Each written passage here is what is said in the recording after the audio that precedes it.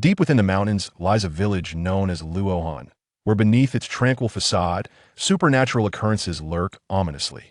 Fearless and curious, a young man named Qiang ventures into the abandoned old house at the back of the mountain and encounters a ghostly presence that befalls him with illness, thus commencing a series of eerie tales. This narrative comprises a collection of intricately interwoven supernatural stories, ranging from the spectral white-clad woman of the old house to the eerie sounds emanating from an ancient well, from mysterious rituals surrounding ancient trees to wandering spirits in the streets. Each tale is chillingly bizarre, exploring the struggles of human nature caught between fear and curiosity. Step into Luo Hun Village through these words, unearth the long-buried past, and experience the heart-stopping thrill of terror. Nestled deep in the mountains is Luo Hun Village, where the inhabitants rise with the sun and retire with its setting, leading seemingly serene lives.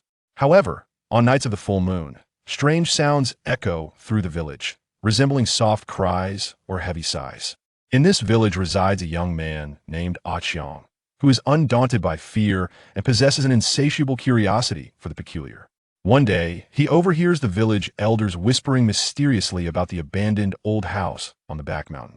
It is said that this house once belonged to a wealthy family who met a grisly fate overnight, their deaths shrouded in horror, leading to a plethora of bizarre occurrences. Unable to suppress his curiosity, Qiang resolves to investigate the old house on the night of the full moon. As darkness descends and the silver orb of the moon hangs high, casting a chilling glow, Qiang, torch in hand, treads along the winding path towards the mountain's rear. The sounds of chirping insects fill the air, and occasionally a night bird flits overhead, emitting a sharp cry that sends shivers down his spine. At last, the old house comes into view, standing solitary with its weathered walls and a half-open door that emanates an aura of foreboding under the moonlight. Taking a deep breath, Qiang pushes open the creaking door, which groans as if sharing tales of its long-forgotten history. Stepping into the yard, he is met with a scene of decay, where weeds flourish unchecked. The windows of the main house are shattered, resembling gaping eyes staring into the abyss. With courage bolstered, Qiang enters the main room, where a putrid odor pervades the air. By the flickering light of his torch, he glimpses a portrait hanging on the wall, a stunning woman clad in opulent attire, her beauty marred by an inexplicable eeriness. Suddenly, a cold wind sweeps through, snuffing out his torchlight. Panic seizes Qiang as darkness engulfs him. In a frenzy, he fumbles in his pocket for a fire starter, and at that moment, he hears faint footsteps tap, tap, tap as if someone in embroidered shoes is crossing the wooden floorboards. "Who's there?" Qiang calls out, his voice echoing in the empty chamber, yet met with silence, save for the approaching footsteps. His heart races, and beads of sweat soak his back. Finally managing to ignite the fire starter, he peers into the dim light, but sees nothing. Terrified, Qiang bolts towards the exit, only to find the door inexplicably shut. He pushes against it with all his might, but remains steadfast. The footsteps draw nearer, seemingly right behind him. Slowly, he turns, and in the faint glow of the fire starter, he sees a woman in white standing directly behind him, her face pale as parchment, eyes hollow and devoid of life, a strange smile creeping across her lips. "Ah!" Qiang screams, collapsing into unconsciousness. Time passes, and Qiang awakens to find himself lying in the yard of the old house, dawn breaking on the horizon. He scrambles home, from that day forward stricken by illness, muttering incessantly about the woman in white. The village elders shake their heads, lamenting that Qiang had disturbed something unclean. Qiang's ordeal incites a wave of panic throughout the village. Whispers circulate regarding the secrets concealed within the old house, and the identity of the white-clad woman remains a mystery. Will Qiang's condition improve, and who will unravel the enigma of the old house? All of this lingers like a shroud of fog, enveloping Luo Hun Village. Chapter 2. The mysterious doctor. Since returning from the old residence, Qiang's mind had become increasingly clouded, alternating between incoherent mutterings and terrified screams. His parents, consumed by anxiety, sought help from various physicians, yet each village doctor merely shook their heads in resignation, admitting their inability to comprehend such an unusual affliction. Just as despair began to settle in, a stranger appeared in the village, a doctor who appeared to be in his 50s, clad in a gray robe and wearing a black cap. He carried an old medical box and bore a kind smile. He wandered the streets, proclaiming difficult ailments. I shall cure them all." Upon hearing this, Qiang's parents hurriedly invited the doctor into their home. The doctor entered Qiang's room at a measured pace. Upon seeing Qiang lying on the bed, he furrowed his brow slightly. He approached the bedside, scrutinizing Qiang's complexion before examining his eyelids and taking his pulse. As he performed these actions, his expression grew increasingly grave. Qiang's parents, anxious, implored, "Doctor, what has happened to our child? Is there any hope for him?" The doctor slowly released Qiang's wrist, sighed, and replied, "This child has encountered an evil spirit and has been afflicted by malevolent energy. His condition is quite severe." Upon hearing this, Qiang's parents fell to their knees, weeping as they pleaded, "Doctor, you must save our only child. If you can heal him, we will repay you with our lives." The doctor quickly helped them to their feet, saying, "Please rise. It is my duty to treat the sick. However, this ailment requires special medicinal herbs, and I must return to my pharmacy to procure them. Please wait here." With that, he hurried away. Qiang's parents anxiously awaited his return, their hearts tightening with each passing moment. Eventually, the doctor returned, carrying a small box wrapped in red cloth. He entered the room, placed the box on the table, and opened it to reveal an array of peculiar herbs of various shapes and colors. The doctor skillfully placed the herbs into a medicinal pot, added water, and began to brew the concoction. Before long, the medicine was ready. The doctor held a bowl of dark liquid and approached Qiang's bedside, gently saying, "Come, child, drink this medicine." Qiang was in a state of unconsciousness. His jaws clenched tightly. The doctor frowned, producing a slender silver needle from his pocket and lightly pricking Qiang's philtrum. Qiang groaned and slowly opened his eyes. Seizing the opportunity, the doctor poured the medicinal liquid into his mouth. After a brief moment, Qiang began to cough violently, subsequently expelling a large quantity of black liquid that emitted a foul odor. His parents looked on in shock and fear, but the doctor showed a glimmer of hope and said, "This is a good sign. The malevolent energy is being expelled." Indeed, as Qiang finished vomiting, a hint of color returned to his face, and his mind began to clear. He weakly murmured, I saw that female ghost. She has been haunting me." The doctor patted Qiang's shoulder, reassuring him, "Do not be afraid, for I am here. That ghost cannot harm you. But you must recount to me in detail what has transpired." Qiang nodded and recounted his experiences in the old residence. After listening intently, the doctor pondered for a moment and remarked, "It seems the matter is more complex than it appears. The old residence likely harbors deeper secrets. For now, focus on your recovery, and when you are better, I will take you to confront that ghost." Filled with a mixture of hope and trepidation, Qiang and his parents wondered if this enigmatic doctor could truly resolve Qiang's plight and unveil the mysteries of the old residence. What further bizarre events awaited them? Chapter 3. A return to the old residence under the careful watch of the mysterious doctor. Qiang's health gradually improved. Though still somewhat weak, he no longer spoke incoherently, and his fear had notably diminished. Over the past few days, the doctor remained by Qiang's side, administering medicine while patiently soothing his anxieties. As Qiang's condition stabilized, the plan to investigate the ghostly enigma began to take shape in the doctor's mind. One morning, sunlight streamed through the window, warming Qiang's bed, and he felt particularly rejuvenated. The doctor entered the room, observing Qiang closely, and said, "Child, you have nearly recovered. Today, we shall visit the old residence and resolve this issue once and for all." Although a flicker of fear remained in Qiang's heart, he realized that if the ghost were not dealt with, it might continue to torment him. He steeled himself and nodded resolutely. As noon approached, they prepared to leave. The doctor slung his medical box filled with an assortment of peculiar items over his shoulder, containing not only common herbs, but also yellow papers inscribed with symbols and peachwood swords for exorcism. Qiang grasped a sturdy wooden stick, attempting to calm his anxiety. The two made their way along a familiar path toward the back mountain, during which Qiang detailed the layout of the old residence and the specifics of his previous encounter. The doctor listened attentively, occasionally nodding and asking pertinent questions. When the foreboding old residence came into view once more, Qiang's steps instinctively slowed, and his complexion paled. Noticing his unease, the doctor gently patted his shoulder, saying, "Do not fear, I am with you." They arrived at the front door of the old residence, where the doctor carefully examined the remnants of markings on the entrance. Faint, dark red lines appeared to be ancient symbols etched upon the door. Furrowing his brow, he retrieved a piece of yellow paper from his medical box, murmuring incantations before affixing it to the door. Instantly, the paper emitted a faint glow, causing the dark red markings to fade under the weight of an unseen force. The doctor gently pushed the door open, the creaking sound echoing painfully in the stillness of the courtyard. The yard was overgrown with weeds, the air thick with decay. The door to the main room stood ajar, as though something within was watching them. The doctor signaled for Qiang to stay close, and they cautiously approached the main room.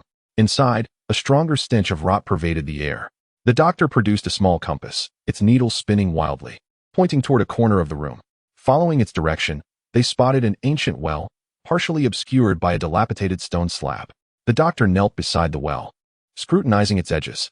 Suddenly, he noticed strange inscriptions carved into the stone, hastily etched as if by a sharp object. As he deciphered the text, he murmured, "This recounts a tragic tale of the old residents. It appears a fierce conflict occurred here, linked to a malevolent sorcery." Qiang, trembling with fear, inquired, What does this have to do with the female ghost?" Before the doctor could respond, a chilling breeze swept through the room, causing the temperature to plummet. Qiang shivered involuntarily. In that instant, a figure clad in white, a female ghost, materialized before them. Her face was pale, with long hair cascading down her shoulders. Her hollow eyes devoid of life, and a sinister smile lingering on her lips. She let out a piercing shriek, the sound cutting through the air like a knife, assaulting Qiang and the doctor's ears. Qiang gripped the wooden stick tightly, his body shaking. The doctor, however, remained composed, swiftly retrieving the peachwood sword from his medical box and chanting an incantation. The sword radiated a golden light, aimed directly at the ghost. The ghost deftly evaded the attack, her hands waving as dark mists surged from all directions, encircling Qiang and the doctor. Within the mist, anguished cries and moans echoed, as if countless tormented souls were trapped within. Qiang struggled to breathe, his consciousness beginning to fade. Observing this, the doctor quickly produced some vermilion powder from his pocket and scattered it around. Wherever the powder landed, the black mist dissipated rapidly. Enraged, the ghost let out a furious roar and lunged once more at the doctor. The physician brandished his peachwood sword, engaging in a fierce battle with the female ghost. The ghost moved with remarkable speed, her figure flickering throughout the room, while the physician skillfully countered each of her attacks with his profound spells and extensive experience. During the confrontation, he noticed that despite the ghost's ferocity, she seemed wary whenever she approached the ancient well. A thought sparked in his mind. Perhaps the well was the key to unraveling the mystery of the ghost. Thus, while evading the ghost, he maneuvered closer to the well. Meanwhile, Qiang struggled to remain alert, his heart racing with anxiety as he witnessed the physician's perilous situation. Suddenly, he recalled some exorcism methods the physician had shared earlier, and mustering his courage, he picked up a stone from the ground and hurled it at the ghost. The stone struck her, causing her form to falter momentarily.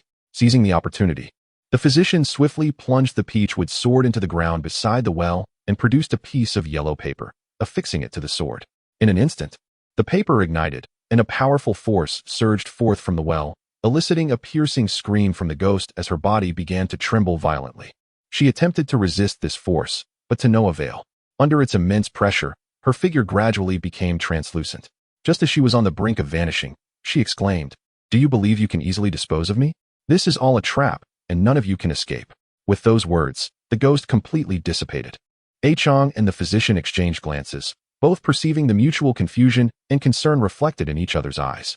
At that moment, a peculiar sound emanated from the well, as though something were stirring within. The physician gestured for Qiang to step back and cautiously approach the edge of the well to peer inside. He observed ripples forming on the water's surface, and a dark object slowly surfaced. As it drew closer to the well's mouth, they discerned that it was an old wooden box. The physician reached down to retrieve the box, which bore strange carvings, suggesting it was of considerable antiquity. Gently, he opened it to reveal a yellowed ancient tome and a strand of black hair. The physician picked up the tome and began to scrutinize its contents, his expression growing increasingly grave. Qiang leaned in, asking, "What does it say?" The physician replied solemnly, "This tome contains accounts of malevolent sorcery. It is likely that the former owner of this estate met a tragic fate due to their dealings with such dark arts. This strand of hair may be closely linked to the ghost." Qiang listened in astonishment, unable to fathom the complex secrets hidden behind the facade of the old estate. The physician closed the box, declaring, "This item is far too dangerous to remain here. We must return and deliberate further." The two departed the old estate with the box in hand. On their way back, Qiang could not suppress his curiosity, asking, "Physician, the ghost mentioned this is a trap, and that we cannot escape. What could that mean?" The physician pondered for a moment before responding, "I am uncertain, but I can assert that this matter is far from over. We must proceed with caution and unravel this enigma." lest the village of lost souls face an even greater calamity. Upon returning to the village, the physician isolated himself within his chamber, meticulously examining the ancient tome in search of clues. Qiang, on the other hand, relayed the day's events to his parents, who listened with growing concern. An ominous shadow seemed to loom over the entire village, as everyone sensed an impending storm. How would Qiang and the physician confront this unknown crisis? Would they unveil the truth lurking in the shadows and save the village? All remained uncertain. Awaiting them were more challenges and eerie occurrences. Chapter 4. The first glimmers of clue. After returning to his residence, the physician immersed himself in the study of the time-worn tome. He sat at a humble desk, an oil lamp casting a dim glow, projecting his gaunt yet focused silhouette upon the wall. The pages of the tome were fragile, as if they would disintegrate at the slightest touch. The physician delicately turned the pages, his gaze fixed upon the obscure text, occasionally furrowing his brow in contemplation or jotting down notes. Although Qiang was filled with curiosity and concern, he understood the importance of not disturbing the physician at this critical juncture. He paced restlessly in his yard, glancing toward the physician's direction while silently praying for a solution to the looming crisis. After several days of relentless investigation, the physician finally made a breakthrough. He summoned Qiang, his face weary yet alight with excitement. Pointing to a section marked in red ink within the tome, he said, "Qiang, look here. This passage describes an ancient malevolent sorcery known as gathering shadows and condensing souls. The execution of this spell requires an abundance of energy and vengeful spirits. And the location of the old estate coincides precisely with the area of heaviest energy in the village." Qiang, perplexed, inquired, "But who is the practitioner of this dark sorcery? What connection does the ghost have with it?" The physician shook his head. "That remains unclear for now. But it is highly probable that the tragic events in the old estate are intertwined with this sorcery. Furthermore, the trap the ghost mentioned may also relate to the orchestrator behind this dark art." As they conversed, a sudden commotion erupted outside. Qiang and the physician exchanged glances before hastily exiting to investigate. They found villagers of all ages gathered at the village entrance, engaged in animated discussion. Upon approaching, they learned that an elder had experienced a peculiar dream the previous night. In the dream, a woman clad in white, her hair disheveled, wept, claiming she had died unjustly and warning the villagers to steer clear of the old estate in the back mountains, lest calamity befall them. Qiang's heart raced. This was none other than the ghost he had encountered. The physician contemplated for a moment before stating, "It appears that this ghost seeks to convey information through dreams. Perhaps she is not entirely malevolent, but rather a victim with grievances." To uncover the truth, the physician resolved to gather several elder villagers who were knowledgeable about the estate's history for a discussion. Seated in the village's ancestral hall, the atmosphere grew tense. An elderly man with snow-white hair began. The old estate was once home to the Qiang family, who were renowned for their benevolence and held in high regard within the village. However, for reasons unknown, the entire family perished one fateful night under horrific circumstances. Since then, the estate has been beset by strange occurrences and has gradually fallen into ruin. Another elder added, "I recall that following the tragedy, a mysterious Taoist priest arrived in the village. He circled the old estate a few times, his countenance dark, before departing without uttering a word." Upon hearing this, the physician felt a surge of intrigue and asked, "Do you recall what this priest looked like?" The elders shook their heads, but one elder, after a moment's reflection, remarked, "I only remember he wore a black Taoist robe and was tall and slender. Beyond that, I have no further recollection." The physician expressed gratitude to the elders and returned home with Qiang. Feeling somewhat disheartened, Qiang lamented, "These clues are far too scant. How can we continue our investigation?" However, the physician remained undeterred, asserting, "Do not lose hope. While these clues may appear disjointed, with careful analysis, we may uncover critical connections. The appearance of that mysterious Taoist priest is no coincidence. He likely possesses knowledge of the truth behind the estate's tragedy." That night, the physician resumed his meticulous study of the tome, seeking any hints that might link to the enigmatic priest. Suddenly, he stumbled upon a peculiar symbol on the final page, composed of twisted lines that resembled a form of marking. The physician felt a sense of familiarity with this symbol and, after much contemplation, recalled a segment of the dark red pattern he had observed on the estate's entrance, which closely resembled this design. Excitedly, he awakened Qiang to share his discovery. Qiang looked at the symbol, puzzled, and asked, "What does this symbol signify?" The physician pondered briefly before replying, "I suspect this may be a mark associated with the practitioner of the dark sorcery or linked to the mysterious Taoist priest. Tomorrow, We shall revisit the old estate to see if we can uncover more clues related to this symbol. As dawn broke on the second day, Qiang and the doctor returned to the old residence. They meticulously searched the premises, leaving no corner unexamined. Upon reaching the firewood room in the backyard, Qiang discovered a worn wooden plank etched with a design identical to one found in an ancient text. The doctor crouched down to inspect the plank closely and noticed something beneath it. Together, they pried the plank away, revealing a concealed entrance to a hidden tunnel. A pungent odor of decay wafted from the tunnel, and in the darkness, something seemed to stir. Qiang, feeling a twinge of fear, murmured, "There can't be any danger down there, can there?" The doctor inhaled deeply and replied, "We have come this far. We cannot retreat. Let us descend and perhaps uncover the key to solving this mystery." With that, the doctor retrieved a torch from his medical kit, ignited it, and ventured into the tunnel ahead of Qiang, who gripped his wooden stick more tightly in trepidation. The tunnel was narrow and damp, its walls cloaked in moss. They proceeded cautiously, strange sounds echoing around them, as if countless eyes were watching from the shadows. As they walked, a fork in the path emerged. Both passageways appeared ominously foreboding, their destinations unknown. The doctor paused, contemplated, and ultimately chose the left path.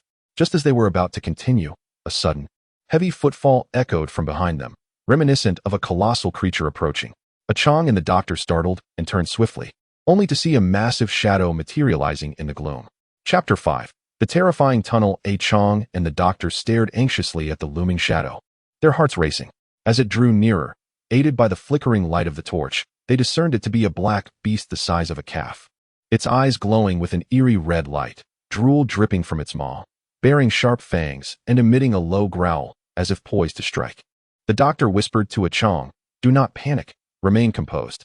This beast, though fierce in appearance, is but a guardian of this place, and there must be a way to counter it." As he spoke, he carefully retrieved a piece of yellow paper inscribed with runes from his kit, reciting incantations. As he chanted, the paper glowed faintly.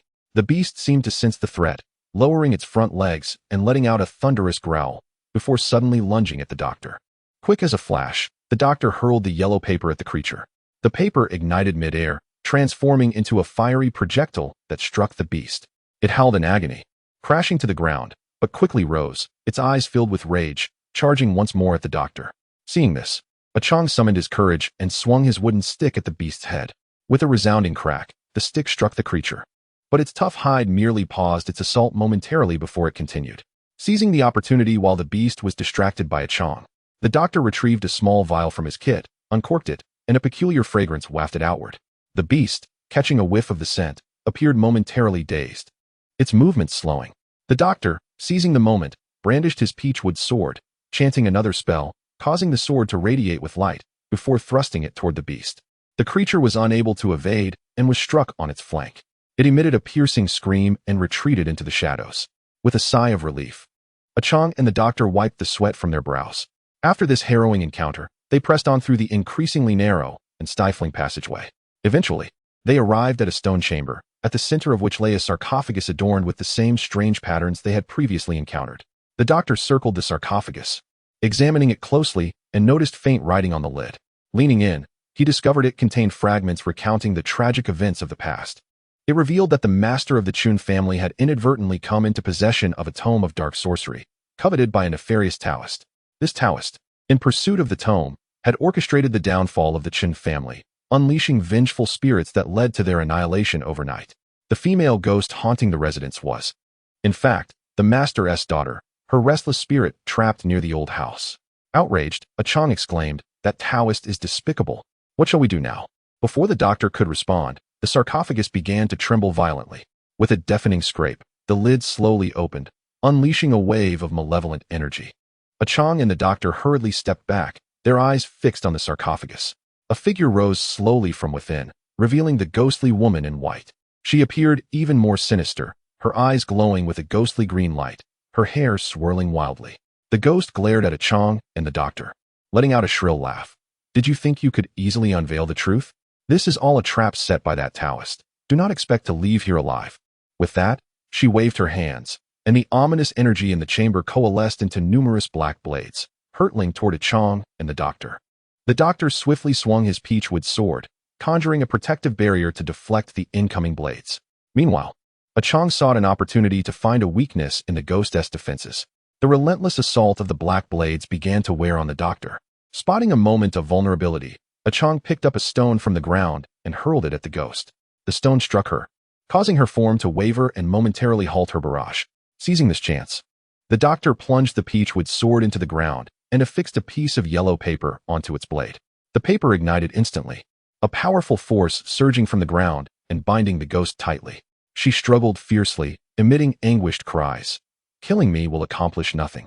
That Taoist will return to complete his dark sorcery, and the entire village will plunge into despair.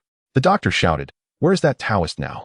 Yet, the ghost merely laughed maniacally, refusing to answer. At that moment, flickering lights appeared on the walls of the chamber, revealing hazy images. In those images, a mysterious Taoist stood atop a mountain, surrounded by others clad in black, seemingly engaged in a sinister ritual. Qiang and the doctor exchanged worried glances, acutely aware of the urgency of their situation. They knew they must locate the Taoist and thwart his plans before the village faced an insurmountable disaster. But how could they find him and unravel this looming crisis? In that eerie stone chamber, Qiang and the doctor fell into deep contemplation, while the bound ghost continued to emit chilling laughter. Chapter 6. The mysterious visitor. Qiang and the doctor extricated themselves from the stone chamber, their hearts heavy with concern as they returned to the village. The ghost's words and the eerie images on the walls loomed over them like a dark cloud. The village appeared tranquil, yet it felt as though it could be engulfed by catastrophe at any moment. Upon reaching the doctor's residence, they had barely begun to discuss their strategy when a series of urgent knocks resounded at the door.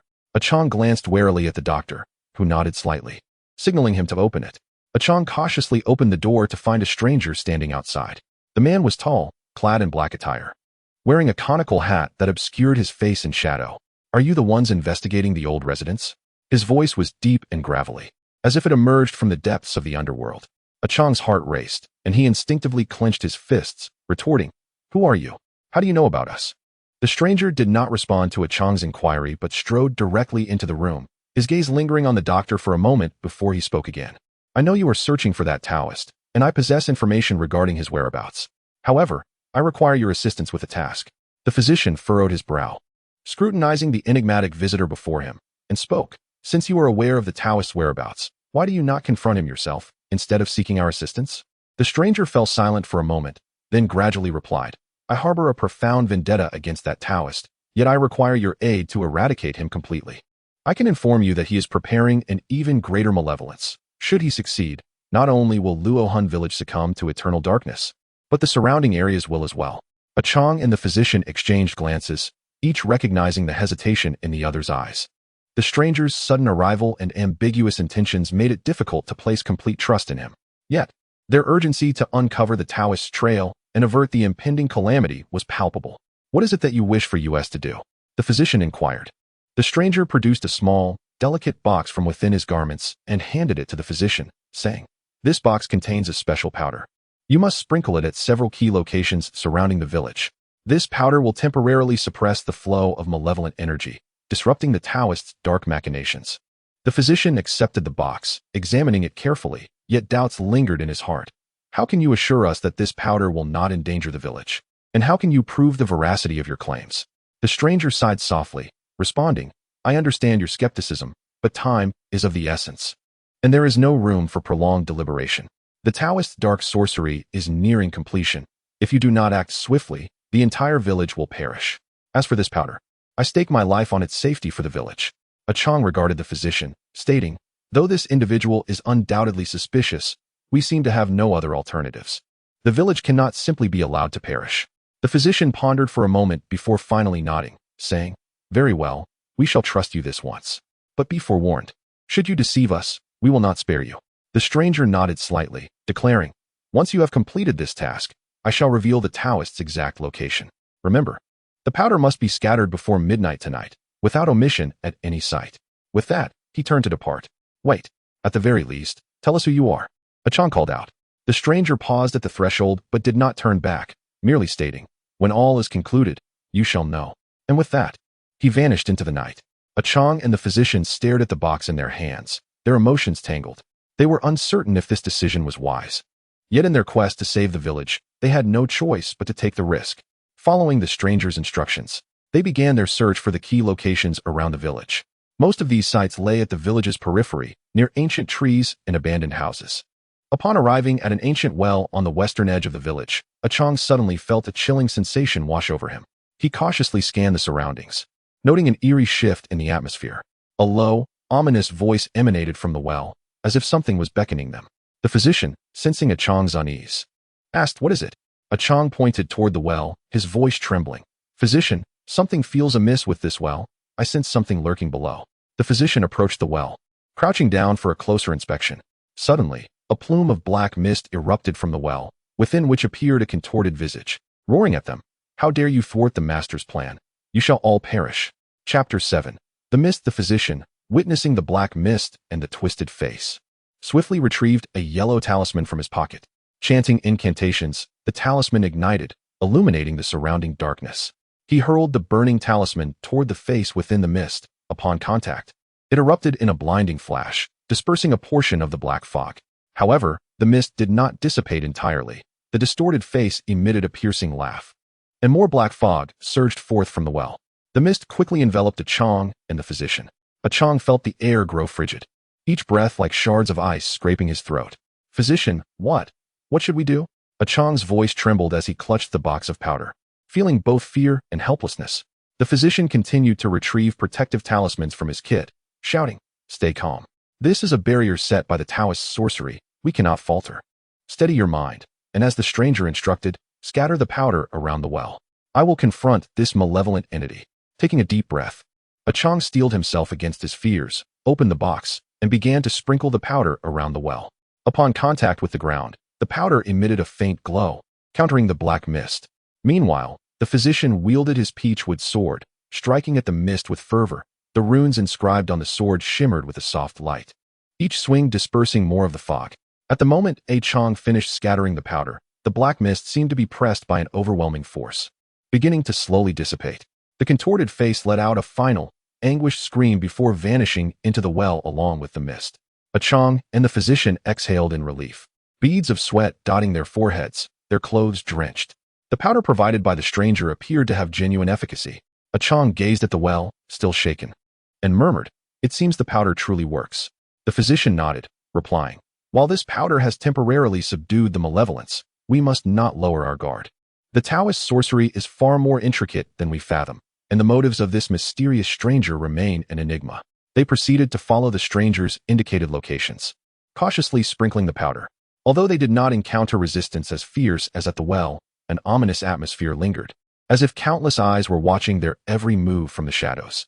Finally, before the stroke of midnight, they completed the task of scattering the powder at all designated sites.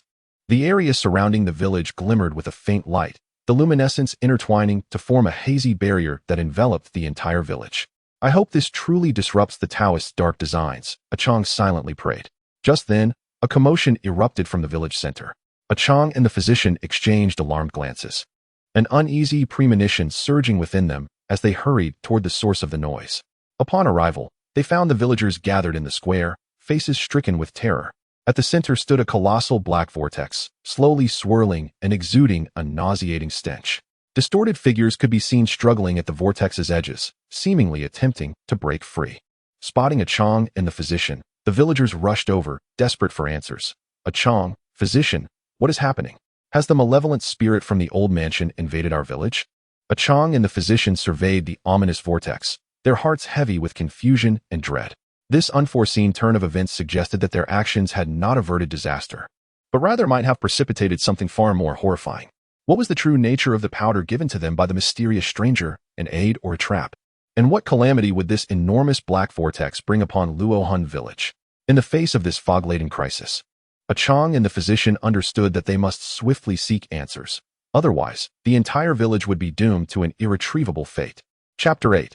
The Vortex Crisis. Qiang and the physician stared at the ever-rotating black vortex, the surrounding air distorted and tainted by its presence, the stench growing increasingly nauseating. The wails emanating from the vortex were chilling, as though they emerged from the depths of hell, instilling profound terror in the villagers, some of whom had begun to weep quietly. The physician recognized the necessity of maintaining order amidst the chaos, and called out, "Everyone, remain calm. Step back and keep your distance. Do not approach the vortex." Under the guidance of the physician, the villagers retreated in a state of panic, forming a larger circle. Qiang furrowed his brow and inquired of the physician, "What on earth is happening? We followed the instructions of that stranger, yet we find ourselves in this predicament." The physician's expression grew grave as he replied, "I am uncertain. Perhaps this is yet another scheme of that sorcerer, deliberately leading us to believe that scattering the medicinal powder would thwart him, while in truth, it has awakened something far more dreadful. Alternatively, this vortex could be his retaliation for our interference with his design." Suddenly, a shadow erupted from the vortex, hurtling toward the crowd with remarkable speed. The physician, quick-witted, seized his peachwood sword and swung it with force, emitting a beam of golden light that struck the shadow. A dreadful cry echoed as the shadow plummeted to the ground, revealing a massive black bat. Its eyes gleaming with a sinister red glow and its wings adorned with sharp barbs. Before the villagers could breathe a sigh of relief, more black bats surged forth from the vortex, descending upon them like a rain of arrows. The villagers, gripped by fear, scattered in all directions, their screams reverberating through the air. Qiang, witnessing the chaos, hastily picked up a branch from the ground and waved it at the approaching bats, striving to shield those around him. Meanwhile, the physician defended against the bats' assaults with his sword, calling out, "Qiang, you must lead the villagers to safety. I will find a way to confront this vortex." Qiang nodded, rallying the villagers. "Follow me to the ancestral hall on the east side of the village. It is sturdier there." Under Qiang's leadership, the villagers scrambled towards the hall, while the physician remained behind to engage in a desperate battle against the frenzied bats. His sword danced with vigor, each strike bringing down a bat, yet the relentless tide of creatures continued to pour forth from the vortex. Just as the physician began to feel overwhelmed, he recalled an ancient spell documented in a tome. This incantation demanded immense energy, but he had no other recourse. Gritting his teeth, he plunged the peachwood sword into the ground, swiftly forming seals with his hands as he chanted incantations. As the spell took effect, a brilliant radiance enveloped him, rapidly expanding to form a colossal light barrier that encased both him and the vortex. The bats screeched as they collided with the barrier, plummeting to the ground. Yet, maintaining the barrier drained the physician considerably. Beads of sweat dotted his forehead, and his complexion grew increasingly pale. He understood that he could not relent. Should he falter, the bats would once again surge towards the villagers, and the horrific vortex might unleash even more terrifying consequences. Meanwhile, Qiang led the villagers to the ancestral hall, where he promptly shut the heavy door and barricaded it with heavy objects. The villagers huddled inside, shaken and terrified. "Qiang, are we truly safe?" A young villager trembled, his voice quaking with fear. Qiang, observing the terror in their eyes, feigned calmness. "Rest assured, the physician is devising a solution. If we remain here, we should be safe for the time being." Yet, deep down, Qiang felt no certainty. He worried for the physician's safety and pondered the calamity that the dark vortex might unleash. Outside the hall, the physician continued to exert himself to sustain the light barrier. The vortex seemed to sense the threat he posed, beginning to quiver violently as a more potent force surged forth, attempting to breach the barrier. The physician felt an invisible pressure squeezing his body, every muscle straining under the immense strain. Just as the barrier appeared on the verge of collapse, he caught sight of a vague figure at the vortex's center. The silhouette resembled a person, standing within the vortex and orchestrating the chaos. A chill ran down the physician's spine. Could this be the enigmatic sorcerer? In this critical moment, could the physician withstand the vortex's onslaught and unveil the true identity of the mysterious figure? And for the villagers sheltered within the ancestral hall, would they truly escape this impending disaster? The entire Luo Hun village was shrouded in a thick veil of crisis, with all awaiting the judgment of fate. Chapter 9. The truth revealed. The physician strained with all his might to maintain the luminous barrier, his eyes locked onto the indistinct figure at the vortex's center. As the vortex thrashed violently, the figure gradually became more defined. Indeed, it was a sorcerer clad in black robes. His face contorted in madness, eyes flickering with frenzied light. He waved his hands ceaselessly, uttering incantations as if to amplify the vortex's force. The physician understood that if he did not act swiftly, the barrier would shatter in an instant, and the entire village would face annihilation. He concentrated all his energy, racing through the spells documented in the ancient texts in his mind, seeking a method to counteract the sorcerer's dark magic. Suddenly, a spark of inspiration ignited within him. He recalled an ancient purification technique that might be able to contend with the malevolent vortex. This method required channeling one's own vital energy while harnessing the righteous qi of the universe to cleanse the evil. However, this technique was perilous. A moment's lapse could result in the practitioner exhausting their life force. Yet, Confronted with no other option, the physician steeled himself for the risk. Taking a deep breath, he gathered all his vital energy into his palms and then forcefully struck the ground. Instantly, a dazzling golden light erupted from his hands, spreading rapidly across the barrier. The golden radiance clashed with the black vortex, producing a deafening roar. In an instant, light and darkness intertwined, enveloping the village in a powerful shockwave. The black-robed sorcerer seemed to sense the physician's intentions. His expression twisted into a snarl as he hastened his gestures, attempting to amplify the vortex's power to breach the barrier.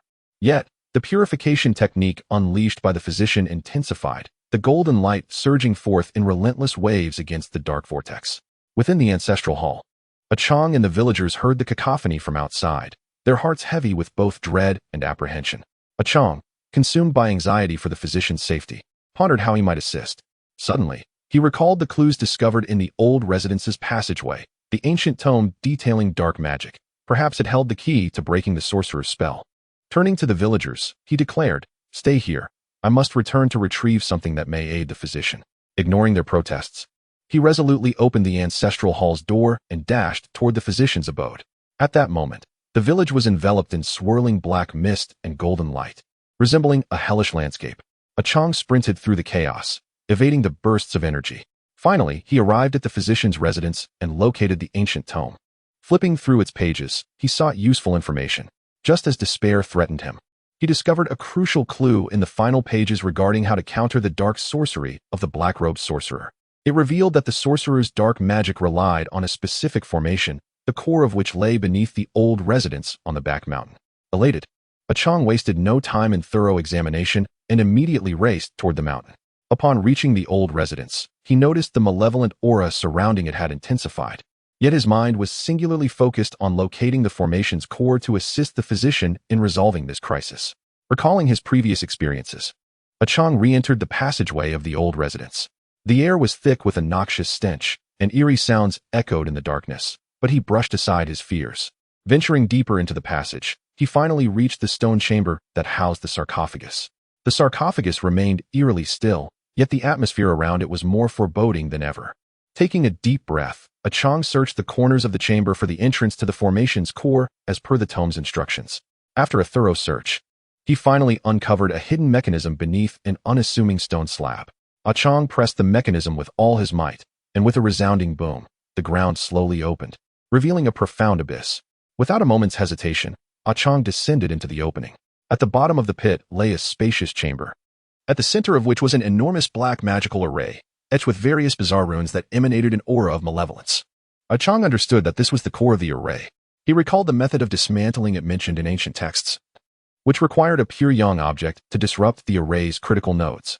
Feeling around his person, he suddenly remembered the talisman given to him by the healer, which was said to be crafted from a millennium-old cold jade and tempered with pure yang fire. Perhaps it could be of use. Cautiously, Qiang approached the magical array and placed the talisman atop the crucial rune described in the ancient manuscripts. Instantly, the talisman emitted a dazzling light that swiftly spread across the entire array. The runes began to flicker violently, releasing waves of anguished wails. Simultaneously, the dark vortex in the village, affected by the destruction of the array's core, began to weaken. The black-robed sorcerer sensed the upheaval behind him. Roaring in fury, yet unable to spare himself to thwart Qiang. The healer, noticing the diminishing power of the vortex, understood that Qiang was making progress and seized the opportunity to amplify the purifying technique. The golden light, akin to a sharp blade, struck fiercely at the dark vortex. Under the combined assault of the healer's relentless assault and Qiang's disruption of the array's core, the dark vortex finally began to dissipate. Realizing the dire situation, the black-robed sorcerer attempted to flee. However, the healer would not allow such an escape. He directed the golden light towards the sorcerer. The light enveloped the figure in an instant, and a chilling scream echoed as the sorcerer was gradually reduced to ash within the radiant glow. With the sorcerer's disappearance, tranquility returned to the village at last. Qiang emerged from the tunnel and encountered the healer outside the old manor. Their eyes met, and they exchanged a glance filled with the joy of having survived a harrowing ordeal. Yet, they both understood that the matter was far from resolved. Who was the mysterious visitor, and why had he chosen to assist them? Did a deeper conspiracy lurk beneath the surface? These questions hung like a dense fog over the village of falling souls. Nevertheless, they resolved to return to the village, soothe the villagers, and deliberate their next steps. As Qiang and the healer walked side by side on the path back to the village, the moonlight bathed them in its glow, elongating their shadows as if narrating that this thrilling adventure had yet to reach its conclusion. Chapter 10. The visitor appears upon returning to the village. Qiang and the healer were greeted by the villagers, who encircled them with relief upon seeing them safe. The crowd buzzed with anxious inquiries, their expressions a mix of gratitude for survival and dread of the unknown. The healer calmed the villagers, assuring them that he would thoroughly address the dangers threatening their home. Gradually, the villagers dispersed, a blend of exhaustion and relief evident in their demeanor. Qiang and the healer returned to the healer's residence, settling down to discuss their next steps when suddenly, a gentle breeze swept through, causing the candles to flicker. A figure quietly materialized before them. Startled, Qiang and the healer sprang to their feet, eyeing the newcomer warily. It was none other than the enigmatic figure in black. You have succeeded. You have successfully dismantled the sorcerer's wicked spell. The mysterious visitor's voice remained low and hoarse, devoid of emotion. Who are you? Why did you help us? And why did you not directly inform us of what to do earlier? Qiang's questions spilled forth, a culmination of suppressed doubts and frustrations. The visitor sighed softly, slowly removing his wide-brimmed hat. The visage revealed was one of a weary yet resolute elder, startling Qiang and the healer. I am Qiang Yuan, originally from this village of falling souls. The Chun family from the old manor is my lineage, the elder stated. Qiang and the healer exchanged astonished glances, with Qiang exclaiming, You are a descendant of the Qin family? Why have you concealed your identity and appeared so mysteriously? Qiang Yuan took a seat, gesturing for Qiang and the healer to do the same, and began to recount a long-buried tale. Years ago, my family suffered a calamity. They were brutally slain, and I was the only one fortunate enough to escape. Upon my return, I found nothing but devastation and the corpses of my kin. Through inquiries, I learned that the black-robed sorcerer coveted our ancestral texts and resorted to dark sorcery to annihilate my family in his quest to possess them. From that moment, I embarked on a path of vengeance against him. For years, I have covertly tracked the sorcerer's movements, uncovering that he was preparing for an even greater dark ritual aimed at seizing control over the region's malevolent energy for his own ends. I realized that I could not thwart him alone. When I learned of your investigation into the old manor, I resolved to assist you. The powder I provided was indeed meant to disrupt his dark machinations, but I feared that revealing everything directly would endanger you. So I could only guide you in this manner. The healer pondered for a moment before responding. While your intentions were noble, your secrecy has placed us in perilous situations. Nevertheless, the black-robed sorcerer is dead now, and your vengeance has been avenged. Qiang Yuan shook his head gravely. It is not that simple. Although the black-robed sorcerer is dead, there may be other forces behind him. During my investigations, I uncovered hints suggesting that a mysterious organization is orchestrating these events. This organization, dedicated to the study of dark sorcery, spreads malevolence wherever it goes. The black-robed sorcerer may merely have been a pawn in their game. Qiang and the healer felt a tightening in their chests upon hearing this. What should we do then? Is this not over? Will the village still be in danger? Qiang asked. Qiang Yuan looked at them with determination. I cannot allow Falling Souls Village to face danger again, nor can I permit the tragedy of my family to repeat itself. I hope you will join me in pursuing this mysterious organization and eradicate them completely. After a moment of reflection, the healer replied, Elder Chun, we are willing to assist. However, given the organization's elusive and perilous nature, we must strategize carefully and devise a detailed plan. First, we need to gather more information about this organization. Qiang nodded in agreement. Indeed, we cannot act blindly again. This time, we must be thoroughly prepared. The three of them gathered around the table, commencing their discussions on the forthcoming plans of action. The candlelight flickered, illuminating their serious and resolute faces. Though the road ahead was fraught with uncertainty and danger, their faith burned within them like the candlelight, faint yet resilient, guiding their path forward. On this seemingly tranquil night, a new adventure was quietly unfolding, awaiting their efforts to unveil the true nature of the mysterious organization and safeguard the peace of Falling Souls Village. Chapter 11. The Mysterious Letter After Qiang. The healer and Qiang Yuan resolved to jointly investigate the mysterious organization. The trio began to gather clues independently. The healer leveraged his travels as a physician, inquiring among his peers about rumors regarding dark sorcery and the enigmatic organization.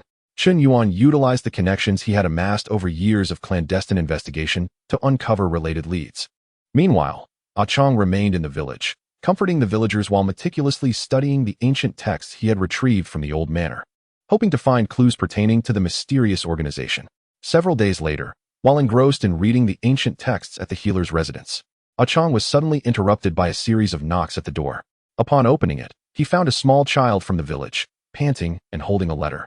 Qiang ji, there's a letter for you.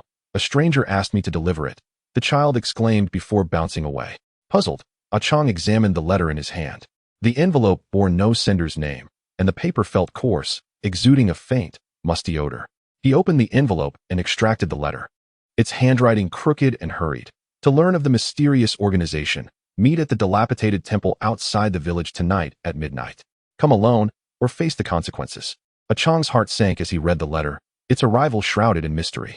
The sender clearly knew of their pursuit of the enigmatic organization while urging him to come alone. Aware of the peril that lay ahead, he nonetheless feared missing a critical opportunity to uncover the secrets hidden within the organization.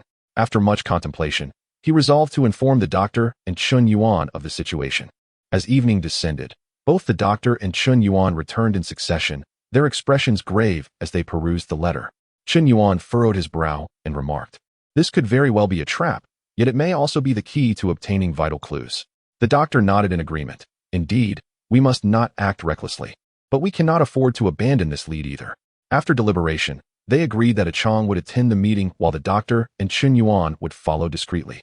Prepared for any eventuality, with a dagger in hand, Qiang cautiously made his way to the dilapidated temple outside the village. The night was ink-black, the surrounding stillness almost eerie, with only the sound of his footsteps echoing in the silence. Upon arriving at the forsaken temple, its crumbling facade appeared particularly sinister under the moonlight. The door stood ajar, a faint glow seeping through the crack. Taking a deep breath, Qiang slowly pushed the door open. The creaking hinges pierced the silence of the temple with an unsettling clarity. Inside, he beheld a figure standing before the idol, back turned to him, holding a candle that flickered ominously, casting strange shadows on the idol. "You have arrived," the figure spoke without turning, his voice low and gravelly, distinct from the mysterious visitor Chun Yuan had encountered before. "Who are you? Why have you summoned me here? How do you know we are investigating the organization?" Qiang endeavored to keep his voice steady while warily surveying his surroundings. The figure slowly turned, revealing a face lined with wrinkles, deep-set eyes glinting with an inscrutable expression. "Who I am is of little consequence. What matters is that I possess the information you seek. But first, you must agree to a condition." "What condition?"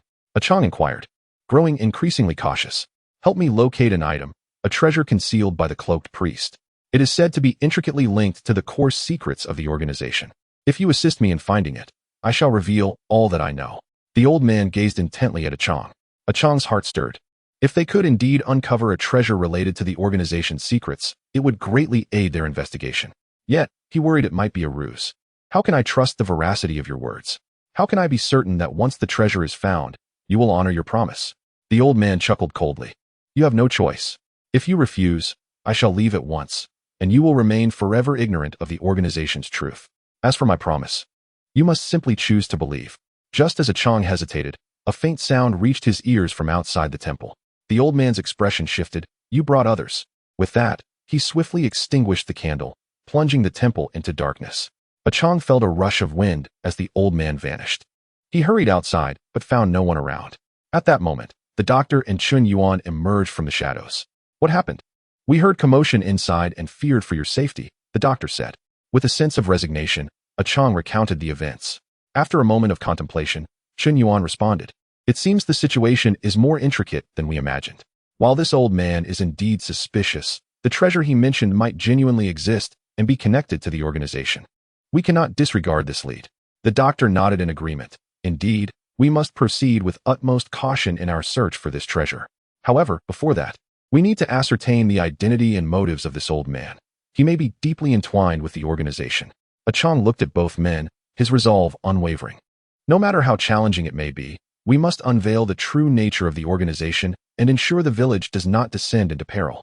The three men exchanged determined glances beneath the moonlight, each filled with unwavering resolve.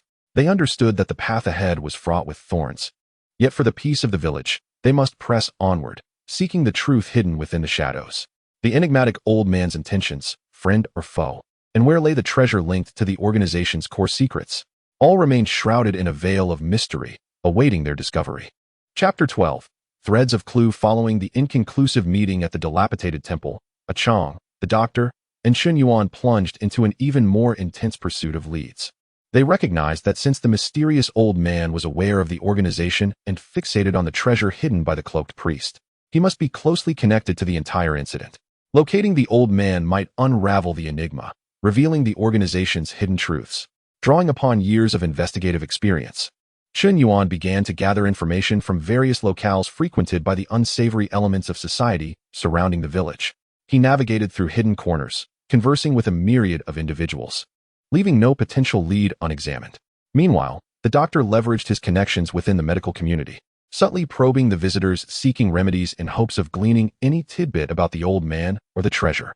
Qiang remained in the village, meticulously poring over ancient texts retrieved from the old residents, while also questioning the elder villagers about any memories of such a mysterious figure. After several days of diligent effort, Chen Yuan finally gleaned some promising information. In a tavern in a neighboring village, he learned from a drunken patron of a person whose appearance matched the old man's description, often seen wandering the nearby mountains, engaging in peculiar activities. It was said that he frequently lingered near an abandoned Taoist temple deep within the forest. Immediately, Chen Yuan relayed this news to Qiang and the doctor.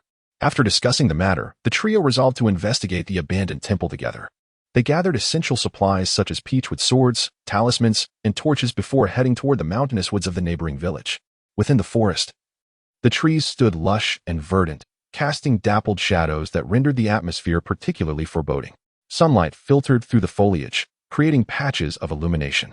The three men followed a barely discernible path, surrounded by an eerie silence, occasionally pierced by the calls of unknown birds, heightening the sense of mystery.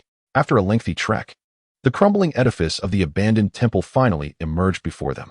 The temple's door hung precariously, its paint largely eroded, revealing the decayed wood beneath. Moss clung to the temple walls, and the roof tiles were uneven and fragmented. They cautiously entered the temple. The courtyard was overrun with weeds, and in the center stood an incense burner, filled with several extinguished sticks, surrounded by a thick layer of dust. Qiang noticed peculiar symbols etched on the incense burner, though time had rendered them nearly illegible. The doctor discovered a side hall with a half-open door. As he gently pushed it, a pungent, putrid odor wafted forth. The three men covered their mouths and noses, holding their torches aloft as they ventured inside. Within the side hall were scattered remnants of broken tables and chairs, and a damaged idol that bore an unsettling visage. Just as they were about to depart the side hall, Qiang suddenly spotted strange footprints on the ground. These prints were smaller than an average person's, and their shape suggested they were made by some specially crafted footwear. Qiang crouched to examine them closely, noting that the prints led to a corner of the hall. Following the trail, they discovered a loose stone in the wall. Qiang pushed against it, and to their astonishment, the stone gradually shifted, unveiling a concealed passageway. The passage was permeated with a damp atmosphere, dark and mysterious, leading to an unknown destination. The doctor glanced at Qiang and Chen Yuan, stating, "It appears there is more to this than meets the eye. We should investigate further." Chen Yuan nodded in agreement, while Qiang gripped his peachwood sword tightly, his gaze resolute. The three men proceeded cautiously along the narrow passage, their footsteps echoing ominously in the confined space. After traversing a stretch of path, a stone door emerged ahead, adorned with an array of intricate runes and patterns. Qiang scrutinized the designs, noting their resemblance to those found in the ancient texts he had unearthed from the old mansion's underground passages. A flicker of realization ignited within him. Could there indeed be a profound connection to the enigmatic organization? At that moment, Chen Yuan suddenly pointed to a small hole at the base of the stone door, exclaiming, "Look, this small aperture appears to be designed for inserting something. Could it be the key to unlocking the door?" After a brief contemplation, the physician produced an object of similar shape from his robe, a relic he had stumbled upon during his research of the ancient texts and had kept close. Believing it might prove useful, he inserted the object into the small hole and gently twisted it. With a resounding click, the stone door creaked open, revealing a spacious stone chamber. At the center of the chamber stood a stone table, upon which lay a tattered book and an ornate box. The three exchanged glances, their eyes brimming with anticipation as they cautiously approached the stone table. Would the contents of this chamber unveil crucial clues to the mysteries surrounding the organization? What connection did the mysterious elder have with this place? All remained uncertain, yet they sensed they were inching closer to the truth. Chapter 13. Secrets of the Stone Chamber. As the trio approached the stone table, the chamber was shrouded in silence, broken only by their slightly hurried breaths. Qiang's gaze fixated on the tattered book and exquisite box, a strong premonition swelling within him that they might contain vital clues to unraveling the veil of the mysterious organization. The physician was the first to extend his hand, his movements gentle yet tinged with trembling as he lifted the worn book. He slowly turned its pages, the brittle sheets emitting a fragile rustle, as though they might disintegrate at the slightest pressure. The contents within darkened the expressions of all three. The text detailed an exceedingly malevolent cultivation method, bearing striking similarities to the dark sorcery previously displayed by the robed priest, yet delving deeper into the realms of cruelty and complexity. This vile practice demanded the sacrifice of the living, drawing upon their essence to amplify one's own power. Each word seemed to exude a chilling aura, narrating the organization's wickedness and insanity. Chun Yuan's brow furrowed deeply, his demeanor solemn as if cloaked in frost. He spoke slowly. It appears this organization's sorcery is far more terrifying than we had imagined. In their relentless pursuit of power, they have descended into madness and will stop at nothing. Qiang, incensed, clenched his fists, the knuckles whitening with strain as uncontainable fury blazed in his eyes. He declared vehemently, "We cannot allow their nefarious schemes to succeed. No matter the cost, we must thwart them." Subsequently, the physician gently opened the ornate box. Inside lay a black jade pendant, quietly exuding a chilling luminescence. The pendant bore a peculiar design, resembling a raven poised to take flight, surrounded by twisted, serpentine lines, as if whispering untold secrets. At the sight of the pendant, Chun Yuan's countenance darkened like iron, and he spoke in a low tone, as if forcing the words through clenched teeth. "I have heard that in certain sorcerous organizations, the raven symbolizes a totem of darkness and death. This pendant may well be a significant token of the mysterious organization." Just then, a sinister, eerie laughter erupted within the silent chamber. The sound reverberated through the stone walls, akin to the wails of countless specters, sending chills down their spines. Qiang, the physician, and Chun Yuan quickly positioned themselves back to back, their eyes brimming with vigilance as they scanned their surroundings. A figure gradually emerged from the shadows, revealing the mysterious elder, his silhouette flickering in the dim light of the chamber like a specter from the abyss. "You have indeed found your way here and uncovered these artifacts." The elder's voice was cold and piercing, echoing as if imbued with the chill of millennia. "Who are you? Why have you been following us? And what is your purpose in guiding us to this so-called treasure?" Qiang questioned loudly, his voice resonating with anger and confusion, reverberating through the chamber. The elder scoffed, his laughter dripping with disdain and resignation, and replied slowly, "Who I am is of little consequence. What matters is that you have stepped into a realm you ought not to enter. This pendant is one of the keys to unlocking the core secrets of the mysterious organization. But do you truly believe that you alone can thwart them?" The physician's gaze burned with intensity as he fixed his eyes upon the elder, his voice steady yet imbued with strength, regardless of the challenges ahead. "We will not allow this organization to continue its malevolent deeds. Since you possess such knowledge, why do you not join us in opposing them?" The elder fell silent for a moment, as though haunted by painful memories, the wrinkles on his face quivering slightly. After a pause, he spoke, his tone laced with weariness and a hint of sorrow. "I was once a member of that organization, but I found their actions too cruel, transgressing the bounds of morality and forsaking even the basic tenets of humanity. I sought to extricate myself from this demonic entity, yet they would not let me go easily. For years, they have hunted me, forcing me into a life of flight and unrest. I have long sought an opportunity for vengeance and to prevent them from wreaking further havoc upon the world. However, I am acutely aware that my strength alone is insufficient. Hence, I sought your assistance." Qiang regarded the elder with skepticism, scrutinizing him closely. "Is this true? What reason do we have to trust you? Your sudden appearance and enigmatic behavior raise our suspicions." The elder let out a resigned sigh, a flicker of melancholy and sorrow crossing his eyes at this juncture. "Belief is yours to grant or withhold. I can inform you that the mysterious organization is preparing for an even grander sorcerous ritual, located in a valley not far from here. If they succeed, countless innocent lives will be lost, plunging the entire region into an abyss of irredeemable darkness. At that point, the world will become a living hell, devoid of peace." Chun Yuan pondered for a moment, his expression as serious as stone, and slowly articulated, "Regardless of the veracity of his claims, we cannot afford to overlook this information. We must investigate that valley and thwart their ritual. Even if there is but a glimmer of hope, we cannot abandon our pursuit." The physician nodded in agreement, determination radiating from his gaze as he asserted, "Indeed, we cannot stand idly by, yet we must remain cautious. This may very well be a trap.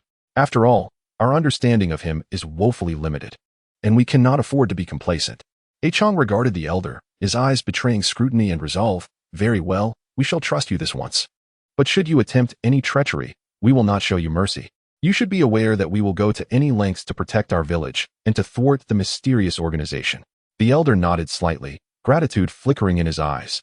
Rest assured, our objectives align. Time is of the essence. We must set forth to the valley immediately. Every moment we delay increases the peril, and innumerable lives may hang in the balance.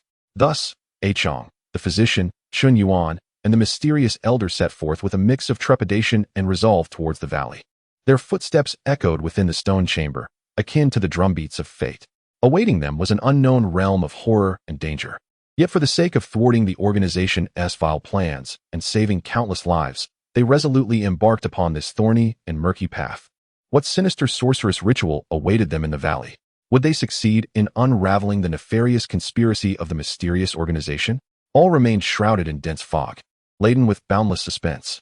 Chapter 14. Shadows of the Valley. The four departed the stone chamber, journeying towards the valley indicated by the mysterious elder. The forest grew increasingly dense, enveloped in a tranquil yet somewhat oppressive silence, occasionally interrupted by the distant chirps of insects and the calls of birds, which only added to the eerie atmosphere. Qiang led the way, brandishing a torch, its flickering light cutting through the darkness and casting distorted shadows of the surrounding trees, resembling monstrous, clawing figures. The physician followed closely behind, his vigilant gaze sweeping the area, tightly gripping a peachwood sword, its runes shimmering faintly in the torchlight. Chun Yuan remained attentive to the rear of the group, wary of any entities that might be stealthily trailing them. The mysterious elder walked in their midst, his expression grave as he occasionally glanced skyward, seemingly aligning their direction with the stars above. As they ventured deeper into the woods, the air grew increasingly humid, a faint yet unmistakable scent of decay wafting through the atmosphere. Qiang wrinkled his nose and murmured, "Everyone, be cautious. This odor is unsettling. We must be near the valley." The others nodded in agreement, lightening their steps yet solidifying their resolve. At last, they arrived at the valley's edge. A thick layer of black mist swirled within, pulsating as if alive. From the depths of the mist emerged low, rumbling growls and anguished moans, reminiscent of countless tormented souls struggling within. A chill crept into Qiang's heart at the sight before him, yet he gritted his teeth and declared, "Whatever lies within, we must venture forward." The four of them cautiously stepped into the valley, the black mist swiftly enveloping them. The density of the fog nearly rendered them blind, with the torch illuminating only a small patch ahead. The mysterious elder leaned closer to Qiang and whispered, "Stay close to me. This mist can disorient one's sense of direction. A moment's inattention could lead to becoming lost."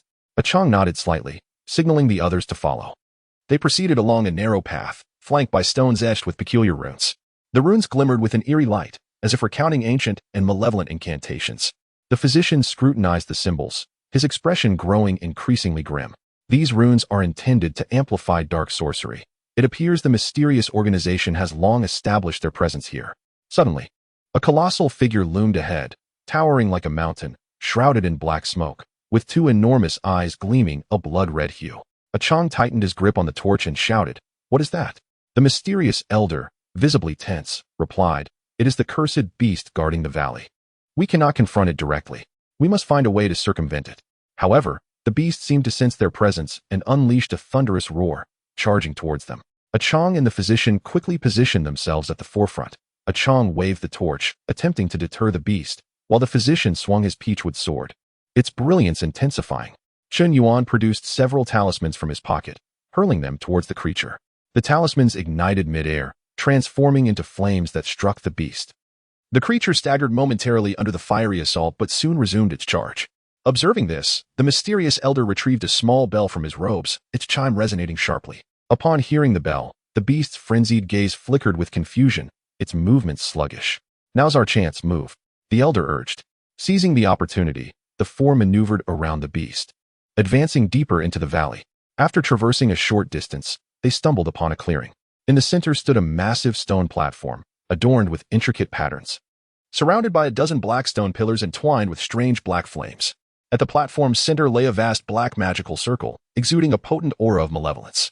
"It seems this is the site where the mysterious organization intends to conduct their dark ritual," Chun Yuan murmured. At that moment, a chilling laughter echoed around them. Countless figures clad in black robes emerged from the mist, encircling them. A tall figure, donning a black hood, stepped forth from the crowd, regarding Qiang and his companions with a derisive smile. "So, you have indeed come, walking straight into our trap." Qiang, surveying the scene with a sense of foreboding, forced himself to sound composed as he retorted, "You vile fiends, today marks your end." The hooded figure scoffed, "You think you can thwart us? Our ritual, years in the making, is on the brink of success. Once completed, the entire world will be under our dominion." The physician declared loudly, "Your nefarious scheme shall not prevail. Justice will triumph over evil." Ignoring the physician, the hooded figure waved his hand, prompting the black-robed figures to charge at Qiang and his companions. A fierce battle erupted instantly, with Qiang, the physician, Chun Yuan, and the mysterious elder forming a united front against the onslaught. Qiang swung his staff with fury and strength, toppling one black-robed figure after another. The physician wielded his peachwood sword, executing precise strikes aimed at the adversary's vulnerabilities. Chun Yuan continuously unleashed talismans, which erupted in midair, toppling several foes. The mysterious elder, while ringing his bell to disrupt the black-robed figure's movements, sought opportunities to strike at their weaknesses. Yet, the sheer number of black-robed figures proved overwhelming, relentlessly surging forth. Qiang and his companions began to feel exhaustion set in, their bodies bearing numerous wounds. In this dire moment, would they find a breakthrough to halt the mysterious organization's dark ritual, or would they be engulfed by the black-robed horde, plunging the world into darkness? Chapter 15. The desperate counterattack. Under the relentless assault of the black-robed figures, Qiang and his companions found themselves in an increasingly perilous situation. The approaching tide of black robes crashed upon them, each attack accompanied by a fierce rush of wind that left them reeling. Qiang bore several wounds, blood staining his garments, yet he clutched his staff with unwavering resolve, his eyes filled with determination. The physician's movements with the peachwood sword grew sluggish, but each thrust retained its formidable force, striving to carve a path through the throng. Chun Yuan was running low on talismans, his hands trembling from exertion. Yet he persevered with gritted teeth. The mysterious elder's bell chimed weakly, his face betraying a flicker of anxiety in the face of the ferocious black-robed figures. Just as despair threatened to engulf them, Qiang suddenly noticed a flicker from the black magical circle atop the stone platform. A spark ignited within him, and he shouted, "Listen, that magical circle is the key to their dark ritual. If we can destroy it, we might be able to thwart them." The physician, while fending off the black-robed figure's attacks, responded, "But we can't even approach the platform. The defenses are too tight." Chun Yuan furrowed his brow, contemplating before asserting, "I have a few powerful talismans left. I will create a diversion. You all take the opportunity to rush towards the magical circle." With that, he retrieved the last of his talismans, clutching them tightly in his hands, murmuring incantations. The runes on the talismans blazed with intensity as Chun Yuan seized the moment to hurl them into the densest cluster of black-robed figures. Boom, boom, boom. The ground shook as the talismans detonated, sending the surrounding black-robed figures flying, dust and smoke swirling chaotically. Qiang seized the moment, shouting, "Charge!" The force surged forward through the smoke and confusion, racing towards the stone platform. The hooded figure, witnessing their advance, turned pale and shouted, "Stop them. They must not reach the magical circle." The remaining black-robed figures, roused from their stupor, lunged at Qiang and his companions. Qiang forged ahead, using his staff to fend off several of the foremost black-robed figures. The physician supported him, deftly thrusting his sword to prevent the enemies from closing in. Chun Yuan and the mysterious elder trailed closely behind, their eyes scanning for potential ambushes.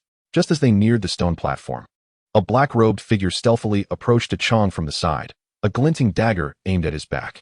Chun Yuan, quick to notice, shouted, "Qiang, watch out behind you." Qiang did not have time to turn around. Instinctively, he raised a wooden stick to block behind him. The dagger struck the stick, sparking a few tiny embers. Seizing the moment, Qiang kicked the cloaked figure away. At last, they arrived at the stone platform. Qiang gazed at the intricate array on the platform, momentarily at a loss. How to dismantle this formation? The physician scrutinized the array and remarked, "I have seen a similar formation in ancient texts. The core should be that black crystal at the center. If we destroy the crystal, the formation will collapse." Without hesitation, Qiang lifted the wooden stick and swung it toward the crystal. However, the instant the stick made contact with the crystal, a powerful recoil surged through him, causing his arm to tingle, and the stick nearly slipped from his grasp. "This crystal is peculiar and difficult to destroy," Qiang exclaimed. The mysterious elder, observing the crystal, pondered for a moment before stating, "This crystal is imbued with dark energy. Ordinary attacks will be ineffective. I possess a specially crafted potion that might corrode it." Saying this, He produced a small vial from his robes and handed it to Qiang. Qiang took the vial, uncorked it, and poured the potion over the crystal. Upon contact, the potion emitted a sizzling sound, and black smoke began to rise from the crystal. The crystal gradually started to melt, and the radiance of the array dimmed. The hooded figure, witnessing the imminent destruction of the array, frantically shouted, "We cannot let them succeed. Kill them." The cloaked figures charged recklessly toward Qiang and his companions, attempting a final struggle. Back against the stone platform, Qiang and his allies engaged in a desperate battle against the cloaked assailants. They were already exhausted, yet a singular conviction burned within them to thwart the malevolent ritual, to persevere to the end. The physician's peachwood sword was already marred with nicks, but he continued to wield it with vigor. Chun Yuan, devoid of talismans, picked up stones from the ground and hurled them at the cloaked figures. The mysterious elder, unable to disrupt the foes with the sound of his bell, employed it as a weapon in close combat, while Qiang defended the melting crystal with his stick against the attacks of the cloaked figures. As the crystal slowly dissolved, the power of the array waned. The cloaked figures' assaults became erratic, losing their previous coherence. Ultimately, through their collective efforts, the crystal fully melted and the array shattered with a resounding crash. As the array collapsed, the cloaked figures seemed to lose their source of strength, collapsing to the ground. The hooded figure let out a despairing roar before dissipating into a wisp of black smoke. The dark mist in the valley gradually dispersed, and sunlight once again bathed the valley. Qiang and his companions exchanged relieved smiles. Despite their injuries, they had successfully thwarted the sinister ritual of the mysterious organization, momentarily liberating the world from the shadows of threat. Yet, they understood that the enigmatic organization would not relent.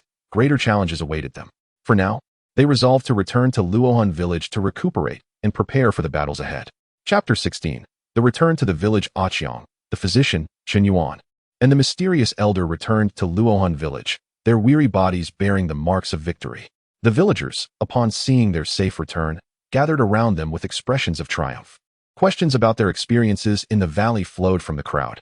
Qiang and his companions recounted their tale of thwarting the sinister ritual, leaving the villagers in awe of their bravery.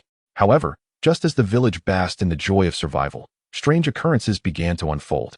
First, livestock mysteriously vanished, and eerie sounds echoed through the night, as if something lurked around the village. Next, household items inexplicably shifted positions, and some villagers awoke to find pairs of eerie eyes watching them through their windows. These bizarre events plunged the village back into panic. Qiang and the physician realized that the turmoil had not ceased with the destruction of the sinister ritual. The mysterious organization seemed to be retaliating in some form. Qiang summoned the able-bodied villagers, forming a patrol to safeguard the village day and night.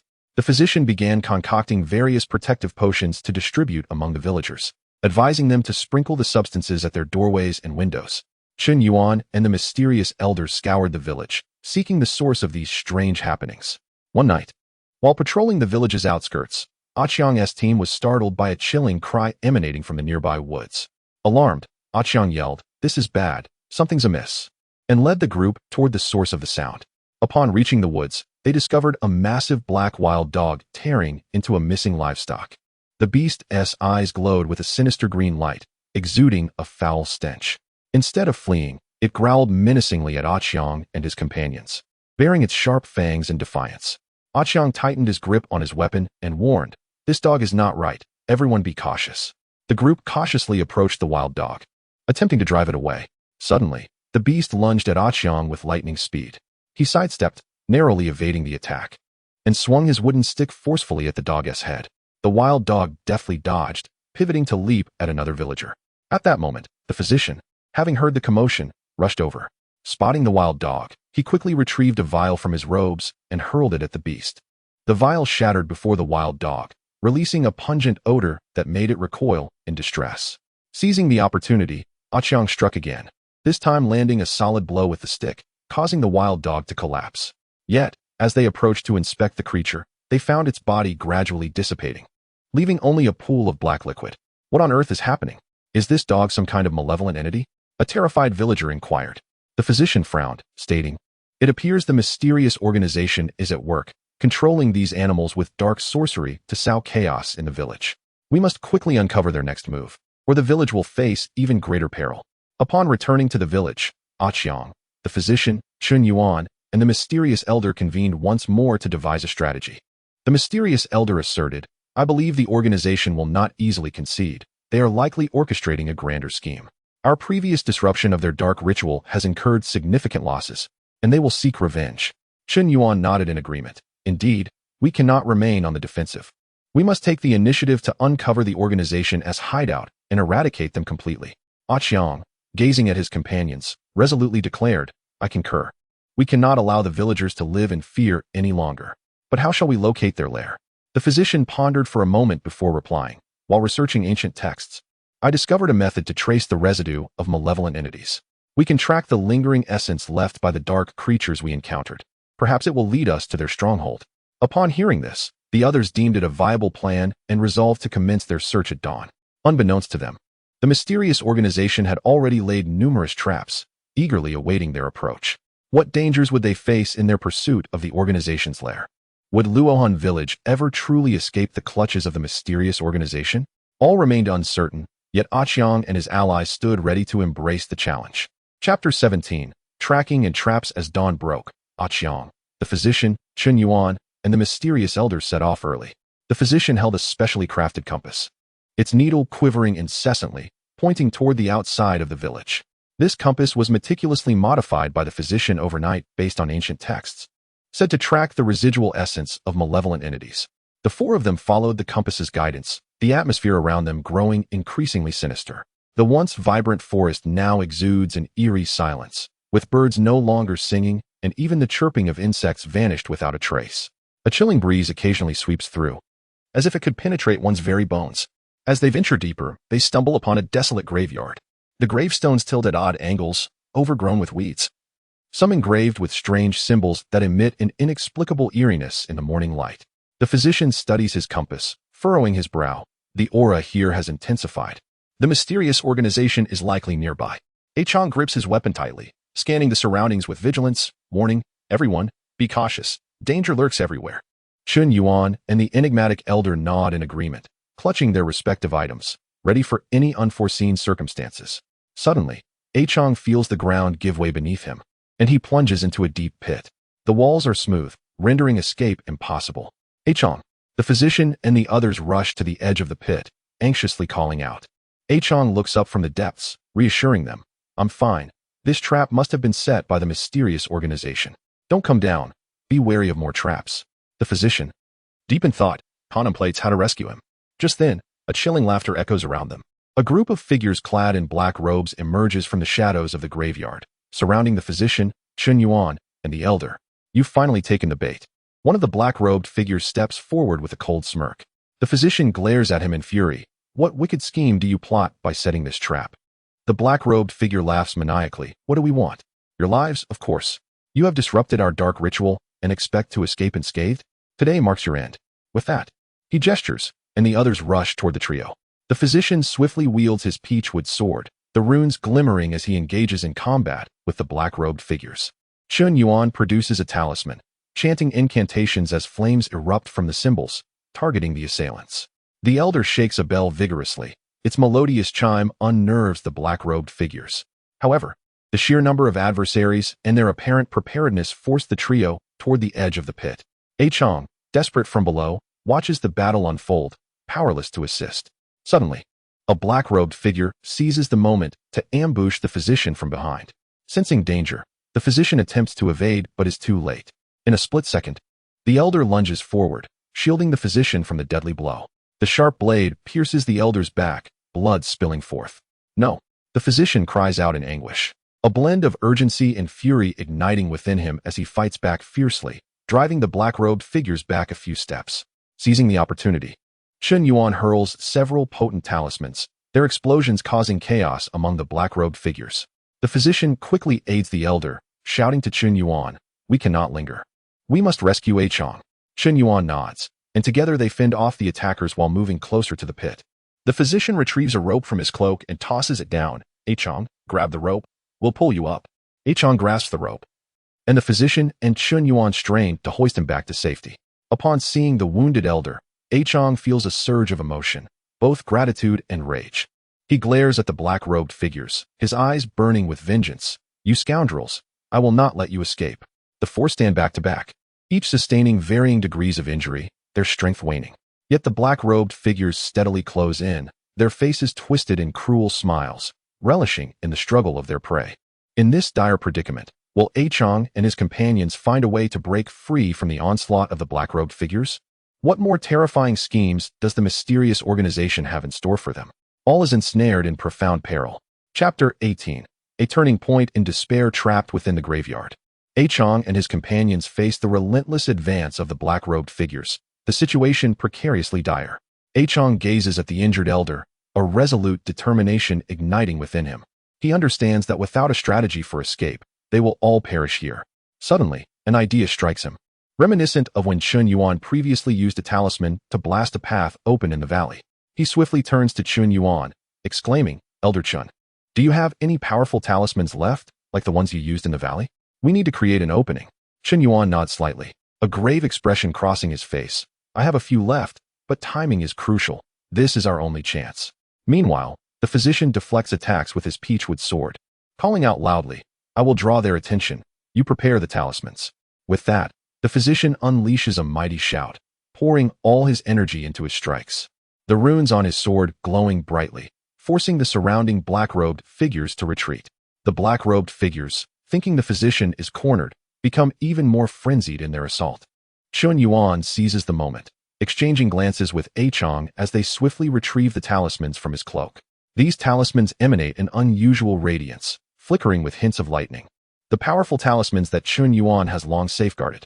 Together, Qiang and Chun Yuan chant their incantations, launching the talismans toward the most densely packed group of black-robed figures.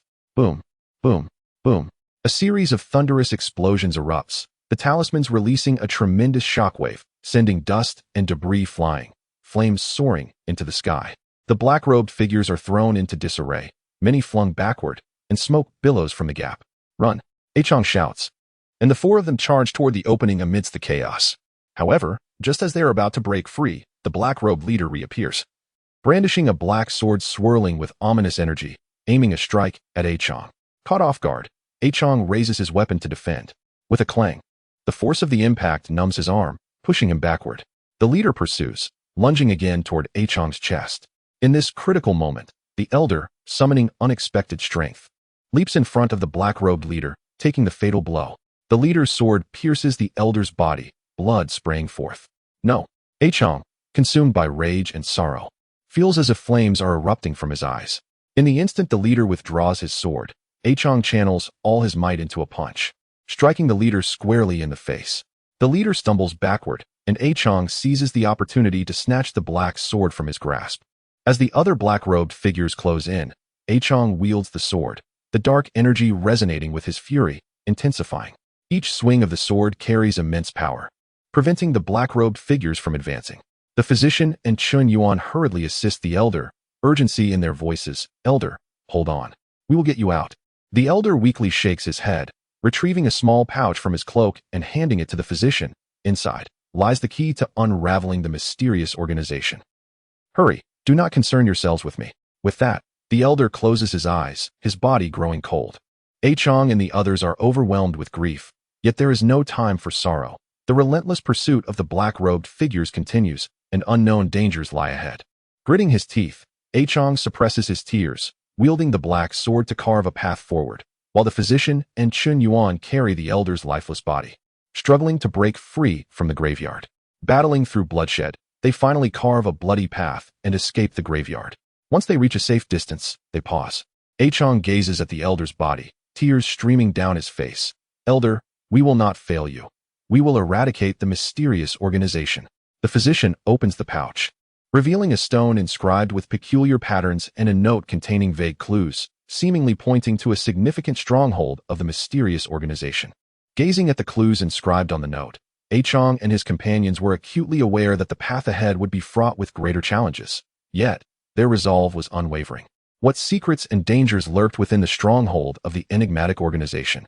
How would Qiang and his companions utilize these clues to exact vengeance for the mysterious elder and obliterate the organization entirely? All awaited their unraveling. Chapter 19. Unveiling the stronghold with heavy hearts, Qiang, the doctor, and Chun Yuan buried the mysterious elder in a tranquil spot outside the village of lost souls.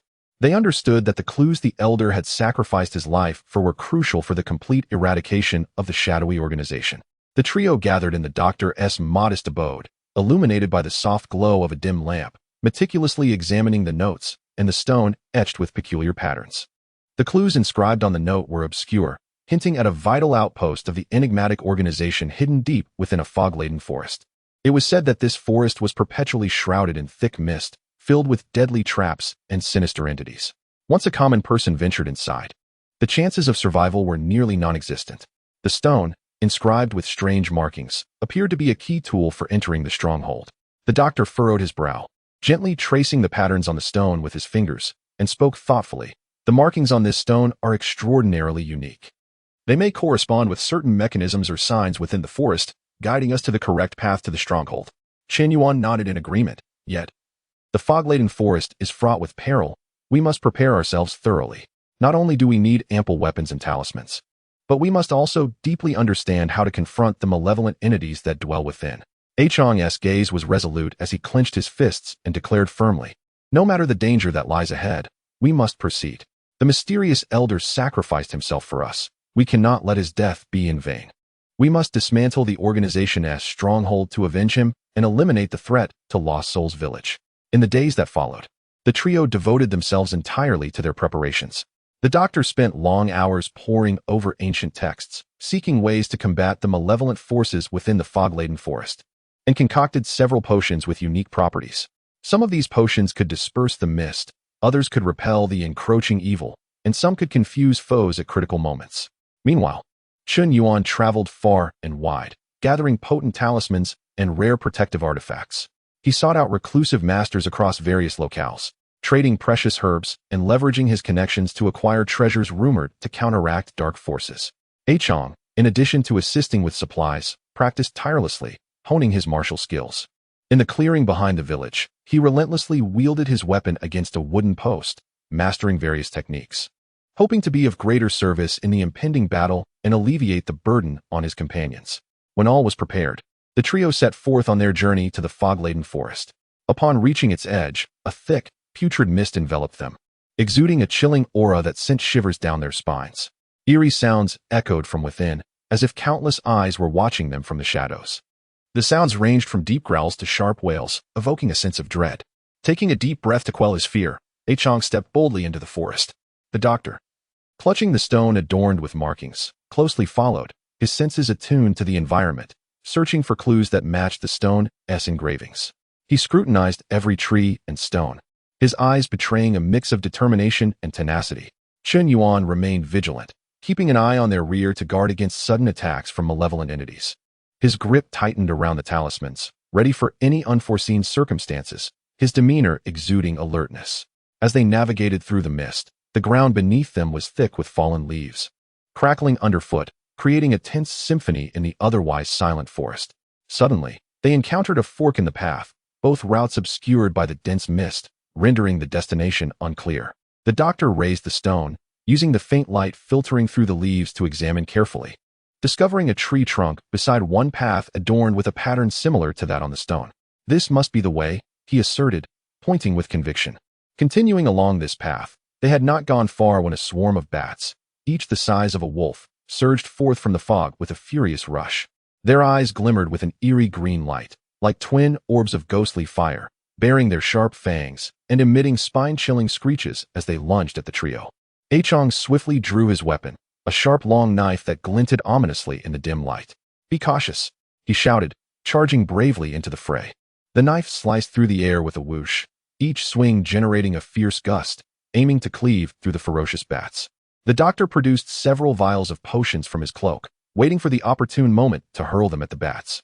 The potions burst in midair, releasing a pungent aroma mixed with an otherworldly scent. The bats were momentarily disoriented by the smell, their coordinated attack faltering, with some crashing to the ground, thrashing in agony. Seizing the opportunity, Chen Yuan retrieved a talisman, chanting in a low, powerful voice, as if communicating with some arcane force. The talisman transformed into fiery projectiles, shooting towards the bats like meteors. The flames illuminated the surrounding mist, creating a spectacular scene as the black bats and red flames intertwined. Under the trio's combined assault, the bats gradually succumbed, scattering in retreat. They pressed onward, encountering various traps and malignant entities along the way. At times, vines would spring up from the ground, attempting to ensnare their feet. At other times, venomous spiders concealed within the mist would launch silk threads at them, and occasionally, a bizarre bird would emit hypnotic sound waves, trying to induce a stupor. Yet, through their wisdom and courage, they overcame each challenge. The doctor utilized the potions to wilt the vines and deter the spiders. Chen Yuan dispersed the birds with talismans, safeguarding the group from the sound waves, and Qiang deftly maneuvered through danger, wielding his knife to carve a path forward. As they ventured deeper into the forest, the mist began to thin, revealing a colossal black castle before them. The castle's walls were inscribed with various malevolent runes, pulsating with an eerie glow as if alive. The grand entrance stood ominously closed, adorned with a grotesque beast's head that radiated a chilling aura. An oppressive atmosphere enveloped the castle, as though innumerable malevolent souls were struggling within its confines. This must be the stronghold of the mysterious organization, Qiang murmured, his voice tinged with a mix of anxiety and exhilaration. Cautiously, the trio approached the castle's entrance, each step taken with utmost care, bracing themselves for the formidable challenges that awaited them. How many members of the enigmatic organization and what terrifying sorcery lay hidden within this castle? Would Qiang and his companions successfully infiltrate the castle, unveil the secrets of the mysterious organization, and obliterate it entirely? All remained uncertain, yet there was no turning back. They could only forge ahead. Chapter 20. The Castle Crisis. Qiang, the doctor, and Chen Yuan slowly approached the ominous black castle that emanated an aura of malevolence. The castle's entrance towered above them, its grotesque beast head carving appearing lifelike, as if poised to devour any who dared to approach. Qiang pushed the grand door, but it remained steadfast, as if bound by an unseen force. The doctor meticulously examined the runes adorning the door, searching for a means to unlock it. He retrieved the weathered ancient tome from his cloak, cross-referencing its contents while muttering incantations. Suddenly, his eyes brightened, and he pointed to one of the runes, exclaiming, "This rune signifies open. Perhaps we must activate these runes in a specific sequence." Chen Yuan and Qiang followed the doctor's guidance, cautiously touching the runes on the door. Upon activating the final rune, a deep, resonant rumble echoed as the door gradually creaked open. A pungent stench assailed them as they entered the castle, which lay shrouded in darkness, exuding an eerie and terrifying atmosphere. The three companions produced torches and cautiously ventured deeper into the stronghold. The walls were adorned with tattered banners, each emblazoned with the emblem of a clandestine organization, a raven in mid-flight. Flanking the corridor, grotesque statues stood in niches, their faces contorted in expressions of unending agony. As they proceeded, a low, ominous chanting resonated through the air, seemingly emanating from the depths of the castle, infused with an aura of malevolence.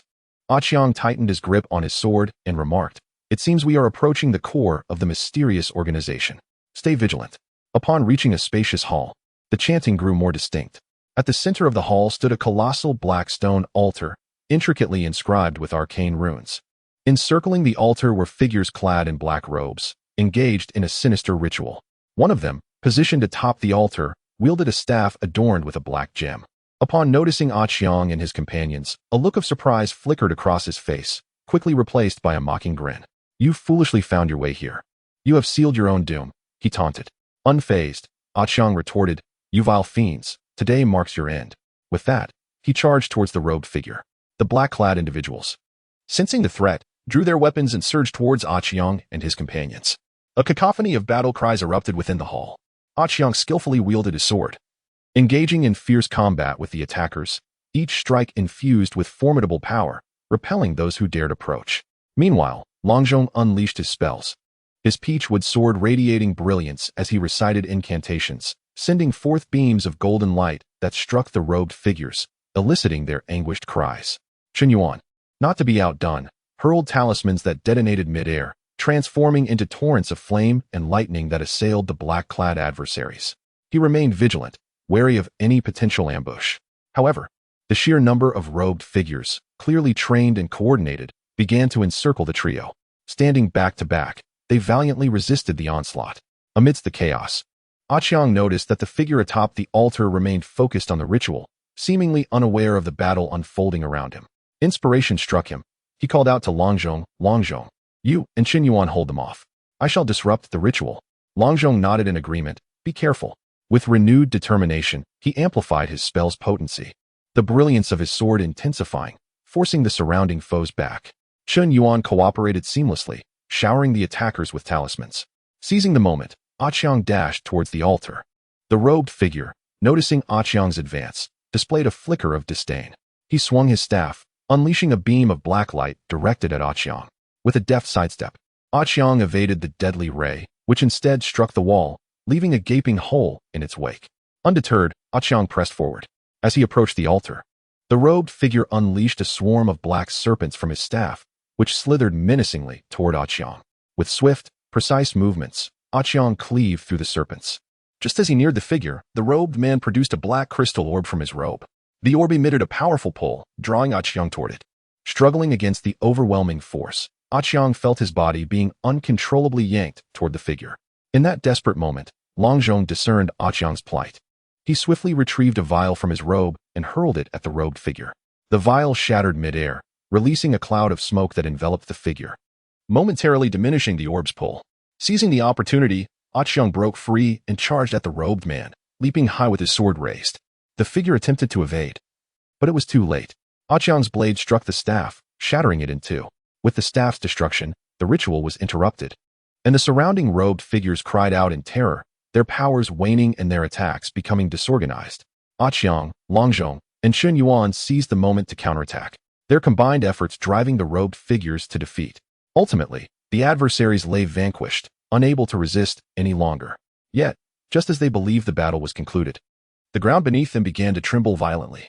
A surge of dark energy erupted from the depths, coalescing into a colossal shadowy figure. Its features obscured, the entity exuded an aura of profound malevolence. "Did you think disrupting the ritual would thwart me?" Such naivety, it intoned, its voice a deep, chilling resonance that echoed as if from the abyss of hell. Qiang and his companions regarded the looming figure with trepidation, acutely aware that their true trial had only just begun. What was this dark apparition? Would they be able to vanquish it and obliterate the stronghold of the enigmatic organization? The air was thick with suspense. Chapter 21. The Dark Confrontation. Qiang, Longzhong, and Chun Yuan fixed their gazes upon the immense silhouette wrought from dark energy, their hearts filled with trepidation, yet their eyes gleaming with unwavering resolve. The force of darkness surged forth, warping the very air within the hall, enveloping them in an oppressive atmosphere. The shadowy figure slowly raised its colossal arms, launching a fierce strike toward them. As it swung, the space around it seemed to tear apart with a piercing howl. Witnessing this, Qiang bellowed, gripping his sword tightly and charging at the descending arm. The clash reverberated through the hall like the tolling of a great bell, and Qiang felt an overwhelming force travel up his blade, numbing his arms and sending him sprawling several feet backward, crashing to the ground. Longzhong and Chun Yuan rushed to his side, assisting him to his feet. With a worried expression, Longzhong inquired, "Qiang, are you all right?" Qiang grit his teeth, wiping the blood from his lips, and replied, "I am unscathed. But this creature possesses tremendous strength. We cannot confront it head-on." At that moment, the shadowy figure launched another assault, opening its maw to unleash a torrent of black flames toward the trio. The flames surged forward with blinding speed, closing in on them in an instant. Chun Yuan swiftly produced several talismans, reciting incantations as they transformed into a golden barrier, shielding the three. The black flames collided with the barrier, producing a hissing sound as it trembled under the onslaught, threatening to shatter at any moment. Seizing the opportunity, Longzhong produced a small jade vial from his robe, containing a concoction meticulously crafted from rare herbs and infused with the power of mysterious runes, reputed to counteract evil forces. He sprinkled the potion onto his peachwood sword, causing it to glow radiantly, the runes dancing with energy. Armed with his empowered sword, Longzhong recited an ancient incantation before dashing toward the shadowy figure. With agility akin to lightning, Longzhong navigated through the gaps in the black flames, swiftly reaching the figure. He leapt high, aiming his sword at the creature's chest. Sensing the impending threat, the figure extended its other arm to grasp him. Longzhong performed a deft maneuver, narrowly evading the shadowy appendage, while his sword plunged into the figure's chest.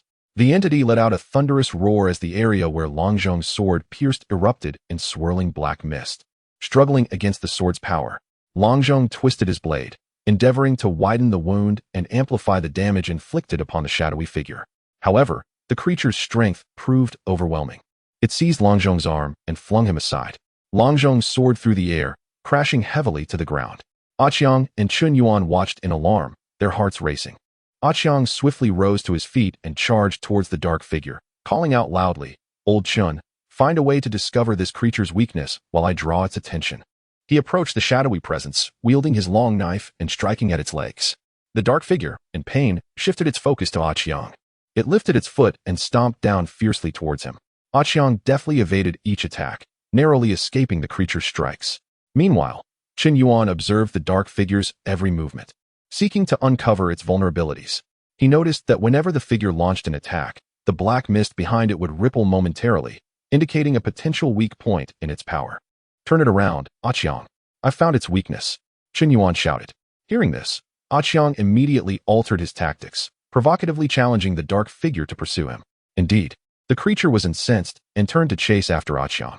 In that fleeting moment of its turn, Qin Yuan swiftly retrieved a powerful talisman he had painstakingly crafted but had hesitated to use until now.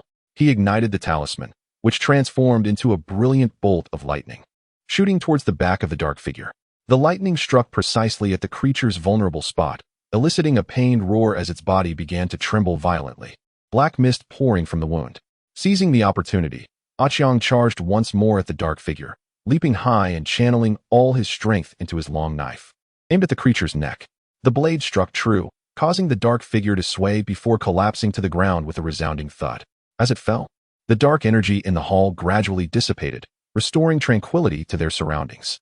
Qiang, the doctor, and Qin Yuan exchanged relieved smiles, having successfully vanquished the formidable dark creature.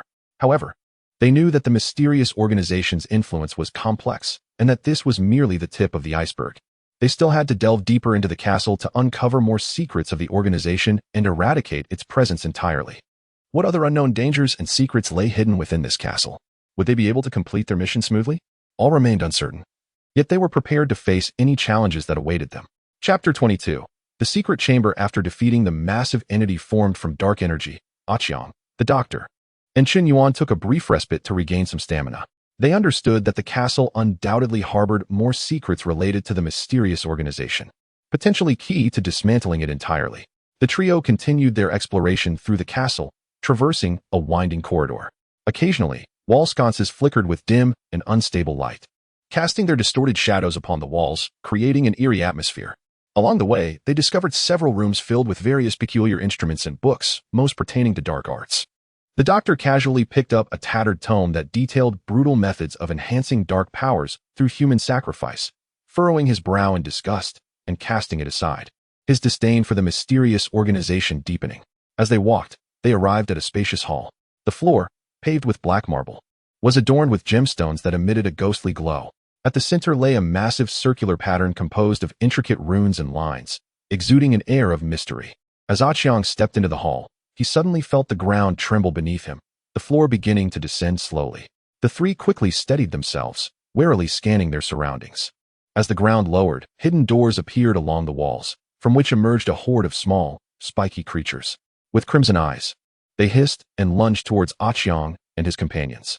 Qiang swung his long knife, engaging the creatures head-on. The blade danced in his hands like a streak of silver lightning, swiftly felling several of the monsters. The doctor produced some specially formulated pills from his medicine box, tossing them into the throng of creatures.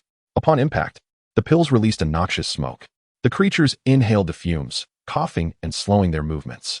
Seizing the moment, Qin Yuan conjured a talisman, which transformed into flames that shot towards the monsters, resulting in anguished cries from the horde. Together, the three fought valiantly, gradually overpowering the creatures until they lay defeated. However, just as they prepared to advance, a massive stone door appeared at the end of the hall. The door was intricately carved with complex patterns and runes that shimmered with an otherworldly light, as if conveying an ancient and cryptic language. The doctor approached, scrutinizing the symbols closely. He recognized that they bore similarities to a sealing rune he had previously encountered in ancient texts. After some contemplation, he hypothesized that important secrets of the mysterious organization might be hidden behind this stone door. Qiang and Qin Yuan stood guard nearby, vigilant against any sudden monster attacks.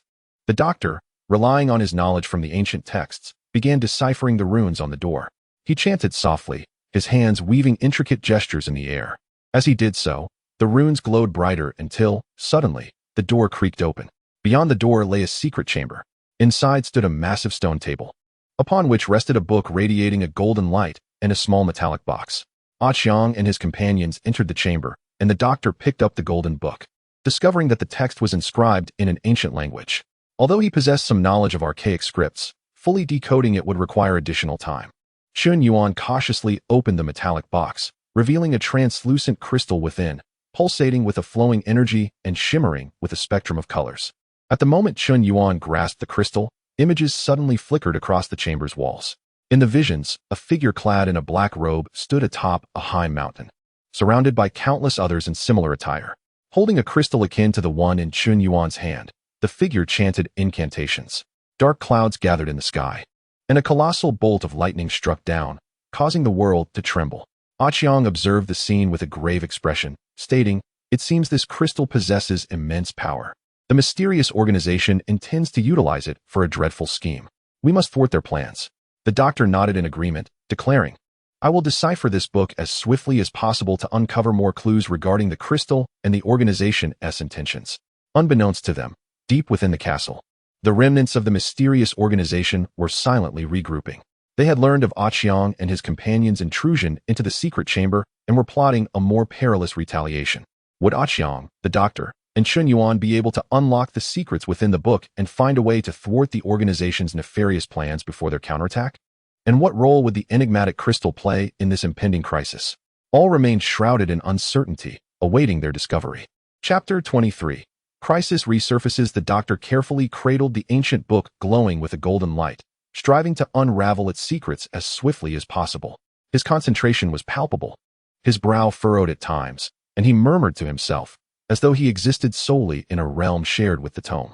Meanwhile, Qiang and Chun Yuan stood guard at the chamber's entrance, alertly observing their surroundings for any signs of an imminent attack from the remnants of the mysterious organization. Time passed in tense silence until, suddenly, a deep rumble echoed from outside the castle, as if something enormous was battering against its walls.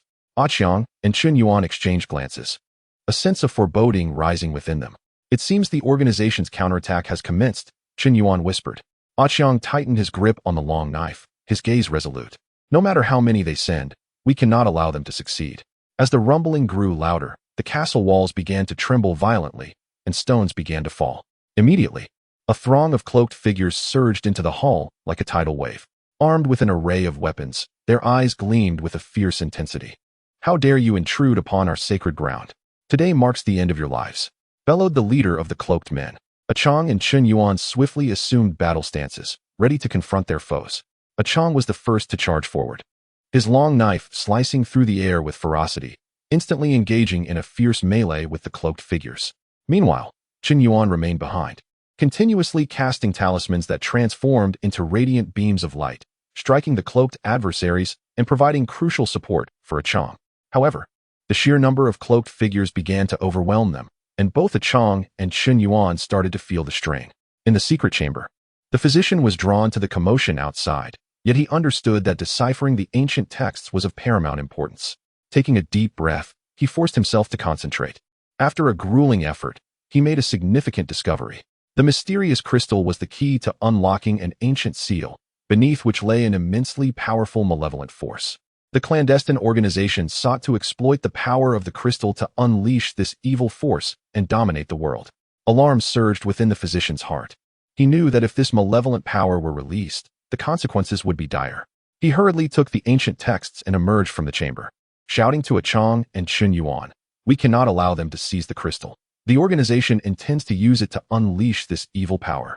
Upon hearing this, Qiang and Chun Yuan felt a shiver run down their spines. They redoubled their efforts to fend off the attacks of the cloaked figures while also protecting the crystal in Chun Yuan's possession. Just then, a tall elder emerged from among the cloaked figures. He wielded a black wand topped with a glimmering red gemstone that radiated an ominous light. The elder swung his wand, sending a beam of darkness hurtling toward Qiang. Unable to evade in time, Qiang was struck and sent crashing to the ground. Chun Yuan rushed over, eager to help Qiang to his feet. However, the elder waved his wand again, and several black vines erupted from the ground, ensnaring Chun Yuan's legs. The physician, witnessing this chaos, felt a surge of urgency. He quickly retrieved a vial of potion from his medical kit and hurled it at the elder. The potion exploded midair, enveloping the elder in a cloud of green mist. The elder began to cough violently as he attempted to disperse the fog.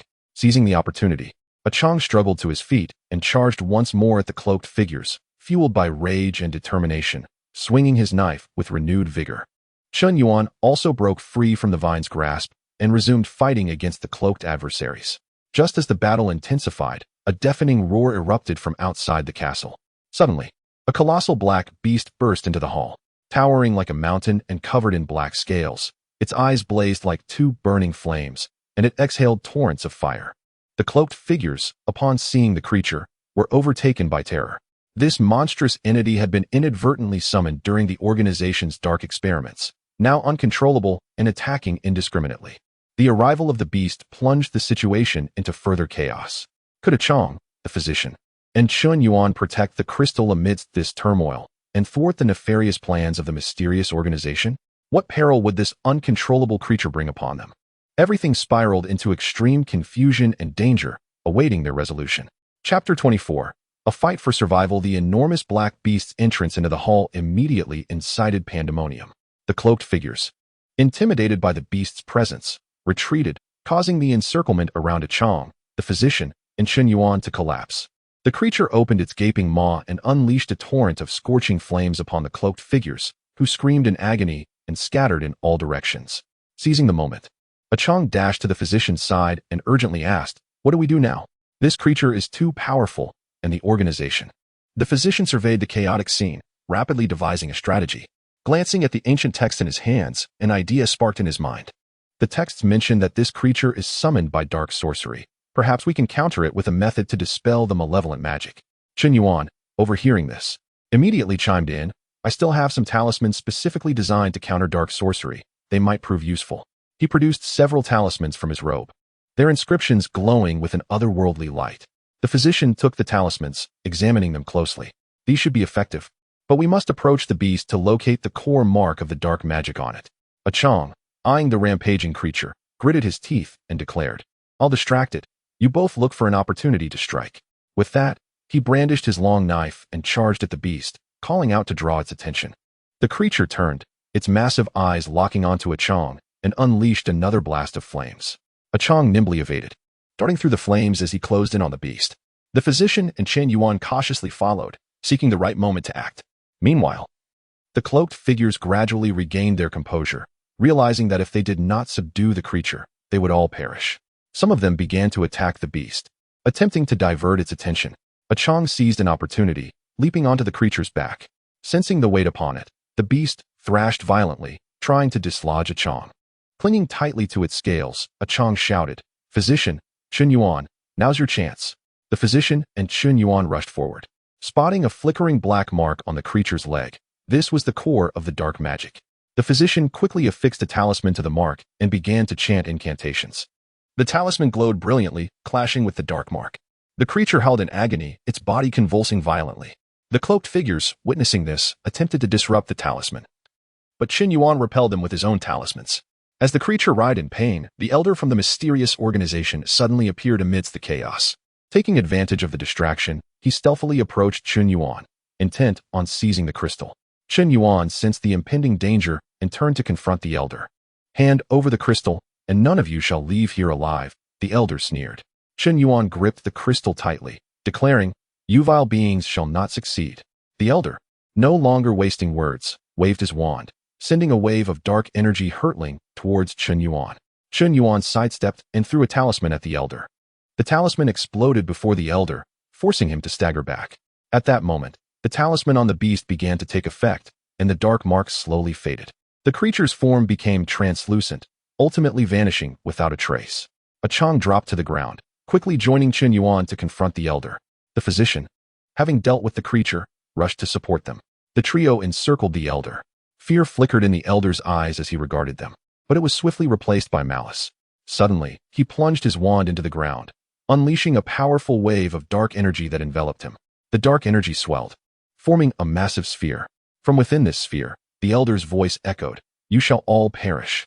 The dark sphere began to roll towards Qiang, the physician, and Chun Yuan, eroding the ground in its wake. Would Qiang, the physician, and Chun Yuan find a way to shatter the elder's dark power and ultimately defeat the mysterious organization? Could they safeguard the crystal and prevent the release of malevolent forces? Everything hung in the balance, with their survival resting upon this pivotal moment. Chapter 25. The Battle for Resolution. Qiang, the physician, and Chun Yuan fixed their gaze upon the ominous, rolling black sphere emanating a terrifying aura.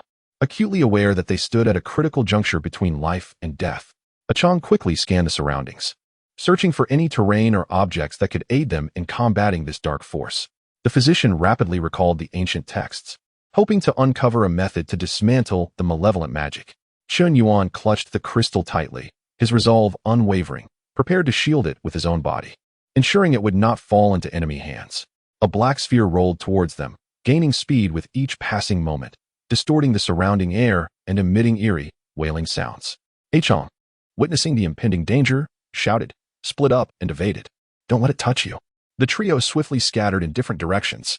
The sphere brushed against the hem of Qiang's garment, its powerful suction nearly pulling him in, erasing the fabric in an instant. The doctor, while dodging, hurled several vials of specially concocted potions towards the sphere. Upon contact, the potions fizzled and released a noxious smoke, yet the sphere remained largely unaffected, rolling forward with relentless momentum. Seizing the moment, Chun Yuan threw several talismans at the sphere. The talismans exploded upon impact, casting brilliant flashes of light, but only managed to slightly delay the sphere's advance.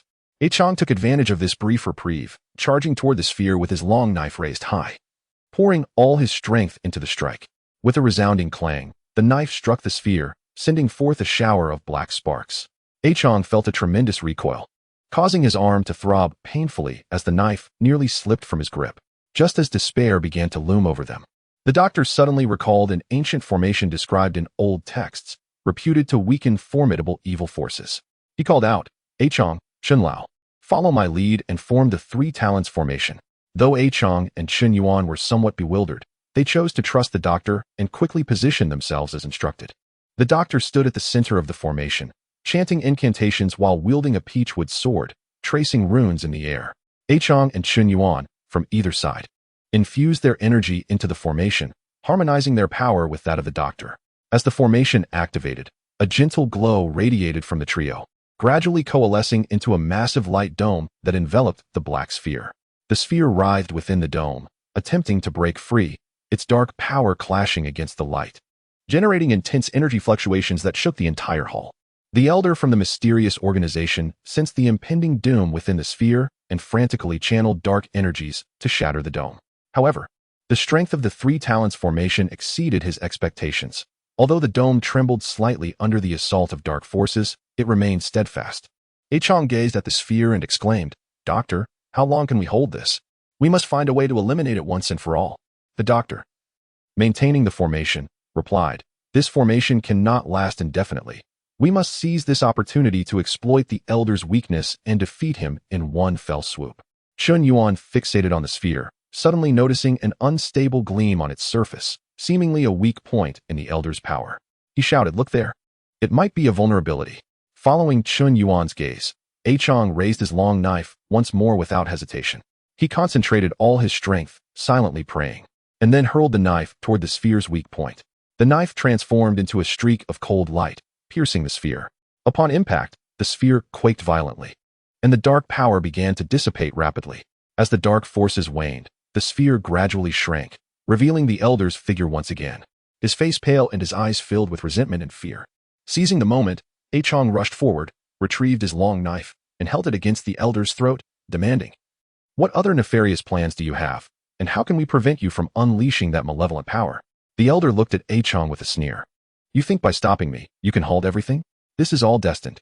Before he could finish, he suddenly bit down on a hidden poison capsule, collapsing lifelessly to the ground. As Qiang and the others stared at the elder's corpse, they understood that the mysterious organization's plot might not yet be fully extinguished. They needed to unravel the secret of the crystal and discover a method to thwart the release of the evil force. What challenges awaited them next?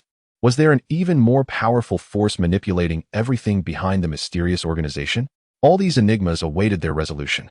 Chapter 26. The mist begins to clear. Qiang, the doctor, and Chun Yuan stared at the elder's lifeless body, their hearts a tumult of emotions. Although they had temporarily repelled this assault from the mysterious organization, they were acutely aware that the path ahead remained fraught with uncertainty and peril. The doctor knelt beside the body, meticulously examining it for clues. He discovered a tattered booklet nestled within the elders' robes, detailing some internal affairs of the organization and aspects of their sinister plans. Flipping through the pages, the doctor's expression grew increasingly grave. The booklet revealed that the mysterious organization possessed a hidden base where they were preparing for even more malevolent rituals. Should these rituals come to fruition, they could potentially breach the seals and unleash the dark power using means other than the crystal. The doctor stated solemnly. Upon hearing this, Qiang and Chun Yuan felt a tightening in their chests. Qiang clenched his fists and declared, "We cannot delay. We must locate this hidden base and thwart their rituals as swiftly as possible." Chun Yuan nodded in agreement. "But we have no knowledge of this base. Where do we even begin?" The doctor pondered for a moment, then remarked, "Since the elder carried this booklet, it may contain clues about the base's location." The trio carefully scrutinized the booklet once more, and at last, on the final page, they discovered a series of peculiar symbols and markings. Utilizing his expertise in ancient texts and symbols, the doctor painstakingly deciphered the information, ultimately determining the general direction of the hidden base. It turned out that the base lay deep within an abandoned mine, shrouded by dense fog and powerful dark sorcery, rendering it nearly impossible for ordinary people to find. Without a moment's hesitation, the three gathered their belongings and set forth in the direction indicated by the clues. They traversed dense forests and crossed turbulent rivers, finally arriving at the vicinity of the abandoned mine. From a distance, they observed a thick layer of black mist enveloping the mine, where eerie laughter and anguished moans echoed within, sending chills down their spines. Qiang took a deep breath and said, "This is the place. Everyone be cautious." The trio cautiously entered the fog, immediately feeling a formidable evil force pressing against them. Strange phantoms flitted through the mist, attempting to disrupt their vision and minds. Qiang swung his long knife to dispel the encroaching apparitions. The doctor produced fragrant herbs from his bag for everyone to inhale, helping them maintain clarity of thought. Chun Yuan tightly gripped the crystal, vigilantly scanning their surroundings. After navigating through the fog for a while, they finally caught sight of the mine's entrance. The entrance was inscribed with various malicious runes, radiating an ominous glow as though warning intruders to keep their distance. Qiang examined the runes and asked the doctor, "These runes seem designed to prevent our entry. Is there a way to break them?" The doctor scrutinized the runes and retrieved a small compass from his pocket. The compass's needle spun wildly, emitting a faint glow. Following the compass's guidance, the doctor gently tapped the runes in a specific sequence, activating several of them. As the runes responded, the glow at the mine's entrance gradually faded, releasing a foul odor that wafted outwards. The trio covered their mouths and noses, cautiously stepping into the mine. Inside, the atmosphere was dark and damp, with faintly glowing crystals adorning the walls, barely illuminating the path ahead. As they traversed the mine's passage, strange noises echoed from the depths. Suddenly, a horde of ghostly creatures emerged before them. These creatures were translucent, with only their red eyes flickering ominously. They unsheathed their sharp claws and lunged at Qiang and his companions. Qiang charged forward to confront the creatures, his long knife slicing through the air. But he soon realized that his weapon could only inflict temporary harm, failing to vanquish them entirely. Observing this, the doctor retrieved a vial of golden glowing potion from his medical kit and hurled it at the creatures.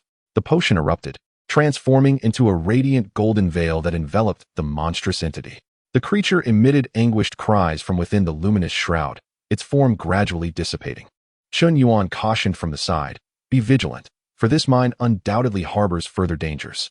We must swiftly locate the ritual site of the enigmatic organization and thwart their plans." The trio pressed onward, and deep within the cavern, they finally beheld a vast stone chamber.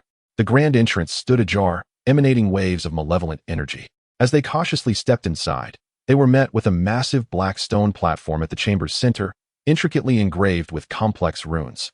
Surrounding it stood a cadre of cloaked figures, engaged in a mysterious ritual.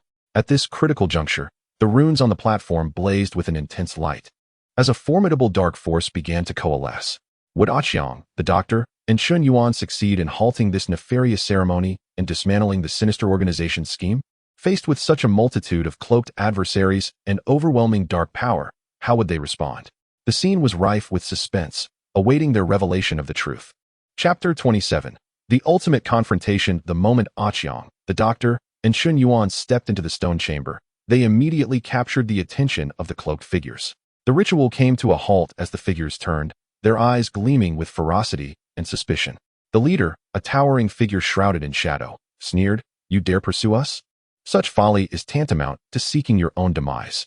Undaunted, Qiang retorted, "Your wicked deeds end here. Today marks the demise of the enigmatic organization." With that, he charged towards the cloaked figures, his blade gleaming ominously in the dim chamber, slicing through the air like a bolt of black lightning aimed directly at the leader. The doctor sprang into action, retrieving a specially crafted flying needle from his medical kit, coated with a potion designed to counter dark sorcery. With a swift flick of his wrist, the needles shot forth like meteors into the throng of cloaked figures, striking several who doubled over in agony, clutching their wounds as their bodies trembled. Chun Yuan, gripping the crystal tightly, recognized it could be the key to unraveling the imminent crisis. He remained vigilant, scanning the battlefield for the opportune moment to unleash the crystal's power against the enigmatic organization. The cloaked figures quickly regained their composure, surrounding Qiang and his companions. They appeared more disciplined than those they had previously encountered, moving in perfect synchrony, their weapons creating a formidable barrier. Qiang fought valiantly, maneuvering through the crowd, yet the enclosing circle of cloaked figures constricted around him like an iron cage. The doctor, casting spells, summoned radiant golden sword qi from his peachwood sword, striving to carve a path for Qiang. However, the cloaked figures retaliated with their own dark sorcery, black smoke clashing with the golden sword qi, illuminating the chamber in a cacophony of light and shadow. Seizing the distraction, Chun Yuan stealthily maneuvered to the side of the chamber. He noted the connection between the runes on the platform and the crystal, an idea sparking within him that perhaps he could use the crystal to disrupt the ritual. Just as he prepared to act, the leader of the cloaked figures seemed to sense his intent. He broke away from the fray, lunging towards Chun Yuan. "Do you think I will allow you to sabotage the ritual?" he bellowed, his staff swinging towards Chun Yuan with lethal intent. Chun Yuan deftly sidestepped, evading the attack. But the leader unleashed a barrage of dark rays from his staff, akin to arrows aimed straight at Chun Yuan. In desperation, Chun Yuan brandished the crystal to deflect the onslaught, its surface shimmering with iridescent hues, successfully repelling the dark projectiles. Meanwhile, witnessing Chun Yuan in peril, Qiang and the doctor intensified their efforts to break free from the encirclement of cloaked figures to aid him. Qiang's blade moved like a tempest, each strike imbued with immense force, toppling numerous adversaries. The doctor alternated his spells, launching fiery assaults and employing freezing techniques to ensnare the cloaked figures, creating openings for Qiang. At last, Qiang succeeded in breaking through the circle, charging towards the leader of the cloaked figures. "Release him," he thundered, swinging his blade at the figure's back. Sensing the impending attack, the leader swiftly turned, parrying Qiang's strike with his staff. "Do you believe you can thwart us?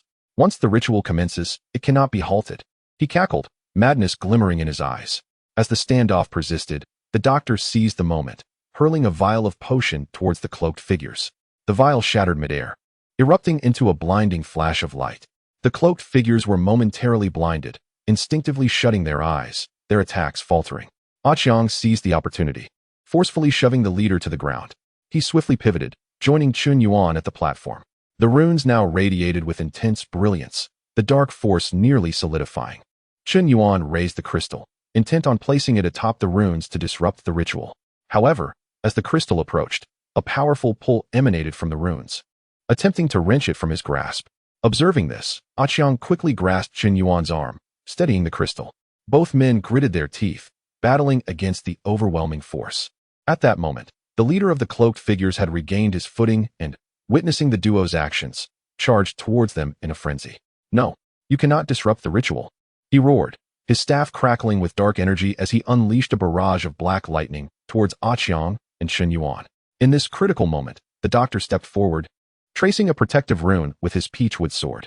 The black lightning struck the shield, producing a cacophony of sound as it trembled perilously. Would Qiang and Chun Yuan successfully harness the crystal to dismantle the ritual and prevent the enigmatic organization from unleashing its dark power? Could the doctor withstand the onslaught from the cloaked figures long enough to buy them the time they needed? The tension hung thick in the air as the ultimate confrontation reached its zenith. Chapter 28. The dawn breaks. Qiang and Chun Yuan clung tenaciously to the crystal, resisting the pull of the runes on the stone platform. The force seemed intent on tearing their arms asunder, yet their resolve remained unyielding. The black lightning relentlessly battered the doctor's protective rune shield, its light flickering precariously. Beads of sweat cascaded down the doctor's forehead.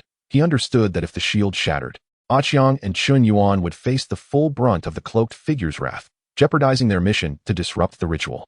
Clenching his teeth, He poured his magical energy into the shield, muttering incantations to bolster its defenses. Frustrated by their inability to breach the doctor's protection, the leader commanded the other cloaked figures to escalate their assault. A torrent of dark sorcery surged towards the doctor, overwhelming his shield, which finally cracked under the relentless onslaught. With a resounding crash, the shield splintered, and the force flung the doctor to the ground. Doctor! Qiang and Chun Yuan cried out in alarm, but their focus remained unwavering.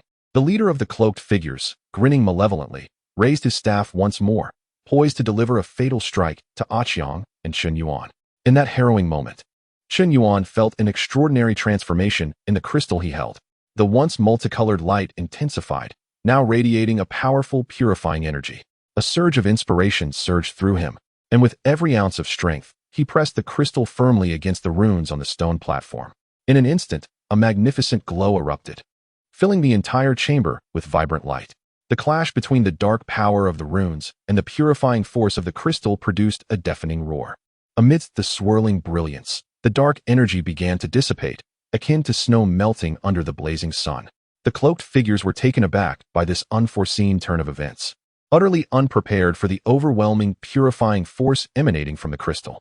He roared in fury, heedless of everything as he charged towards Qiang and Chun Yuan on the stone platform, attempting to forcibly interrupt them. Upon noticing the approaching figure in the black robe, Qiang plunged his long knife into the ground, clinging tightly to Chun Yuan and the crystal with both hands, shouting loudly, "Elder Chun, hold on." As the black-robed figure drew near, he swung his staff violently at Qiang. Qiang felt a sharp pain in his back, yet he refused to release his grip. Just as the black-robed man's attack was about to descend once more, the runes on the stone platform extinguished completely, and the malevolent power was thoroughly purified. The black-robed man let out a desperate scream, as if his body had lost all support, collapsing to the ground. The other black-robed figures, witnessing this, scattered in panic.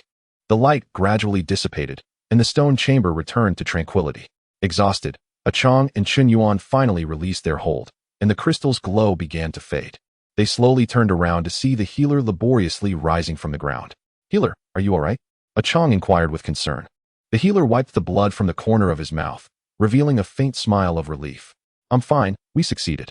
The three exchanged smiles, their fatigue overshadowed by the joyous triumph of victory. They had successfully thwarted the nefarious ritual of the mysterious organization, preventing the release of malevolent forces. However, they were aware that the mysterious organization might not be entirely eradicated, and remnants could still lurk in the shadows, ready to stir. At this moment, they resolved to return to Luo Hun Village to recuperate and inform the villagers of their experiences, raising their vigilance. Upon their return, the villagers rejoiced at their safe return and the successful thwarting of the mysterious organization's evil plans. A grand celebration ensued, honoring Qiang, the healer, and Chun Yuan for their significant contributions to the village. Amidst the festivities, Qiang gazed at the bustling village, his heart filled with profound emotion. He understood that this tranquility was hard-won, achieved through the lives and sweat of the three of them. He knew that more challenges might lie ahead, but he firmly believed that as long as they remained united, no difficulty would be insurmountable. Would Luo Hun Village truly regain its former peace after this crisis? When and where would the remnants of the mysterious organization re-emerge? How would Qiang, the healer, and Chun Yuan confront the new challenges? All remained shrouded in uncertainty, yet they were prepared to face whatever may come, determined to protect the land they cherished. Chapter 29. Undercurrents following the jubilant festivities in Luo Hun Village, Qiang, the healer, and Chun Yuan finally found a rare moment of tranquility. Yet, they understood that the threat posed by the mysterious organization had not completely dissipated, lurking like a current in the shadows, poised to unleash chaos once more. Qiang returned home, meticulously cleaning his long knife before hanging it on the wall. Each time he beheld this weapon, memories of the perilous confrontations with the mysterious organization surged to the forefront of his mind, those life-and-death moments vivid in his recollection. He recognized that this knife was not merely a weapon. It symbolized his unwavering commitment to safeguarding the village. The healer, meanwhile, immersed himself in his room brimming with ancient tomes, diligently studying the materials obtained from the mysterious organization's stronghold, seeking any trace of their remaining forces. He understood that knowledge of both oneself and one's adversary was essential for survival. Only by comprehensively understanding the enemy could they gain the upper hand in future confrontations. Chun Yuan, too, remained active, leveraging his connections to gather intelligence on the mysterious organization. He engaged with individuals from various circles, hoping to piece together a more complete picture of the organization. Days passed, and while Luo Hun Village seemed to have returned to its former serenity, with villagers rising at dawn and retiring at dusk, Qiang sensed an underlying unease, as if unseen eyes were watching from the darkness. One day, while patrolling the village as usual, Qiang noticed a strange figure lingering by the creek on the outskirts. The person wore a tattered gray robe and a wide-brimmed hat that obscured much of their face. Qiang's instincts flared with caution as he stealthily approached the figure, his hand instinctively gripping the knife at his waist. "Who are you? Why do you linger outside my village?" he called out sternly. The stranger paused momentarily before slowly turning around. Beneath the hat, a gaunt face emerged, pale and marked by a glimmer of fear in their eyes. I am merely a traveler passing through, who has lost my way," the stranger stammered. Qiang scrutinized him closely, noticing that despite his disheveled appearance, an unusual aura surrounded him. "A passing traveler? Why do you seem so anxious?" Qiang pressed, his gaze scrutinizing. The stranger lowered his head, avoiding Qiang's gaze, mumbling, I encountered something terrifying on my journey, and I am quite frightened." Qiang's suspicions deepened. He resolved to take the stranger back to the village for questioning alongside the healer and Chen Yuan. Upon their return, the healer and Chen Yuan were deeply engrossed in discussions regarding the mysterious organization. They regarded Qiang's arrival with the stranger with puzzled expressions. Qiang recounted the events, while the healer carefully observed the stranger, searching for inconsistencies in his demeanor. Chen Yuan remained contemplative, attempting to uncover flaws in the stranger's narrative. "You claim to have encountered something terrifying. What exactly was it?" the healer inquired. The stranger lifted his head, hesitating momentarily before responding. "I saw strange people in the mountains, clad in black, performing a bizarre ritual. I was discovered and had to flee for my life."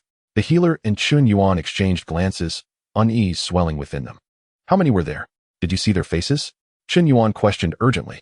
The stranger shook his head, replying, "It was too dark. I couldn't see their faces clearly. But there were many of them." Qiang furrowed his brow, pondering, could it be the remnants of the mysterious organization? Are they plotting something anew? The healer contemplated for a moment before responding. "It is highly likely. The stranger's sudden appearance raises suspicions. We cannot take his word at face value. Yet, we must not dismiss the information he has provided. We should send someone to investigate the mountains." Chen Yuan nodded in agreement, stating, "I will gather some trustworthy villagers to form an exploration team and set out at dawn tomorrow." Qiang added, "I will join as well. I am determined to uncover what these remnants of the mysterious organization are up to." That night, Qiang lay in bed, tossing and turning, unable to find rest. His heart brimmed with anxiety, fearing that the return of the mysterious organization would bring calamity to the village. He recalled the arduous battles he had fought against them, each encounter fraught with peril, yet he understood that he could not retreat. Protecting the village was his solemn duty. At dawn the next day, Qiang, Chen Yuan, and a dozen strong, courageous villagers formed an exploration team and set off towards the mountains as described by the stranger. The forest was lush with verdant trees, sunlight filtering through the leaves, creating dappled patterns on the ground. Yet, at that moment, none of them could appreciate the beauty around them. Tension gripped each heart as they remained vigilant, observing their surroundings. They followed a narrow path, the silence punctuated only by occasional bird calls, which added to the eerie atmosphere. After a lengthy journey, they finally arrived at the site where the stranger claimed the ritual had taken place. The ground was etched with strange runes, and black candles surrounded the area, their remnants exuding a pungent odor despite having long extinguished. Qiang knelt to examine the runes closely, noticing that they bore some resemblance to those seen at the mysterious organization's stronghold, albeit with distinct differences. These runes seemed to summon a formidable force. The healer furrowed his brow, apprehension etched across his face. Chen Yuan searched the perimeter, hoping to uncover additional clues. Suddenly, a villager shouted, "Look, there are footprints here." A crowd hurriedly gathered, only to discover a series of distinct footprints etched into the ground, leading deep into the forest. The prints were peculiar in shape, slightly larger than those of an ordinary human, and their edges appeared to bear strange patterns. "It seems they ventured deeper into the woods. We must pursue," Qiang declared, gripping his long knife tightly as he set off in the direction of the footprints. The others followed closely behind, treading cautiously through the thicket. As they delved further into the woods, the atmosphere grew increasingly oppressive. Suddenly, a vast cave loomed ahead, shrouded in a swirling black mist, within which echoed ominous laughter. "There is certainly something amiss within this cave. Everyone be cautious," Qiang whispered, signaling for the group to halt while he approached the cave with trepidation. As he drew near, a powerful malevolent force struck him like a chill, sending shivers down his spine. Taking a deep breath, Qiang slowly entered the cave. Inside, darkness and dampness enveloped him, with eerie glimmers dancing upon the walls. Following the light, he discovered it emanated from a massive stone sarcophagus, covered in an array of runes and symbols that seemed to narrate an ancient, sinister tale. Just as he prepared to examine the sarcophagus more closely, he heard footsteps behind him. He swiftly turned to find a group of cloaked figures emerging from the depths of the cave. The leader, tall and austere, regarded Qiang with a cold smirk, declaring, "You've indeed fallen into our trap." Alarmed, Qiang shouted, "Everyone, be cautious. This is a trap." At that moment, shouts of battle erupted from outside the cave, indicating that other cloaked figures had launched an assault on the exploration team. Facing off against the leader, Qiang contemplated his next move, realizing they had fallen into a meticulously crafted snare, with their situation dire. Yet, fear did not engulf him. He firmly believed that unity would enable them to find a way out of this predicament. In this perilous cave, would Qiang and the exploration team succeed in breaking free? What sinister plots lay hidden within the depths of this cave, devised by the remnants of the mysterious organization? Uncertainty loomed, awaiting their unraveling.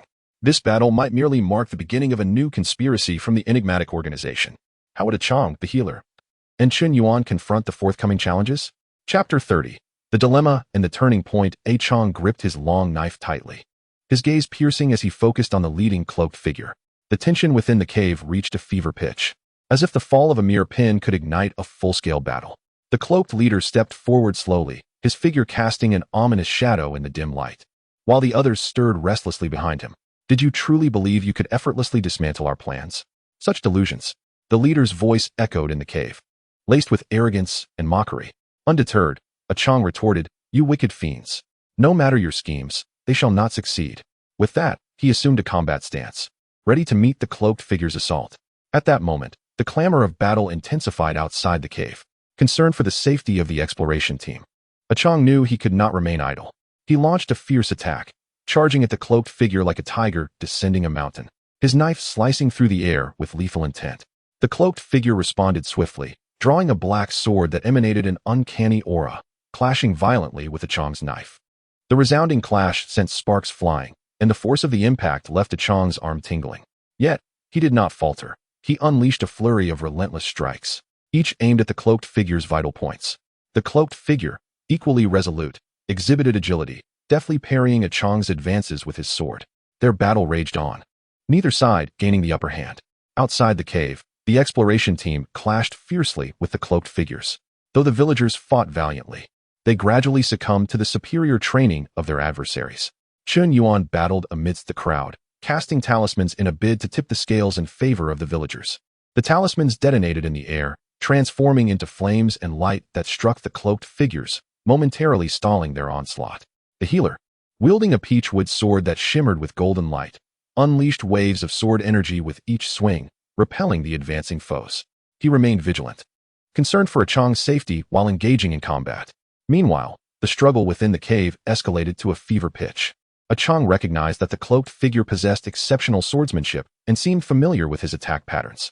He realized he needed to adapt his strategy and seek out the cloaked figure's vulnerabilities.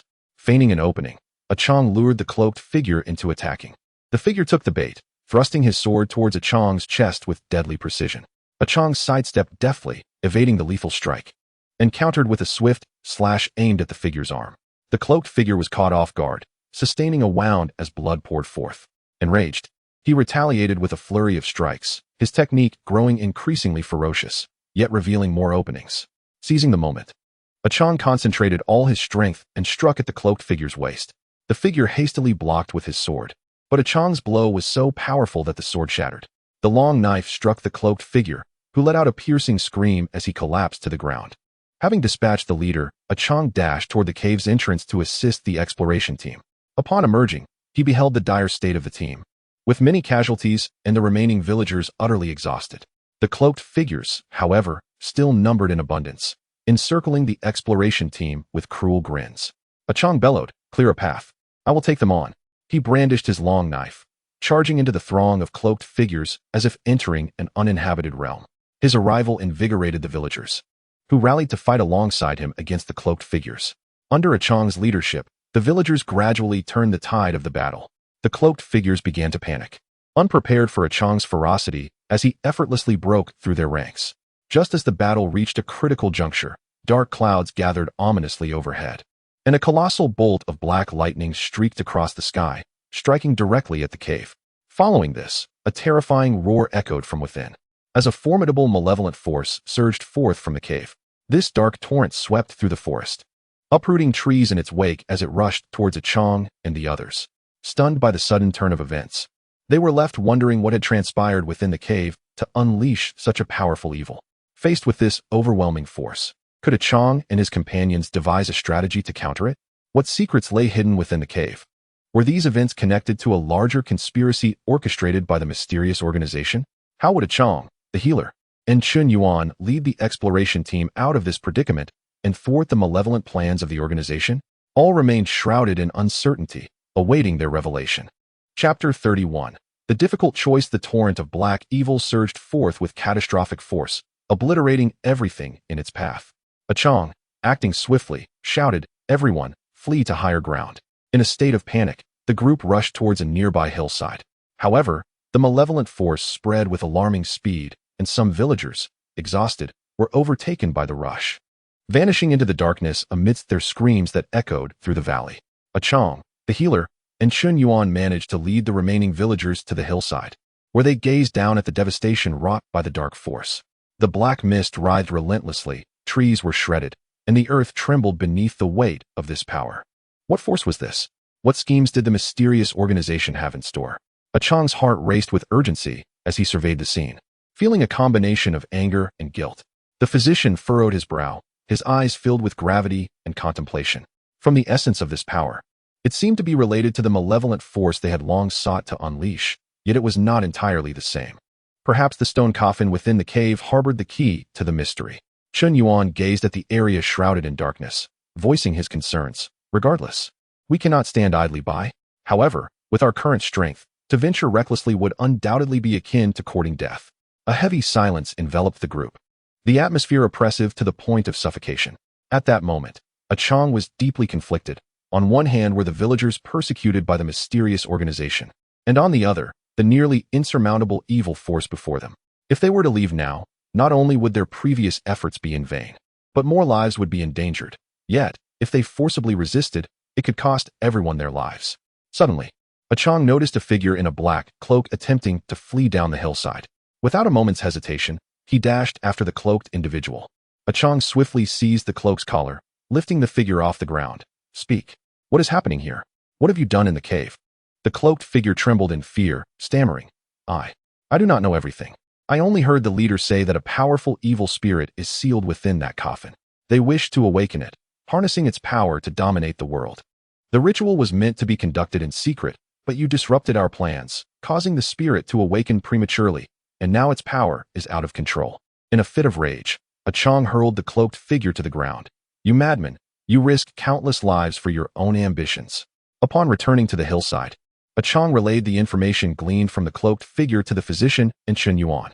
After a moment of contemplation, the physician remarked, "Since the evil spirit has awakened prematurely and its power is uncontrolled, it may not yet be fully restored. If we can find a way to seal it, there may still be a glimmer of hope." Chun Yuan nodded in agreement. "However, we need to uncover relevant clues and methods, which is no easy feat. Moreover, during this time, the evil force could wreak untold havoc." Qiang gazed into the valley's darkness, his resolve steely.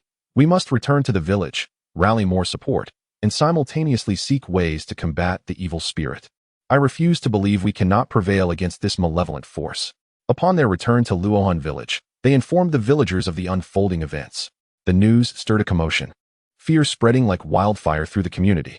Yet, under the encouragement of Qiang, the physician, and Chun Yuan, the villagers gradually regained their composure, expressing their willingness to contribute. Thus, Qiang, the physician, and Chun Yuan began to collaborate. The physician immersed himself in his library, poring over ancient texts related to evil spirits and sealing methods. Seeking a means to break the curse, Chun Yuan utilized his connections, sending out distress signals to capable individuals far and wide, hoping to procure advice and assistance against the evil spirit. Qiang organized the villagers for basic defense training while preparing various weapons and supplies. However, time was of the essence. The evil force could spread to the village at any moment.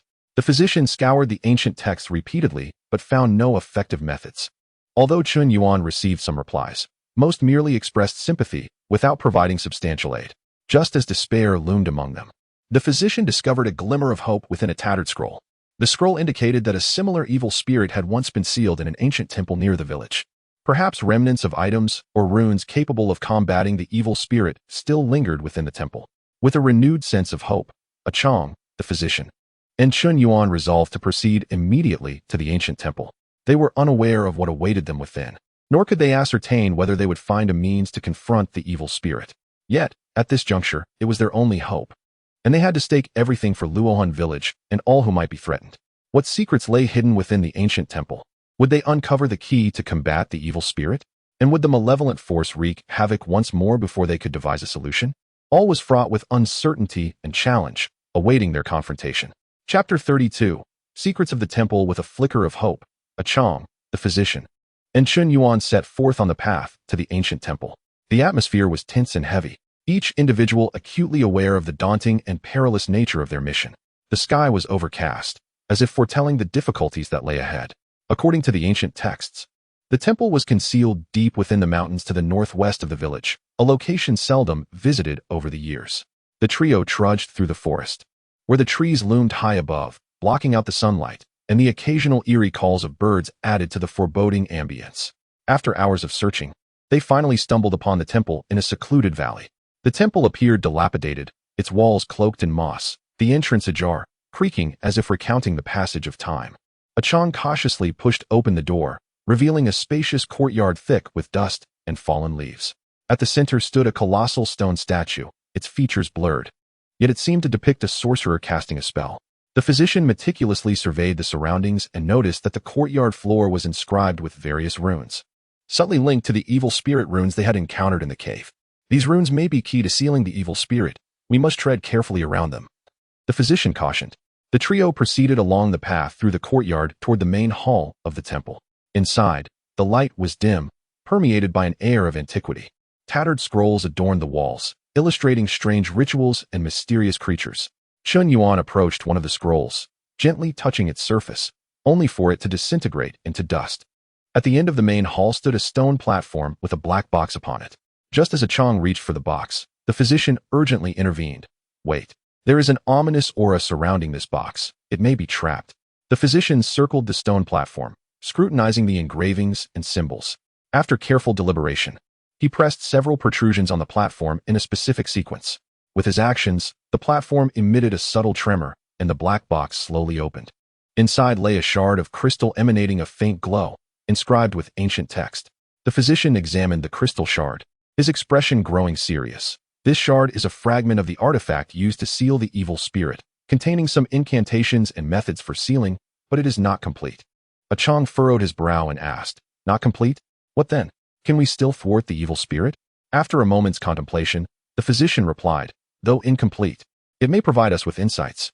We can attempt to locate the missing components or devise a new sealing method based on these clues. Suddenly, an eerie laughter echoed from outside the temple, startling the trio, who swiftly exited the main hall. To their dismay, they found a swarm of shadowy figures in the courtyard, their forms flickering as they slowly advanced toward them. It seems our actions have disturbed the guardians of this place, Chun Yuan remarked, swiftly retrieving a talisman. Qiang tightened his grip on his long knife, while the physician brandished a peachwood sword, all three bracing for the impending confrontation. The shadows surged forward, their speed astonishing as they reached the trio in an instant. Qiang swung his long knife at the nearest shadow, only for it to pass through without inflicting any harm. Observing this, the physician chanted incantations, the peachwood sword glowing with a golden light as he thrust it toward the shadow. The light struck true, causing the shadow to emit a pained wail and momentarily recoil. Chun Yuan hurled his talisman into the throng of shadows, which erupted in flames, temporarily halting their advance. Yet, the shadows were numerous, crashing upon them in waves, and the trio began to struggle against the relentless onslaught. In the midst of a fierce battle, Qiang discovered that these dark shadows seemed to respond peculiarly to sound. Whenever the healer recited spells or Chun Yuan cast talismans, the shadows' movements would become sluggish. Qiang had a sudden inspiration and shouted, Healer, increase the volume of the incantation. Chun Lao, throw more talismans. Let us use sound to disrupt them. The healer and Chun Yuan immediately understood Qiang's intent. The healer raised his voice, chanting a more powerful spell, while the light from the peachwood sword grew increasingly radiant. Chun Yuan continuously hurled talismans, the explosive sounds echoing deafeningly. Under the relentless auditory and visual assault, the shadows' actions were severely hampered. Their forms began to waver and gradually dissipate. After a grueling struggle, the trio finally succeeded in repelling the shadows. However, they soon realized that time was running short. The uncontrolled malevolent spirit's power could potentially spread further at any moment, and they still had a long way to go before discovering a complete sealing method. Would they be able to find an effective sealing technique before the malevolent spirit wreaked greater havoc? Were there other crucial clues hidden within the mysterious temple? Everything was shrouded in suspense, awaiting their revelation. Chapter 33. Pursuit of Clues and Approaching Crisis. After driving back the shadows, Qiang, the healer, and Chun Yuan took a moment to catch their breath. Gazing at the incomplete crystal fragment in their hands, they were acutely aware of the urgency of time. They needed to find the complete method for sealing the malevolent spirit without delay. The healer examined the crystal fragment closely, attempting to extract more clues from the fragments of ancient text. From these inscriptions, he surmised that there might be other similar crystal fragments scattered nearby, and gathering them could potentially piece together the complete sealing method. The healer's brow furrowed, his gaze reflecting determination and anxiety. After pondering for a moment, Qiang suggested, "Then we must search the vicinity quickly. Perhaps we can uncover traces of other fragments." Chun Yuan nodded in agreement, and the three immediately began a meticulous search both inside and outside the temple. They spared no corner, rummaging through the temple's ruins, scouring the grass in the courtyard, and even climbing walls to inspect hidden crevices. However, after an extensive search, they found nothing. Had the clues run dry? Qiang felt somewhat disheartened, sweat soaking his back. The healer wiped the sweat from his brow and said, "Do not be anxious. Ancient texts mentioned a connection between this temple and a nearby mysterious relic. Perhaps we can find answers there." The trio decided to head straight to the mysterious relic. Based on the healer's vague recollection, they proceeded northeast from the temple. As they traversed the increasingly dense forest, the terrain became more rugged. Suddenly, while passing through a thick bamboo grove, a deep growl echoed from ahead. Qiang signaled for everyone to halt and cautiously advanced to investigate. Before them stood a colossal black bear guarding the entrance to a cave. The bear emanated a faint aura of malevolence, its eyes glinting with an eerie red light. "This bear is not right. It seems to be influenced by the malevolent spirit's power," Chun Yuan whispered. Qiang tightened his grip on his long knife and declared, "It seems we must deal with it if we wish to enter the cave." The healer retrieved a few vials of specially concocted potions from his medicine box and handed them to Qiang and Chun Yuan, saying, "This potion can temporarily weaken its strength. Let us attack together." Qiang charged first, swinging his long knife at the bear. The bear roared angrily, swinging its massive paw in retaliation. Qiang adeptly evaded while seeking an opportunity to strike at the bear's vital points. Chun Yuan, meanwhile, cast talismans, which transformed into streaks of light that struck the bear, distracting its attention. The healer seized the moment and hurled the potion at the bear. It exploded upon impact, releasing a pungent odor. Affected by the potion, the bear's movements became sluggish, and it charged furiously at Qiang. Qiang sidestepped, and the bear crashed into a large tree, shaking it and causing branches and leaves to fall. The trio seized the opportunity to intensify their assault, with Qiang's long knife relentlessly striking the bear, Chun Yuan's talismans raining down, and the healer casting spells that sent golden light beams towards the bear. Under their combined effort, the bear finally succumbed and collapsed. They entered the cave, which was dark and damp, with faint glimmers of light flickering on the walls. Deep within the cave, they discovered a stone tablet inscribed with runes. The healer approached and meticulously deciphered the runes. It revealed that other crystal fragments were sealed within a mysterious underground labyrinth, the entrance to which lay in a nearby valley. However, the labyrinth was fraught with perilous traps and powerful guarding entities. After reading the runes, the healer declared. Qiang looked at the others and resolutely said, "No matter how dangerous it is, we must go. To stop the malevolent spirit, this is the path we must take." Just as they prepared to leave the cave for the valley, the ground suddenly began to tremble violently. A powerful malevolent force surged from afar, accompanied by chilling roars. The uncontrolled malevolent spirit's power seemed to grow stronger, rapidly approaching their location. Time was of the essence. They had to find the labyrinth's entrance and enter before the malevolent force arrived. But where was the valley? What dangers lay hidden within the labyrinth? Would they manage to find the complete crystal fragments and successfully seal the malevolent spirit before it wreaked havoc? Everything remained uncertain as Qiang, the healer, and Chun Yuan faced yet another daunting trial, with no path of retreat left but to forge ahead. Chapter 34. Labyrinthine Perils. Qiang, the healer, and Chun Yuan understood that their time was limited. The increasingly powerful malevolent spirit was drawing closer, like the footsteps of death, each tremor causing the earth to quiver. They hurriedly followed the directions from the stone tablet, racing towards the nearby valley. A thin mist enveloped the valley, lending it an air of mystery and tranquility. However, the trio had no time to admire the seemingly peaceful scenery. Their eyes anxiously scanned the valley for the labyrinth's entrance. At last, in a concealed corner of the valley, they discovered an entrance obscured by vines and weeds. The entrance exuded a sinister aura, with strange lights flickering faintly. "This must be the place," Qiang said, as he pushed aside the vines and stepped into the entrance, with the healer and Chun Yuan following closely behind. The passage inside was narrow and winding, with stones that emitted a ghostly glow embedded in the walls, barely illuminating their path. They had not gone far before they heard a rustling sound, as if something was moving rapidly in the darkness. Qiang tightened his grip on his long knife and signaled for everyone to halt. Suddenly, a swarm of black spiders, each the size of a small dog, surged towards them from all directions. The spiders' eyes glimmered with a greenish hue, and they emitted sticky webs from their mouths. "Be careful. These spiders are poisonous," the healer shouted. He quickly grabbed a vial of potion from his medicine box and threw it at the swarm. The potion exploded, releasing a pungent odor that seemed to repel the spiders, causing them to retreat in panic. Seizing the opportunity, Chun Yuan pulled out a talisman, chanting incantations as the talisman transformed into flames, striking the spiders. The flames spread through the swarm, and the screams of the spiders echoed in the air.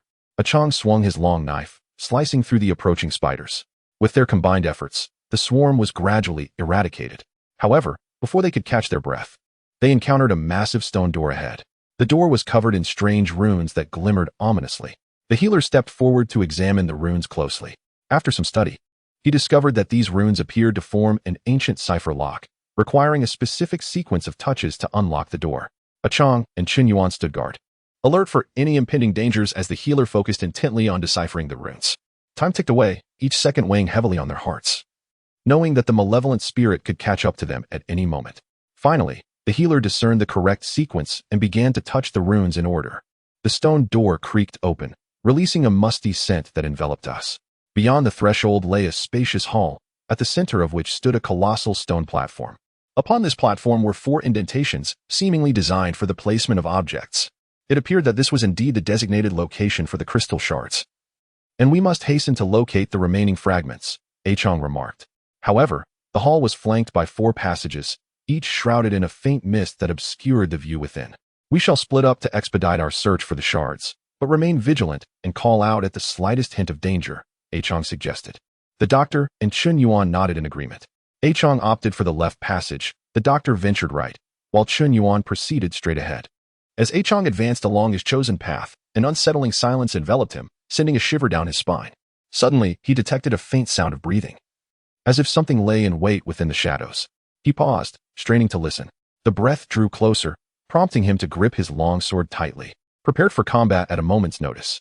In an instant, a creature resembling a leopard lunged from the darkness. Its body was cloaked in ebony scales, and its eyes gleamed with a bloodthirsty light. Qiang swiftly sidestepped, narrowly evading the creature's assault. It pivoted and charged at him once more. Qiang swung his longsword, striking the beast's scales, which sparked but left only a faint mark. Enraged, the creature opened its maw, aiming to bite Qiang.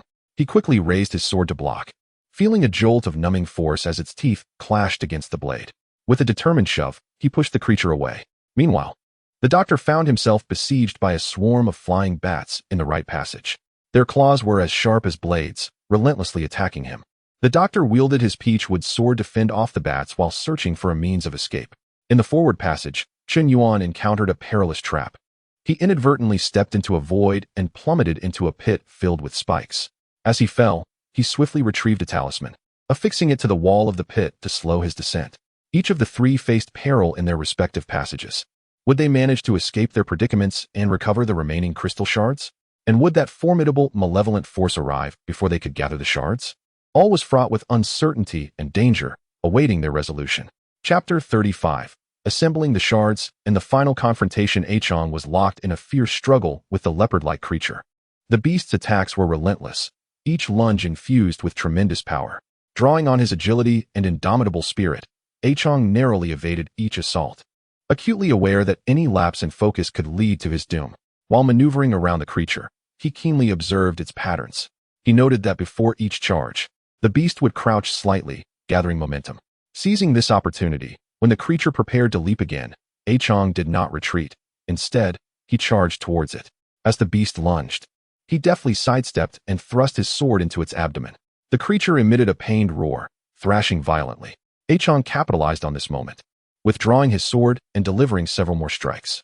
The creature's movements gradually slowed, and it ultimately collapsed, lifeless. With a sigh of relief, Qiang continued along the passage. In the right passage, the doctor remained ensnared by the aggressive bats. They coordinated their attacks from various angles, making it increasingly difficult for him to defend himself. Suddenly, he remembered a powder in his medicine kit that could disperse flying insects. Swiftly, he freed one hand, rummaging through his kit until he produced a small vial. He hurled the vial into the swarm. It shattered, releasing a cloud of powder. The bats, sensing the powder, scattered in a panic, abandoning their assault. The doctor straightened his attire and resumed his search for the crystal shards. Meanwhile, Chen Yuan was desperately seeking a way out of the pit. The walls were smooth and lined with sharp spikes, and the talisman's power was waning. Glancing upward, he noticed protruding stones on the pit wall. Taking a deep breath, he resolved to climb. Cautiously, he grasped the stones, inching upward. In the process, his hands were lacerated, blood streaming down, yet he persevered. At last, he successfully climbed out of the pit. Ignoring his wounds, he continued his search for the crystal shards within the passage. After a challenging exploration, Qiang discovered one crystal shard atop a stone platform at the end of his passage. The doctor uncovered another shard hidden within a concealed niche, and Chen Yuan, after vanquishing a guarding malevolent entity, retrieved the third shard from its lair. The three reconvened in the hall, and as they placed the three shards into the indentations on the stone platform, it radiated a brilliant light, and a fourth shard slowly ascended from the center. At last, "We have gathered them all," Qiang exclaimed with exhilaration.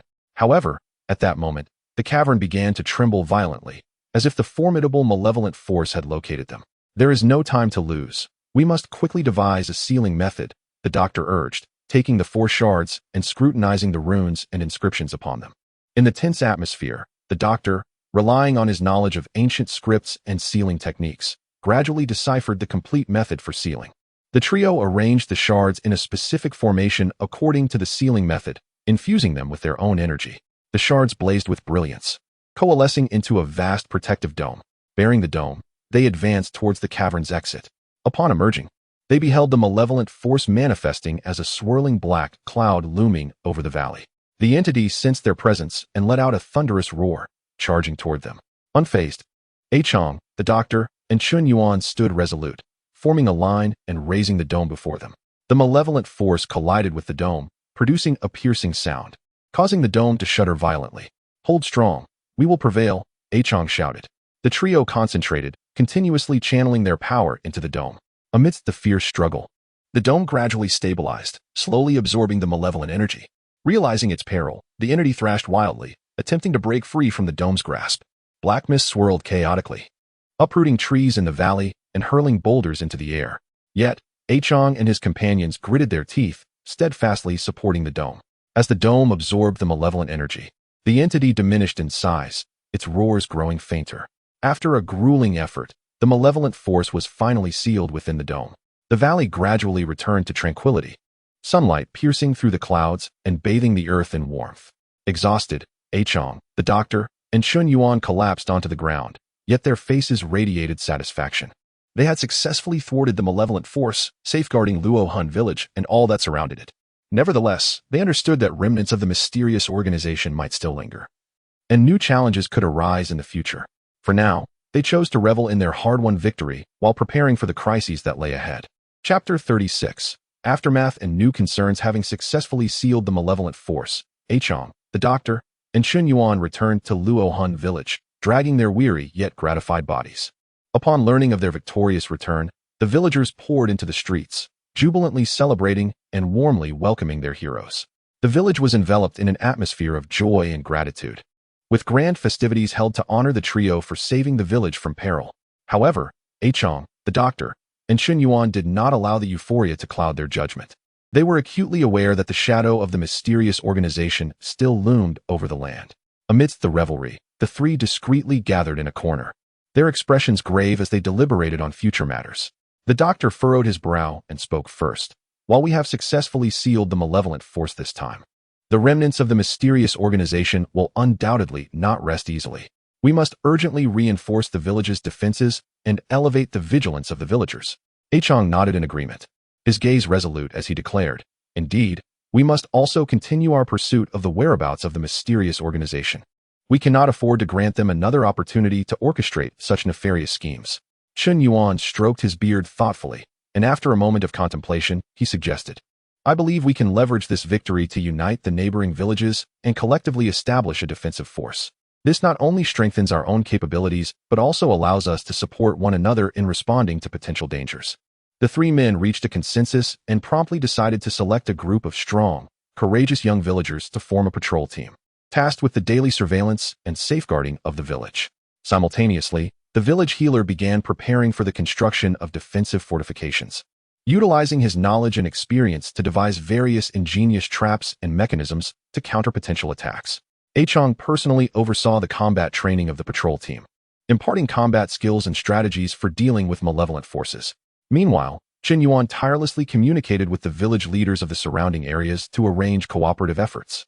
As time progressed, the defenses of Luo Hun Village became increasingly robust, and collaboration with neighboring villages was successfully established. Under Qiang's stringent training, the patrol team developed remarkable discipline and combat prowess. However, beneath the veneer of tranquility, an unsettling atmosphere began to subtly permeate the air. One day, while patrolling outside the village, the team stumbled upon some peculiar footprints. These tracks were oddly shaped, unlike human footprints, and their arrangement was exceedingly strange, reminiscent of traces left by some sinister ritual. The patrol captain promptly reported this matter to Qiang. Upon arriving at the scene, Qiang scrutinized the footprints, a foreboding sense of unease swelling within him, as the prints seemed intricately linked to the mysterious organization. Following the direction of the footprints, he discovered they led to an abandoned cemetery near the village. Qiang cautiously entered the graveyard, where an eerie aura loomed. The gravestones were askew, overgrown with weeds, and rustled in the gentle breeze, as though countless eyes were watching him from the shadows. Suddenly, Qiang heard a faint chanting, a deep and eerie sound seemingly emanating from the depths of the earth. Gripping his long knife tightly, he proceeded toward the source of the sound. In the center of the cemetery, he found a freshly dug pit surrounded by strange runes, from which the chanting emanated. Leaning closer, Qiang beheld a figure clad in black robes lying within the pit, its face obscured by a grotesque mask. Just as Qiang prepared to pull the figure from the pit, the robed individual abruptly opened its eyes, a sinister red light flickering within them. It seized Qiang's arm with an iron grip, mumbling incomprehensible incantations. A chill coursed through Qiang's arm, as if a frigid force sought to invade his body. Struggling fiercely, he attempted to break free from the black-robed figure's grasp. At that moment, a swarm of shadows materialized around the cemetery, drifting ominously closer to Qiang. Realizing he had fallen into a trap, he fought against the robed figure while calling out for the patrol team to hear his cries for help. In the face of this sudden crisis, would Qiang manage to escape the clutches of the black-robed figure and repel the assault of the shadows? What malevolent plots was the mysterious organization devising? Could the newly established defensive system of Luo Hun Village withstand this new wave of challenges? How would Qiang, the healer, and Chen Yuan confront this impending danger? All remained shrouded in uncertainty and challenge, awaiting their unraveling. Chapter 37. Escalation of crisis. Qiang strained against the grip of the black-robed figure, yet its hands clutched like iron, the cold force creeping further up his arm, rendering one side of his body increasingly numb. The drifting shadows drew nearer, their malevolent presence suffocating him with palpable darkness. Summoning all his strength, Qiang delivered a powerful kick to the figure's chest. The robed figure grunted but maintained its hold, intensifying its grip and hastening the incantation. As the shadows closed in, they extended claw-like hands toward Qiang. He sidestepped, narrowly evading their grasp, though one claw grazed his clothing, drawing blood that mingled with the air's faint metallic scent. Understanding that this stalemate could not continue, Qiang focused intently, channeling his inner strength into the captured arm, and with a fierce shout, he broke free from the black-robed figure's grasp. He swiftly retreated a few paces, creating distance between himself, the robed figure, and the encroaching shadows. The black-robed figure rose from the pit, enveloped in swirling black mist, faint red light flickering within, creating an eerie spectacle. Firmly gripping his long knife, Qiang remained vigilant, contemplating his next move. He realized that facing the situation alone would be futile. He needed to buy time for the patrol team's support. The black-robed figure gazed coldly at Qiang, its voice echoing as if from a netherworld. "Do you believe you can thwart us? It is far too late. Luo Hun Village shall descend into eternal ruin." With that, it waved its hands, and the shadows surged toward Qiang once more. Qiang swung his long knife, engaging in a desperate struggle against the shadows. The blade danced with precision, striking true and eliciting sharp cries from the shadows. Yet their numbers were overwhelming, relentlessly pouring forth. And Qiang began to feel his strength waning. Just as he was on the brink of being overwhelmed, distant shouts heralded the arrival of the patrol team. Armed and rallying together, they charged toward the shadows. With the reinforcements at hand, Qiang felt a surge of renewed vigor, joining forces with the patrol team to combat the encroaching darkness. The arrival of the patrol team momentarily alleviated the crisis, yet the black-robed figure remained unfazed. Standing still, it continued its incantation, and as the runes within the pit glowed ominously, a more potent malevolent force surged forth from the earth. This dark energy, akin to a black torrent, swiftly engulfed the surrounding shadows before hurtling toward Qiang and the patrol team. Qiang shouted a warning. "Everyone be cautious. This power is formidable. Do not confront it head-on." The team sought shelter, but several members were still caught in the wake of the dark force, collapsing in agony. Qiang's heart raced at the sight of his injured comrades. He knew they must swiftly thwart the black-robed figure, or all would be lost. Taking a deep breath, he recklessly charged toward the robed figure. Seeing Qiang approach, a mocking smile crept upon its face. "You seek your own demise." With that, it raised its hands, unleashing a bolt of black lightning that struck toward Qiang. He dodged just in time, the lightning grazing his body and obliterating a nearby gravestone. Undeterred, Qiang pressed onward, leaping high as he neared the black-robed figure, his long knife poised to strike down upon it. The figure remained composed, a black wand materializing in its hand, crowned with a gleaming red gem, pulsating with an uncanny light. It raised the wand, deflecting Qiang's blade with a resounding clang, sending a powerful recoil through Qiang's arm, causing him excruciating pain and nearly losing his grip on the knife. Seizing the opportunity, the black-robed figure delivered a forceful kick to Qiang's chest, sending him sprawling backward like a severed kite, crashing heavily to the ground. The patrol team, witnessing Qiang's injury, yearned to rush to his aid, yet were impeded by the encroaching malevolent force. The black-robed figure advanced steadily toward Qiang, reciting incantations. "Now, let you witness the true power of the mysterious organization." Qiang lay upon the ground, his gaze fixed upon the approaching figure cloaked in black, his heart brimming with reluctance. He was acutely aware that he could not succumb to despair. The village of Luo Hun still required his guardianship. Struggling to rise, he was met with excruciating pain coursing through his body, rendering him nearly immobile. In this moment of dire urgency, a familiar voice echoed from afar. "Qiang, we have arrived." He lifted his head to behold Lang Zhong and Chun Yuan, accompanied by a throng of villagers rushing towards him. Lang Zhong wielded a peachwood sword, its blade aglow with radiant golden runes, while Chun Yuan brandished a sword emanating of blue luminescence, with the villagers behind them brandishing an assortment of weapons, charging fiercely at the figure in black. The black-clad figure's countenance shifted slightly at this unexpected turn of events. He had not anticipated such swift reinforcements for Qiang and his comrades. Nevertheless, he quickly regained his composure, sneering, "You arrived just in time. It saves me the trouble of seeking you out one by one. Today, you shall all perish here." With that, he swung his enchanted staff, amplifying the malevolent energy that surged forth toward Lang Zhong, Chun Yuan, and the villagers.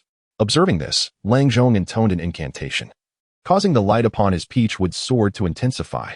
He plunged the sword into the ground, and a golden barrier erupted from beneath, shielding them from the onslaught of dark energy. Meanwhile, Chun Yuan directed the villagers to disperse rapidly, encircling the dark figure from multiple angles. A more ferocious battle was imminent. Would Qiang, Lang Zhong, and Chun Yuan be able to lead the villagers to triumph over the figure in black and avert this crisis? Did the sinister organization's machinations conceal even deeper secrets? What fate awaited the village of Luo Hun? All remained shrouded in suspense, awaiting their unraveling. Chapter 38. Difficult resistance and the emergence of hope. Lang Zhong's golden barrier clashed with the dark energy unleashed by the figure in black, the radiant light flickering amidst a powerful wave of energy that sent dust swirling around them. Chun Yuan led the villagers in a fan-shaped formation, striving to breach the dark figure's defenses from the flanks. Qiang, summoning his strength, fought through the agonizing pain in his chest, gripping his long knife. Prepared to rejoin the fray, the black-clad figure sensed the threat from both sides and, with a wave of his staff, summoned several black tendrils from the dark energy, striking towards the villagers like serpents. The ground was scarred as the tendrils slithered forth, prompting the villagers to scatter in evasion. Stay calm. Maintain your distance and heed my command, Chun Yuan shouted. He swiftly retrieved several talismans, reciting incantations as the talismans transformed into fiery projectiles that shot towards the dark tendrils. The flames struck, hissing as they engulfed the tendrils, which writhed in agony. Yet, the figure in black remained unfazed. He intensified the power of his staff, causing even more black tendrils to surge forth, not only negating Chun Yuan's fiery assault, but also advancing relentlessly toward the villagers. Seizing the moment, Qiang stealthily approached from behind, timing his move as the figure focused on the villagers. Just as the dark figure prepared to strike again, Qiang leaped high. Channeling all his str, Chun Yuan scoured the land, reaching out to his friends in the martial world to gather intelligence regarding a mysterious organization.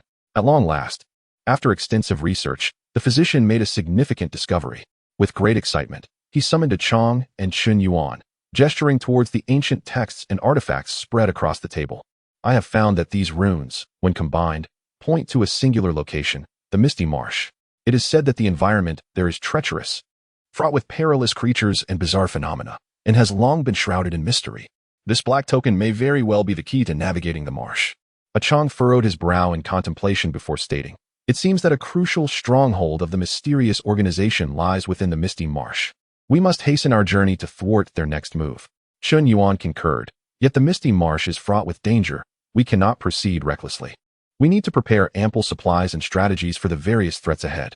Thus, the trio commenced their meticulous preparations.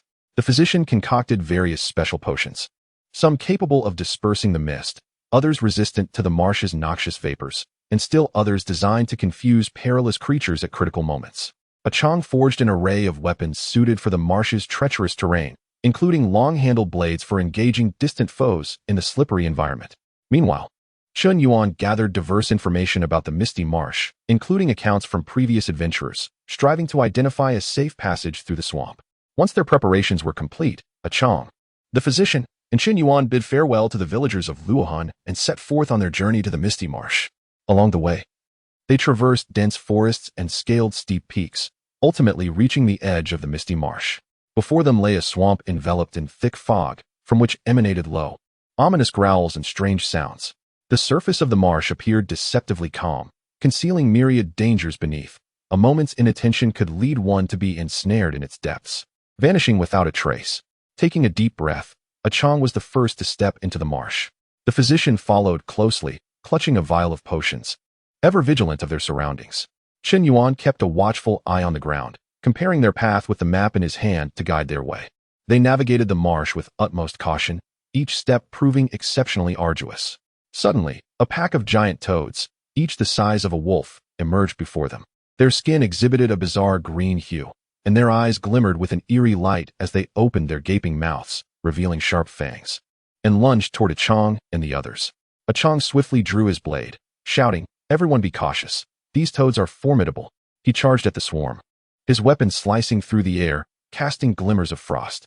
The physician promptly uncorked a vial of potion and hurled it at the toads. The potion exploded midair, releasing a pungent odor that momentarily slowed the toads' advance. Seizing the opportunity, Chun Yuan produced talismans that transformed into flames, launching towards the toads. The flames erupted amidst the horde, eliciting a cacophony of shrieks. However, the sheer number of toads continued to swell, and Qiang and his companions found themselves increasingly overwhelmed.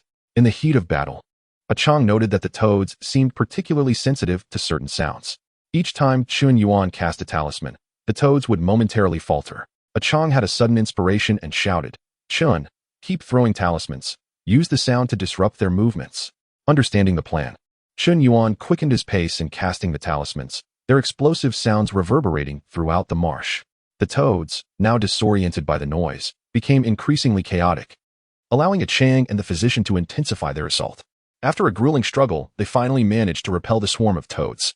Yet, They were acutely aware that this was merely a minor skirmish in the misty marsh, with more unknown perils lurking ahead.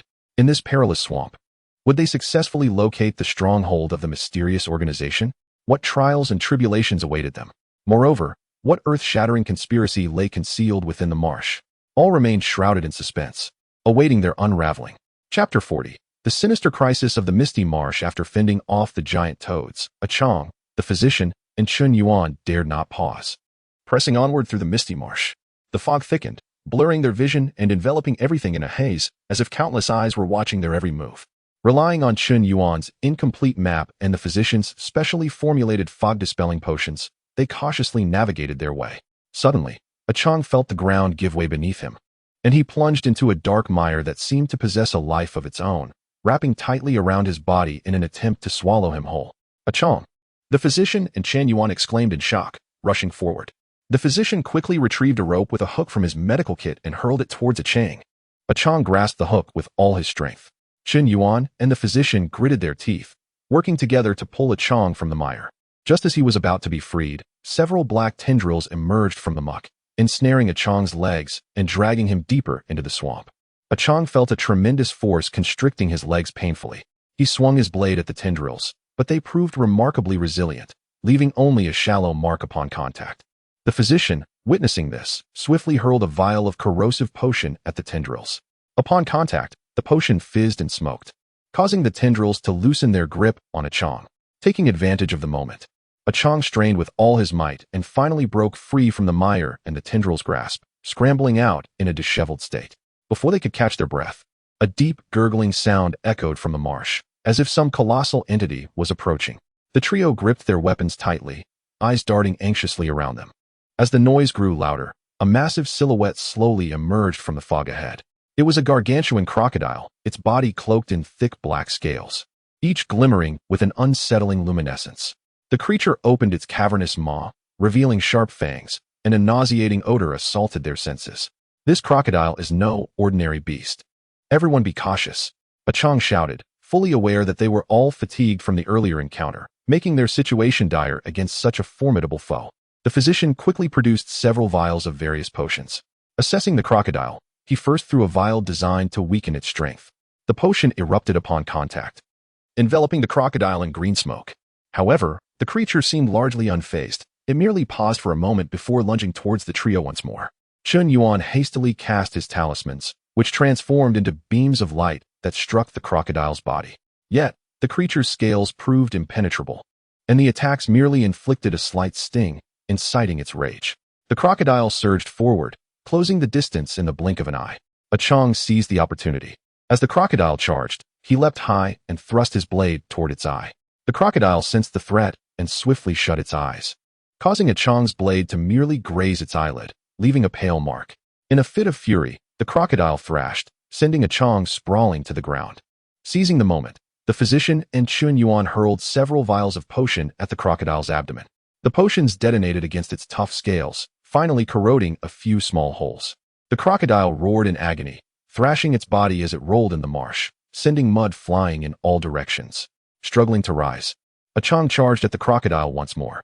This time, he evaded its direct assault and aimed for the wounds on its belly. The blade plunged into the crocodile's injury, causing it to writhe in pain as it attempted to dislodge Qiang. Qiang held tightly to the blade, relentlessly twisting and widening the wound. The healer and Chun Yuan were not idle either. They continued to assault the crocodile with various potions and talismans.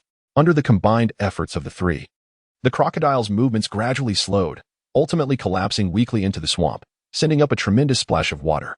After enduring these two intense battles, Qiang, the healer, and Chun Yuan were utterly exhausted, yet they understood that the dangers lurking in the misty swamp were far from over. After a brief respite, they resumed their quest to locate the hideout of the mysterious organization. How many more unknown perils awaited them ahead? What terrifying secrets did the enigmatic organization conceal within this fog-laden swamp?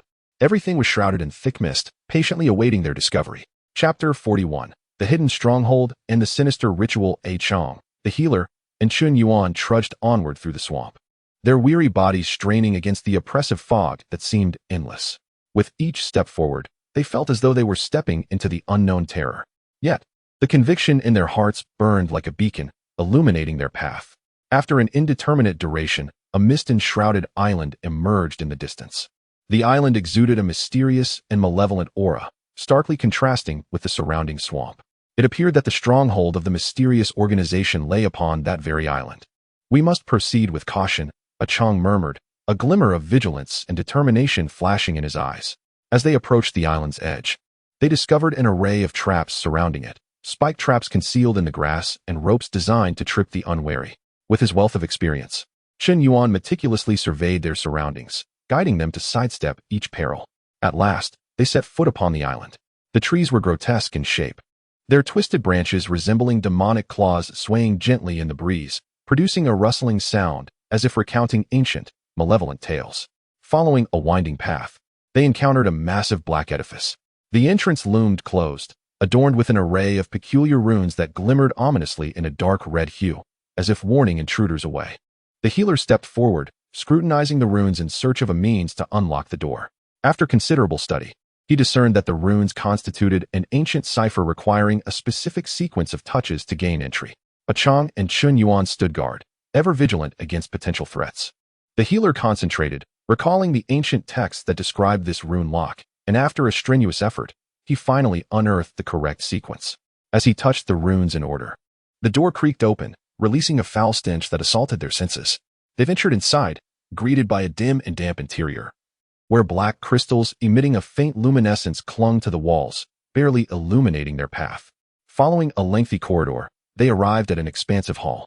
In the center stood a colossal stone altar, etched with intricate runes, surrounded by ominous black candles that flickered with eerie green flames.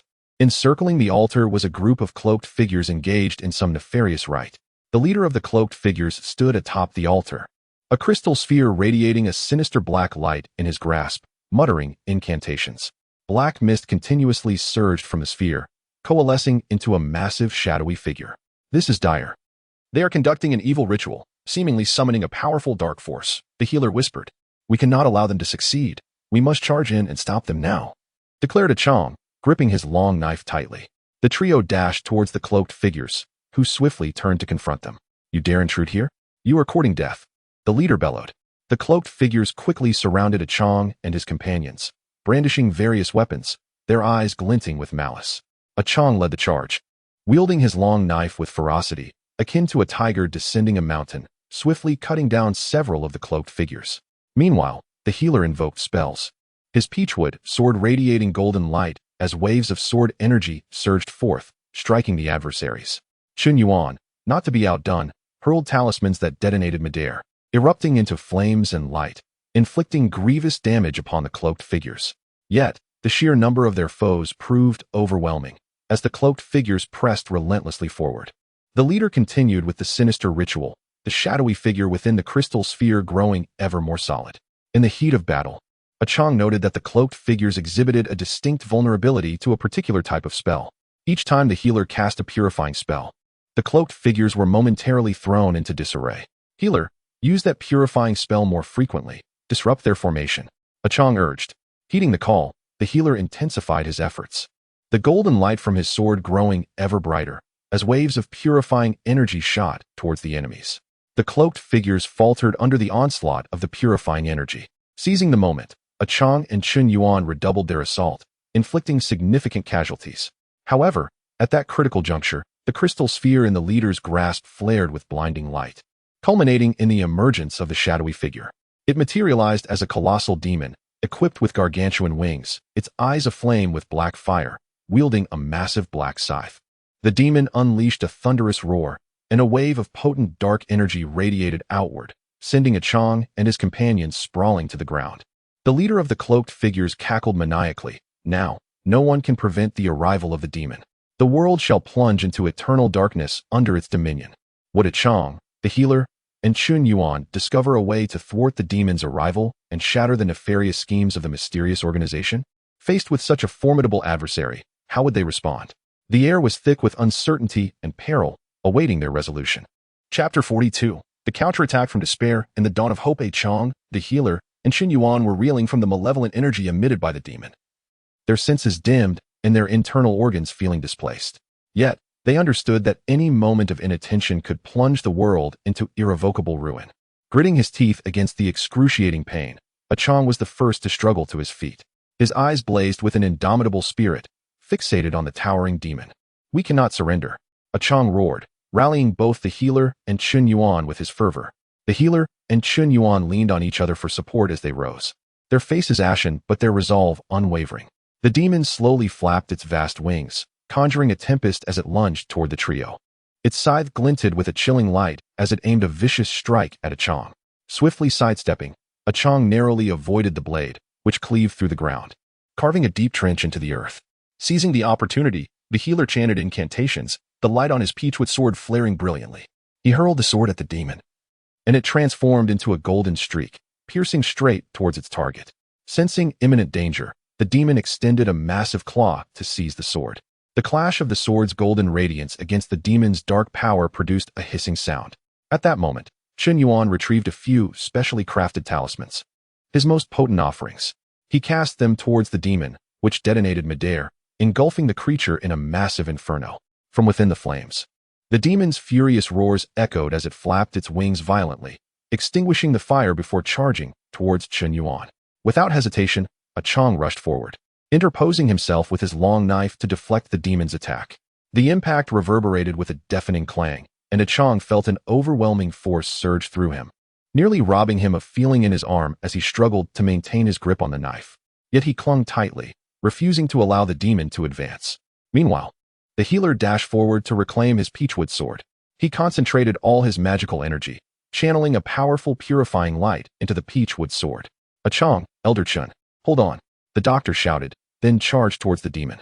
Hearing the doctor's call, Qiang and Chun Yuan fought even harder against the demon's onslaught, knowing that the doctor must have devised a plan.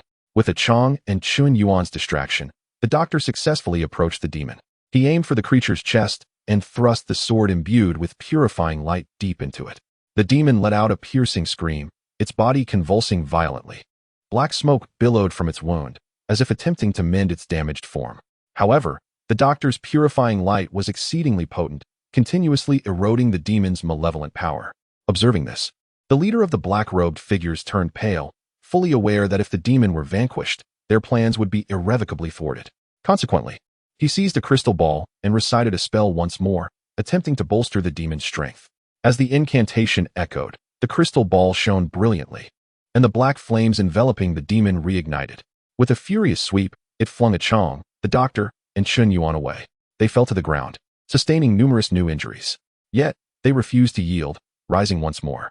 In that moment, Qiang suddenly discerned that the crystal ball held within the leader's grasp seemed to be one of the sources of the demon's power. If he could destroy the crystal ball, perhaps the demon could be weakened. "Doctor, Elder Chun, I will destroy that crystal ball. You two hold the demon at bay," Qiang declared, charging towards the leader of the black-robed figures. The doctor and Chun Yuan nodded in agreement, rushing back to confront the demon. The doctor unleashed various spells to disrupt the demon's movements, while Chun Yuan continually launched talismans to capture the demon's attention. Amidst the chaos, Qiang swiftly approached the leader. The leader, upon seeing Qiang advancing, was filled with dread. He retreated while launching spells against Qiang. Qiang adeptly dodged the attacks, eventually standing before the leader. With a mighty swing, he brought his long knife down upon the crystal ball.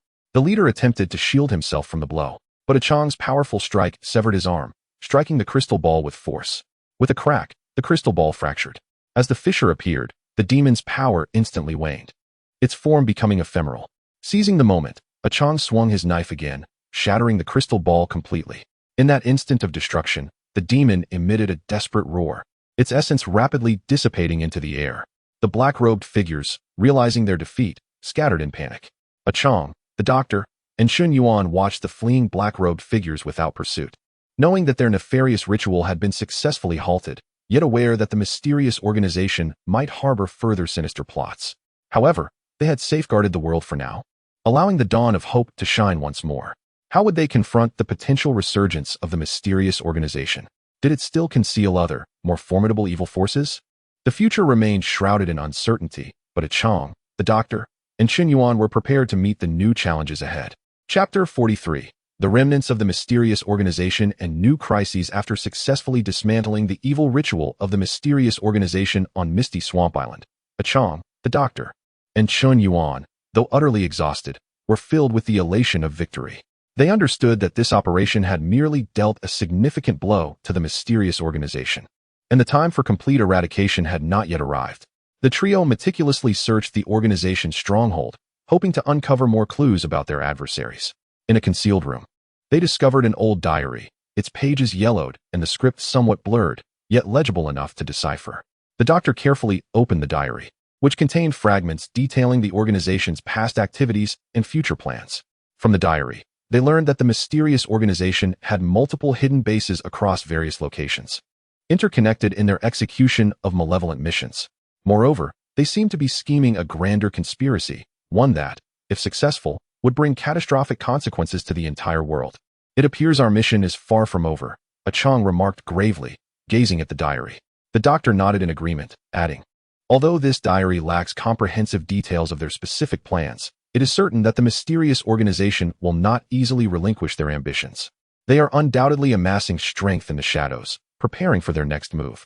Chun Yuan furrowed his brow, contemplating for a moment before stating, we must swiftly disseminate this information to raise awareness among others.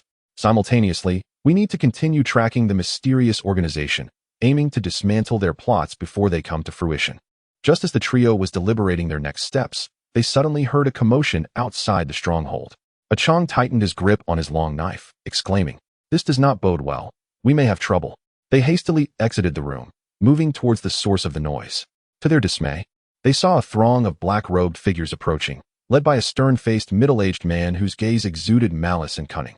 Qiang recognized him as a high-ranking member of the mysterious organization, one he had encountered during previous confrontations. You dare return? You are truly oblivious to your impending doom. Qiang shouted defiantly. The middle-aged man responded with a cold laugh. You believe that disrupting one ritual will thwart us? You are gravely mistaken. Today marks your demise. With that, he gestured, and the black-robed figures lunged towards Qiang and his companions. Qiang, the doctor, and Chun Yuan quickly assumed combat stances, bracing themselves for the onslaught. Qiang surged into the fray, his long knife slicing through the ranks of black-robed figures with ferocity, toppling several of them. Meanwhile, the doctor unleashed spells, his peachwood sword radiating golden light as waves of sword energy shot forth, striking the black-robed assailants. Chun Yuan, not to be outdone, hurled talismans that exploded in midair, transforming into flames and light, inflicting severe damage upon the black-robed figures.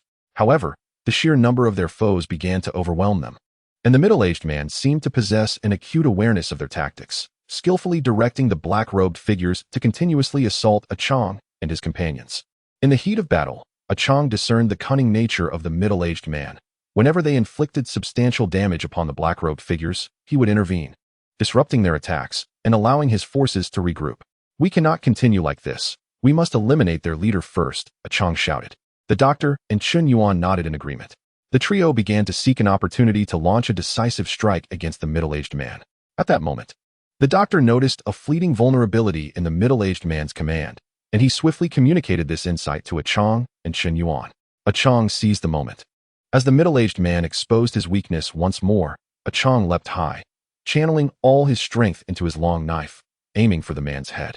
The middle-aged man sensed danger and attempted to evade, but it was too late. The blade struck his shoulder, eliciting a pained scream as he staggered backward. With their leader injured, the black-robed figures fell into disarray. Qiang, the doctor, and Chun Yuan seized the opportunity to intensify their attacks, sending the black-robed figures into retreat. As they watched the fleeing figures, Qiang, the doctor, and Chun Yuan remained vigilant, aware that the remnants of the mysterious organization would not relent easily. This assault was merely the beginning. How would they respond to the organization's inevitable, more fervent retaliation? Would they manage to locate and dismantle all hidden bases before the organization could enact a greater conspiracy? The path ahead remained fraught with uncertainty and challenge, awaiting their brave confrontation. Chapter 44. Perilous Crisis and Difficult Choices. After repelling the remnants of the mysterious organization, Qiang, the physician, and Chun Yuan were acutely aware of the urgency of their situation. They needed to act swiftly to thwart the organization's next insidious plot. Armed with the clues gathered from their stronghold, they hurried back to Luo Hun Village, determined to rally their forces and devise a counter-strategy. Upon returning to the village, the trio immediately convened the villagers and representatives from neighboring settlements who had come to offer their support. They meticulously conveyed the gravity of the threat posed by the mysterious organization and their recent discoveries. The atmosphere grew tense as fear rippled through the crowd, and a Qiang, standing before them, declared with conviction, "Do not be afraid. Although the organization is perilous, we have already thwarted them once, and we shall do so again. We must unite and confront this menace together." The physician continued, "Based on the intelligence we've gathered, the organization has numerous strongholds scattered across various locations, and they are orchestrating a grand scheme. We must take the initiative to locate and dismantle these strongholds to eliminate the threat once and for all." Chen Yuan nodded in agreement, adding, "However, this task will not be easy. The organization will undoubtedly fortify their defenses, and each of our endeavors will be fraught with danger. Thus, we must formulate a detailed plan and seek as much assistance as possible." As discussions ensued, it became evident that the group would need to split into several teams. One team, led by a Qiang, would seek out the organization's northern stronghold and devise a means to destroy it. Another team, under the guidance of the physician, would head south to connect with reclusive masters and sects, seeking their aid and support. Meanwhile, Chen Yuan would remain in Luo Hun Village to bolster defenses and maintain close communication with surrounding villages, ready to respond to any assaults from the mysterious organization. However, this decision was not without its challenges. Some villagers expressed their concerns about the dangers that a Qiang and the physician would face on their journey, urging them to reconsider. One of a Qiang's friends voiced his apprehension. "A Qiang, the organization is too formidable. This is tantamount to courting death. You cannot go." A Qiang placed a reassuring hand on his friend's shoulder, resolutely stating, "If we do not act, the organization will continue its malevolence, and more innocents will suffer. I cannot stand idly by and witness such atrocities." The physician added, "I have studied this organization for years and fully comprehend the peril they pose. I must seek out the reclusive masters. Perhaps they will provide us with a turning point. This is a necessary course of action." Seeing the unwavering determination in a Qiang and the physician's eyes, the villagers understood that their resolve was unshakable. Ultimately, they could only offer their blessings, hoping for their safe return. Before their departure, a Qiang and the physician meticulously prepared the necessary supplies and weapons. A Qiang honed his long blade to a sharper edge, while the physician concocted various potent elixirs, bringing along his peach-wood sword and treasured ancient texts. Leading a brave group of villagers, a Qiang embarked on the path to the north. As they journeyed, they traversed dense forests and surging rivers, enduring the elements in their quest. At each stop, they diligently inquired about the mysterious organization, leaving no potential lead unexplored. Meanwhile, the physician set forth on his solitary quest to find the reclusive masters, winding along serpentine mountain paths that delved deep into remote woodlands. Legends spoke of extraordinary masters residing in these areas, possessing remarkable abilities yet seldom engaging with the outside world. After much searching, the physician finally stumbled upon a hidden valley that housed a mysterious sect. The entrance was tightly sealed, shrouded in a veil of mist, exuding an air of enigma and tranquility. The physician approached and gently knocked on the door.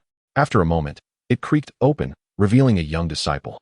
The physician explained his purpose, expressing a desire to meet the sect's leader and seek their assistance. The young disciple asked him to wait and retreated into the sect. Shortly thereafter, he returned with word that the leader would grant him an audience. Following the young disciple into the sect, the physician beheld an ancient yet elegant interior, steeped in serenity. In a spacious hall, he encountered the sect's leader, an elderly man with silver hair but a vigorous spirit, who regarded the physician with piercing eyes. The physician recounted the organization's nefarious actions and the imminent crisis they faced, pleading for the leader's support. The leader listened intently, contemplating the weight of the situation before responding. "Our sect has always avoided worldly disputes, yet the organization's deeds are indeed abhorrent. However, we must not hastily involve ourselves in this conflict without thorough consideration." Feeling the urgency of time, the physician pressed on, emphasizing the potential calamity the organization could unleash upon the world. Would the leader ultimately acquiesce to the physician's request? What perils would a Qiang encounter in his quest for the northern stronghold? Would Chen Yuan succeed in fortifying defenses in Luo Hun Village? All remained shrouded in suspense, awaiting their resolution. Chapter 45. Trials and Glimmers of Hope. The physician anxiously awaited the leader's response, the atmosphere in the room so tense it seemed to thicken. After a prolonged silence, the leader slowly opened his eyes, revealing a gaze filled with caution and contemplation. "Physician, the matter you speak of is of great significance. I cannot make a hasty decision. However, the organization's conduct is indeed intolerable. We can send a few of our young disciples to accompany you as a modest contribution of support." Though a flicker of disappointment crossed the physician's heart, he recognized this was the best outcome he could hope for under the circumstances. He quickly expressed his gratitude. "Thank you, esteemed leader. With the aid of these young heroes, we shall surely enhance our strength. Every additional ally adds to our power, and I believe we will soon thwart the organization's schemes." The leader summoned 3 young disciples, the spirited Wan'er, the steadfast Qiang, and the skilled Junyi.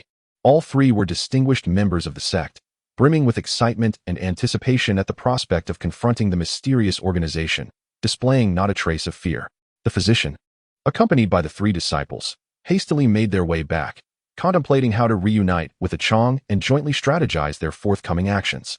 Meanwhile, Qiang's expedition into the north was fraught with obstacles. After much inquiry, they finally uncovered a crucial lead in a small town.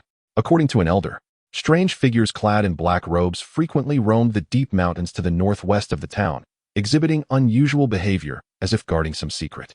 Without delay, Qiang and his team set off toward the depths of the mountains. Within the ancient woods, an eerie atmosphere enveloped them. As they cautiously advanced, a sudden, piercing shriek echoed through the air, followed by a swarm of ravenous, wolf-sized black birds launching from the trees. "Everyone, be alert," Qiang shouted, swiftly drawing his long blade. The villagers gripped their weapons tightly, bracing for the impending assault. The birds descended upon them, and Qiang focused on one, his blade slicing through the air, severing its wing and sending it crashing to the ground with a shriek. However, the remaining creatures did not relent, continuing their frenzied attack. In the ensuing chaos, Qiang defended against the birds while analyzing their patterns. He discerned that the creatures responded to a particular command, their attacks synchronized with a distinct rhythm. Suddenly inspired, he called out, "Do not panic. Focus your attacks on a single target to disrupt their rhythm." Heeding his words, the group zeroed in on one bird, their combined efforts swiftly bringing it down. As the creature fell, the remaining birds' assaults indeed grew disordered. Seizing the opportunity, Qiang and his comrades intensified their counterattacks, ultimately driving the swarm away. Though exhausted from the encounter, Qiang and his team pressed on after a brief respite, delving deeper into the mountains. Meanwhile, in Luo Hun Village, Chen Yuan was meticulously organizing the villagers to strengthen their defenses. He led the villagers in excavating trenches around the village, setting traps, and constructing a watchtower at the village's highest point. Simultaneously, Chen Yuan organized military training for the villagers, teaching them essential combat skills and defensive strategies. However, just as Chen Yuan was diligently working, a sudden commotion erupted in the village. Some villagers expressed their discontent with the defensive measures, arguing that the mysterious organization might not strike again, rendering their efforts futile and causing delays in agricultural activities. Chen Yuan hurried to the scene, patiently explaining to the villagers, "Consider this. How can such an evil organization easily overlook us? Our bolstered defenses are for the protection of ourselves and our families. We have all experienced the previous crisis. Have we truly forgotten?" An elder villager furrowed his brow and replied, "While that may be true, our lives are being disrupted." After a moment of contemplation, Chen Yuan proposed, "Let us organize our time wisely. We can manage both defense and farming without hindrance. We will take turns in groups, ensuring the progress of our defenses while maintaining our daily lives." Upon hearing Chen Yuan's suggestion, the villagers found it reasonable and dispersed to continue their defensive preparations. Will Qiang successfully locate the mysterious organization's stronghold in the north? After the healer meets with 3 disciples from hidden sects, will they be able to strengthen their forces to confront the enigmatic organization? Can Chen Yuan's defensive efforts in Luo Hun Village be completed successfully to thwart any potential assaults from the mysterious organization?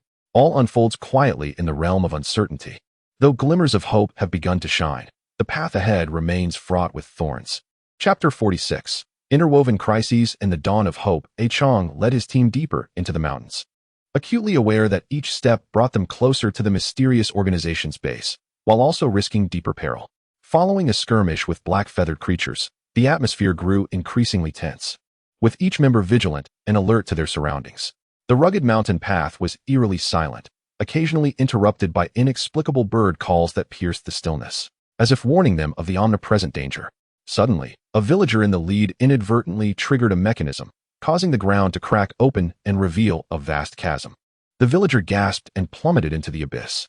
"Be careful," Qiang shouted, reaching out but only managing to grasp the villager's hem, helplessly watching him disappear into the darkness. Frantic, Qiang leaned over the edge, calling out loudly, but only an echo responded from the depths, devoid of any answer. Rising, Qiang furrowed his brow, realizing that the mysterious organization's stronghold lay nearby, evidenced by the traps. He signaled for his team to halt and carefully scrutinized their surroundings for more concealed mechanisms. Indeed, amongst the nearby underbrush, he spotted unusual marks, as if something had been deliberately obscured. Cautiously approaching, Qiang parted the foliage to discover a hidden tunnel entrance.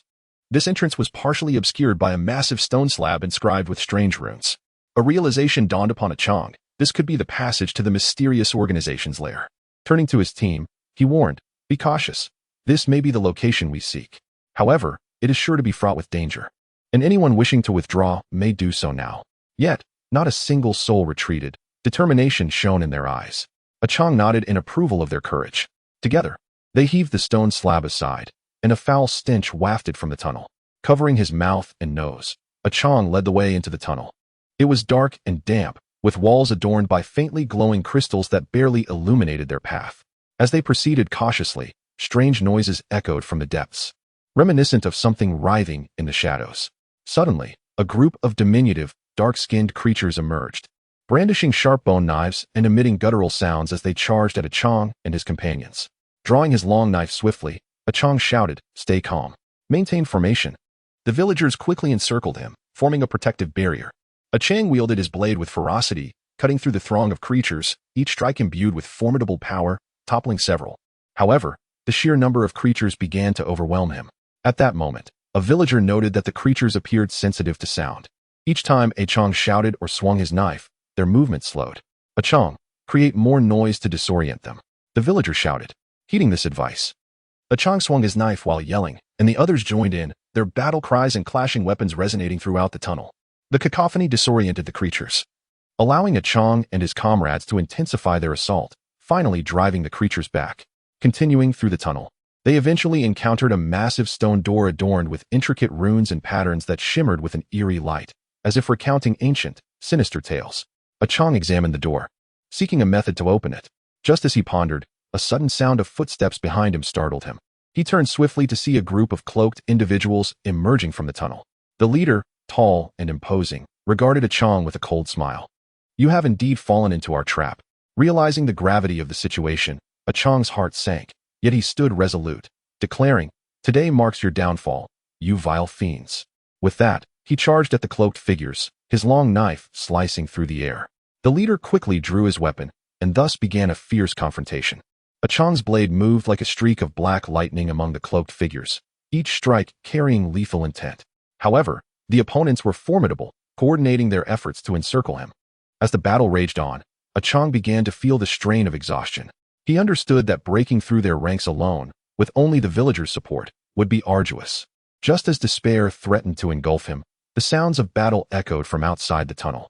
A surge of hope filled Qiang's heart. Were reinforcements arriving?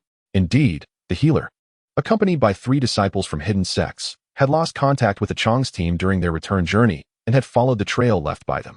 Upon reaching the mountains, they discovered the traps Qiang's group had encountered and the remnants of their battle with the creatures, prompting them to rush through the tunnel to provide aid. Upon seeing Qiang and his companions besieged by the cloaked figures, the healer immediately unleashed his powers. The peachwood sword in his hand glowed with golden light, unleashing waves of sword energy that struck the cloaked figures. Wanner, Yuxian, and Juni also unleashed their unique skills, joining the fray. Wanner moved with grace, like a gentle breeze, deftly weaving through the cloaked ranks, her sword striking at their vulnerabilities. Yuxian stood by, chanting incantations, casting various spells to support the group. Jun Yi, wielding a heavy sword, fought valiantly, each swing sending nearby cloaked figures reeling. With the healer and his companion's support, the pressure on Qiang's group lessened significantly. Seizing the opportunity, they launched a counterattack, coordinating seamlessly with the healer's group to send the cloaked figures into disarray. Realizing the tide had turned, the cloaked figures began to flee. Qiang's group chose not to pursue. Instead, they approached the stone door. The healer meticulously examined the runes, and after considerable deliberation, he finally discerned the method to unlock the door. Following a specific sequence, he tapped gently on the runes, causing the door to creak open. Beyond it lay a vast stone chamber, at the center of which stood a massive black stone platform. The stone altar was inscribed with runes, surrounded by a number of black candles flickering with an eerie green flame. A group of cloaked figures encircled the altar, engaged in some nefarious ritual. Qiang and his companions burst into the stone chamber, proclaiming loudly, "Your wicked deeds end here." The black-robed figures turned to face them, rising with menacing expressions. The leader of the cloaked assembly snarled, "How dare you disrupt our ceremony? No one shall leave here alive today." A fierce battle erupted within the stone chamber as Qiang, the healer, Wan'er, Yuxian, and Jun-Yi fought valiantly against the dark figures. Qiang brandished his longsword, clashing with the leader of the black-robed men. The weapons collided, sending sparks flying. The healer, casting spells from the side, provided support to his comrades. His peach-wood sword glowing brightly as waves of sword energy lashed out towards the adversaries, inflicting significant damage upon them. Wan'er, Yuxian, and Jun-Yi each utilized their unique strengths to engage in combat with the cloaked figures. During the fray, Qiang discerned that the leader possessed a peculiar resilience against certain spells. Regardless of the incantations the healer unleashed, they seemed to lack any substantial effect. As Qiang pondered a strategy, a sudden recollection struck him. The monsters they had previously fought had shown sensitivity to sound. He surmised that the leader might share a similar vulnerability. While dueling with the black-robed leader, Qiang shouted loudly to distract him, urging Yuxian to cast a spell capable of producing powerful sound waves. Upon hearing this, Yuxian immediately complied, unleashing a formidable sonic wave that surged toward the leader. Struck by the sound, the leader staggered, exposing a fleeting gap in his defenses. Seizing the moment, Qiang thrust his longsword fiercely into the leader's chest. The leader, unable to evade in time, was pierced, letting out a wretched scream as he collapsed to the ground. With their leader slain, the remaining black-robed figures faltered in disarray. Qiang and his companions seized the opportunity to intensify their assault, ultimately vanquishing all the cloaked adversaries. They successfully thwarted the malevolent ritual of the mysterious organization, dismantling a significant stronghold in the north. However, they were acutely aware that this was merely a fragment of the organization's vast conspiracy, and that greater dangers and challenges awaited them. What was the status of Chun Yuan's defensive efforts in the village of Soulfall? Would the organization retaliate furiously due to the destruction of this stronghold?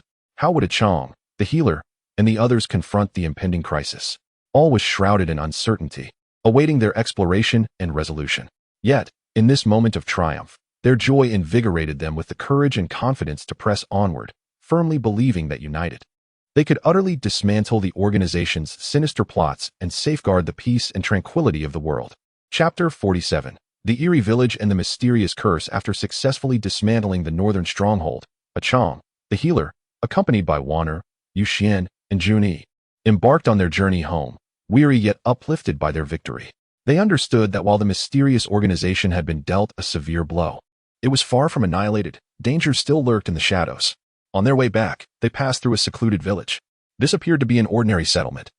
Yet upon their arrival, they were enveloped in an inexplicable, eerie atmosphere. The village was unnaturally silent, devoid of any semblance of life. Doors and windows of every household were tightly shut, exuding an air of deathly stillness. Qiang furrowed his brow, gripping his long sword with vigilance. Something is amiss in this village. Stay alert, everyone. The healer also sensed the anomaly, meticulously surveying their surroundings. A faint, putrid odor hung in the air.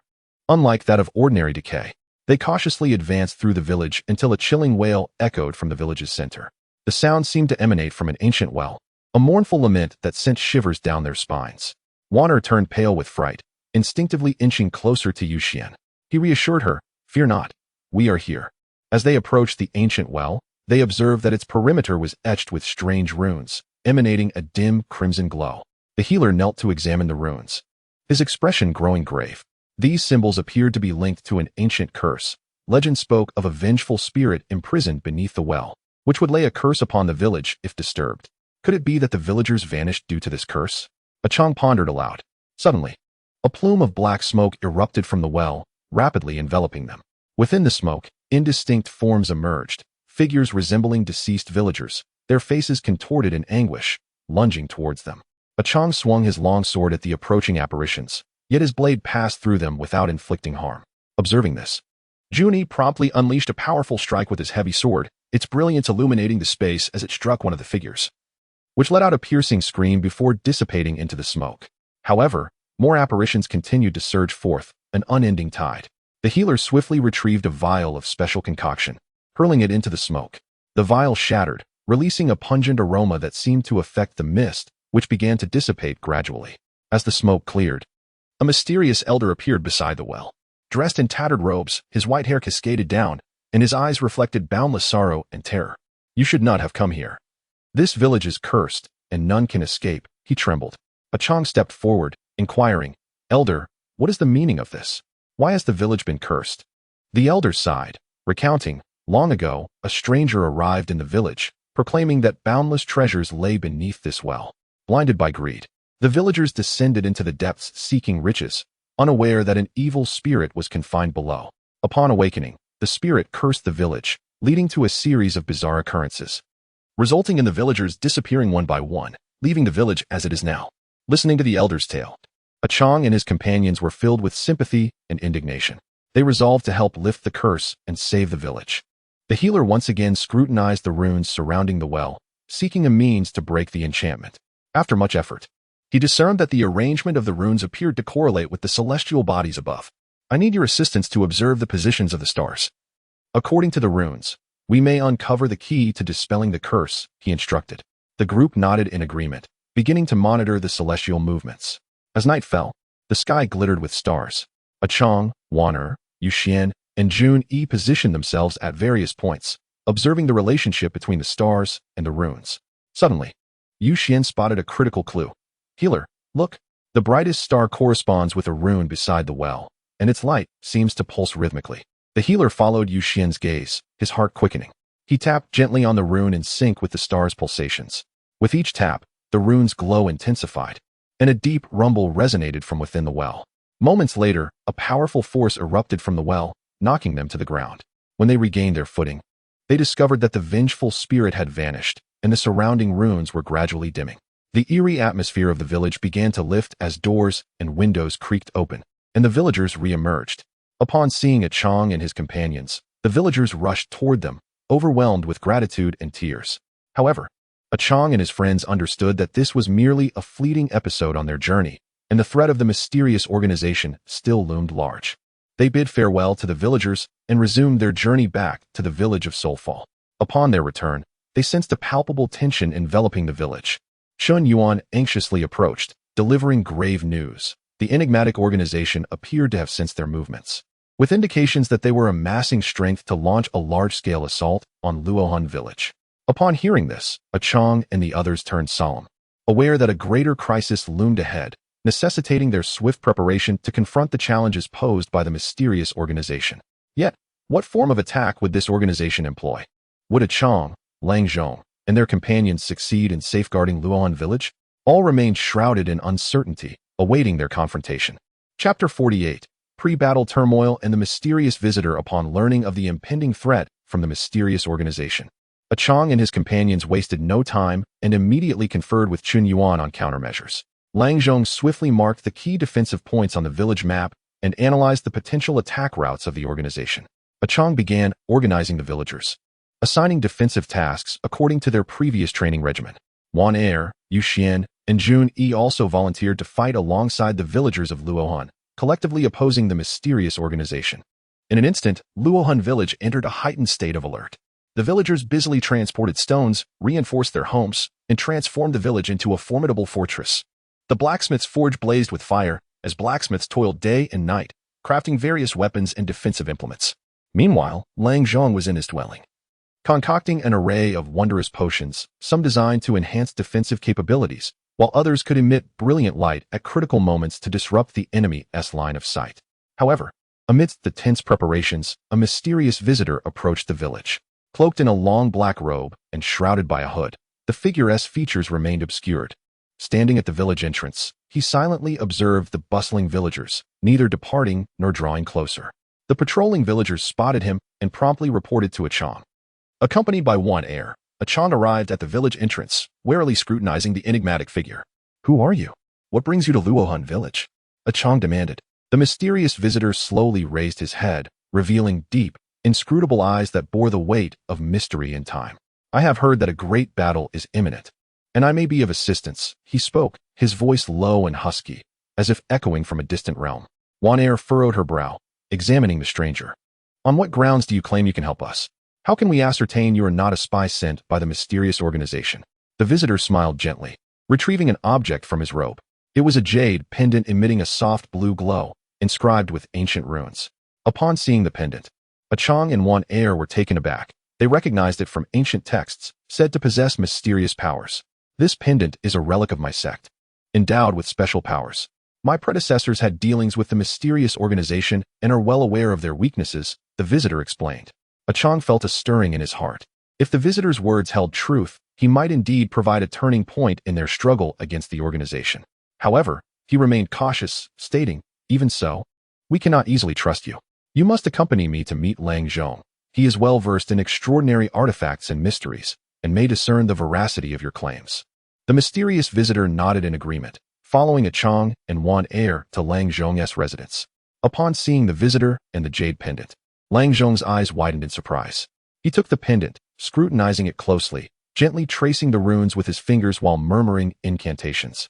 After a considerable time, Lang Zhong raised his head and said to Qiang, "Based on the material and runes of the pendant, it is indeed extraordinary, consistent with those described in ancient texts as possessing mysterious powers. Furthermore, I sense a pure energy emanating from it, not indicative of malevolence." Only then did Qiang release his lingering doubts, apologizing to the mysterious visitor. "I must beg your pardon. The cunning nature of the mysterious organization compels us to exercise caution. Since you can offer assistance, please share your knowledge." The visitor smiled slightly, saying, "No need for concern. As I understand, the mysterious organization will employ a dark sorcery known as dark mist in their assault. This mist not only obscures vision, but also erodes one's mind, plunging individuals into madness. To counteract this sorcery, we require a herb called light herb, which grows on the steep cliffs of the valley behind the village, exceedingly rare yet remarkably effective." Upon hearing this, they immediately began discussing a plan to procure the light herb. Qiang volunteered to lead Wan Er and Jun to the valley behind the village, while Lang Zhong remained to continue preparations for defense and concoct additional potions. Yu Xian and Chun Yuan took charge of organizing the villagers to expedite the construction of defensive fortifications. Would Qiang and the others successfully locate the light herb? Was the mysterious visitor a blessing or a curse? And what peril would the dark mist sorcery bring to Luo Hun Village? All remained steeped in suspense, awaiting their revelation. Chapter 49. Terror in the Valley. As dusk descended, Qiang, Wan Er, and Jun hastily made their way to the valley behind the village. The setting sun cast a blood-red glow across the valley, enveloping it in an eerie crimson hue, as if draped in an ominous veil. Dense fog enveloped the valley, permeated by a foul stench, reminiscent of decay lurking in the shadows. They traversed the winding, rugged path, the surrounding silence resembling that of a graveyard, with only the crunch of fallen leaves beneath their feet breaking the stillness, echoing like the footsteps of death. Suddenly, a chilling breeze swept through, slicing against their faces like an icy blade. Wan Er shivered, clutching Qiang's clothing tightly, her voice trembling. "Qiang, I feel as if countless eyes are watching us from the darkness. It's terrifying." Qiang scanned their surroundings warily, gripping his long knife so tightly that his knuckles turned white. He whispered, "Don't panic. It's likely just the eerie environment playing tricks on us. Everyone, be cautious and stay alert." Yet, he too felt an inexplicable chill creeping up from his feet to his heart. Jun drew his heavy sword, its blade glinting ominously, attempting to dispel the unsettling atmosphere. He feigned calmness, assuring them, "Fear not. With me here, no demon or ghost can approach." However, the slight tremor in his voice betrayed his inner tension. The trio pressed on, ultimately arriving at the base of the steep cliffs mentioned by the mysterious visitor. The cliffs loomed high above, partially obscured by fog, resembling slumbering giants. The jagged rocks, in various grotesque shapes, appeared to mimic distorted human faces and clawing monsters, as if poised to pounce from the darkness. Qiang gazed upward, searching for the light herb, but only darkness met his eyes. At that moment, a faint, sorrowful wailing echoed through the air, a lament that seemed to emanate from the depths of hell. Wan Er's face turned as pale as a sheet, her eyes wide with terror as she clutched Qiang's arm, her nails digging into his flesh. What was that sound? Qiang took a deep breath, striving to suppress the rising fear within him, though his voice quivered slightly. "Do not fear. Let us trace the source of the sound." Yet his heart raced uncontrollably, as if it sought to burst from his chest. Cautiously, they moved towards the sound, each step feeling as if they tread upon thin ice. Behind a massive boulder, they discovered a small girl, dressed in a tattered white dress, soiled at the hem. Her hair fell in disarray over her shoulders, and she crouched on the ground, sobbing softly. Qiang, battling his own trepidation, approached her, striving to sound gentle. "Little one, why are you here alone? Where are your family?" The girl slowly lifted her head, revealing a face devoid of color, skin nearly translucent, with lips bearing an eerie bluish hue. Her eyes were hollow and lifeless, resembling two bottomless black voids, devoid of any spark of life. I am without family, lost and alone. Uncle and aunt, could you guide me back home? The little girl's voice was chilling, cutting through the air like a frigid breeze, sending shivers down the spines of those present, making their blood seem to freeze. Wana felt a pang of compassion and was about to step forward when Qiang suddenly grasped her arm and whispered urgently in her ear, "Something is amiss. This child is too strange. Do not act impulsively." At that moment, the girl erupted into a piercing laughter that sliced through the stillness of the valley like a blade, echoing ominously. In the next instant, her form began to contort grotesquely, bones cracking, skin splitting to reveal dark, viscous flesh beneath. In the blink of an eye, she morphed into a monstrous creature, towering over two men, covered in sharp black scales, with thick, twisted limbs and enormous claws gleaming menacingly. Its mouth was lined with jagged fangs, dripping with a repulsive green slime. The creature let out a thunderous roar that shook the very leaves from the trees, lunging ferociously at Qiang and his companions. Qiang swiftly drew his long knife, charging toward the beast, his blade slicing through the air with a chilling brilliance. However, the creature's skin was as hard as iron. Qiang's strikes merely sparked and left shallow marks upon it. Seeing this, Junyi shouted and swung his heavy sword toward the creature's legs with tremendous force, the blade striking like a bolt of black lightning. The monster howled in pain, its voice filled with agony and murderous intent, as it pivoted sharply to attack Junyi. Seizing the moment, Wana executed her swordplay, sending waves of sword energy like shooting stars toward the beast. Though struck, the creature barely flinched, momentarily pausing before continuing its relentless assault on Junyi. Qiang, amidst the battle, discerned that the creature's eyes were its Achilles heel. At the opportune moment, when the monster lunged toward Junyi once more, Qiang inhaled deeply, leaping high with all his might, driving his knife straight into the creature's eye. The beast sensed the imminent danger, attempting to evade, but it was too late. The knife found its mark, and the creature let out a horrific scream that echoed through the valley, sending chills down spines. Qiang took advantage of this and twisted the knife violently to widen the wound. The creature writhed in agony, its body convulsing violently, black blood gushing forth like a fountain, exuding a nauseating stench. Ultimately, the monster crashed to the ground, dissipating into a wisp of black smoke, leaving behind a foul odor in the air. After this harrowing battle, the trio was utterly exhausted, their clothes drenched in sweat. Yet, they understood the urgency of their quest and pressed on to find the light grass. Eventually, they discovered several herbs emanating a soft glow on a steep cliff. Precisely the light grass they sought. Qiang secured a rope and began his descent down the cliff. As he approached the glowing herbs, an overwhelming and malevolent force suddenly emanated from them, as if an invisible hand sought to draw him into an abyss of darkness.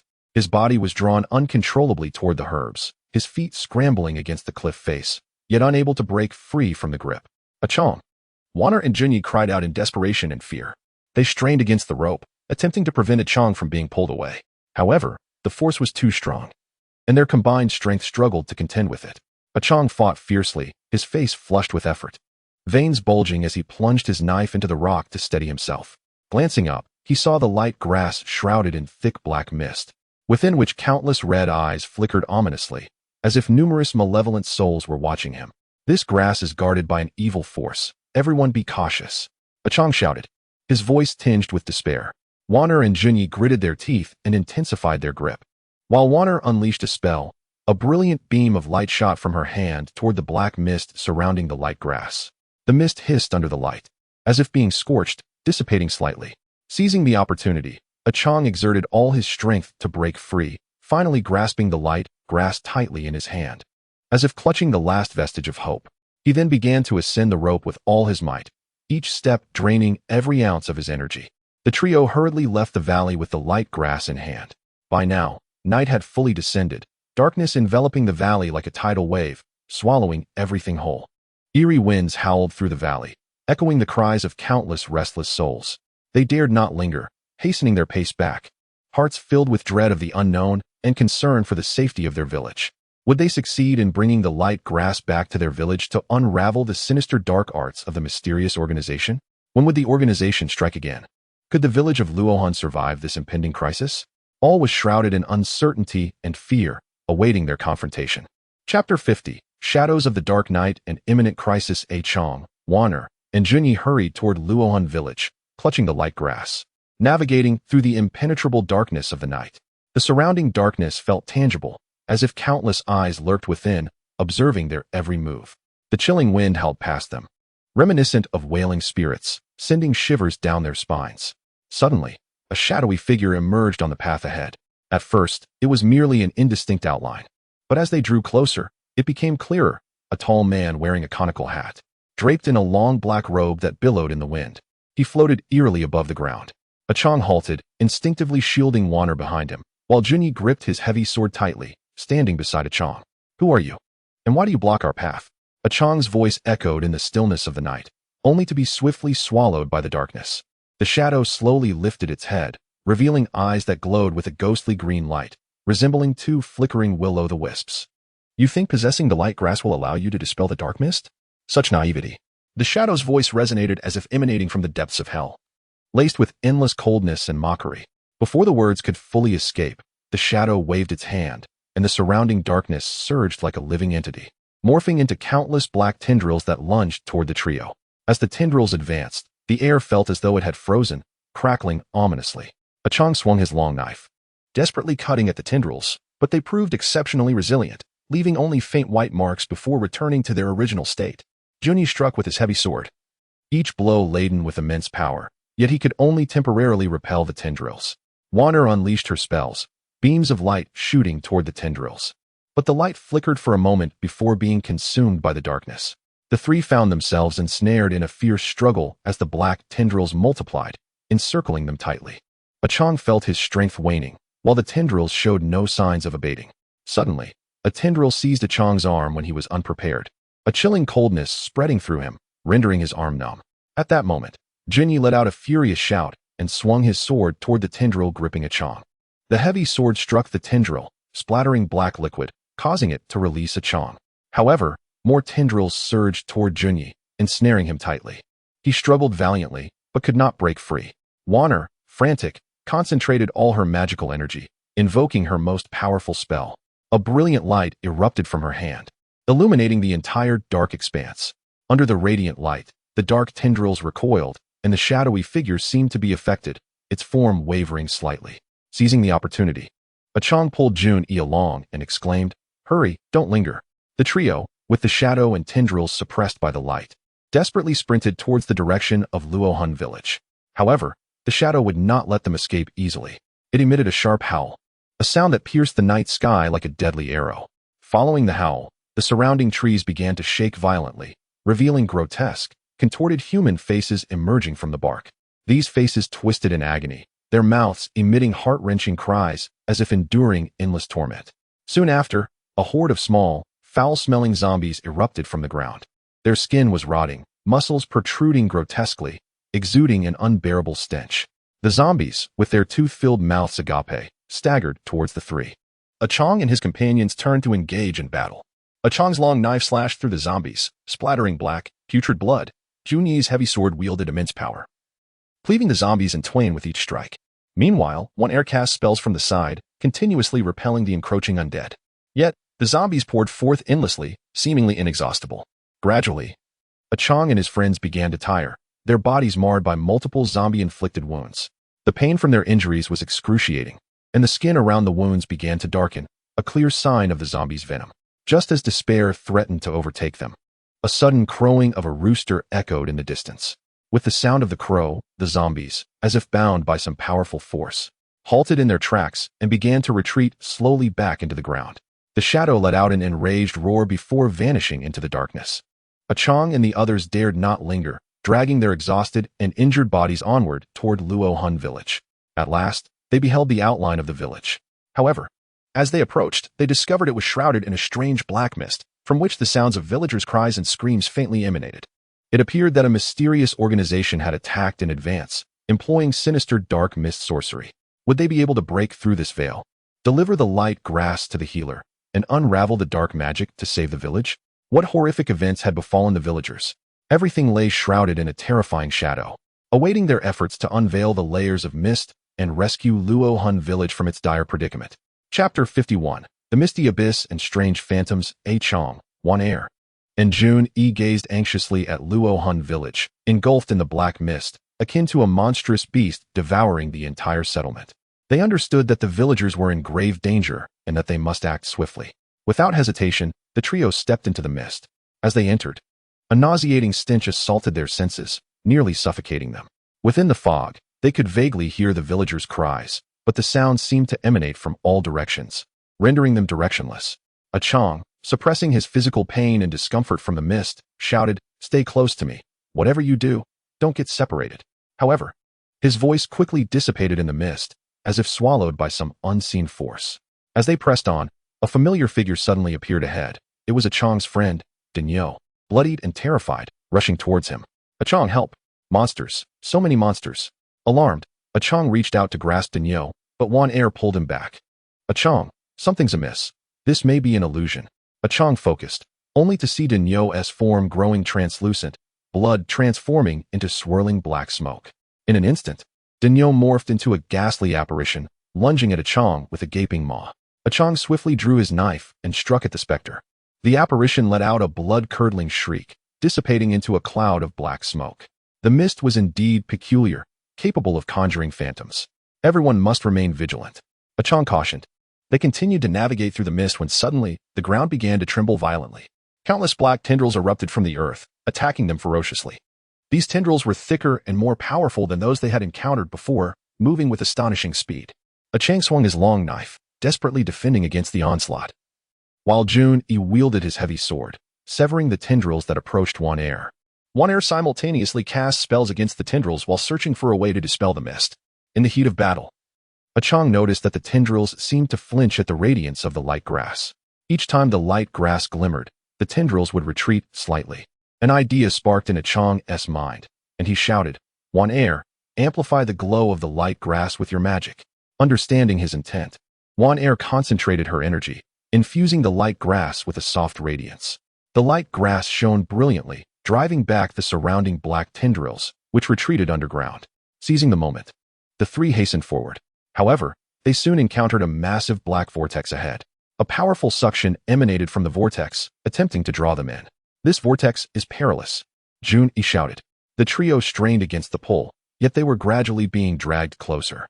Just as they neared the brink of being consumed by the vortex, Qiang caught sight of a vague figure at its center. Upon closer inspection, it was the mysterious visitor, laughing maniacally at them, the sound echoing eerily in the mist. "It's you. Who are you? Why have you ensnared us?" Qiang demanded. The visitor's laughter ceased abruptly, and he coldly replied, "Did you truly believe I came to assist you? Foolish. I am a member of the mysterious organization. From the very beginning, this has been a trap. The light grass was merely bait, designed to ensnare you, leading you into eternal disorientation within this mist." Qiang and his companions were filled with shock and fury, but they had no time to dwell on these revelations. They needed to find a way to escape their current predicament. Suddenly, an idea struck Wan Er.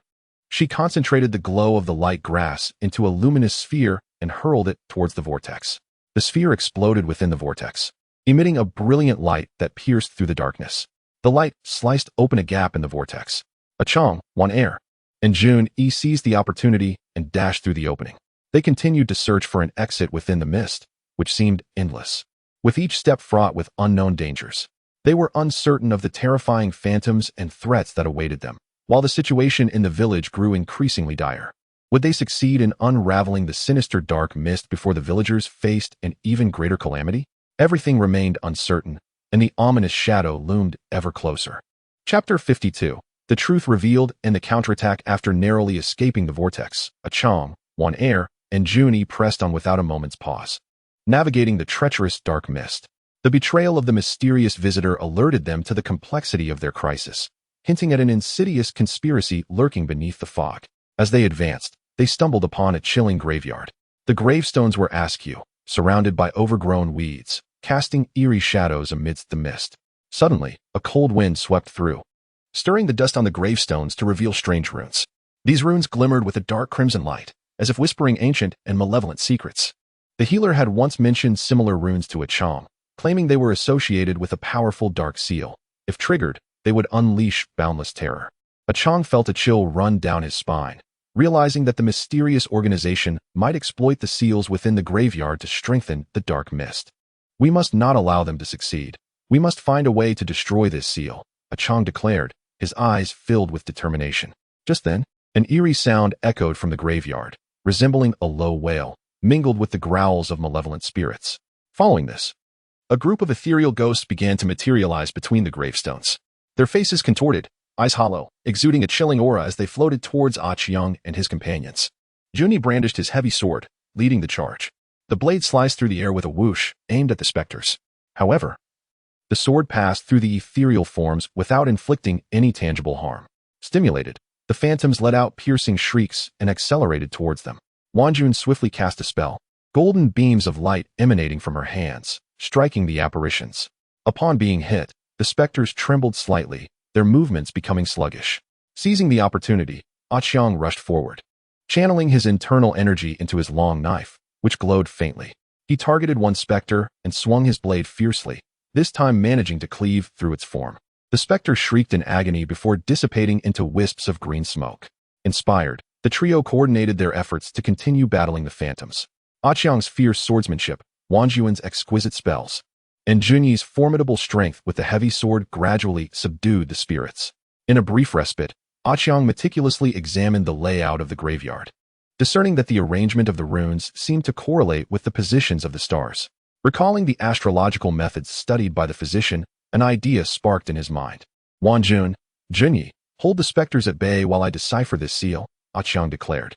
Nodding in agreement, Wanjun and Junyi intensified their attacks to stabilize the situation momentarily. Qiang focused intently, moving through the graveyard according to the celestial patterns. With each careful step, he dodged the runic energies while remaining vigilant of the specter's movements. After a painstaking exploration, he finally discovered the core of the seal, a massive black stone tablet, intricately etched with runes, at the center of which lay a black crystal radiating an eerie glow. Taking a deep breath, Qiang tightened his grip on his long knife and struck at the black crystal. Upon impact, the crystal emitted a piercing sound, and the surrounding runes flared with renewed intensity. Qiang felt a powerful backlash, his arm tingling painfully, yet he did not falter and swung his knife again. At that moment, the specters seemed to sense the threat to the seal and lunged at Qiang without hesitation. Wanjun and Junyi valiantly attempted to intercept them, but their efforts were strained. One specter broke through their defenses, lunging for Qiang's back. "Qiang, be careful," Wanjun shouted. With no time to evade, Qiang poured all his strength into another strike against the crystal. Just as the specter was about to reach him, a crack resounded, the crystal shattered.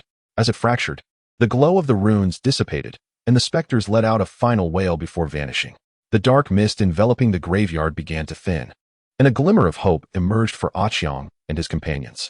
However, they understood that the mysterious organization would not easily relent. This was merely a fragment of a larger conspiracy, and greater peril likely awaited them deeper within Luo Hun Village. What malevolent schemes did the organization still harbor?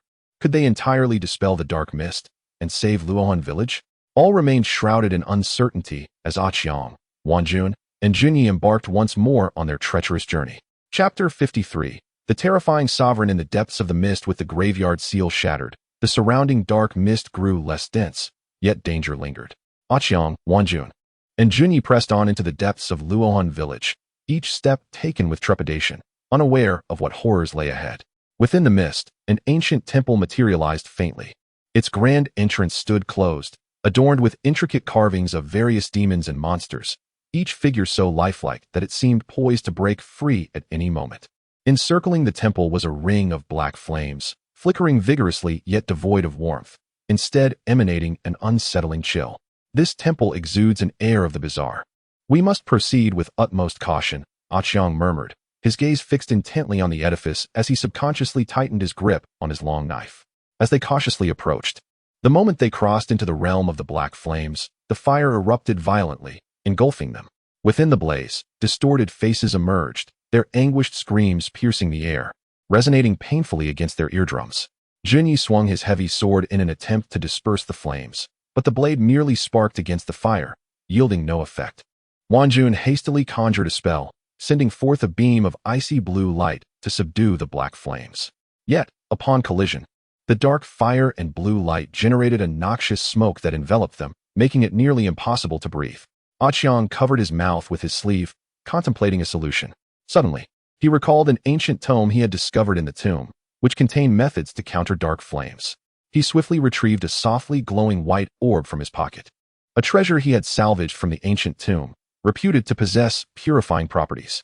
Raising the orb high, he chanted incantations.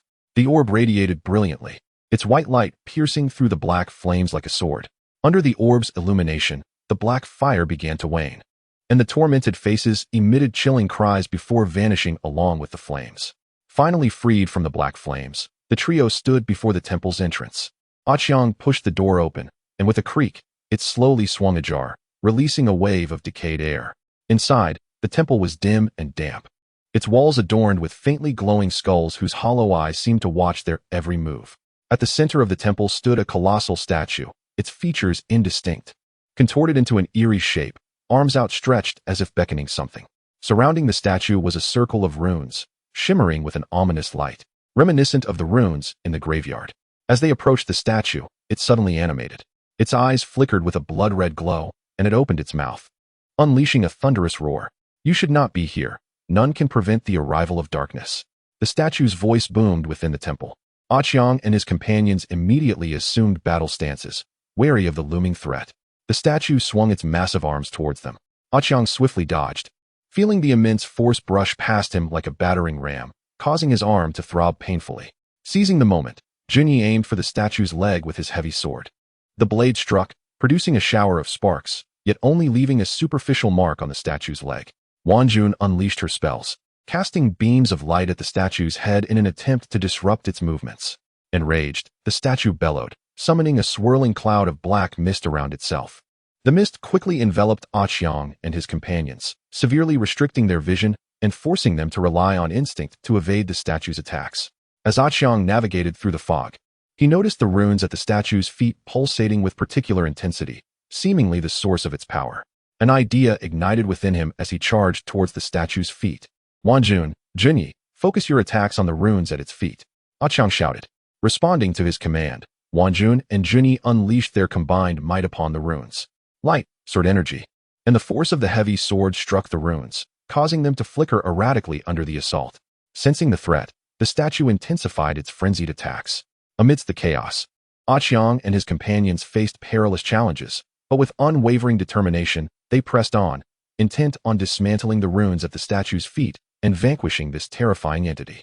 What deeper conspiracies lay hidden within the temple orchestrated by the mysterious organization? The fate of Luo Hun Village hung precariously in the balance as Qiang, Wanjun, and Junyi confronted unprecedented trials. Chapter 54. The Key to Resolution and the Ultimate Confrontation. Within the suffocating black mist, Qiang, Wanjun, and Junyi engaged in a desperate struggle against the frenzied statue, Qiang seizing the opportunity to charge toward the runes at its feet with the swiftness of a hunting leopard. Meanwhile, Wanner wielded her longsword, sending waves of sword energy that darted towards the rune like silver serpents. Junyi raised his hefty sword high, striking down with immense force upon the rune's location. The trio's assault descended upon the rune with the ferocity of a tempest, causing it to flicker violently, as if in its final throes of resistance. The statue, sensing the imminent peril, unleashed a deafening roar, its arms crashing down like colossal stone pillars towards Qiang and his companions. Qiang deftly evaded the onslaught, narrowly escaping each strike while relentlessly slashing at the rune with his blade. Suddenly, a bolt of black lightning erupted from the statue, hurtling directly towards Wanner. Caught off guard, she was struck, her body flying backward like a broken kite, landing heavily on the ground. Qiang and Junyi, witnessing this, were consumed with urgency. Junyi, while fending off the statue's attacks, called out, "Wanner, are you all right?" Struggling to rise, Wanner tasted blood at the corner of her mouth, yet her gaze remained resolute. "I'm fine, continue attacking the rune." With that, she gathered all her magical energy into her palms, unleashing a brilliant light that shot towards the rune like a shooting star. Qiang, too, summoned his full strength, his blade radiating with brilliance as he roared and plunged it fiercely into the rune. With a resounding crack, a fissure appeared on the rune, which quickly spread. As the rune shattered, the statue emitted a heart-wrenching scream, its form quaking violently. While the surrounding dark mist receded like a retreating tide, the statue's power waned, its movements growing sluggish. Seizing the moment, Qiang leaped high, channeling all his might into his blade as he aimed for the statue's neck. With a thud, the blade struck true, severing the statue's head, which tumbled to the ground and shattered into rubble. As the statue collapsed, the temple shuddered violently, skulls from the walls crashing down into fragments. Realizing the temple was on the verge of collapse, Qiang and his companions dashed towards the exit. Upon escaping, they observed the dark mist enveloping Luo Hun Village dissipating swiftly. Sunlight streamed through the clouds, illuminating the village and dispelling the last remnants of darkness. However, they had no time to breathe a sigh of relief before they spotted the leader of the mysterious organization standing in the village square, surrounded by a cadre of cloaked figures. The leader, upon seeing Qiang and his friends, revealed a sinister smile. "You indeed possess some skill to have disrupted my plans. But this cannot alter your fate. Luo Hun Village shall surely perish today." With that, he brandished a black crystal orb, swirling with a vortex of darkness, emanating an unsettling malevolence. The leader raised the orb high, chanting incantations. As he did, ominous clouds gathered in the sky, black lightning crackling through the gloom, enveloping the entire village in a stifling aura. Qiang understood this was the leader's final desperate act. They had to thwart him before the orb's power was fully unleashed. Qiang, Wanner, and Junyi exchanged determined glances, unyielding in their resolve. Without a moment's hesitation, they charged towards the leader. The cloaked figures swiftly moved to intercept them, igniting a fierce melee. Qiang swung his long sword, cutting through the throng of cloaked figures, each strike toppling opponents. Wanner, agile and precise, wielded her sword with deadly accuracy, targeting the vulnerabilities of her foes. Junyi, with his heavy sword, struck like a tiger descending from the mountain, repelling the oncoming assailants. Yet, the sheer number of cloaked figures began to overwhelm them, placing Qiang and his companions in dire straits. Meanwhile, the orb in the leader's hand glowed ever brighter, sending forth bolts of black lightning that rained down upon the village. The sounds of collapsing buildings and the cries of villagers filled the air. In this critical moment, could Qiang break through the blockade of cloaked figures and prevent the leader from unleashing the orb's ultimate power? Would Luo Hun Village survive this climactic confrontation? What sacrifices would Qiang, Wanner, and Junyi have to make? Everything hung in a tense balance, awaiting its final revelation. Chapter 55. In the face of life and death. Hope blossoms surrounded by a multitude of cloaked figures. Qiang, Wanner, and Junyi fought with every ounce of their strength. Qiang's blade danced with precision. Yet the relentless tide of cloaked figures began to wear him down. Wanner's sword struck true, but the occasional ambush left her with numerous wounds.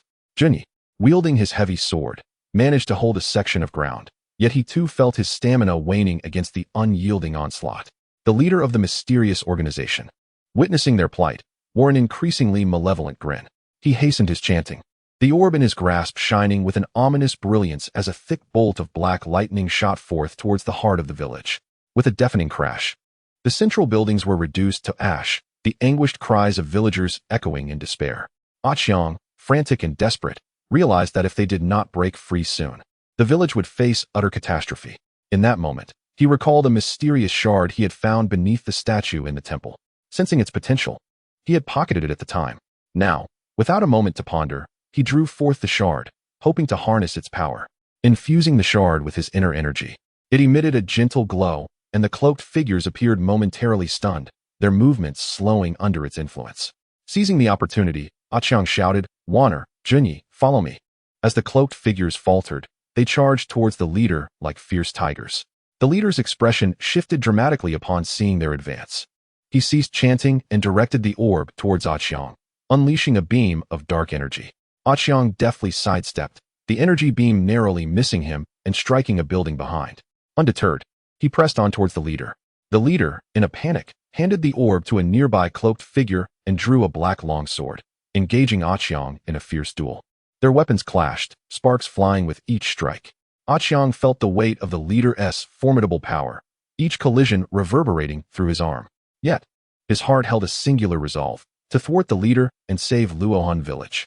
Meanwhile, Wanner and Junyi battled the other cloaked figures, drawing their attention away from Qiang. Wanner's swordsmanship was fierce, weaving through the throng of cloaked figures with ease. Junyi's heavy sword struck fear into the hearts of their adversaries. The clash between Qiang and the leader intensified, reaching a fever pitch. Suddenly, the leader unleashed a bizarre sword technique, the blade swirling like a dark vortex towards Qiang. Caught off guard, Qiang was struck, leaving several wounds that bled profusely. Just as the leader prepared to deliver a fatal blow, Wanner seized the moment. casting her most powerful spell. A blinding light erupted from her hands, striking the leader and momentarily halting his assault. Qiang, seizing the chance, gathered all his might into his longsword, letting out a fierce roar as he swung towards the leader. The strike, fueled by a desperate resolve, caught the leader on the shoulder, eliciting a cry of anguish as the black longsword fell from his grip. Without granting him a moment's respite, Qiang kicked him to the ground and rushed towards the cloaked figure clutching the orb. The figure, in a panic, attempted to flee with the orb. Seeing this, Junyi swung his heavy sword, sending a blade of energy that struck the cloaked figure's leg, causing him to tumble and the orb to roll away. Qiang swiftly grasped the crystal ball, yet malevolent forces surged violently into his body, attempting to consume him. Gritting his teeth, Qiang endured the excruciating pain and forcefully hurled the crystal ball to the ground. As the orb shattered, a powerful wave of energy radiated outward from Qiang, sending the cloaked members of the mysterious organization reeling. The leader of the organization spat blood, rendered incapable of resistance. The ominous clouds that loomed over the village gradually dispersed, and sunlight once again bathed Luo Hun Village. Qiang, Wanner, and Junyi successfully thwarted the nefarious plot of the mysterious organization, saving the village. Villagers gathered, casting grateful and admiring glances toward them. However, Qiang understood that remnants of the organization might still exist and future dangers loomed. Yet at that moment, gazing at the surviving village and its people, his heart swelled with solace. How would they respond to the potential resurgence of the mysterious organization? Beneath this seemingly tranquil land, were there hidden crises yet to be unveiled? Everything brimmed with uncertainty, awaiting Qiang and his companions to explore and protect. Chapter 56. Unsettled Aftermath and New Omens. After enduring this calamity, Luo Hun Village gradually regained its vitality. Under the leadership of Qiang, Wanner, and Junyi, the villagers began to rebuild their homes. The damaged houses were meticulously repaired, barren fields were replanted with seeds, and the laughter of children echoed once more throughout the village. Nevertheless, a shadow lingered in Qiang's heart. He was acutely aware that although the mysterious organization had sustained heavy losses, its remnants could resurface at any moment. To counter the looming crisis, Qiang reinforced the village's defenses. He organized the villagers into rotating patrols and set up various clever traps and alarm systems around the village. At the same time, he, along with Wanner and Junyi, conducted combat training for the villagers, equipping them with essential self-defense skills. During this time, the village doctor was not idle. He diligently studied the various items and ancient texts seized from the organization's stronghold, seeking to uncover more secrets about the organization and their potential next moves. After countless days and nights of research, he finally made some astonishing discoveries. One day, the doctor, with a grave expression, summoned Qiang, Wanner, and Junyi. He pointed at the ancient texts and peculiar objects laid out on the table, saying, "I have discovered that the mysterious organization seems to be searching for an ancient artifact said to possess world-destroying power. Everything they have done, including those sinister rituals, may have been aimed at locating this artifact." Qiang furrowed his brow and asked, "What should we do? If they find the artifact, the consequences would be catastrophic." The doctor pondered for a moment before responding. According to the ancient texts, clues to the artifact may be hidden in a mysterious place, the Phantom Ancient Forest. That forest is eerie and filled with bizarre phenomena and formidable monsters. We must enter the forest and locate the artifact before the mysterious organization does. We cannot allow it to fall into evil hands. Wanner and Junyi exchanged determined glances and nodded in agreement, expressing their willingness to accompany him. Qiang looked at them, warmth flooding his heart, yet he felt the weight of responsibility. After preparing the necessary supplies and weapons, Qiang, Wanner, Junyi, and the doctor embarked on their journey to the Phantom Ancient Forest. Along the way, the sky darkened ominously, heavy clouds pressing down, as if foreshadowing the arduous challenges that lay ahead. Upon reaching the forest's edge, a chilling atmosphere enveloped them. Towering trees loomed densely, their branches intertwining, obscuring the sun and casting the interior into shadow. Occasionally, eerie sounds echoed from deep within the woods, sending chills down their spines. They cautiously stepped into the forest, the crunching leaves beneath their feet resonating loudly in the stillness. Suddenly, a winding path emerged ahead, flanked by tattered flags adorned with strange symbols, fluttering ominously in the breeze. The doctor scrutinized the symbols on the flags, his expression darkening. These symbols are related to the mysterious organization's markings. It appears they have been here. We must proceed with utmost caution. As they continued down the path, the atmosphere grew increasingly sinister. Abruptly, Wanner felt a gentle tap on her shoulder from behind. causing her heart to race. She swiftly turned, only to find nothing but emptiness. "What's wrong?" Qiang asked anxiously upon noticing her distress. Wanner's face turned pale as she replied, "I felt someone tap my shoulder, but there's no one there." Junyi gripped his heavy sword tightly, scanning their surroundings warily. It could be the malevolent spirits within this forest at play. "Everyone, stay alert."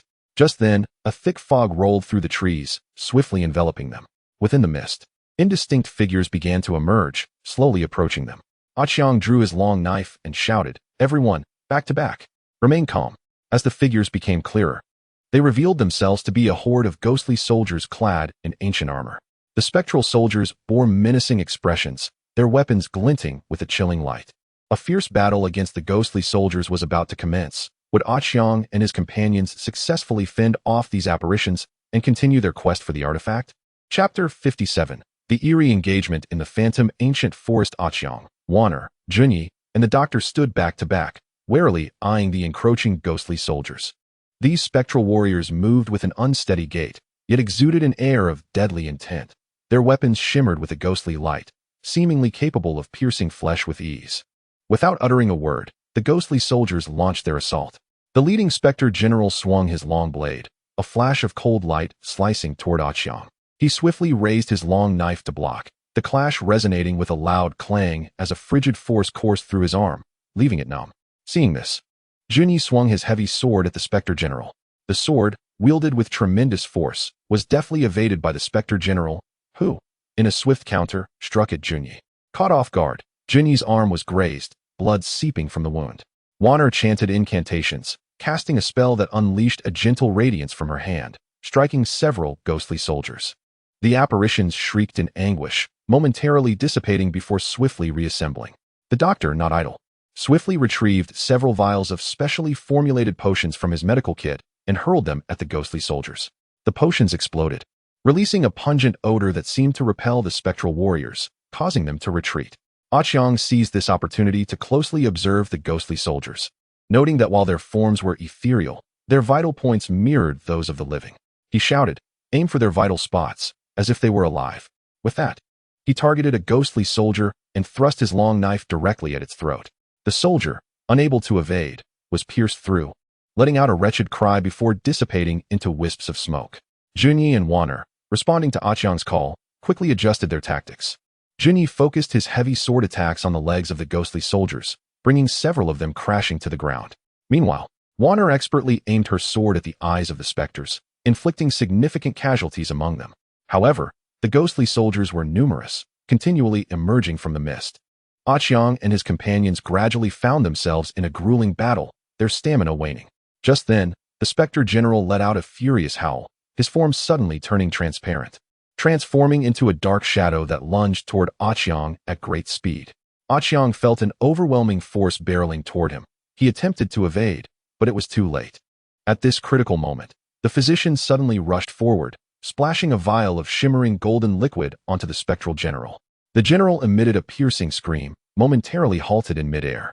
Seizing the opportunity, Qiang swung his long sword with all his might, striking the spectral general. The blow, infused with Qiang's full strength, caught the general off guard, causing his form to dissipate instantly. With the death of the general, the remaining spectral soldiers seemed to lose their command, their ranks thrown into disarray.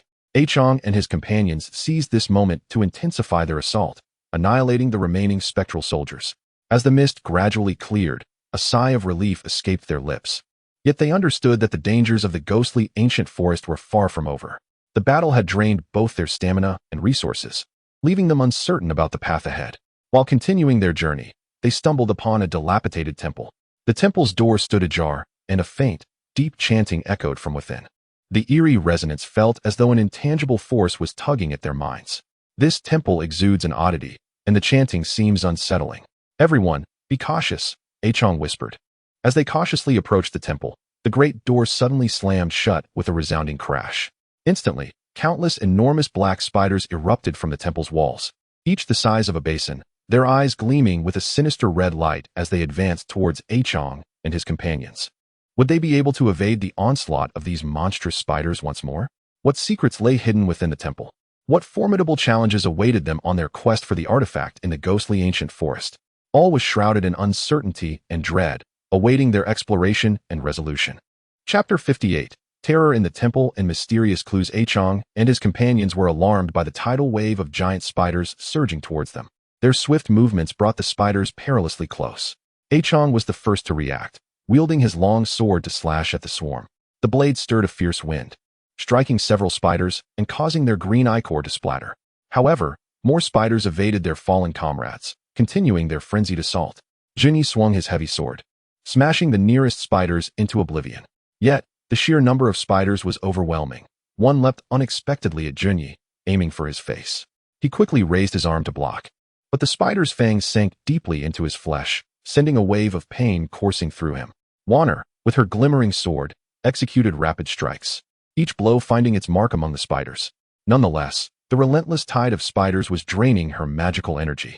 Meanwhile, the physician dodged attacks while rummaging through his medicine kit for substances to combat the spiders. Suddenly, his eyes lit up as he retrieved a small vial containing a pungent powder. He scattered it over the spider horde, and where the powder fell, the spiders halted, seemingly terrified of the smell. "Everyone, take this opportunity to rush deeper into the temple," Qiang shouted. Under the cover of the powder, they charged into the temple's interior, forcing open tightly shut doors, while the pursuing spiders paused, momentarily deterred by the powder's effect. Deep within the temple, they discovered a colossal stone coffin, etched with strange runes that glimmered faintly. The chanting emanated from the coffin, its voice possessing an almost magical quality that clouded their minds. The physician, battling through a headache, stepped forward to examine the runes. He discerned that these symbols bore a resemblance to those he had encountered at the mysterious organization's stronghold, albeit more intricate. After considerable effort, he finally grasped their meaning. The coffin contained a powerful malevolent spirit, and the mysterious organization likely sought to awaken it to harness its power in their quest for the artifact. The chanting is the incantation to awaken the spirit. "We must thwart it," the physician urged urgently. Qiang gazed at the coffin and inquired, "How can we stop it?" After a moment's contemplation, the physician replied, "The runes indicate that to prevent the spirit's awakening, we must find a special key to insert into the coffin's lock, reinforcing the seal. This key may be hidden somewhere within the temple." The group immediately began searching the temple for the key. The interior was dark and damp, cloaked in dust and spider webs. They meticulously scoured every corner, leaving no potential hiding place unchecked. Suddenly, Wanner discovered a hidden compartment behind a decrepit bookshelf. The compartment bore the same runes, and following the physician's earlier instructions, she deciphered the rune code and opened it. Inside lay a key, radiating a ghostly light. The moment Wanner grasped the key, the temple trembled violently. The chanting from the coffin intensified, and the runes upon it blazed with renewed fervor. Clearly, their actions had angered the spirit that sought to awaken. Qiang and his companions hurried towards the coffin. However, the ground beneath them suddenly cracked, and a swarm of tiny spiders poured forth from the dark fissures. Though small, their sheer numbers were staggering, swarming towards Qiang and his allies. Would they manage to reinforce the seal with the key before the spirit awakened? What new perils would these suddenly appearing spiders present? Their adventure in the ghostly ancient forest continued, each step fraught with uncertainty and danger, awaiting their resolution. Chapter 59. The Crisis of the Seal and Difficult Choices. Qiang and his companions found themselves retreating against the relentless tide of small spiders. The agile creatures swiftly climbed onto their bodies, their sharp mandibles seeking to penetrate their clothing. Qiang swung his long sword to fend off the spiders clinging to him while shouting, "Forget the spiders for now. We must reinforce the seal before the spirit awakens." Junyi shook off the spiders and charged towards the coffin with determination. However, the overwhelming number of spiders made each step a monumental struggle. Wanner continuously unleashed spells, each burst of light momentarily halting the spider's advance. The physician dodged the arachnid attacks while cautioning, "Be careful not to get bitten. They may be venomous." Qiang felt a surge of urgency as he observed the increasingly bright runes on the coffin, acutely aware of the fleeting time. Suddenly struck with inspiration, he retrieved a fire starter from his pocket and quickly gathered some tattered drapes from the temple, igniting them and tossing them towards the spider swarm. Flames rapidly spread, eliciting hissing sounds from the spiders as they recoiled in fear. In this brief respite, Junyi finally reached the coffin. He took the key from Wanner, but just as he was about to insert it into the lock, the coffin shook violently, and a powerful force sent him sprawling to the ground, blood spilling from his mouth. Qiang, Wanner, and the physician rushed to help him up. At that moment, the runes on the coffin blazed brighter, the chanting crescendoing to a deafening roar. Qiang's gaze fell upon the key in Junyi's hand, realizing their time was running out. Just then, eerie images began to materialize upon the temple walls. The scenes depicted the leader of the mysterious organization conducting a sinister ritual with a cadre of cloaked figures, centered around the very coffin before them. Qiang and his companions recognized that the organization had long been aware of the coffin's secret and had deliberately left hints to lure them in. We cannot allow the nefarious plans of the mysterious organization to succeed. We must reinforce the seal, Qiang declared resolutely. However, all understood that given their current predicament, approaching the coffin again would be no easy feat. Warner gazed at the coffin, determination gleaming in her eyes. I will use my magic to restrain the spirit's power. You must take this chance to reinforce the seal. But my spell won't last long, so you must hurry. Qiang and the physician exchanged glances, nodding in agreement. Warner inhaled deeply, channeling all her energy as she swiftly formed hand seals. A brilliant ray of light shot forth from her hands, aimed directly at the coffin. The radiant light clashed with the runes inscribed upon the sarcophagus, erupting into a dazzling brilliance. Seizing this moment, Qiang and the physician rushed towards the stone coffin. However, the malevolent spirit seemed to sense their intentions. A surge of dark energy erupted from the sarcophagus, attempting to thwart their advance. Qiang and the physician were met with immense resistance, each step requiring tremendous exertion. As they grappled with the encroaching darkness, Qiang gradually felt his strength waning. His legs felt as heavy as lead, and his breath came in rapid gasps. The physician, too, appeared pallid, beads of sweat cascading down his forehead. Yet, they were acutely aware that surrender was not an option. Gritting his teeth, Qiang summoned the last vestiges of his strength to snatch the key from Jun's grasp and valiantly aimed to insert it into the lock of the sarcophagus. Would the key fit into the lock and successfully reinforce the seal? How long could Wan'er's magic endure? In this critical moment, uncertainty loomed, and Qiang and his companions faced an unprecedented dilemma of life and death. Chapter 60. The perilous reversal of the seal under the violent onslaught of dark forces. Qiang's body swayed precariously, yet his gaze blazed with determination as he exerted every ounce of energy to push the key towards the sarcophagus's lock. Just as the key was about to enter, a more potent recoil erupted from the sarcophagus, numbing Qiang's arm and sending the key flying from his grasp. No, Qiang shouted, helplessly watching the key soar towards a corner of the temple. The physician, undeterred by the dark energy's pull, sprinted towards the direction of the falling key. At that moment, Wan'er's magic began to flicker erratically, evidently nearing its limit.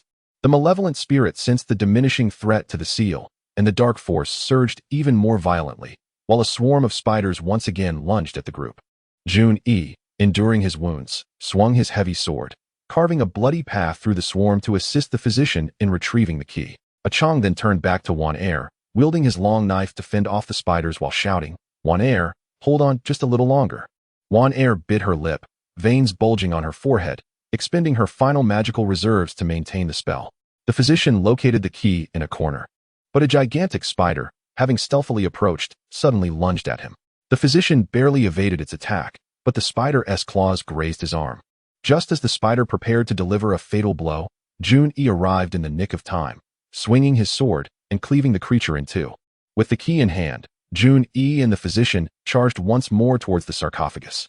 Meanwhile, Wan'er's magic finally dissipated, and the dark energy surged towards them like a breaking dam. Qiang was struck first, propelled backwards several feet, crashing heavily against the wall. Jun and the physician were also buffeted by the dark forces, their steps faltering. Yet they showed no sign of retreat, supporting one another to press onward. The runes upon the sarcophagus blazed with an unprecedented intensity, the malevolent spirit on the verge of breaking free from its confinement. In this dire moment, Jun pushed the physician forward, shouting, quickly. With the momentum from Jun's shove, the physician leaped towards the sarcophagus, inserting the key into the lock just as the dark energy threatened to engulf him entirely.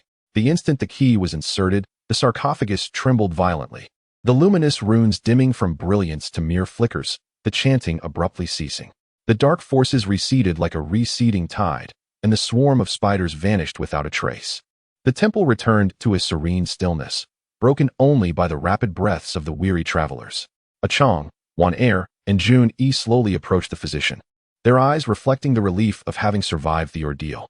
Yet they understood that this was merely a chapter in their adventure through the ghostly ancient forest. The machinations of a mysterious organization still lurked in the shadows. After this harrowing crisis, they rested briefly in the temple to regain their strength. The physician examined the sarcophagus closely, discovering new runes that had appeared. After some contemplation, he exclaimed, "These runes seem to point to a deeper location within the ghostly ancient forest, where important clues related to the artifact may be concealed." Qiang gazed at his companions, resolutely declaring, "We cannot waver. No matter the dangers that lie ahead, we must press on to prevent the mysterious organization from uncovering the artifact." One heir, Juni. And the physician nodded in agreement. Thus, the four of them gathered their belongings and set forth once more into the depths of the ghostly ancient forest.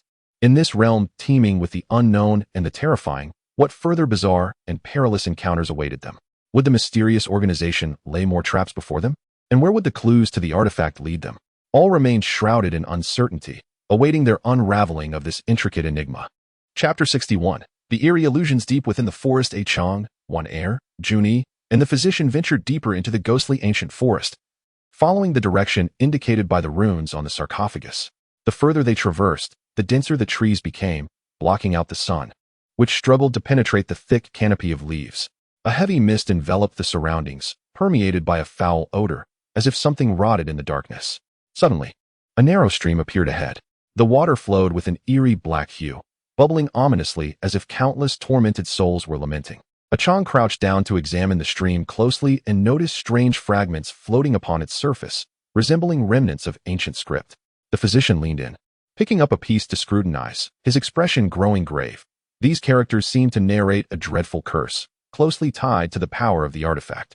It appears we are drawing ever closer to the clues regarding the artifact, but the dangers are escalating. Cautiously, the group proceeded along the stream. Suddenly, a vague silhouette emerged from the mist. As they approached, the figure became clearer, a woman clad in white. Her beauty was striking, yet her eyes held an infinite sorrow. Standing by the stream, she wept softly, her voice hauntingly sorrowful, tugging at the heartstrings. Filled with compassion, one heir stepped forward to offer solace. But Qiang grasped her arm, cautioning, "One heir, this forest is rife with the uncanny. This woman's origins are unclear, and she may harbor ulterior motives." At that moment, the woman slowly raised her head, her gaze locking onto Qiang and the others, murmuring, "Help me. I have been trapped here for so long." With that, she extended her hand towards them, her skin pale and fragile as parchment. Juni tightened his grip on his sword, shouting, "Who are you? Why are you here?" The white-clad woman remained silent, her weeping growing louder, echoing throughout the valley. With her cries, the mist began to swirl violently, revealing more figures within. Twisted visages of vile spirits, armored ancient soldiers, and grotesque creatures emerged, all rushing towards Qiang and his companions with ferocity. Qiang swiftly drew his long knife, shouting, "Everyone be cautious. These are mere illusions, do not be deceived." He then charged at the oncoming phantoms. His blade struck the illusions, dispersing only a cloud of black smoke, yet the apparitions remained unharmed, continuing their relentless assault. One heir cast her spells, beams of light shooting towards the phantoms, but the light was devoured upon contact with the darkness. Juni swung his sword, attempting to break through the encirclement of illusions, but they surged incessantly, trapping them in a tight grip. The physician quickly concocted a potion, blending various herbs before igniting them, releasing a pungent aroma. This scent seemed to have a restraining effect on the phantoms, causing their movements to slow. Seizing the opportunity, Qiang observed the surroundings and discerned that the phantom's appearance was linked to the woman's cries. If they could silence her lamentations, perhaps they could dispel the illusions. Qiang shared this insight with his companions and, taking advantage of the phantom's sluggishness, dashed towards the white-clad woman. Upon seeing Qiang approach, the woman's wails escalated in pitch. The surrounding phantoms lunged at Qiang, desperately trying to thwart his advance. Navigating through the throngs of apparitions, Qiang sustained several cuts, yet he pressed on undeterred, ultimately reaching the woman before him. Qiang raised his long blade and shouted at the woman in white, "Stop pretending and put an end to all of this." Yet, the woman abruptly ceased her weeping, a strange smile gracing her lips, before transforming into a wisp of black smoke and vanishing. With her disappearance, the surrounding illusions dissipated instantaneously, the mist gradually clearing, allowing sunlight to once again bathe the group. However, Qiang understood that this was merely another trial bestowed upon them by the ghostly ancient forest. Ahead lay perhaps even more terrifying and perilous challenges. Would they successfully uncover the clues to the divine artifact, and how would they confront the impending crises? All remained uncertain, and they could only continue to forge ahead with courage. Chapter 62. The mysterious ruins and forbidden power after dispelling the illusions. Qiang and his companions ventured deeper into the ancient forest along the stream. Time passed, and suddenly the path opened to reveal an ancient ruin before them. The entrance was constructed of massive black stones, adorned with peculiar patterns and symbols that exuded an air of mystery and antiquity. The healer stepped forward, closely examining the engravings, his face lighting up with surprise. These symbols bear resemblance to the descriptions of the divine artifact I encountered in ancient texts. Perhaps the clues to the artifact lie within these ruins. However, as they approached the entrance, they were suddenly met with a powerful aura of prohibition. Qiang reached out to touch the door, only to feel a jolt of electricity surge through his body, prompting him to quickly withdraw his hand. This door is fortified with a formidable barrier. Recklessly touching it could be dangerous, Qiang remarked, furrowing his brow. Just as they pondered how to enter the ruins, Junyi noticed two depressions flanking the entrance, each shaped like a hand. Perhaps these are the mechanisms to open the door, he suggested. Exchanging glances, Qiang and Junyi simultaneously placed their hands into the depressions. Instantly, the symbols on the door radiated a brilliant light, and a powerful force began to tug at their bodies. Qiang and Junyi gritted their teeth and braced themselves against the pull. Wanner and the healer watched anxiously, ready to assist at a moment's notice. As the light intensified, the door creaked open, releasing a wave of ancient air. Behind the door lay a long corridor, its walls embedded with crystals that emitted a ghostly glow, barely illuminating their path. Cautiously, they proceeded along the corridor until a deep, rumbling roar echoed from within. The sound reverberated through the narrow passage, causing their eardrums to ache. Qiang gripped his long blade, signaling for vigilance. Turning a corner, they beheld a colossal statue of a mythical beast positioned in the center of the corridor. The creature resembled a Qiang, yet bore 3 eyes, emanating an eerie aura. Suddenly, the beast's eyes snapped open, casting 2 beams of red light directly at Qiang and his companions. Qiang swiftly sidestepped, the beams narrowly missing him and striking the wall behind, creating a massive hole. Junyi swung his heavy sword, charging at the beast, but the blade merely produced a resounding clang as it left only a shallow mark on the creature's body. Wanner conjured ice shards that shot toward the beast, yet the creature showed no fear, opening its maw to unleash a torrent of black flames that melted the shards instantly. Meanwhile, the healer observed the beast's movements, searching for its weaknesses. Amidst the fierce confrontation, Qiang noticed that the beast's third eye flickered with light during its attacks, seemingly the focal point of its power. Seizing the opportunity, as the beast prepared to unleash flames once more, Qiang leaped high, thrusting his long blade toward the creature's third eye. The beast sensed the danger and attempted to evade, but it was too late. The blade struck true, piercing the third eye, and the beast let out a deafening roar, its body quaking violently. Black blood oozed from the eye, splattering onto the ground and sizzling as it eroded the earth into deep pits. The wounded creature became frenzied, swiping its claws at Qiang. Unable to dodge in time, Qiang was slashed across the arm. Seeing this, Junyi and Wanner immediately intensified their assaults, striving to restrain the beast and grant Qiang another opportunity to strike. Just as Qiang prepared to attack again, the beast abruptly ceased its assault, its form beginning to dissipate into a cloud of black smoke. Within the smoke, a glowing key emerged. Qiang reached out to grasp the key, realizing it might unlock the deeper secrets of the ruins. Yet, they remained unaware of the myriad dangers concealed within these ruins, nor whether the clues to the divine artifact truly lay ahead. In this enigmatic site, every corner could harbor lethal threats. How would Qiang and his companions confront the forthcoming challenges? Chapter 63. The Ruins Maze and Deceptive Traps Clutching the Softly Glowing Key. Qiang and his companions pressed further into the ruins. At the end of the corridor, they entered a vast circular hall, surrounded by 5 identical passageways, each shrouded in a faint mist, obscuring their destinations. Which path should we choose?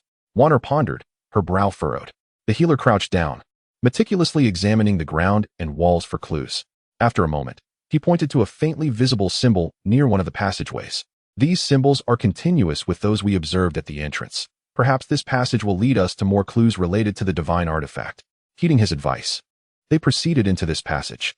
The corridor twisted and turned like a labyrinth. Not long after, they encountered a stone door adorned with strange engravings that seemed to narrate an ancient tale. Qiang attempted to insert the newly acquired key into the lock, but to no avail. As they contemplated their next move, the ground suddenly trembled violently. In an instant, sharp stone spikes erupted from the seams in the walls. Everyone, be careful, Qiang shouted. The group swiftly employed their agility to evade the spikes. The spikes surged relentlessly from all directions, constricting their space and escalating the difficulty of evasion. Jinyi swung his heavy sword, attempting to sever the spikes, but found them impenetrably hard. The sword merely sparked upon impact. Wanner cast a spell, surrounding them with a shield that temporarily held back the spike's onslaught. However, the shield flickered precariously under the continuous assault, threatening to shatter at any moment. The healer, while dodging the spikes, scrutinized the patterns on the stone door and realized their changes seemed to correlate with the rhythm of the spike's attacks. He shouted, "Everyone, dodge the spikes according to the sequence of the door's patterns."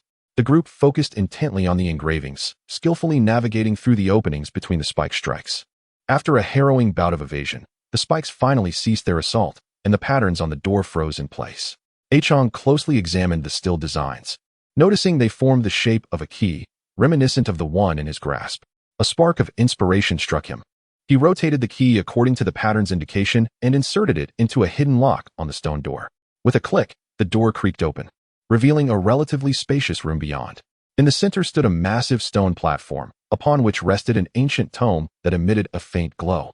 As Qiang and his companions approached the platform, eager to seize the tome, dark liquid began to drip from the ceiling. The liquid splattered onto the ground, instantly corroding it into deep pits. Qiang swiftly drew his long blade, warily surveying his surroundings. At that moment, a horde of small, foul-smelling creatures surged from the corners of the room. These monsters bore sharp claws and fangs, their eyes gleaming with a bloodthirsty glint as they lunged at Qiang and his companions. Qiang swung his long blade, engaging in combat with the creatures, each strike finding its mark. Jinyi wielded his heavy sword, sending the nearest monsters flying with tremendous force. Wanner unleashed flames that erupted among the horde, causing them to scream in agony. Yet, the creatures were undeterred, charging forward relentlessly. Qiang and his companions found themselves increasingly beleaguered, their strength waning with each passing moment.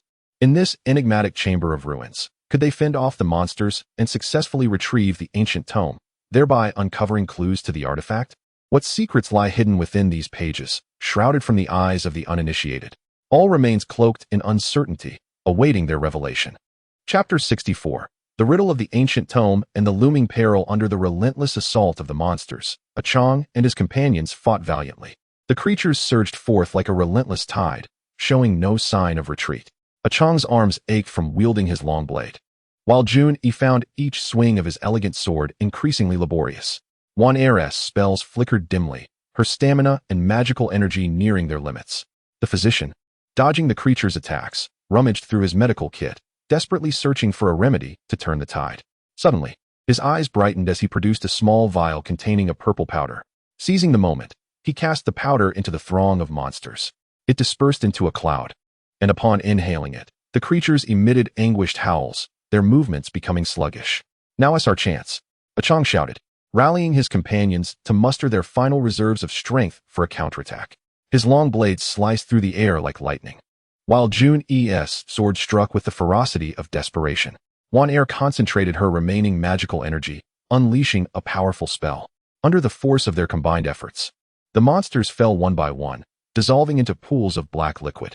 Breathing heavily and taking a moment to recover, Qiang approached the stone pedestal and grasped the ancient tome that emanated a faint glow. Its cover, crafted from an unknown material, felt icy to the touch, inscribed with archaic runes. The physician leaned in closer, his expression growing grave as he scrutinized the symbols. These runes contained fragments of information about the artifact, yet their meanings remained elusive, seemingly bound by an arcane restriction. Forcing an interpretation could invoke peril, he warned. At that moment, a low, sinister laughter echoed through the chamber, reverberating ominously, its source indiscernible. "Did you truly think that acquiring the tome would lead you to the artifact?" How Navi, a chilling voice intoned.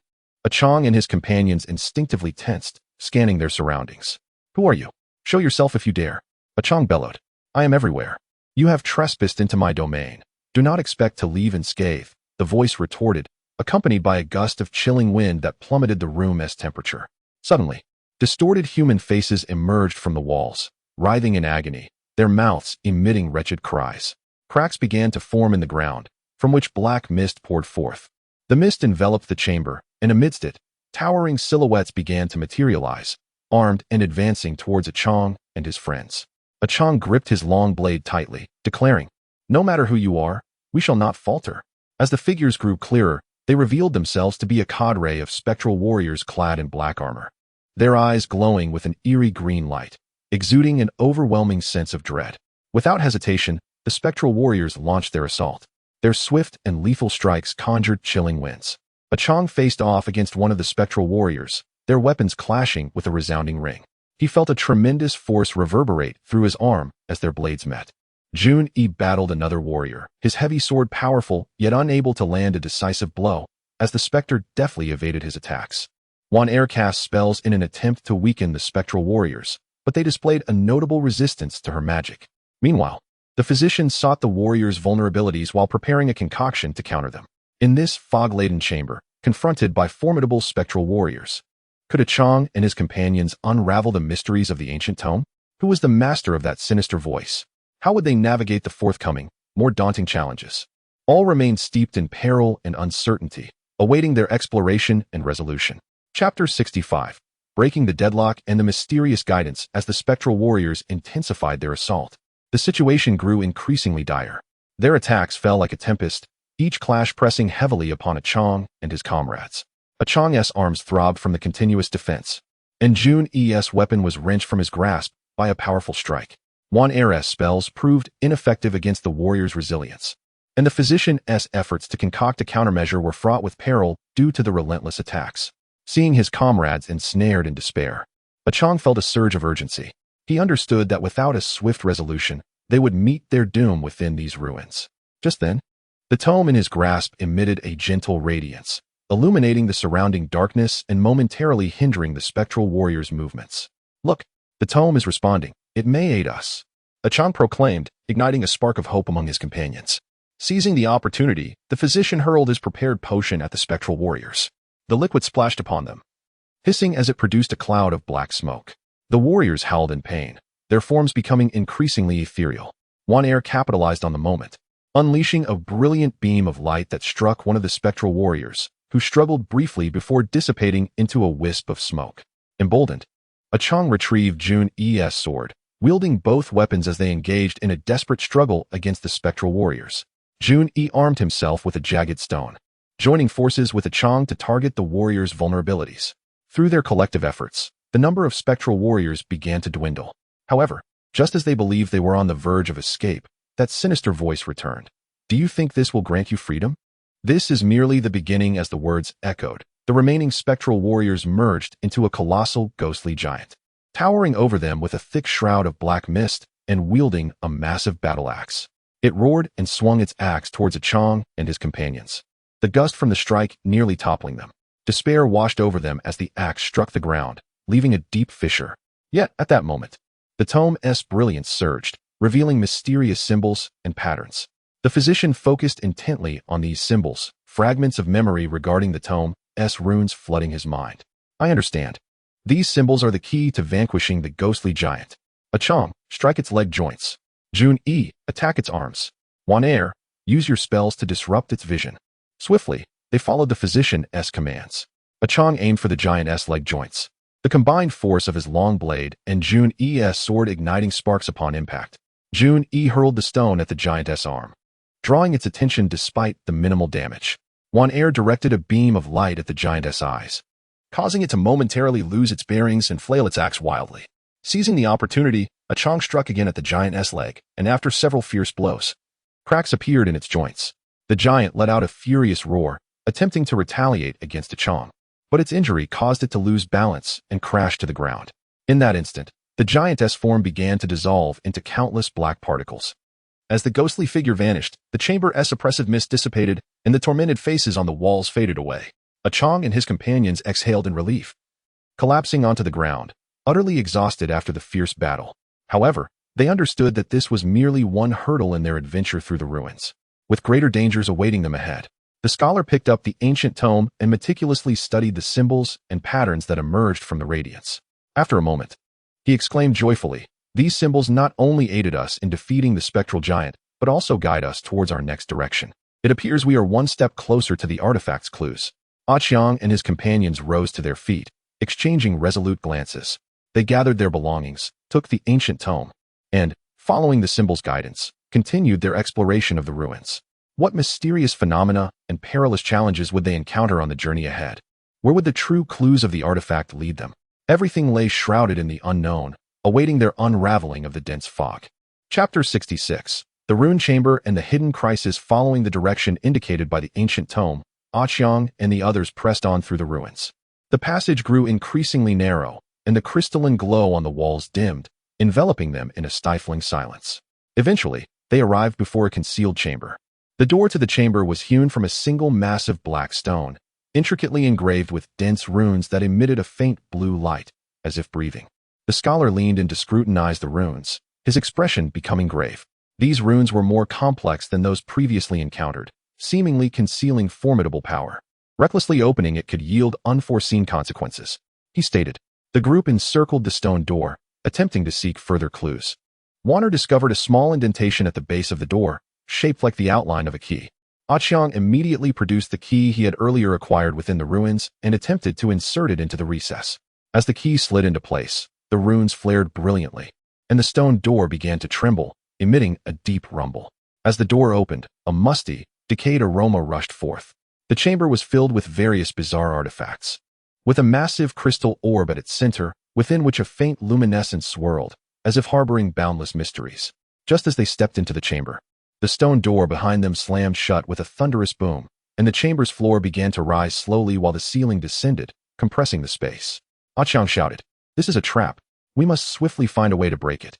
The group quickly searched the chamber for clues. Junyi spotted a stone tablet inscribed with runes in a corner and called everyone over. The scholar meticulously deciphered the runes on the tablet, his face reflecting urgency. It revealed that only by channeling the power within the crystal orb into the runes of the door could they halt the mechanism's operation and unlock the door. However, this process was exceedingly perilous. Any misstep could result in a backlash from the orb's power. Qiang, observing the shrinking space, decisively stated, "There's no time to hesitate. We must try." He approached the crystal orb, and as he drew near, he felt a tremendous pull, as if his very soul were being drawn in.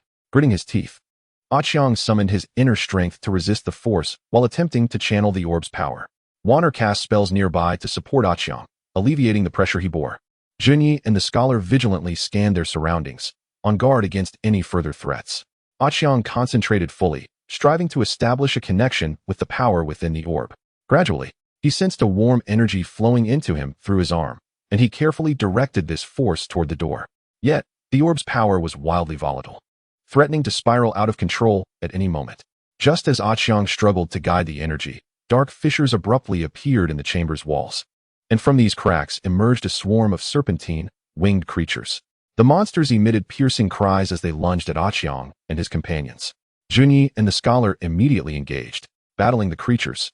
Junyi swung his heavy sword, each strike imbued with immense power, cleaving the approaching monsters. The scholar dodged the creatures' attacks while rummaging through his medicine kit, seeking a remedy to counteract the monsters. Warner, tasked with sustaining her spell to assist Qiang while also fending off the creatures, gradually felt overwhelmed, beads of sweat rolling down her forehead. Meanwhile, Qiang was at a critical juncture in channeling the orb's power. Any distraction could undo his efforts and lead to a backlash. In this dire moment, could Qiang successfully channel the orb's power to unlock the door? Could Junyi and the scholar withstand the monster's onslaught and buy Qiang the necessary time? How would they confront this relentless crisis? Everything hung in the balance, danger lurking closely, awaiting resolution. Chapter 67. Breaking the crisis and the mysterious emergence under the relentless assault of the creatures. Junyi and the scholar fought valiantly. The monsters were agile, attacking from various angles, leaving them somewhat overwhelmed. Although Junyi's heavy sword wielded immense power, each strike left a brief opening for the monsters to exploit. The scholar continuously hurled potions, attempting to disrupt the monsters' movements. Yet the creatures seemed to have developed a degree of immunity to the remedies, rendering them less effective. Warner maintained her spell to alleviate Qiang's burden while drawing her longsword to thrust at the approaching monsters. However, with the sheer number of monsters, fatigue began to set in, and sweat dripped from her brow. Qiang was at a pivotal moment in channeling the orb's power. He sensed the energy within the orb surging like a torrential flood, threatening to overflow at any misstep. Clenching his teeth, he relied on his indomitable will, inching the power toward the runes of the door. Suddenly, one of the monsters seized the opportunity as Qiang focused intently on channeling the energy, lunging at him. Junyi, witnessing this, felt a tightness in his chest. Disregarding his own safety as he leaped toward the creature, the heavy sword carved a swift arc through the air, cleaving the monster in half. However, this exposed into another creature, which clawed at his back, instantly staining his garments with blood. The scholar, seeing this, quickly retrieved a pill from his kit and thrust it into Junyi's mouth while shouting, "Hold on. We will surely overcome this challenge." He then hurled a vial of noxious-smelling potion into the swarm of monsters. The potion exploded, releasing a potent odor that disoriented the creatures, slowing their movements. Qiang seized this opportunity to intensify his channeling of the orb's power. At last, a beam of light surged from his arm, precisely infusing the runes on the door. The runes blazed brilliantly, halting the previously compressing space. Subsequently, the runes began to flicker, and the stone door slowly opened. As the door creaked ajar, a powerful gust of wind erupted, sweeping the monsters from the chamber. The group finally exhaled in relief, collapsing onto the floor. After a brief respite, they regained some strength and turned their gaze back to the crystal orb at the chamber's center. At that moment, the orb's glow softened, revealing bizarre patterns on its surface. The scholar stepped closer, closely examining the patterns, his face reflecting astonishment. These patterns seemed to guide them deeper into the ruins, where the core clues to the artifact might lie hidden. Qiang and his companions stood up. Despite having just survived a life-threatening crisis, their eyes remained resolute. They gathered their belongings, ready to delve deeper into the ruins. However, as they stepped out of the chamber, they discovered that the passage outside had undergone a significant transformation. The previously narrow passage widened, and vivid murals appeared on the walls. The murals depicted an intense battle, one side featuring a warrior wielding the artifact, while the other showed a horde of dark creatures. The warrior, empowered by the artifact, forced the dark beings to retreat. Yet, in the final mural, the artifact vanished, and the dark creatures seemed to be searching for something. It appeared the artifact's disappearance was linked to these dark beings. They needed to hasten their pace. Qiang declared. The group continued along the passage, the atmosphere growing ever more mysterious. Suddenly, a crossroads appeared ahead, with 3 paths emanating different hues of light, one red, one blue, and one green. Each passage was infused with an aura of the unknown, leading to destinations yet uncharted. How should they choose their path? What secrets and dangers lay hidden deeper within the ruins? Was the mysterious organization also hastening towards the same destination? The adventure of Qiang and his companions was far from over. Each decision could determine their fate and the ultimate possession of the artifact. Chapter 68. The Crossroads of Choice in the Eerie Space. Qiang and his companions stood at the crossroads, contemplating the 3 illuminated paths. The red passage radiated a fervent and flamboyant glow, seemingly harboring an intense power. The blue passage emitted a cool, gentle light. It possessed an enigmatic chill, while the green passage shimmered with vitality, reminiscent of a spring forest. Each path seemed extraordinary, but which one was the correct choice? Junyi furrowed his brow, his eyes filled with conflict. The doctor stroked his chin, meticulously observing the subtle details at the entrance of the passage, seeking clues. According to the hints from the murals, the artifact appeared to be connected to a formidable power. Perhaps we should choose the path that resonates with the artifact's energy. One Air closed her eyes, attuning herself to the emanations of the 3 passages. After a moment, she opened her eyes and spoke. The power of the red passage is too intense, exuding an aggressive aura. The blue passage's energy is cold and mysterious, elusive, while the green passage's energy feels relatively gentle, reminiscent of certain natural forces we encountered in the ancient forest. After a moment of reflection, Qiang said, "Throughout our journey, the dangers we faced have mostly been linked to dark forces, and the green passage's aura is comparatively mild. Perhaps it can guide us away from peril and lead us to clues about the artifact. Let us choose the green passage." The group nodded in agreement and then stepped into the green passage. A soft mist enveloped them as they progressed, within which they could faintly discern twinkling points of light, akin to stars in the night sky. They walked along the path, the ground beneath their feet soft and springy, as if treading upon a thick carpet of moss. Shortly, they arrived at a vast circular space. In the center lay a large green lake, its waters crystal clear, revealing bizarre plants growing on the lakebed, shimmering softly and casting an ethereal glow upon the entire expanse. As they approached the lake, the placid surface suddenly rippled. A massive green sea turtle slowly surfaced. Its shell was adorned with vibrant moss, and its eyes gleamed like 2 enormous gemstones, radiating wisdom. "Outsiders, why have you trespassed into this place?" The turtle's voice resonated, deep and gentle, echoing throughout the space. Qiang stepped forward respectfully, saying, "We seek an artifact, hoping to thwart the nefarious schemes of a mysterious organization. Guided along our journey, we have arrived here. The turtle regarded them quietly and, after a moment, replied, I possess some knowledge regarding the artifact. However, this space harbors numerous dangers. If you wish to proceed, you must first pass my trial. Qiang and his companions exchanged determined glances. Please enlighten us. We are willing to accept the trial, Qiang declared. The turtle slowly raised its front limb, gesturing towards one side of the lake. They beheld a bridge formed of green light materializing upon the surface, winding gracefully towards a small island at the lake's center. You must traverse this luminous bridge to reach the island, where you will encounter various illusory distractions. Should you resist these illusions and successfully reach the island, I shall guide you to the next step, the turtle instructed. As they stepped onto the light bridge, the scenery began to shift dramatically. On either side of the bridge, visions of their deepest desires materialized. Qiang beheld the restoration of Luo Hun Village to its former glory, with villagers living in harmony.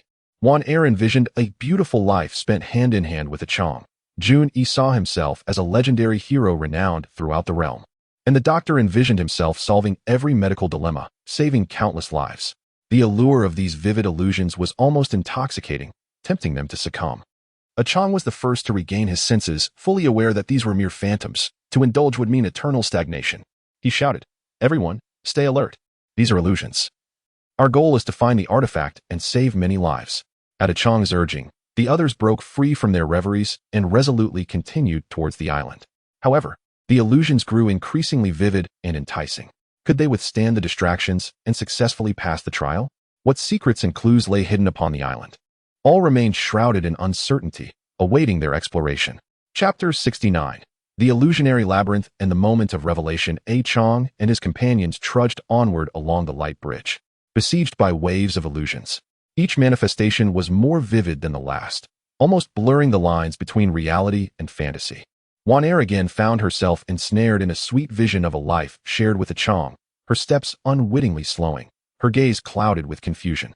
Qiang noticed her distress and swiftly grasped her hand, exclaiming, Wan Er, we cannot pause. The mysterious organization covets the artifact, and countless lives hang in the balance. At Qiang's call, Wan Er jolted back to clarity, her eyes igniting with renewed determination. Meanwhile, Jun Yi was captivated by the illusion of his fame as a celebrated hero, seemingly hearing the cheers and admiration of countless onlookers. The doctor rushed to Jun Yi's side, vigorously shaking his shoulder. Jun Yi, do not be deceived. Our mission remains unfinished. Awakening from his stupor, Jun Yi tightened his grip on his sword and pressed forward. As they advanced, the power of the illusions intensified. This time, the bridge's flanks revealed their greatest fears. Qiang witnessed Luo Hun Village being utterly destroyed by the mysterious organization, villagers crying out in anguish. Wan Er beheld Qiang being slain before her by the organization's leader, blood splattering across her face. Jun Yi saw his loved ones fall victim to his inadequacies. And the doctor envisioned a world devoid of remedies, where despair consumed the suffering. These horrifying illusions shook their resolve, rendering their steps heavy. Just as they seemed on the verge of being engulfed, Qiang recalled the trials they had faced together, the life and death crises shared with his companions, and their unwavering commitment to saving Luo Hun Village. Think of all we have endured together. We have overcome thus far, and we cannot falter now. Qiang's voice rang with conviction, illuminating the darkness within them. His words sparked memories of their profound bonds and shared mission, dispelling the fear that had gripped their hearts. Supporting one another, they resolutely continued towards the island, step by step. At last, they successfully crossed the light bridge and set foot on the island. The turtle observed their success with approval in its eyes. To resist the distractions of the illusions is no small feat, it remarked. The turtle then glided slowly to the island's edge, gently tapping its front limb against a colossal stone. The stone slowly opened, revealing a concealed cave emanating a soft green glow, as if beckoning them forth. Clues regarding the artifact lay hidden within this cave, yet dangers lurked therein as well. Exercise utmost caution, the turtle advised. Grateful for the turtle's guidance, Qiang and his companions cautiously entered the cave. The passage within was narrow and winding, its walls adorned with luminous gemstones that illuminated their path. As they ventured deeper, a low growl resonated from ahead, growing ever closer, as if some immense creature was approaching. Qiang swiftly brandished his long knife. Jun Yi gripped his sword tightly, and Wan Er and the doctor prepared themselves for whatever peril lay ahead. Suddenly, a colossal beast covered in spikes emerged before them, its form imposing and formidable. The eyes of the colossal beast gleamed with a fierce light, resembling lanterns in size. It opened its gaping maw and let out a thunderous roar directed at Qiang and his companions, a powerful gust of wind rushing towards them. This formidable creature posed a grave challenge. Could Qiang and his allies conquer it and uncover the clues to the divine artifact? What unknown dangers lurked within the cave? What trials awaited them on the path to the artifact? Every moment was laden with suspense, awaiting their discovery. Chapter 70. The fierce battle with the colossal beast and the mysterious legacy. The beast loomed like a moving mountain, emanating a chilling aura, its lantern-sized eyes glinting with menace as it fixed its gaze upon Qiang and his companions. With a deafening roar, the beast launched its attack, surging forward as its spines rose like a multitude of arrows, hurtling towards Qiang and his companions. The spikes sliced through the air with a piercing hiss, akin to the summons of death itself. Spread out. Do not let its attack converge. Qiang reacted swiftly, shouting while deftly sidestepping the assault. He moved like lightning, evading the barrage of spikes with agile movements. However, several spikes grazed his clothing, leaving shallow cuts on his arm.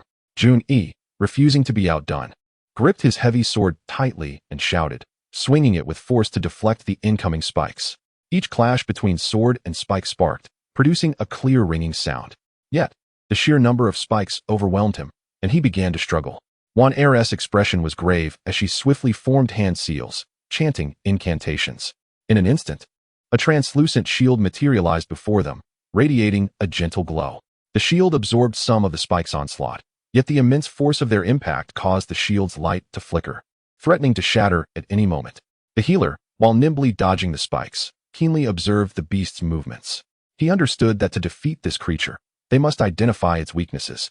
During the tense evasion, he noticed that the beast's leg movements were slightly sluggish during its attacks, indicating a potentially vulnerable area. Seizing the moment, Qiang dashed towards the beast with the swiftness of a cheetah, eyes gleaming with determination. He raised his long blade high, channeling immense strength into a strike aimed at the beast's leg. The blade clanged against the beast's tough hide, leaving only a faint mark as if striking steel. The beast roared in pain, angrily lifting its leg to kick at Qiang. Caught off guard, Qiang was struck, sent flying like a kite severed from its string, crashing heavily to the ground and spitting blood. Qiang! Wan Er cried out in desperation. Seeing Qiang injured ignited a flame of fury in Jun-yi. He roared, wielding his heavy sword like a fierce tiger descending a mountain, charging towards the beast's head. This strike harnessed all his strength, fueled by a do-or-die resolve. The beast sensed the threat above and swiftly jerked its head, dodging Jun-yi's attack. Immediately after, it swung its tail in retaliation. Jun-yi was unable to evade, and the tail struck him forcefully, sending him crashing against the cave wall, leaving an imprint of his form in the stone. Wan Er, witnessing the injury sustained by Qiang and Jun-yi, felt a surge of urgency. She knew that panic was not an option. She must concentrate all her magical energy to deliver a decisive blow to the beast. Taking a deep breath, Wan Er gathered the surrounding magical energies, enveloping herself in a radiant glow. Moments later, she thrust her hands forward, releasing a dazzling beam of light that shot towards the beast like a shooting star. The beast howled in agony as the light struck, its body convulsing, causing tremors throughout the ground. Yet, this beast was remarkably resilient. It swiftly regained its composure and charged angrily towards Wan Er, baring its sharp fangs, seemingly intent on devouring her whole. Just then, the healer dashed from the side, brandishing a vial of shimmering potion, and without hesitation, splashed it into the beast's eyes. The beast let out a chilling scream, blinded by the potion's effects, thrashing wildly within the cave, its massive form colliding with the walls, causing debris to rain down. Qiang, enduring the pain, struggled to rise, channeling all his strength into his long blade. His eyes filled with unwavering resolve, he charged once more at the beast. This time, he aimed for the neck, a crucial area connecting the head and body, which he had identified as a relative weak point amidst the creature's thrashing. Simultaneously, Jun-yi gritted his teeth, suppressing his own injuries, swinging his heavy sword towards the beast's abdomen. Wan Er once again cast her spell, infusing Qiang and Jun-yi's weapons with powerful energy, enhancing their strikes. Qiang's blade, with fierce momentum, found its mark on the beast's neck, while Jun-yi's sword struck hard against its abdomen. Under the combined might of their assault, the beast's body began to crack. With a thunderous roar, the creature succumbed to their overwhelming attacks, collapsing into a heap of green light. As the luminescence faded, a softly glowing book appeared on the ground.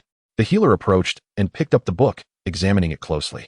This is a mysterious tome of legacy, containing vital information about the divine artifact, along with powerful spells and martial techniques. His voice trembled with excitement, aware of the book's significance in their quest. Qiang and the others gathered around, eagerly gazing at the tome. However, they had little time to delve into its contents as the cave suddenly began to tremble violently. The once sturdy ceiling now bore cracks, massive stones plummeting to the ground with resounding thuds.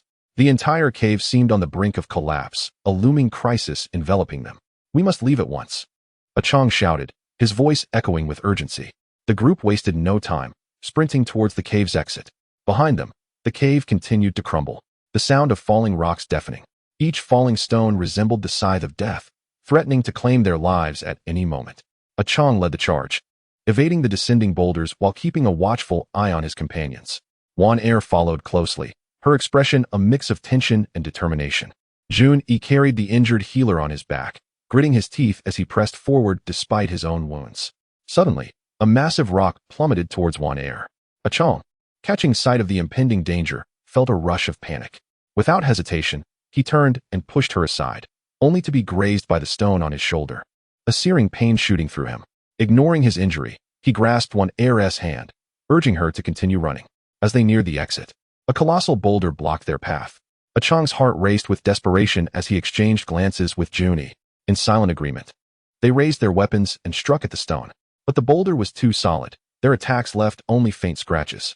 With the cave's collapse worsening and more debris falling, Wan Er, frantic with urgency, concentrated her remaining magical energy and unleashed a powerful spell. A beam of light surged towards the boulder, causing cracks to form upon impact. Seizing the opportunity, Qiang and Jun Yi struck again, their weapons relentlessly targeting the fissures. At long last, with a resounding crash, the boulder shattered under their combined efforts. Without pausing for celebration, they rushed through the opening.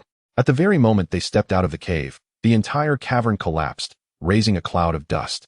Standing outside the ruins, Qiang and his companions felt a wave of trepidation wash over them. They realized that they had just brushed against the edges of death. With the mysterious tome of inheritance in their possession, what new revelations awaited them on their quest for the artifact? Would the enigmatic organization become aware of their progress and initiate new obstructions? Everything lay shrouded in uncertainty, awaiting their confrontation. For now, they took a brief respite to recuperate their strength, preparing to embrace the forthcoming challenges. Qiang gazed at his comrades, his eyes brimming with resolve. No matter the difficulties ahead, we shall find the artifact and thwart the sinister machinations of the mysterious organization. The group nodded in agreement, their gazes equally infused with determination. After a moment of rest, they gathered together to delve into the tome of inheritance. The healer turned the pages with utmost care, and the characters upon them emitted a faint glow, as if narrating ancient tales. "Look here," he pointed to a passage.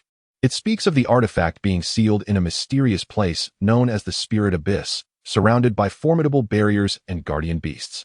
Moreover, the path to the Spirit Abyss is concealed within a fog-laden forest, and only by uncovering the correct route can one gain entry." Qiang furrowed his brow in contemplation. The fog forest? We did not encounter any mention of this during our adventure in the ghostly ancient forest. It seems we must search anew for clues to ascertain the location of the fog forest. Warner suggested, perhaps we could return to Soul's End Village and inquire with the villagers. Some of the elders might possess knowledge of the legends surrounding the fog forest. Junyi nodded in agreement. Indeed, and we could also take the opportunity to restock our supplies in Soul's End Village. Our recent adventures have taken a toll on us. After a moment of reflection, Qiang replied, "Very well, we shall return to Soul's End Village, but we must remain vigilant. The mysterious organization may also be watching the village, and we cannot endanger its inhabitants." With their belongings in order, the group embarked on the journey back to Soul's End Village. Along the way, they remained alert, wary of potential ambushes from the enigmatic organization. Upon their arrival, they were greeted by a serene atmosphere.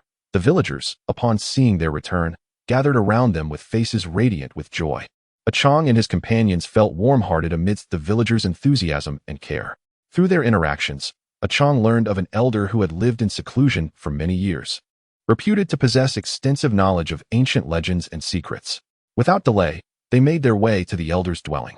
Situated at the village's edge, it was a humble wooden cabin. Qiang gently knocked on the door, and a frail voice called from within, "Come in." As they entered, the dimly lit room revealed an elderly man with snow-white hair seated in a rocking chair, eyes closed in contemplation. Upon hearing their footsteps, he slowly opened his eyes, revealing a glimmer of surprise at the sight of Qiang and his companions. "You are the heroes who have recently been spoken of in the village. The ones who saved souls and village," the elder smiled. Qiang respectfully replied, "You flatter us, venerable one. We have come seeking your wisdom regarding certain matters. Are you familiar with the legends of the Fog Forest and the Spirit Abyss?" At the mention of the Fog Forest and the Spirit Abyss, the elder's expression shifted slightly.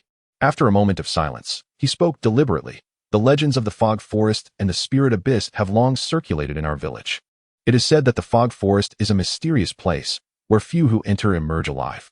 The Spirit Abyss, on the other hand, is the sealing ground of the artifact, but its exact location eludes even me. What I do know is that to enter the Fog Forest, one must find a spirit key, which is said to be hidden deep within the ghostly ancient forest." Qiang and the others felt a mix of excitement and concern upon hearing this news. They were thrilled to have finally obtained a lead on locating the Fog Forest, yet anxious about the dangers that lay within the ghostly ancient forest, now compounded by the need to delve deeper to find the spirit key. Nevertheless, they harbored no thoughts of retreat. After expressing their gratitude to the elder, Qiang conferred with his companions about their next steps. "It appears we must venture once more into the ghostly ancient forest to seek the spirit key," he declared. Warner asserted resolutely, "No matter the peril, we must find the artifact and foil the enigmatic organization." Junyi and the healer nodded in agreement, and so the group replenished their supplies in Souls End Village, rested briefly, and set forth once again toward the ghostly ancient forest. They understood that greater dangers awaited them, yet they pressed on, undeterred, to thwart the sinister plots of the mysterious organization. At the entrance of the ghostly ancient forest, Qiang inhaled deeply and stepped into the realm of uncertainty. An eerie atmosphere enveloped the woods, trees towering and dense, shafts of sunlight filtering through the foliage to create dappled patterns on the ground. They cautiously retraced their previous path. Suddenly, Qiang heard a faint rustling sound and signaled for the group to halt, alertly scanning their surroundings. "What is that sound?" Junyi whispered. Before Qiang could respond, a pack of wolf-like creatures burst forth from the thicket, cloaked in black mist. Their eyes glowed with a sinister red light as they lunged toward Qiang and his companions, their jaws wide open. Qiang swiftly drew his sword, shouting, "Everyone be cautious. These creatures are formidable." A fierce battle erupted once more. Would Qiang and his companions triumph over the creatures in the ghostly ancient forest and successfully locate the spirit key? What perils would they encounter on their quest for the artifact? All remained steeped in suspense, awaiting their revelation. Chapter 71. Re-entering the fog forest and glimpses of clarity. Qiang and his companions quickly assumed their positions to confront the onslaught of the wolf-like beasts. Qiang's sword flashed as he engaged one of the creatures head-on. The blade clashed against the creature's tough hide, ringing out with a metallic clang that sent a shiver through Qiang's arm, revealing the creature's remarkable resilience. Junyi swung his heavy sword, aiming for the densest cluster of beasts. The force of his strike sent several creatures sprawling, yet more surged forward, undeterred by their fallen kin. Warner conjured spells, sending shards of ice shooting from her hands to pierce the bodies of the beasts. The ones struck let out anguished howls, their movements growing sluggish. Meanwhile, the healer rapidly mixed potions, tossing a concoction of herbs that erupted in a cloud of green smoke upon contact with the creatures, causing them to recoil in fear. Qiang observed the beasts, noting that while they were agile, their attack patterns were rather simplistic, relying primarily on their collective force and sharp claws. An idea sparked in Qiang's mind, and he called out, "Everyone, do not act independently.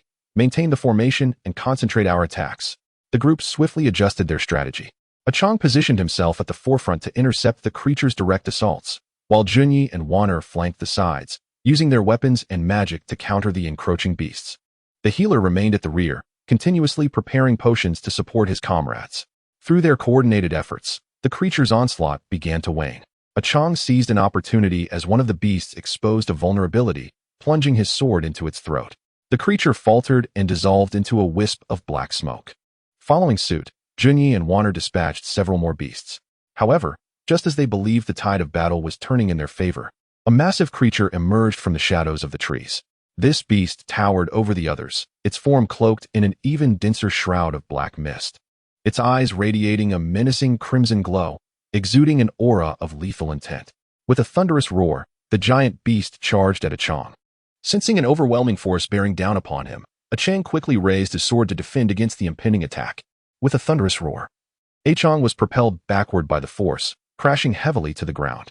Observing this, Junyi and Wanner immediately launched their assaults on the colossal beast. Junyi's heavy sword struck the creature, leaving only a faint mark, while Wanner's spells merely slowed its movements slightly. The doctor, anxious from the rear, frantically rummaged through his medical kit, hoping to find a remedy to counter this giant monster. Suddenly, his eyes brightened as he extracted a small vial containing a golden liquid. This was a mysterious potion he had stumbled upon in the ruins, rumored to be effective against formidable creatures. Seizing the moment, the doctor hurled the golden liquid at the giant beast. The liquid transformed mid-air into a beam of golden light, striking the monster. It let out a pained roar, its body trembling violently as the black mist surrounding it began to dissipate. Taking advantage of the situation, Qiang rose to his feet and charged at the giant creature once more, channeling all his strength. The long knife shimmered with light as he swung it fiercely at the monster's head. With a fierce roar, the blade embedded itself into the creature's skull, and the colossal beast collapsed, transforming into a pool of black liquid. After vanquishing the monsters, Qiang and his companions breathed a sigh of relief. Yet they were acutely aware that the dangers of the phantom ancient forest were far from over. After a brief respite, they pressed deeper into the ancient woods, in search of clues regarding the Lingxi key. Within the depths of the forest, they stumbled upon an abandoned temple. The temple's entrance was tightly shut, overgrown with moss and vines. As they approached the temple, they were suddenly met with a low, resonant chanting emanating from within. The chant bore a striking resemblance to the sounds they had encountered in another mysterious temple within the phantom ancient forest, albeit with subtle differences. Could this be another scheme of the mysterious organization? Wanner furrowed her brow and remarked. Qiang pondered for a moment and replied, regardless, we must enter and investigate. There may be clues related to the Lingxi key. The group cautiously pushed open the temple door, and a wave of musty air rushed out to greet them. Inside, the light was dim, with several aged oil lamps casting a faint glow on the walls. In the center of the temple stood a massive statue of a Buddha, its features obscured by time, yet still exuding an air of solemnity. Just as they prepared to explore further, the statue's eyes suddenly glowed red. In that instant, the statue began to move slowly, and a group of individuals clad in black robes emerged from beneath it. Their faces were shrouded in hoods, rendering their expressions unreadable. Yet they radiated an aura of malevolence. You should not be here. One of the black-robed figures spoke coldly. Qiang and the others swiftly assumed battle stances, with Qiang locking eyes with the figure. We come seeking the Lingxi key. You would do well not to impede us. The black-robed figure let out a chilling laugh. The Lingxi key? That is a treasure guarded by our organization, and you shall never obtain it. A fierce battle was imminent, and Qiang and his companions faced the enigmatic black-robed figures. Would they manage to break through the encirclement and uncover the Lingxi key? What other secrets lay hidden within the temple? What arduous challenges awaited them on their quest for the artifact? All was shrouded in uncertainty, awaiting their efforts to unravel. Meanwhile, atop a small hill outside of Luo Hun Village, a mysterious figure quietly observed the direction of the village. Clad in a black robe and wearing a conical hat that obscured his face, this individual was a scout from the mysterious organization. He had caught wind of Qiang and his companions' return to Luo Hun Village and was preparing to relay this information to the organization's leader. It seems they have acquired new leads. I must hurry back to report. I cannot allow them to find the artifact first. The shadowy figure murmured to himself before vanishing from the hilltop. What actions would the mysterious organization take upon learning of Qiang and his companions' movements? Would Qiang and his friends succeed in locating the artifact and thwarting the organization's nefarious plot amid their relentless pursuit? All hung in suspense, awaiting the continuation of the tale. Chapter 72. The Temple Battle, an unexpected turn of events. Qiang and his companions faced off against the black-robed figures. The atmosphere charged with tension akin to a bowstring poised to snap. No sooner had the black-robed figure finished speaking than they launched their assault. Swift as phantoms, they scattered in all directions, converging on Qiang and his comrades. One black-robed individual brandished a black dagger, its cold gleam aimed at Qiang's throat. Reacting swiftly, Qiang sidestepped, the dagger grazing his cheek as it passed. He retaliated with a powerful swing of his long knife toward the black-robed assailant, who nimbly leapt back to evade the blow. Simultaneously, Junyi engaged two black-robed figures, wielding his heavy sword with a force that sliced through the air. Yet, the black-robed individuals seemed well-versed in his tactics, deftly avoiding his lethal strikes. Wanner unleashed a barrage of flames from her hands, engulfing the black-robed figures in a fiery tempest. Yet, they quickly regrouped, and a few of them combined their powers to conjure a dark spell, erecting a barrier that thwarted Wanner's fiery onslaught. The doctor remained vigilant at the rear, deftly dodging attacks while seeking an opportunity to concoct a potion. Suddenly, he noticed a black-robed figure performing a spell with slightly different hand gestures, indicating that this individual was pivotal to the black-robed group's dark incantation. Seizing the moment, the doctor hurled a vial of noxious potion at the key figure. The vial shattered mid-air, splattering the black-robed figure. With a scream, the dark spell lost its potency. Qiang seized the opportunity, launching a swift attack as his long knife struck the black-robed figure's arm. However, the figure appeared impervious to pain, continuing to advance upon Qiang. A fierce close-quarters struggle ensued. Meanwhile, Junyi capitalized on the disruption caused by the dark spell's failure, bringing his heavy sword crashing down upon another black-robed figure. The figure was struck and sent sprawling to the ground, yet the remaining black-robed figures intensified their onslaught against Junyi. Despite sustaining multiple injuries, he grit his teeth and fought back valiantly. Wanner summoned her full magical prowess to cast a powerful freezing spell, causing the temple's temperature to plummet and a thick layer of ice to form on the ground. The black-robed figures found their movements impeded, allowing Qiang and his companions to escalate their assault. Just as the battle reached a fever pitch, the ground beneath the temple began to tremble violently. Suddenly, a stone platform emerged from the depths, upon which rested an exquisite box. The black-robed figure's eyes gleamed with avarice at the sight of the box. "We cannot allow them to seize it," Qiang shouted. The group understood that the box might hold a connection to the Lingxi key and charged toward the platform. The black-robed figures, undeterred, pressed on, disregarding Qiang's attacks in their desperate bid to obstruct him. Qiang grappled with one black-robed figure beside the platform, both straining to gain the upper hand. The black-robed figure yanked at Qiang's arm, attempting to shove him aside. Qiang, however, clung tenaciously to the platform, refusing to allow the figure near the box. Junyi and Wanner battled against the other black-robed figures, buying Qiang precious time. Just as the standoff reached a stalemate, the doctor discerned a flaw in the black-robed figure's formation. He swiftly maneuvered behind one of them and forcefully pushed him down. The figure crashed into his companions, causing chaos among the ranks of the black-robed figures. Seizing the opportunity, Qiang opened the box, revealing a softly glowing key within, exactly the Lingxi key they had been desperately searching for. However, just as Qiang grasped the Lingxi key, the temple's massive doors slammed shut, and black fissures appeared on the surrounding walls. Dark smoke billowed forth from the cracks, rapidly enveloping the entire temple. Amidst the swirling smoke, a chilling voice echoed, "Do you truly believe that acquiring the Lingxi key will grant you safe passage? Such naivety. Will Qiang and his companions discover a means of escape within this temple shrouded in black mist? Who is the owner of that sinister voice? Upon learning of their possession of the Lingxi key, what actions will the mysterious organization undertake?" All remained shrouded in uncertainty, awaiting their unraveling of these dense veils of mystery. Chapter 73. Escape from the mist and mysterious pursuit trapped within the temple engulfed in black smoke. Qiang and his companions found themselves in a state of chaos as the ominous voice reverberated through the haze, sending shivers down their spines. The smoke seemed corrosive, causing a sharp sting upon contact with their skin. "Everyone, stand back to back and be cautious of your surroundings," Qiang commanded, gripping the Lingxi key tightly. He understood that this key was not only the means to depart from this place, but also a crucial clue in their quest for the divine artifact. It must not be lost. Wanner cast spells in an attempt to dispel the smoke, but it behaved as if it were a living entity, constantly replenishing the areas that her magic had cleared. Junyi wielded his heavy sword, vigilantly observing the surroundings. He was prepared to strike at any sign of movement. Meanwhile, the doctor anxiously rummaged through his medicine box, hoping to find a remedy for this bizarre mist.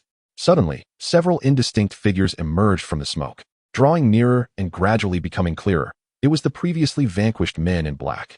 Yet now, their eyes gleamed with a strange red light, surrounded by swirling black fog, as if manipulated by some dark force. "It seems these men in black have been ensnared by dark sorcery. Be wary of their assaults," Qiang warned. Without hesitation, the men in black launched their attack, their movements swifter and their strength greater than before. One of them, brandishing a dagger, lunged at Qiang like a bolt of lightning. Qiang sidestepped, swinging his long knife towards the man's arm. However, the man in black appeared impervious to pain, continuing his advance with the other hand. Junyi engaged in fierce combat with two of the men in black, despite the immense power of his heavy sword. Their elusive movements made it difficult for him to strike a decisive blow. Wanna continued to cast spells, her light flickering through the smoke, only able to momentarily halt the attacks of the men in black. The doctor seized an opportunity, throwing a vial of shimmering potion at the men in black. The potion exploded, enveloping them in light, causing their movements to falter slightly. Qiang took advantage of this moment to unleash a powerful strike. His long knife slicing through one of the men in black, who let out a piercing scream before dissolving into a wisp of black smoke. Encouraged by this success, Junyi and Wanner intensified their assaults, taking down 2 more men in black. However, the remaining foes grew increasingly frenzied, recklessly charging at Qiang and the others. Just as the situation became increasingly dire, the doctor noticed strange runes etched into the temple walls, partially obscured by the smoke. Upon closer inspection, he recognized them as resembling a type of rune for dispelling restrictions that he had seen previously in ancient ruins. Qiang, I believe I may have found a way to dispel this mist.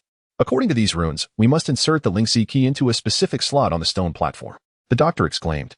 Without hesitation, Qiang swiftly followed the doctor's instructions, inserting the Lingxi key into a small hole in the stone platform. The moment the key was inserted, a brilliant light erupted from the platform, and a powerful force radiated outward, instantly dispersing the black smoke. The temple was restored to brightness, and those men in black under the thrall of dark sorcery vanished without a trace. Qiang and his companions breathed a sigh of relief, knowing that although they had temporarily escaped danger, the threat had not yet been eradicated. After leaving the temple, Qiang and his companions pressed onward through the ghostly ancient forest. They were acutely aware that the mysterious organization had likely sensed their acquisition of the Lingxi key and would undoubtedly send agents to pursue them. Thus, they remained ever vigilant, attentive to their surroundings. Indeed, shortly after emerging from the ancient woods, they spotted several shadowy figures trailing them, clad in black and moving with agility. These figures attempted to conceal their presence, but Qiang's keen senses detected them. We are being followed. These must be spies from the mysterious organization, Qiang whispered. What should we do? Should we try to shake them off? Junyi tightened his grip on his heavy sword, his eyes betraying a hint of ruthlessness. After a moment's contemplation, Qiang replied, Let us not act rashly. We'll feign ignorance and observe their intentions. Perhaps we can glean additional clues about the organization from them. The group continued their journey, maintaining an air of nonchalance. The shadowy pursuers kept their distance, trailing them leisurely. Upon reaching a bustling town, they mingled with the crowd, attempting to evade the gaze of their followers. However, the spies from the mysterious organization seemed adept at tracking, never losing their quarry. In an inn within the town, Qiang and his companions pretended to rest, discreetly monitoring the movements of their stalkers. Soon, one of the spies entered the inn, settling in a corner and ordering a jug of wine, all the while casting furtive glances toward Qiang and his group. Qiang exchanged a knowing look with Junyi, who understood and approached the spy. Just as Junyi drew near, the spy sensed danger and abruptly rose to leave. Quick as lightning, Junyi seized the spy's arm, saying, My friend, why the rush? Stay and share a drink with us. The spy struggled to break free, but Junyi's strength was overwhelming, rendering him immobile. At this moment, Qiang, Wanner, and the doctor also closed in on him. Who are you? Why are you following us? Qiang demanded, his gaze piercing into the spy's eyes. The spy clenched his jaw, remaining silent, hostility radiating from him. Qiang realized that extracting information from him would require more than mere inquiry. It appears you won't speak until you're in dire straits, Qiang remarked, drawing a dagger from his waist and brandishing it before the spy. A flicker of fear crossed the spy's eyes, but he remained obstinate. Just as Qiang prepared to escalate his interrogation, a commotion erupted outside the inn. The group turned to see a throng of men in black approaching, members of the mysterious organization come to retrieve their spy. Would Qiang and his companions uncover vital clues about the mysterious organization from the spy? How would they respond to the impending arrival of the men in black? All remained shrouded in uncertainty, awaiting their revelation. Chapter 74. Turmoil in the inn and the emergence of clues as Qiang and his companions beheld the menacing figures of the black-robed individuals advancing towards the inn. They instantly recognized the gravity of their predicament. Yet, they remained composed, swiftly devising a strategy. Let us disregard the spy for now and prepare to confront the men in black, Qiang whispered, sheathing his dagger and gripping the hilt of his long knife tightly. Junyi nodded slightly, releasing the spy's arm and retreating to Qiang's side, his heavy sword trembling in anticipation of battle. Wanner quickly gathered her magical energy in her palms, the light flickering as she stood ready to unleash her spells. The doctor hastily retrieved several vials of special potions from his medicine box, each capable of producing unexpected effects in various combat scenarios. The men in black soon stormed into the inn, causing patrons to panic and flee in all directions. Tables were overturned, dishes shattered, and chaos reigned. The leader of the men in black, tall and imposing, donned a fearsome mask that concealed all but his cold eyes. He surveyed Qiang and his companions with a chilling gaze, declaring, "Surrender the Lingxi key, and perhaps you may yet spare your lives." Qiang scoffed in response. "If you wish to acquire the Lingxi key, you must first prove your capability." No sooner had he spoken than the leader gestured, and the men in black surged forward like a tidal wave towards Qiang and his companions. Qiang was the first to engage, his long knife flashing in a whirlwind of motion as he clashed with the men in black in close combat. His strikes were fierce, targeting their vital points. Yet the black-robed foes were well-trained and adept at parrying, resulting in a fierce stalemate. With a graceful flourish, Junyi brandished his heavy sword, charging into the throng of black-cloaked figures like a fierce tiger descending a mountain. Each strike of his sword descended with the force of 1,000 pounds, forcing the cloaked assailants to stagger back. However, the sheer number of adversaries encircled him, launching attacks from all directions, and soon, several wounds adorned Junyi's body. Weiner stood at the rear, her hands weaving intricate seals as she chanted incantations. Sharp icicles erupted from her palms, piercing through the bodies of the black-cloaked foes like arrows. Yet the assailants seemed inexhaustible, relentlessly surging toward them. Longzhong searched for weaknesses among the cloaked figures, and when the moment was ripe, he hurled a vial of potion into their midst. The vial shattered, releasing a pungent cloud of smoke that enveloped the black cloaks, causing them to cough and their movements to slow. Seizing this opportunity, Qiang and his companions launched a more fervent assault. Spotting a vulnerable enemy, Qiang thrust his blade into the chest of a black-cloaked figure, bringing it crashing to the ground. Junyi swung his heavy sword, forcing back the surrounding adversaries. Weiner intensified her magical output, unleashing a torrential barrage of icicles upon the foes.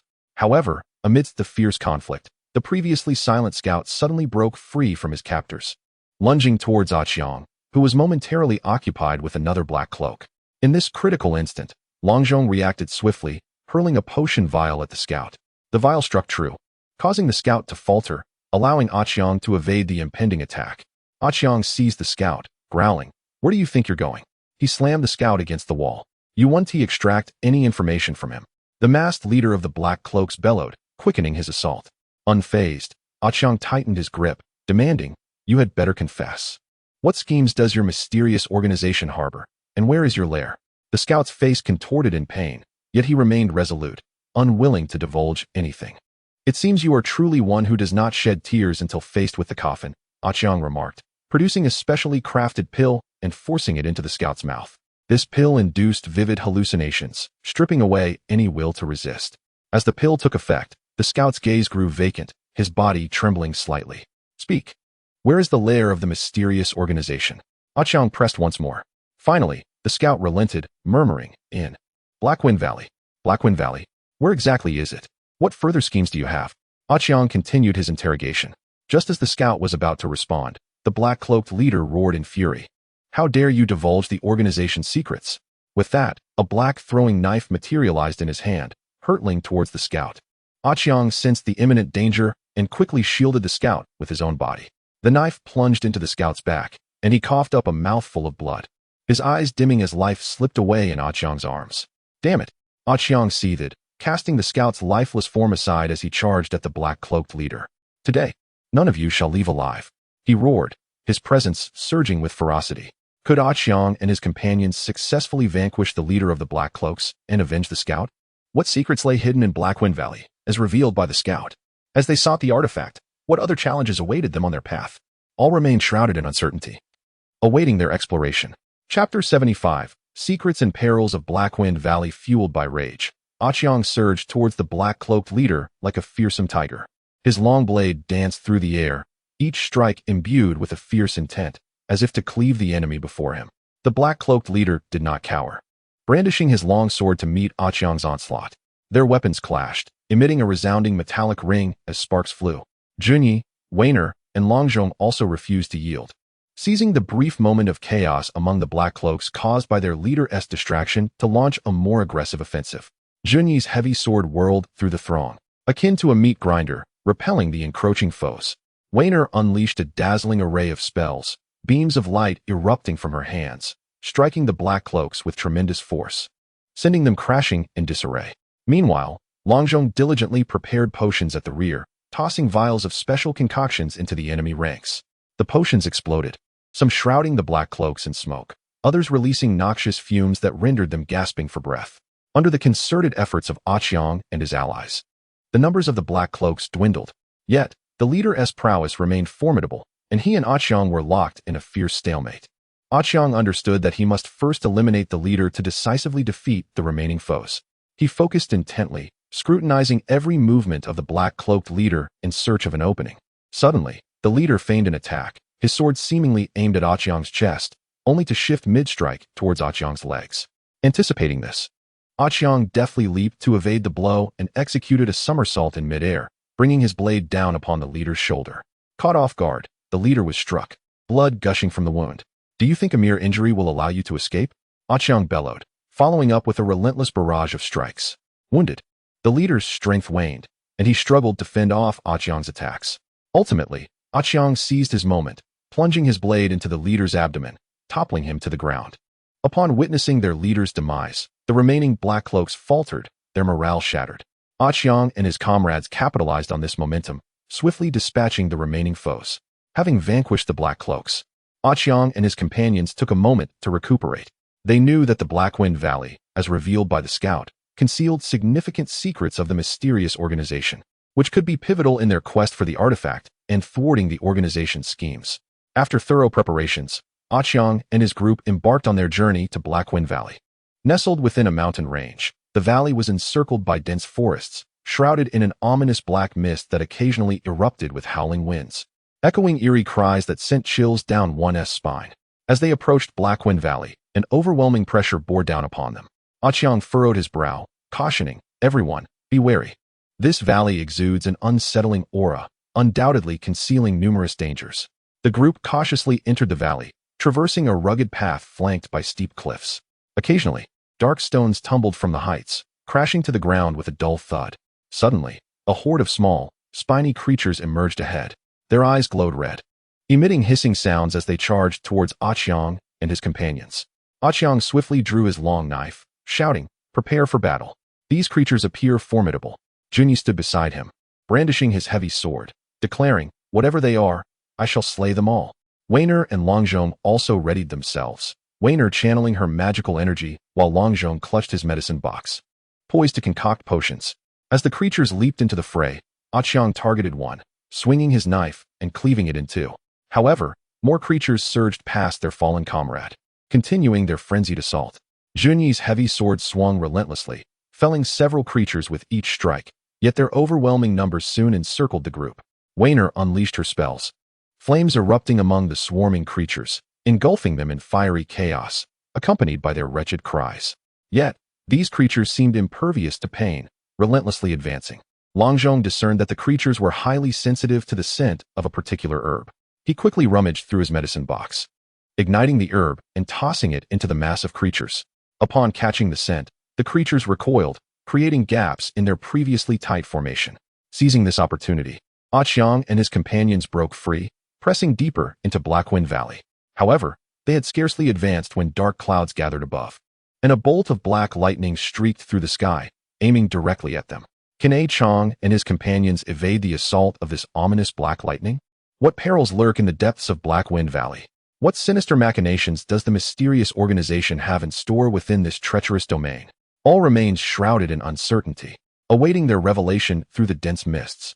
Chapter 76. The eerie thunder prison and the sinister altar. That black lightning appeared as if emanating from the chaotic abyss, a harbinger of annihilation, descending upon Qiang and his companions with an unstoppable, overwhelming force. Its velocity was so astonishing that there was scarcely time to react. The air was abruptly rent, creating a twisted black fissure that resonated with a deafening boom, as if the very world trembled under the impact. Qiang felt a prickling sensation at the nape of his neck, a bone-deep terror surging within him. He shouted hoarsely, "Scatter!" like startled birds. The group fled in different directions.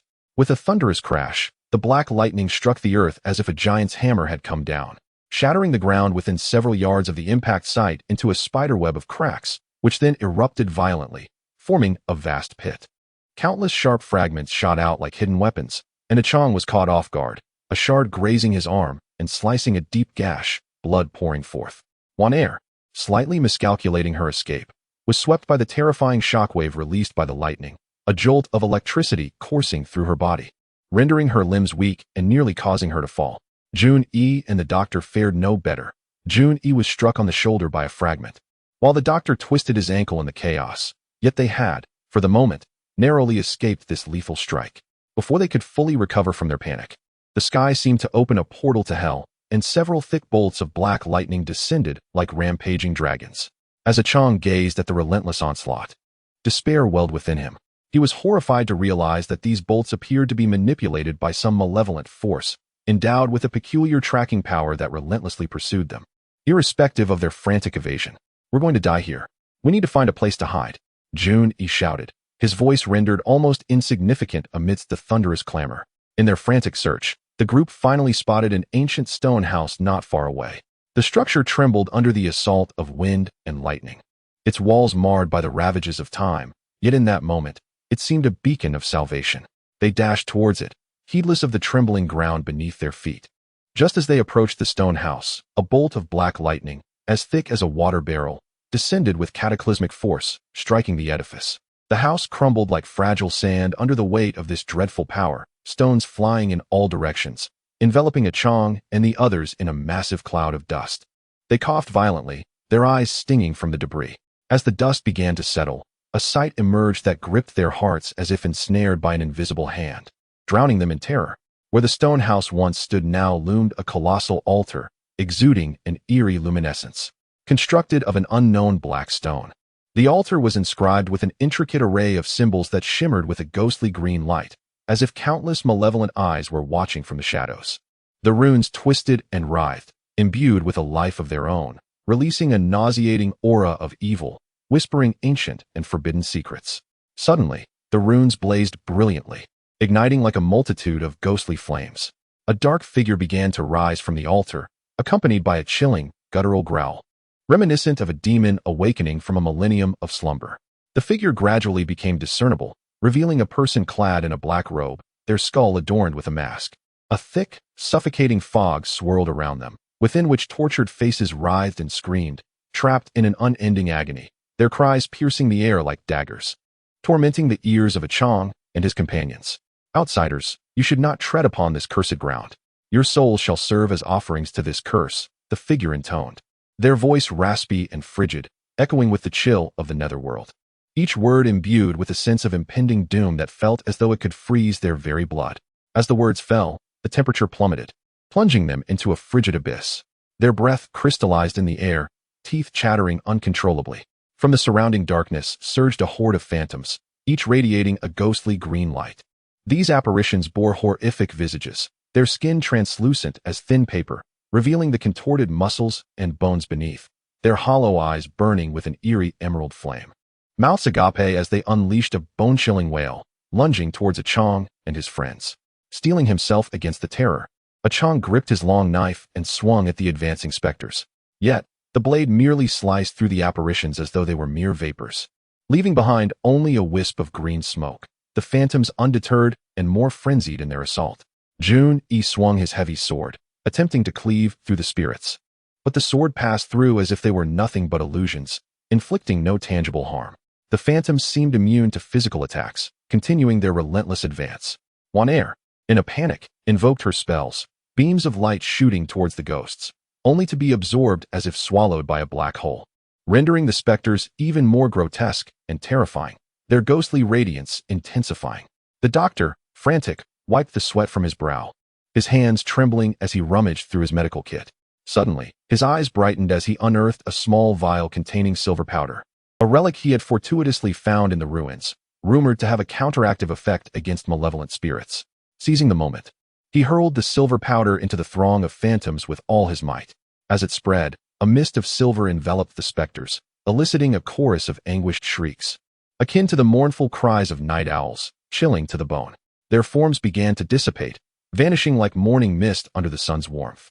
However, the dark-robed figure, witnessing the chaos, gestured with a sweep of their hands, chanting an incantation that resonated like an ancient and malevolent curse in the air. As the incantation echoed, more phantoms erupted from the shadows, their numbers swelling beyond comprehension. Concurrently, the runes on the altar glowed with renewed brilliance, a beam of black light shooting skyward. The clouds above churned like boiling dark waters, thickening ominously as bolts of black lightning flickered, heralding a catastrophic onslaught.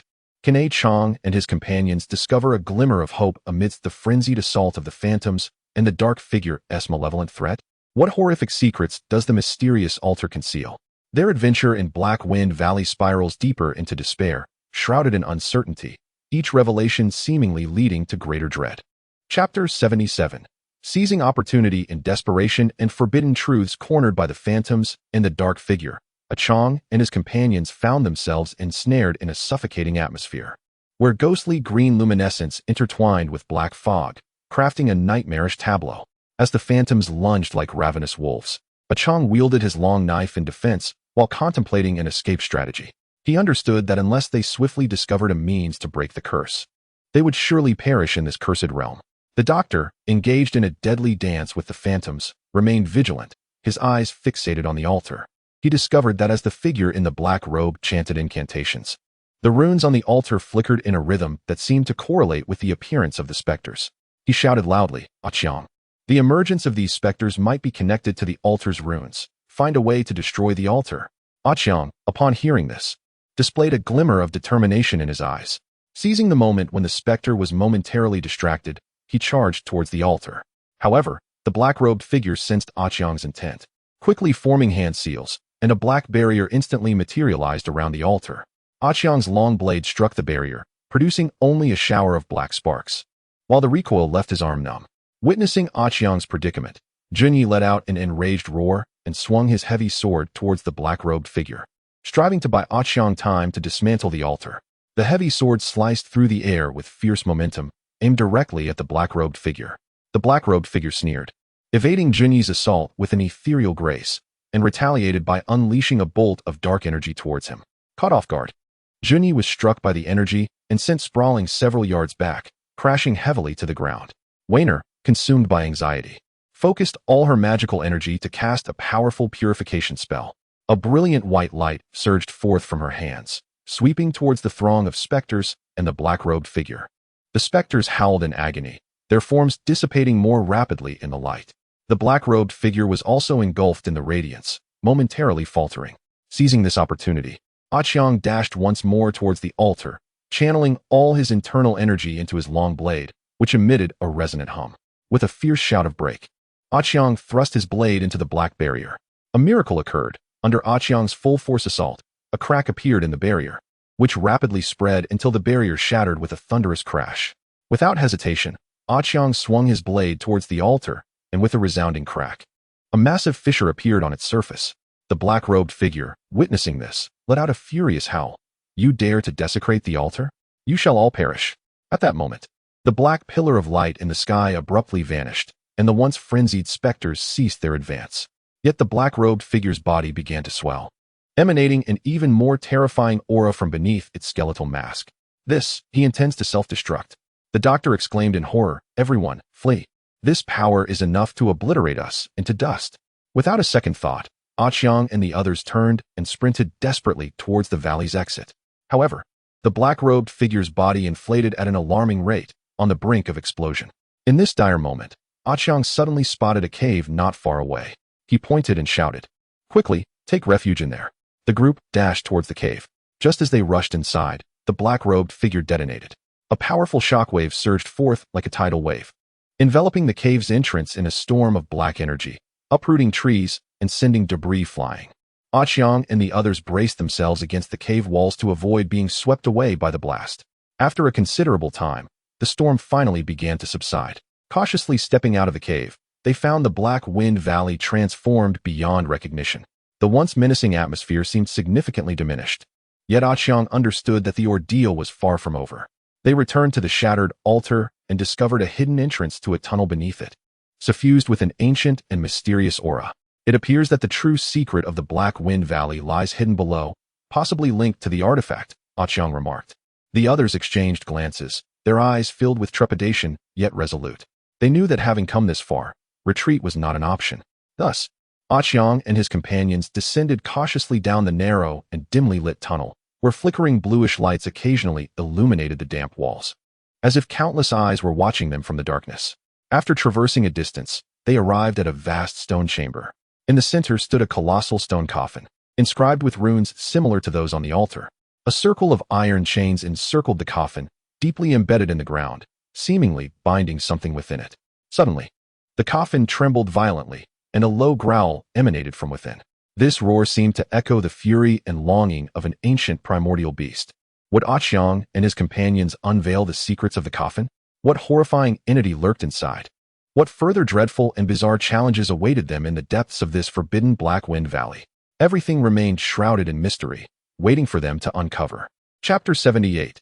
Secrets of the Coffin. And the dark awakening, the coffin's tremors intensified, and the deep growl grew deafening, as if an indescribable force sought to break free from its restraints. Qiang and his companions fixated on the coffin, their weapons clutched tightly, every nerve taut with anticipation. Suddenly, one of the chains encircling the coffin snapped with a crack, lashing towards Qiang like a serpent. Reacting swiftly, Qiang sidestepped, the chain grazing the edge of his clothing before crashing against the stone wall, scattering debris.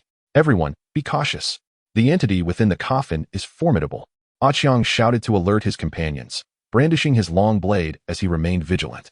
The lid of the coffin slowly creaked open, releasing a wave of putrid stench that made them gag. A colossal black hand emerged, its fingers resembling thick stone pillars, with dark, razor-sharp nails gleaming coldly. Then, a massive figure gradually sat up from the coffin. It was a gigantic demon, its body covered in black scales, each scale akin to impenetrable armor. Curved horns adorned its head, oozing black liquid that dripped to the ground, sizzling and corroding small craters into the earth. The demon's eyes burned like two fiery green flames, radiating a thirst for blood. At long last, I see the light of day again. The demon's voice was low and gravelly, echoing off the chamber walls like two colossal stones grinding against each other. The demon's gaze fell upon Qiang and his companions, and it grinned, revealing rows of sharp fangs. You little insects dare to disturb my slumber? Then let your flesh and blood be the offering for my awakening. With that, the demon surged to its feet, causing debris to rain down from the chamber's ceiling. It swung its massive arm towards Qiang and the others. They hurriedly scattered to avoid the attack. But the powerful gust sent Wainer flying, crashing heavily against the stone wall. Junyi, witnessing this, roared in fury and charged at the demon with his heavy sword raised high, striking with all his might against the demon's arm. Yet, the sword merely produced a sharp clang against the demon's scales, failing to inflict any significant damage. The demon retaliated, swatting Junyi away. He soared through the air, landing heavily on the ground, blood spilling from his mouth. The doctor hurriedly rummaged through his medicine box, attempting to concoct a potion capable of countering the demon. As he evaded the demon's strikes, he worked frantically. Qiang observed his injured companions, anxiety gnawing at him. He understood that this demon's power surpassed all foes they had encountered thus far, and a direct confrontation was unwise. He needed to identify the demon's weakness to have any chance of defeating it. While dodging the demon's attacks, Qiang scrutinized its movements closely. He noticed that before each powerful strike, the scales on the demon's body would quiver slightly, as if gathering energy. Moreover, the scales around the demon's leg joints appeared thinner, possibly revealing its vulnerable spot. Timing his move, Qiang charged towards the demon's leg joint as it prepared to strike again. The demon, sensing Qiang's approach, attempted to kick him away. However, Qiang was swift, reaching the demon's joint in the blink of an eye. He concentrated all his internal energy into his long blade and thrust it fiercely towards the demon's leg joint. The long blade pierced the demon's leg, eliciting a tormented roar as black blood gushed forth from the wound. We did it, Qiang shouted, urging everyone to target its knee joint. Wainer and Junyi, despite their injuries, charged towards the demon once more. Wainer unleashed her spells, sending shards of ice hurtling towards the demon's joint, while Junyi swung his heavy sword, aiming for the same vulnerable point. Under the onslaught, the wound on the demon's leg expanded, and its movements grew sluggish. However, the demon, unwilling to concede defeat, let out a furious roar, emanating a potent dark energy that swiftly enveloped the stone chamber. Under this shroud of darkness, Qiang and his companions struggled to maintain their vision, the demon's form becoming indistinct. Moreover, this dark power seemed to corrode their very souls, leaving them with a sense of dizziness and heaviness. This dark force is peculiar, the healer exclaimed loudly. Everyone, concentrate. Do not let it erode your will. Could Qiang and the others persist in their assault on the demon's weakness under the oppressive darkness? What ties did this demon have with the mysterious organization and the artifact? In this perilous stone chamber, what graver challenges awaited them? All was shrouded in uncertainty, awaiting their discovery. Chapter 79. Battling the demon and mysterious aid in the grip of the dark force, Qiang and his allies found themselves in a dire predicament. The demon flickered in and out of visibility within the shadows, launching unexpected attacks that left them defenseless. Qiang felt his head grow heavy. Each swing of his blade required tremendous effort, yet he persisted, bolstered by his indomitable spirit, constantly reminding himself to stay alert. Steady now, do not panic. He gritted through clenched teeth, striving to drown out the demon's roars with his voice. He focused intently, attempting to discern the demon's movements. His gaze fixated on the occasional glimmer of green light, its eyes. Warner shut her eyes tightly, battling against the encroaching darkness that threatened her mind. She understood that her spells were crucial in their fight against the demon. Enduring her discomfort, she summoned her inner magical energy, striving to cast a powerful light spell to dispel the shadows. The light flickered in her palm, yet it appeared feeble, as though it could be swallowed by the darkness at any moment. Junyi wielded his heavy sword, creating a defensive perimeter around himself to thwart any surprise assaults from the demon. His arms ached from prior exertions, yet he gritted his teeth and pressed on. The clashing of his sword against the darkness produced a dull thud, but it failed to inflict any significant damage upon this eerie force. The healer, dodging the unpredictable assaults, hastened to concoct a potion. Beads of sweat dotted his forehead, and his hands trembled from anxiety and fatigue. At last, he prepared a vial radiating an unusual glow. This potion, a blend of rare herbs he had gathered in the ruins, was said to counteract dark powers. Seizing the moment, he hurled the potion towards the demon. It burst open in the darkness, releasing a brilliant light that caused the dark energy to dissipate as if confronted by the sun. The demon roared in fury, its form becoming sharply defined once more. Qiang seized this opportunity, charging towards the demon's knee joint once again. His blade glimmered with determination. This time, all his hopes rested upon this strike. The demon, sensing impending danger, lifted its massive foot, intent on crushing Qiang. Just as Qiang braced for impact, a mysterious figure materialized within the chamber. Dressed in a flowing white robe that obscured their features, the figure held a staff glowing with a gentle radiance, topped with a magnificent gem that radiated potent energy directed at the demon. Struck by this energy, the demon staggered momentarily, allowing Qiang to plunge his blade deep into its knee joint. The demon emitted a thunderous wail, black blood gushing forth like a fountain. The mysterious figure showed no sign of pause, chanting incantations as the light from the staff intensified. Subsequently, white runes soared from the staff towards the demon. Upon contact, the runes erupted in blinding brilliance, causing the demon to writhe in agony. The appearance of the mysterious figure invigorated Qiang and his comrades, who seized the chance to strike anew. Warner's light spells finally manifested their true power, casting beams of intense light towards the demon. While Junyi swung his heavy sword at the demon's body, under the combined assault, fissures began to appear in the demon's form. With a final, furious roar, the demon collapsed, disintegrating into a pile of dark fragments scattered throughout the chamber. The dark energy dissipated entirely with the demon's demise, and the chamber was once again illuminated. Exhausted, Qiang and the others collapsed on the ground, gazing at the remnants of the demon, filled with a sense of relief at having survived. Qiang rose and approached the mysterious figure, expressing his gratitude. "Thank you, esteemed one, for your timely assistance. Might I inquire who you are and why you are here?" The figure lowered their staff, their voice calm and steady. "I am one of the guardians of this ruin, silently observing your endeavors. Your resolve to seek the artifact and thwart the mysterious organization moved me, prompting my intervention at this critical juncture. Do you know the connection between this demon, the mysterious organization, and the artifact?" Qiang inquired eagerly. The guardian nodded slightly, stating, "This demon was awakened by the mysterious organization using forbidden rituals. They sought to harness its power to locate the artifact and unravel its seal to achieve their nefarious aims. The true secret of the artifact lies deeper within the Black Wind Valley." Upon hearing this, Qiang and his companions felt a mixture of excitement and trepidation.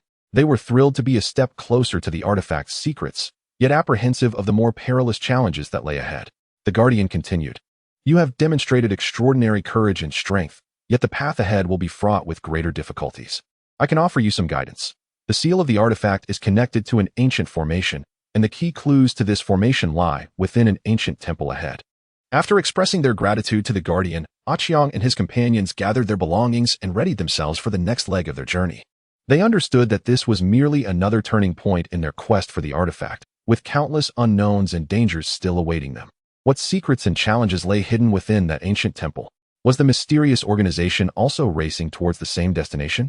All was steeped in suspense, awaiting their discovery. Chapter 80. The Enigmatic Temple and the Sinister Statue. After bidding farewell to the mysterious figure, Qiang and his companions, fueled by their desire to uncover the artifact's secrets, ventured deeper into the Black Wind Valley, following the Guardian's directions. A veil of mist enveloped the valley, refracting the sunlight into strange hues, adding an aura of mystery and eeriness to this already perilous region. It was unclear how long they had traveled when an ancient temple gradually emerged in their sight. The temple's exterior was adorned with the marks of time, the stones seeming to narrate tales of antiquity and weariness. The temple door stood ajar, releasing a waft of aged, mysterious energy. As they approached, a colossal stone statue above the temple door drew their attention. The statue depicted a monstrous creature with a grotesque visage, its gaping maw seemingly poised to devour all existence. The statue's eyes were hollow and devoid of life, yet appeared to conceal endless secrets, sending chills down their spines. That statue radiates malevolence. Be cautious, Qiang murmured, gripping his long blade tightly as he stepped forward into the temple. The interior of the temple was shrouded in dim light, with beams of sunlight streaming through the cracks in the roof, creating radiant shafts that danced with swirling dust, as if time itself stood still within these ancient walls. Flanking the temple were rows of stone statues, each uniquely crafted, yet all exuding an eerie aura. Some bore expressions of anguish, as if enduring unspeakable torment. Others wore grotesque grins that sent shivers down one's spine. The group tread cautiously between the statues when suddenly, Warner fell to gaze upon her. She glanced around, yet the statues remained silent and still. Nonetheless, the sensation of being watched grew increasingly intense. Qiang, I can't shake the feeling that these statues are staring at us, Wana said, her voice trembling slightly. Qiang halted, warily surveying the surrounding figures. Everyone, stay alert. These statues may spring to life at any moment. At that instant, the doctor accidentally brushed against one of the statues. In an instant, its eyes flared with a crimson glow, and its body began to tremble violently, as if the once inanimate stone had awakened. Look out, it's a trap, Qiang shouted, swiftly drawing his long knife and assuming a defensive stance. With the statue's sudden movement, the others responded in kind, their eyes igniting with red light as they began to encircle Qiang and his companions. Though their movements were sluggish, each step reverberated through the ground, as if they bore the weight of centuries.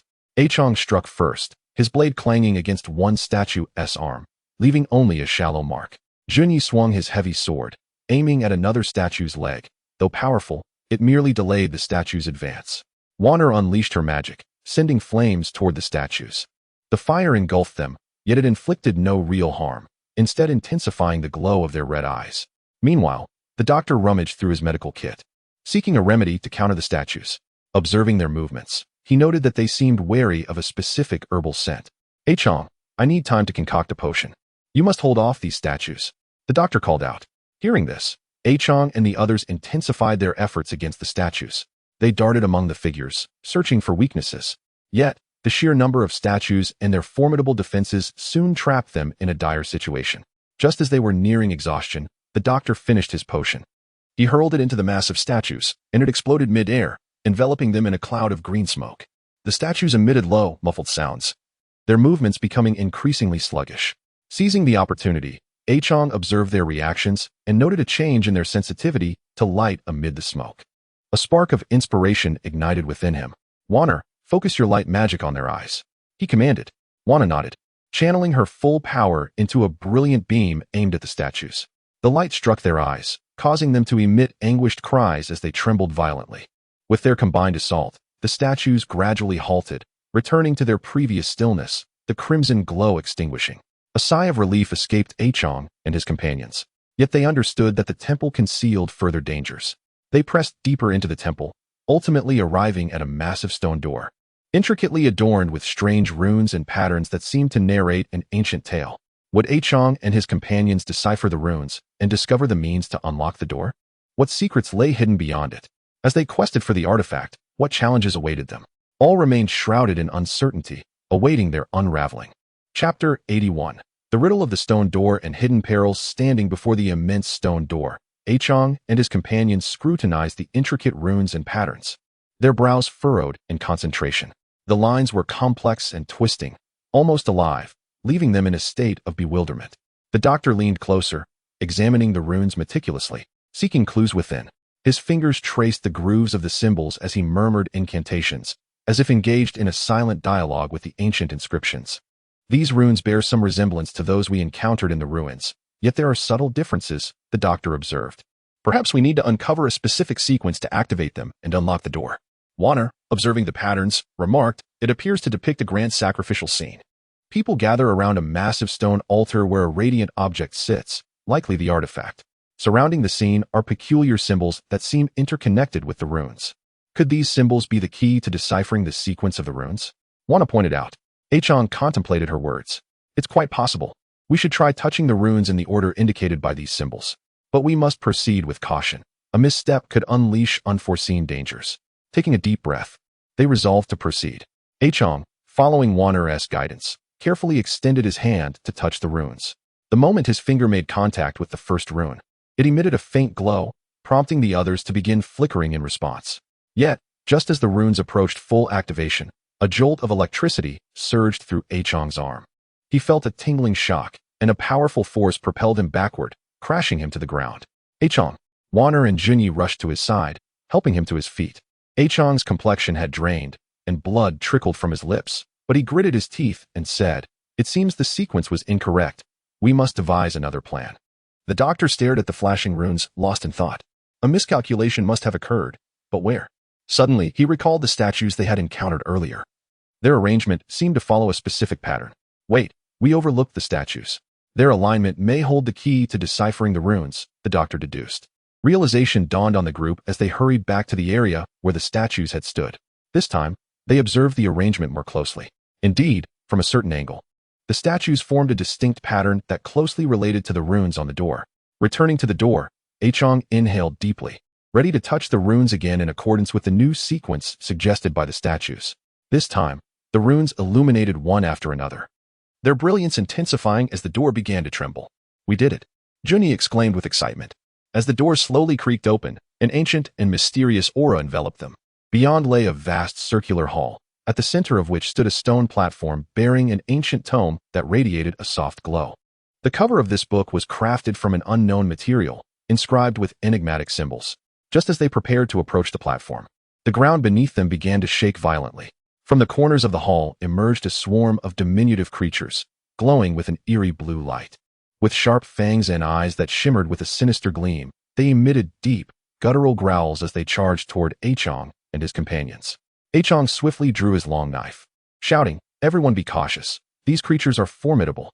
Junyi brandished his heavy sword, ready to confront the foremost creature.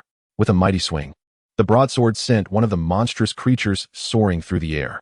Wanner, employing her magical prowess, unleashed a barrage of icy spikes that struck the horde of beasts, eliciting anguished cries from them. Meanwhile, the healer swiftly concocted potions from the rear, providing support for his comrades at the front. However, the creatures seemed to possess a degree of resistance to both spells and potions, rendering the attacks less effective than hoped. Furthermore, the number of monsters continued to swell, pouring forth from every corner and gradually encircling Qiang and his companions. Would they be able to secure the ancient tome amidst the onslaught? What secrets regarding the artifact lay hidden within its pages? In this perilous hall, how would they confront the challenges that lay ahead? All remained shrouded in uncertainty, awaiting their discovery.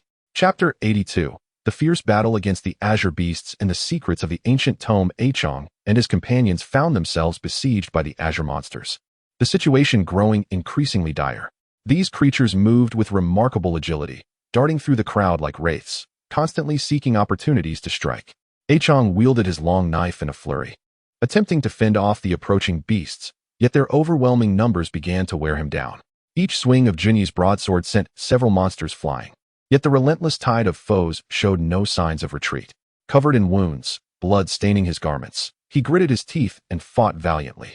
Wanner's spells flickered amidst the throng, alternating between icy shards and flames, momentarily stalling the monster's advance. Yet, as her mana dwindled, the potency of her magic waned. The healer, while mixing potions, was also contemplating a strategy. He realized that although these monsters were resistant to conventional spells and potions, they seemed wary of a particular smoke produced by burning a mixture of herbs. He quickly rummaged through his supplies, combining several herbs and igniting them. A peculiar aromatic smoke billowed forth, and upon inhaling it, The creature's movement slowed, a hint of fear replacing their previously ferocious gazes. "Hold on, this smoke can subdue them," the healer exclaimed. Encouraged, Qiang and the others intensified their attacks. Spotting an opening, Qiang thrust his long knife into the throat of one creature, which let out a piercing scream before dissipating into a wisp of azure smoke. Seizing the opportunity, Junyi swung his broadsword to carve a path towards the corner from which the monsters emerged. "We cannot allow them to keep coming," Junyi shouted. Qiang and Wanner followed closely behind as the trio launched a fierce assault. United in their efforts, they gradually blocked the passage from which the creatures poured forth, halting their numbers. After a fierce struggle, the remaining monsters were finally vanquished. Exhausted, Qiang and his companions collapsed to the ground, panting heavily. After a brief respite, they made their way towards the stone platform at the center of the hall. Qiang reached out to grasp the ancient tome, which emanated a soft glow. As he held it, a warm sensation coursed through him, as if it resonated with his very being. The healer approached, joining Qiang in examining the runes inscribed upon the tome. After deciphering its contents, they uncovered significant information regarding the artifact. It turned out that the artifact was sealed within a mysterious realm known as the Spirit Mirage, and the key to enter this domain was composed of 5 enigmatic fragments scattered throughout the Black Wind Valley, each hidden behind formidable dangers. "It appears our next mission is to locate these 5 mysterious fragments," Qiang stated. "However, the vastness and perils of the Black Wind Valley make this task far from easy." Wanna replied, her brow furrowed. "Regardless of the challenges, we cannot afford to give up. The artifact concerns the safety of many, and we must find it," Junyi asserted resolutely. Just as they prepared to leave the hall and embark on their quest for the fragments, the stone door of the hall slammed shut with a thunderous noise. Immediately, dark fissures appeared along the walls, releasing a plume of black mist. The mist quickly engulfed the entire hall and within it, a chilling voice echoed. "Did you think you could easily uncover the secrets of the artifact? You are gravely mistaken. You shall remain here forever." Qiang and his companions sprang to their feet, alertly scanning their surroundings, aware that yet another crisis loomed. Who was the source of this mysterious power? Could they break free from this enclosed hall and continue their search for the artifact fragments? All was enveloped in uncertainty, waiting to be unraveled. Chapter 83. The foggy predicament and the mysterious shadows in the suffocating black mist. Qiang and his companions braced themselves, the sinister voice seeming to emanate from all directions, sending chills down their spines. The fog was thick as ink, nearly obscuring their vision, leaving only vague silhouettes of one another. "Back to back, stay vigilant." Qiang's voice resonated through the haze, tinged with tension and determination. Gripping his long knife tightly, its blade quivered slightly, whether from fatigue or the anxiety of the unknown danger. Junyi positioned his broadsword before him, straining to discern any movement within the mist. His breath was heavy and rapid, the pain from his wounds still fresh. Yet he had no time to dwell on it. "What kind of foul creature is this, hiding in the shadows? Come out and face us," he bellowed, attempting to dispel his fear with a show of bravado. Wanna clutched the hem of Qiang's garment with one hand while the other gathered her magical energy, flickering with light amidst the fog. Her complexion was pale as paper, her eyes betraying a hint of fear, yet a stronger resolve shone through. "Qiang, this mist is peculiar. We must tread carefully." The healer, rummaging through his supplies, added, "This mist seems to have a disorienting effect. Everyone, try to stay clear-headed." He pulled out several vials of potions in various hues, cautiously smelling them in search of an antidote to dispel the fog. Suddenly, a deep growl reverberated through the mist, as if a massive creature was slowly closing in. A vague silhouette began to materialize, colossal in size, its outline distorted, exuding an eerie presence. "Prepare for battle," Qiang shouted, pointing his long knife at the mysterious figure. As the shape drew closer, they discerned it was a creature resembling a bear, yet adorned with multiple tentacles. Its body cloaked in black scales, emanating a nauseating stench. The monster attacked first, one of its tentacles whipping towards Qiang like a lash. He sidestepped just in time, the tentacle narrowly missing him and crashing into the ground, creating a deep fissure. Junyi reacted swiftly, swinging his broadsword at the tentacle, but the blade merely sparked against the scales, leaving only a shallow mark. Wanner unleashed a fire spell towards the beast, which roared in fury as the flames singed its form, causing some of the black mist to dissipate. Yet it quickly regained its composure, several other tentacles sweeping toward the group. Qiang and his companions dodged hastily. However, in the chaos, the healer stumbled and fell. One tentacle seized the opportunity to ensnare him, but Qiang, quick-witted, lunged to pull him free. Yet, another tentacle ensnared Qiang's arm, a tremendous force lifting him off the ground. Junyi and Wanner, Frantic, joined forces. Junyi swinging his broadsword at the tentacle, while Wan'er cast a powerful freezing spell, attempting to encase it in ice. Their combined efforts finally forced the tentacle to release Qiang. Upon landing, he quickly regained his composure, and alongside Junyi and Wan'er, they mounted another assault against the creature. Though their strikes inflicted some damage, the beast's tough hide and the cover of the mist allowed it to evade many lethal blows. Just when the battle had reached a stalemate, the healer suddenly noticed a scale on the creature that appeared different in color from the others, seemingly a weak point. Aim for the light-colored scale on its left flank, he shouted. Upon hearing the command, Qiang and his companions swiftly redirected their assault. Seizing the opportune moment, Qiang thrust his long blade with all his might towards the scaled armor, while Junyi followed closely behind with his magnificent sword, striking the same spot with tremendous force. Wan'er, in turn, invoked a spell to amplify the potency of their attacks. Under the combined might of the trio, the creature's scale was finally shattered, eliciting a piercing scream from the beast as black blood gushed forth from the wound. The monster's body began to tremble violently, causing the surrounding mist to churn ominously. Yet, the creature did not succumb. Instead, it became increasingly frenzied. It opened its cavernous maw, unleashing a torrent of black flames that surged toward Qiang and his allies. They hastily evaded, but the flames spread wide, singeing their bodies and igniting immediate, excruciating pain. Just as Qiang and his companions found themselves in dire peril, a mysterious figure emerged from the swirling mist. Cloaked in shadows, the figure's features were obscured, yet they wielded a long sword that emanated an ethereal glow. In a blink, he materialized beside the beast, his sword slicing through the air with uncanny precision, severing one of the creature's tentacles. Agonized, the monster redirected its fury towards the enigmatic savior. A fierce battle ensued, with the mysterious warrior employing a bizarre and fierce swordplay. Each strike aimed at the beast's vulnerable points. Gradually, the creature began to falter under the relentless onslaught. Seizing the opportunity, Qiang and his companions rejoined the fray. Through their unified efforts, the monster ultimately collapsed, dissipating into a cloud of black smoke. As the creature perished, the dark mist gradually dispersed, restoring brightness to the hall. Qiang and his companions gazed at the mysterious figure, their hearts brimming with curiosity and gratitude. Qiang stepped forward respectfully, expressing, "Thank you, esteemed one, for your timely assistance. Might I inquire about your identity and what brings you to this place?" The figure slowly raised his head, revealing a face marked by the passage of time, austere and profound. His eyes held a depth and mystery that seemed to conceal endless secrets. "Who I am is of little consequence. I am here to prevent certain individuals from acquiring the artifact to avert a greater disaster. Your resolve in seeking the artifact commands my respect, yet this path is fraught with peril. Exercise caution. Do you possess knowledge of the whereabouts of the 5 enigmatic fragments?" Wan'er inquired eagerly. The mysterious figure nodded slightly, stating, "I possess some clues. One fragment lies deep within the Black Wind Valley, guarded by a divine dragon. This dragon is immensely powerful. Should you wish to obtain the fragment, you must be thoroughly prepared." Qiang and his companions felt a mixture of excitement and trepidation. They were thrilled to finally have a lead on the fragments, yet apprehensive about facing such a formidable guardian. "Regardless of the challenges, we must attempt it," Qiang declared resolutely. The figure regarded Qiang and his companions with a glimmer of approval in his eyes. He produced a small vial from his robe and handed it to Qiang, saying, "This potion will temporarily enhance your strength. It may prove invaluable in critical moments. However, remember, do not use it unless absolutely necessary." Qiang accepted the potion with gratitude, saying, "Thank you, esteemed one." The mysterious figure nodded slightly, then vanished from sight. With their belongings in order, Qiang and his companions prepared to embark on their quest to confront the guardian dragon and seize the enigmatic fragment. They understood that ahead lay a far more arduous battle. As they faced the daunting guardian dragon, would they succeed in acquiring the fragment? What dangers and challenges awaited them? All remained shrouded in uncertainty, waiting to be unveiled. Chapter 84. The Dragon's Shadow and Perilous Encounters with the Potion Bestowed by the Mysterious Figure in Hand.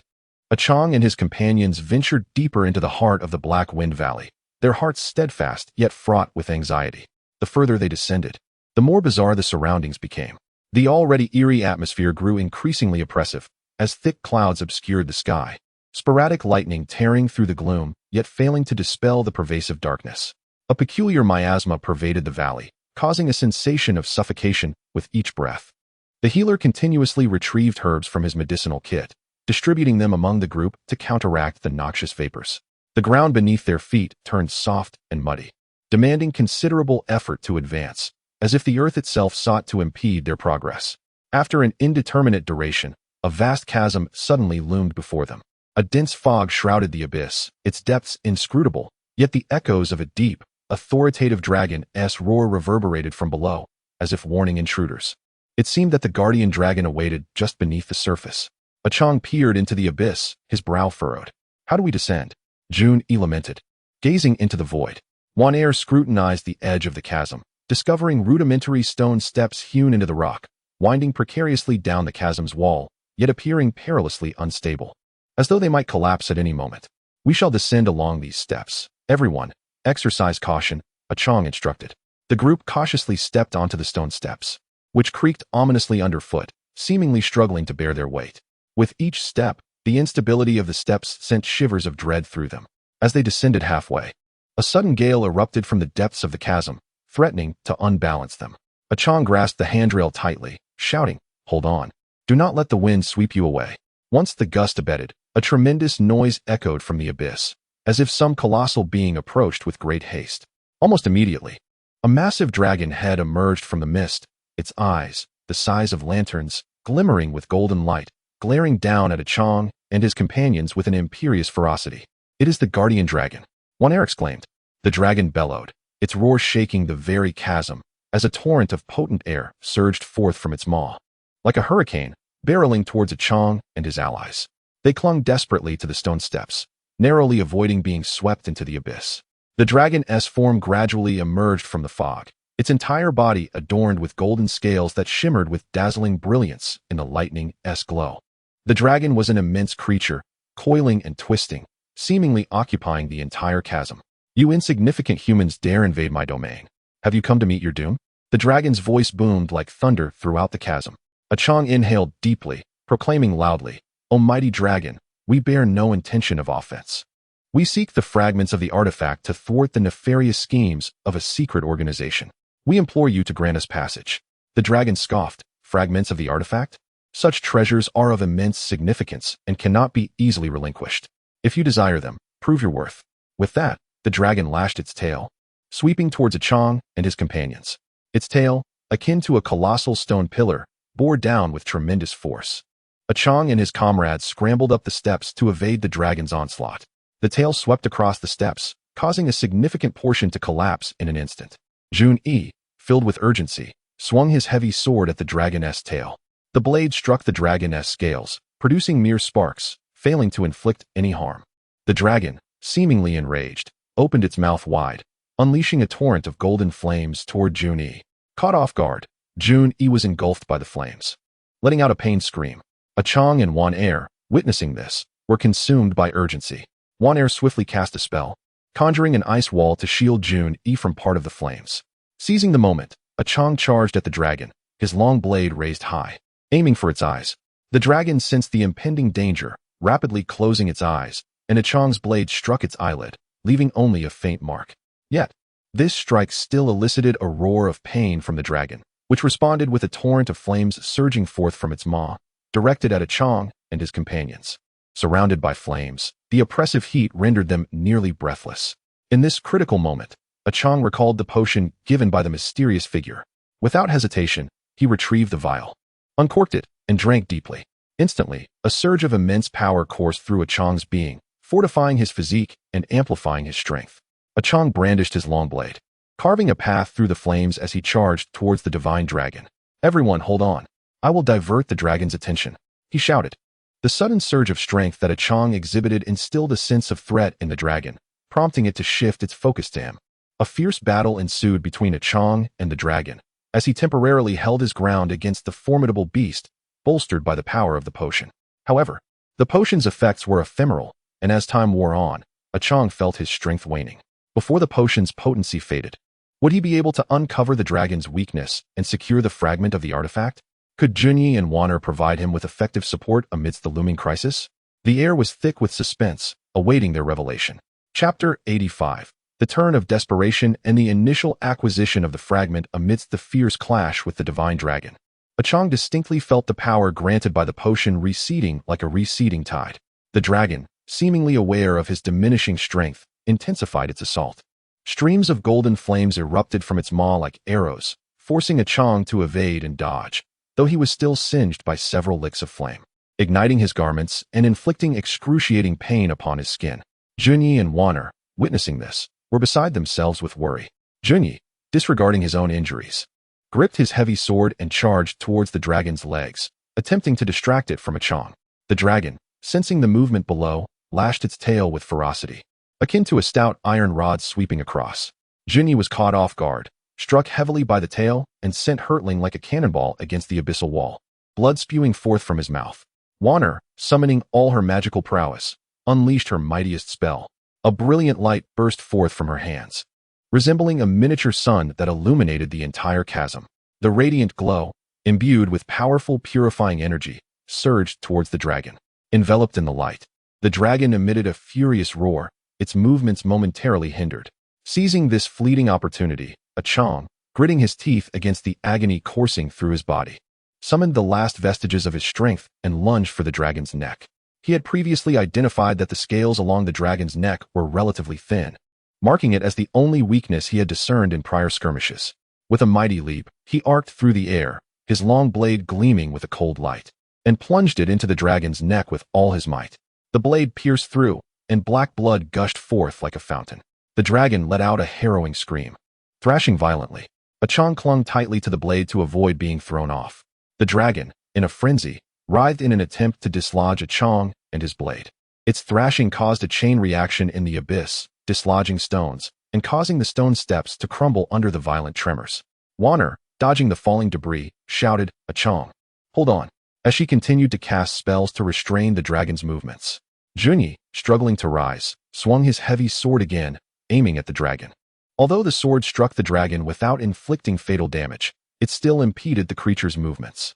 Under the combined assault of the trio, the dragon gradually succumbed to its inability to resist, its movements becoming sluggish and its roars losing their ferocity. Finally, the dragon collapsed with a thunderous crash, its massive form kicking up a cloud of dust at the abyss's bottom. Exhausted, Qiang and the others collapsed to the ground, gasping for breath. After a brief respite, Qiang slowly approached the dragon's side and withdrew his long blade from its neck. At that moment, the dragon's body began to dissipate, transforming into specks of golden light. Amidst the golden radiance, a fragment emanating a mysterious glow slowly materialized. "This is the artifact fragment," Junyi exclaimed with delight. Qiang grasped the fragment, feeling its warmth as an unusual energy coursed through his arm and spread throughout his body. He sensed the fragment was imbued with immense power, undoubtedly linked to the artifact itself. However, just as they prepared to depart with the fragment, an eerie laughter echoed through the abyss. A figure emerged from the darkness, a master from a mysterious organization.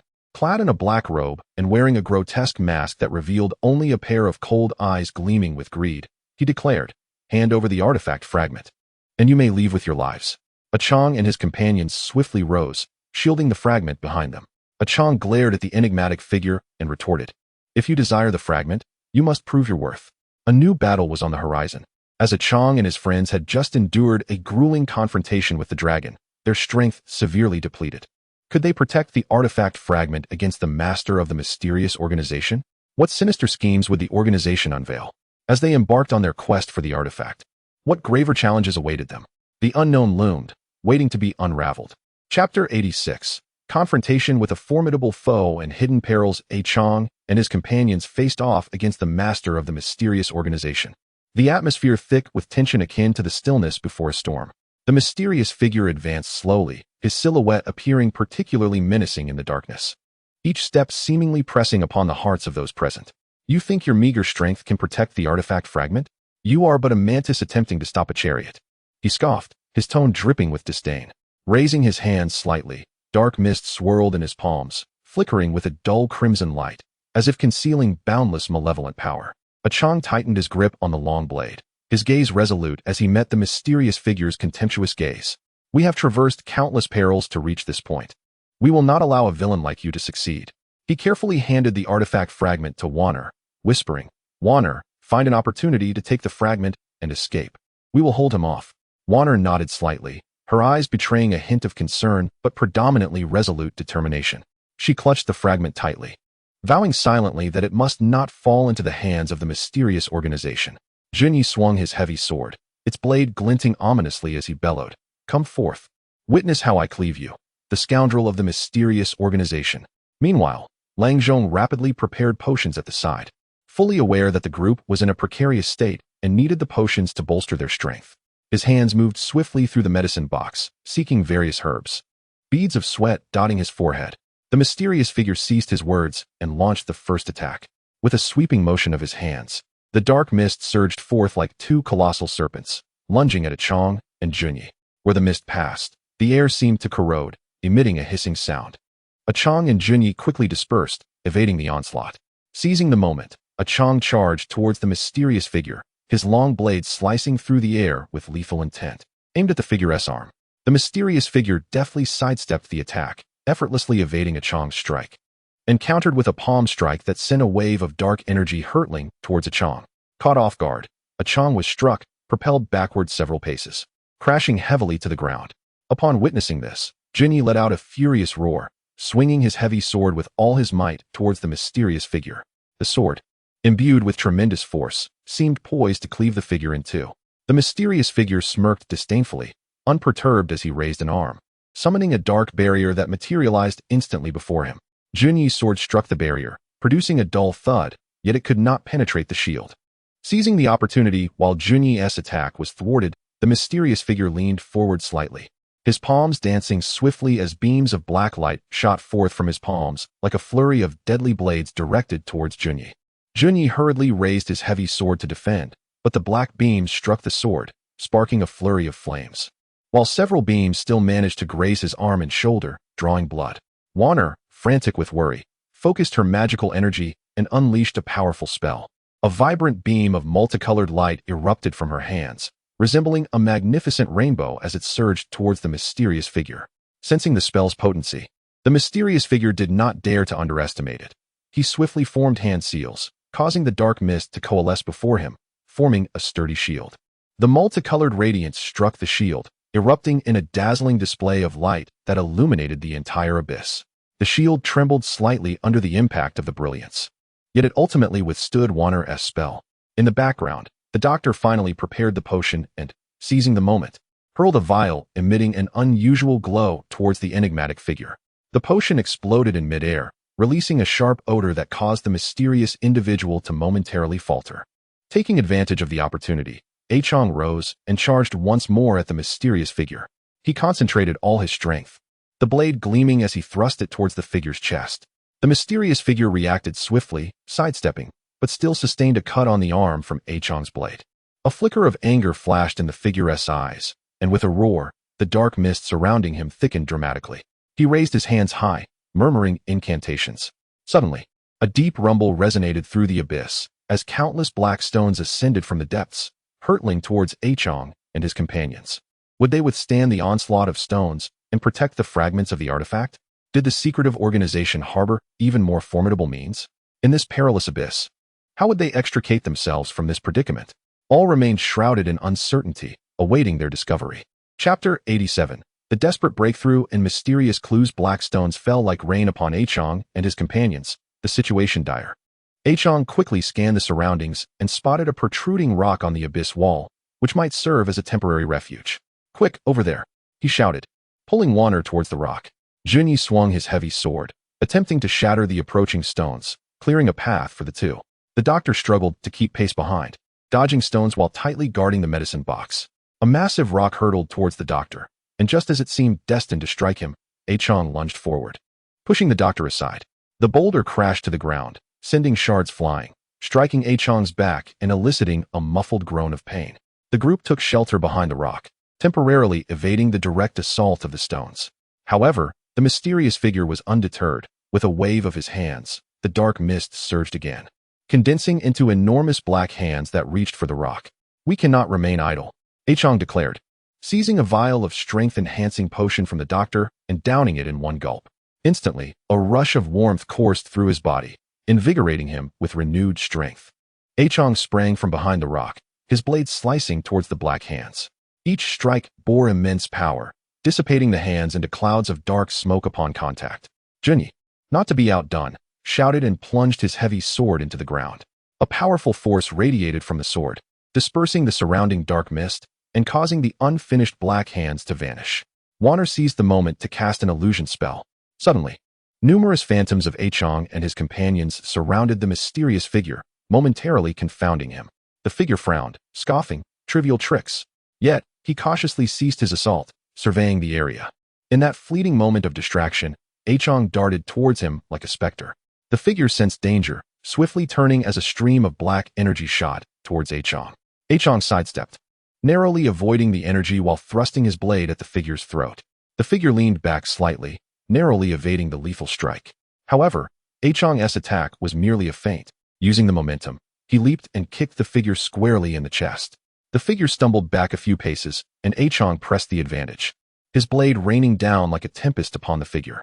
The mysterious individual hurriedly defended himself, yet sustained several cuts along his arm. Junyi and Wana seized the opportunity to join the fray, Junyi's heavy sword slicing in from the left while Wana unleashed beams of light from the right. Under the combined assault of the three, the mysterious figure began to falter. Surprised, he realized that Qiang and his companions, despite their exhaustion, still possessed formidable combat prowess. Aware that lingering would bring him peril, the figure formed seals with his hands, conjuring a black portal behind him. Consider yourselves fortunate this time. The artifact fragments will be mine eventually, he declared, stepping into the portal and vanishing. Qiang and his companions exhaled in relief, collapsing to the ground in fatigue. The battle had drained their energy and strength, but they had successfully safeguarded the artifact fragments.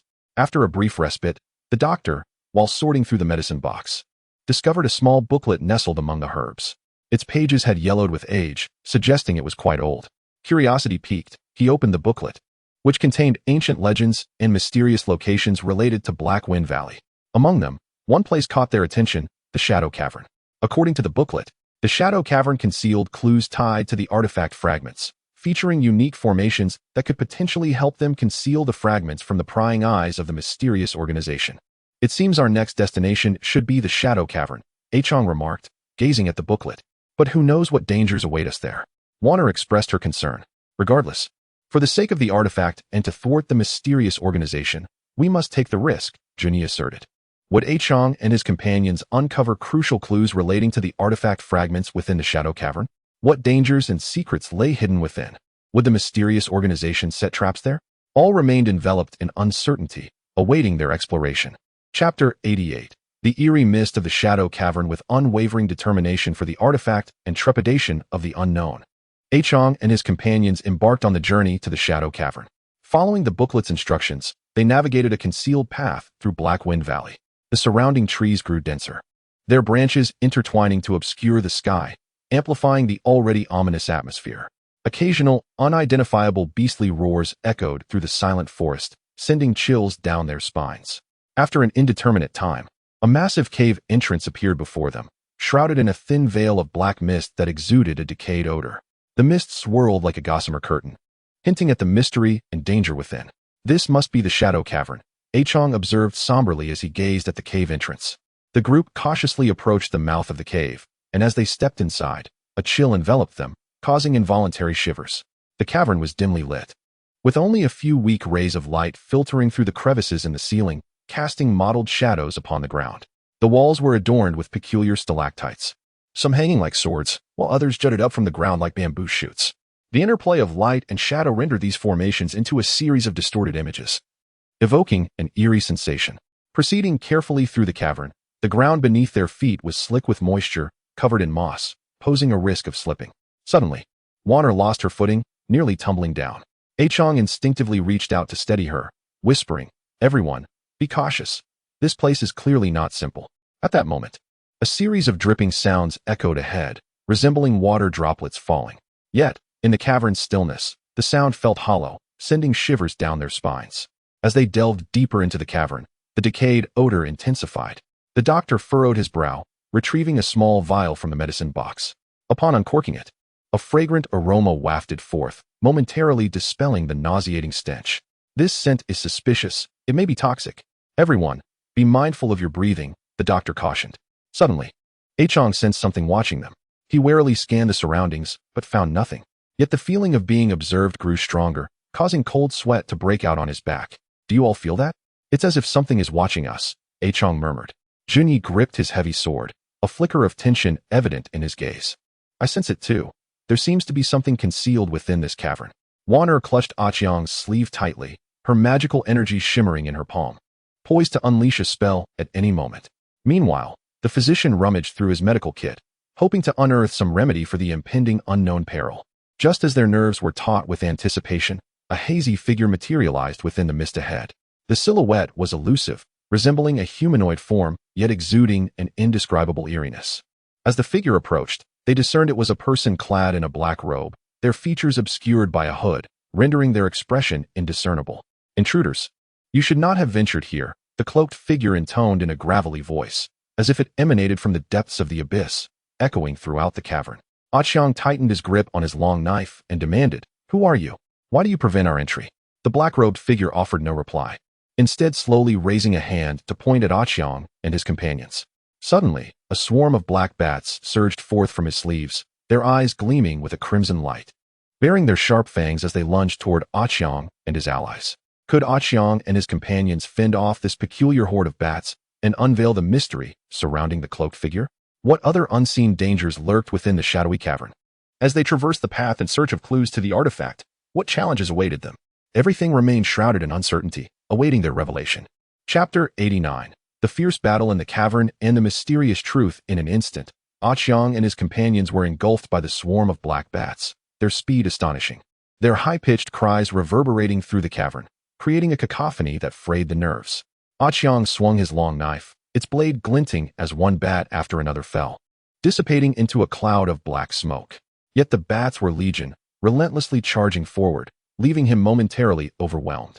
Junyi wielded his heavy sword with ferocity, the gust from his strikes sending nearby bats spiraling away.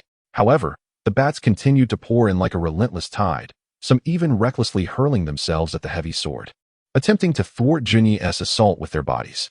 Wanner swiftly cast a spell, conjuring a wall of ice before her companions, momentarily halting the onslaught of bats. Yet the bats collided with the icy barrier with resounding thuds, causing cracks to spiderweb across its surface under the continuous assault. The physician, fraught with anxiety at the rear, evaded the occasional errant bat while hastily concocting potions. Suddenly, a spark ignited in his eyes as he retrieved a pungent herb from his kit, igniting it and flinging it into the swarm. The smoke billowing from the burning herb quickly enveloped the area, and the bats, seemingly averse to the noxious fumes, veered away in droves. This smoke will deter them momentarily. Let us seize the opportunity to attack the cloaked figure, the physician exclaimed. With a brief respite, Qiang and his companions charged toward the black-robed man. As the cloaked figure observed their advance, he swiftly formed intricate hand signs, muttering incantations. Suddenly, the cavern's ground trembled violently, and countless black vines erupted from the earth, ensnaring Qiang and his allies. Qiang, quick-witted, swung his long knife, severing several vines. Yet, the vines grew back with astonishing speed, wrapping around him anew. Junyi swung his heavy sword with all his might, attempting to cleave the vines, but they were remarkably resilient, leaving only shallow marks upon contact. Wanner resorted to her fire spells, attempting to incinerate the vines. Flames crackled as they engulfed the vines, releasing a hissing sound, yet the vines appeared undeterred, thriving amidst the flames. As the group found themselves ensnared, Qiang noticed the roots of the vines connecting to a black stone beneath the cloaked figure's feet. An idea sparked in his mind, and he exchanged a knowing glance with Junyi. They both surged forward toward the black stone. The cloaked figure, sensing their intention, waved his hands, summoning more vines towards them. Undeterred, Qiang and Junyi pressed on, with Qiang slicing through the vines, while Junyi swung his heavy sword down upon the black stone. With a resounding crash, the stone shattered, and as it crumbled, the black vines withered instantly, losing their capacity for attack. The cloaked figure's expression shifted to one of horror, and he roared in fury, emanating a powerful dark energy that surged toward Qiang and his companions. Sensing the might of this force, they hastily assumed defensive stances. Just as the dark energy was about to strike, a flash of light illuminated the cavern as a mysterious figure appeared behind the cloaked man. This enigmatic individual held a radiant sword and thrust it toward the black-robed figure. The cloaked figure, realizing the impending assault, attempted to evade, but it was too late. The sword pierced his body, and with a blood-curdling scream, he transformed into a cloud of black smoke. Qiang and his companions stared in astonishment at the mysterious figure, who slowly turned to reveal themselves as the one who had previously aided them in the temple. "Elder, how did you come to be here?" Qiang inquired in surprise. The mysterious figure smiled gently, saying, "I have been monitoring your actions closely. The Shadow Cavern conceals crucial clues regarding the artifact, yet it is fraught with peril. The black-robed figure was dispatched by a clandestine organization to guard this place, preventing outsiders from uncovering the clues. What exactly is the clue to the artifact?" Wana asked eagerly. The mysterious figure approached a section of the cavern wall, pressing gently on a protruding stone. The wall began to part, revealing a hidden chamber. Within lay a massive stone slab, inscribed with runes and patterns. This slab contains the locations of the artifact fragments and partial methods to unseal the artifact, the mysterious figure explained. Hearing this, Qiang and his companions rejoiced. They rushed to the slab, meticulously studying the intricate runes and patterns. However, the complexity of the inscriptions rendered them indecipherable at first glance. Just then, a cacophony of noise erupted from outside the cavern, indicating a large contingent was approaching. The mysterious figure's expression darkened. "This is grave. The members of the clandestine organization are upon us. They have surely sensed the commotion here. We must leave at once." Could Qiang and his companions successfully decipher the information inscribed on the slab and locate the remaining fragments of the artifact? Faced with the impending arrival of the clandestine organization, how would they escape? Everything remained steeped in uncertainty, awaiting their exploration. Chapter 90. Fleeing the cavern and the renewed crisis upon hearing that members of the clandestine organization were closing in. Qiang and his companions felt a wave of urgency wash over them, acutely aware of the precariousness of their situation. The mysterious figure quickly instructed, "Follow me. I know a secret passage." Without a moment to ponder, they trailed closely behind the enigmatic guide. The mysterious figure led them to a hidden corner of the cavern, feeling along the wall until he found a seemingly ordinary stone, which he pushed aside, revealing a concealed door. Beyond the door lay a narrow passage, suffused with an ancient, musty aroma. They filed in, and the mysterious figure closed the door behind them. The passage was dimly lit, relying on the faint glow emitted from the stone in the mysterious figure's hand to illuminate their way. They hastened down the corridor, the sounds of the clandestine organization searching outside echoing in their ears. "Let us hope this secret passage allows us to evade them," Jinyi murmured, a hint of anxiety lacing his tone. "Do not speak. They have many eyes and ears. Be cautious not to be detected," the mysterious figure cautioned in hushed tones. Yet, fate appeared to delight in tormenting them. Not long after, a hissing noise echoed from ahead, as if some colossal creature was drawing near. With the sound growing louder, an acrid scent assaulted their senses. "What is that smell?" Wana asked, covering her mouth and nose. Qiang tightened his grip on his long knife, keeping a vigilant watch ahead. In the darkness, a pair of enormous red eyes slowly emerged, followed by a massive form materializing before them. It was a gargantuan python, its body as thick as a barrel, its scales shimmering with an eerie luminescence. The serpent opened its cavernous maw, revealing sharp fangs and emitting a low, menacing hiss, as if warning them to stay away. The mysterious figure whispered, "This python is likely the guardian of this passage. We must devise a way to deal with it." Qiang was the first to launch an attack, charging towards the python with his long knife raised high, aiming for its head.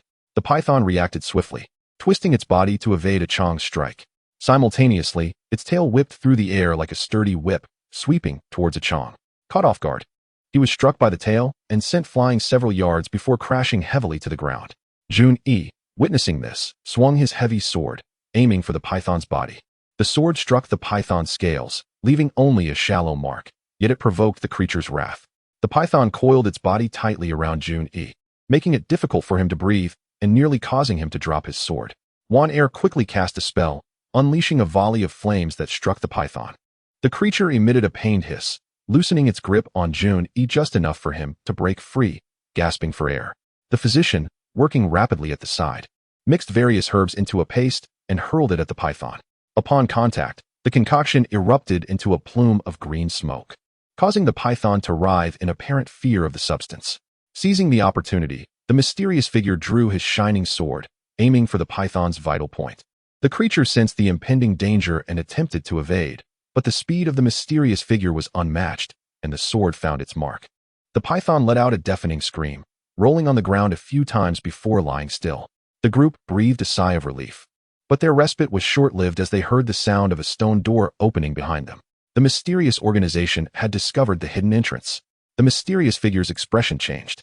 Qiang and the others turned to see several shadowy figures emerging at the end of the passage, a contingent from the organization, armed and advancing swiftly towards them. It seemed yet another fierce battle was inevitable. Qiang gripped his long knife tightly, his eyes reflecting a steely determination. As the members of the mysterious organization drew closer, uncertainty loomed. Could Qiang and his companions fend them off in this narrow passage and escape? The information on the stone tablet remained unread. And how would they locate the remaining fragments of the artifact? All was shrouded in mystery, awaiting their unraveling. Chapter 91. The battle in the narrow passage and an unexpected turn of events with their backs against the fallen python. Qiang and his companions confronted the advancing members of the mysterious organization. The passage was narrow, forcing both sides into close proximity, and the tension was palpable. The members of the organization were obscured by black cloth, leaving only their cold, avaricious eyes visible. Fixated on the stone tablet in Qiang's possession that potentially held the key to the artifact's fragments. "Surrender the tablet, and we may spare your lives," commanded the leader of the organization, his voice low and laced with an undeniable menace. Qiang let out a derisive laugh, retorting, "You think you are worthy of the tablet?" With that, he charged forward, brandishing his long knife. The narrow confines of the passage restricted their movements. Yet Qiang wielded his blade with ferocity, each strike infused with lethal intent, bearing down on the organization members. They retaliated, drawing their weapons to meet his challenge. The passage became a whirlwind of flashing blades and the clashing of metal. Jun Yi joined the fray, swinging his heavy sword with devastating force. Each swing reverberated through the ground, compelling the organization members to evade his onslaught. Meanwhile, Wan Er remained at the back, casting spells that sent beams of light darting towards their foes, temporarily hindering their movements. However, the organization members were numerous and well-trained, quickly adapting to Qiang and his companions' rhythm of attack and mounting a counteroffensive. In the brief lulls of battle, the physician continued to mix potions, aware that in such a lopsided confrontation, his brews might be the key to turning the tide. Suddenly, a glimmer of inspiration struck him as he concocted a potion that would induce temporary blindness. Seizing the moment, he hurled the potion at the members of the organization. It exploded amidst them, releasing a pungent aroma that caused many to clutch their eyes in agony, their actions thrown into disarray. Qiang and his allies seized this opportunity to launch a more ferocious assault. The mysterious figure also remained active, his sword darting like a specter among the organization members. Each strike aimed precisely at their vulnerabilities. Under the combined onslaught, the front line of the organization began to falter. Yet, just as Qiang and his companions believed they were gaining the upper hand, a low chant emanated from the back ranks of the organization. Almost immediately, a wave of dark energy surged towards them. Qiang and his companions felt an overwhelming force bearing down, leaving no time for evasion. In that critical moment, the mysterious figure swiftly produced a jade pendant radiating a soft glow. The pendant's light intensified, forming a protective barrier that absorbed the wave of dark energy. The collision between the energy and the barrier erupted in a blinding flash, illuminating the entire passage as if it were midday. "This pendant can only hold for a moment. We must leave at once," the mysterious figure shouted. Qiang and his companions did not hesitate, following the mysterious figure deeper into the passage. The members of the organization, recovering from the chaos, began their pursuit once more. As they dashed through the passage, a massive stone door loomed ahead, intricately carved with runes that exuded an enigmatic aura. The mysterious figure regarded the door with a grave expression, stating, "This door requires a specific method to unlock. I cannot decipher it at this moment." The footsteps of the organization members echoed ominously behind them, and Qiang's group found themselves cornered. At that moment, Wan Er noticed that the artifact fragment she held resonated with the runes on the door. The fragment pulsed with light, harmonizing with the symbols etched upon the stone.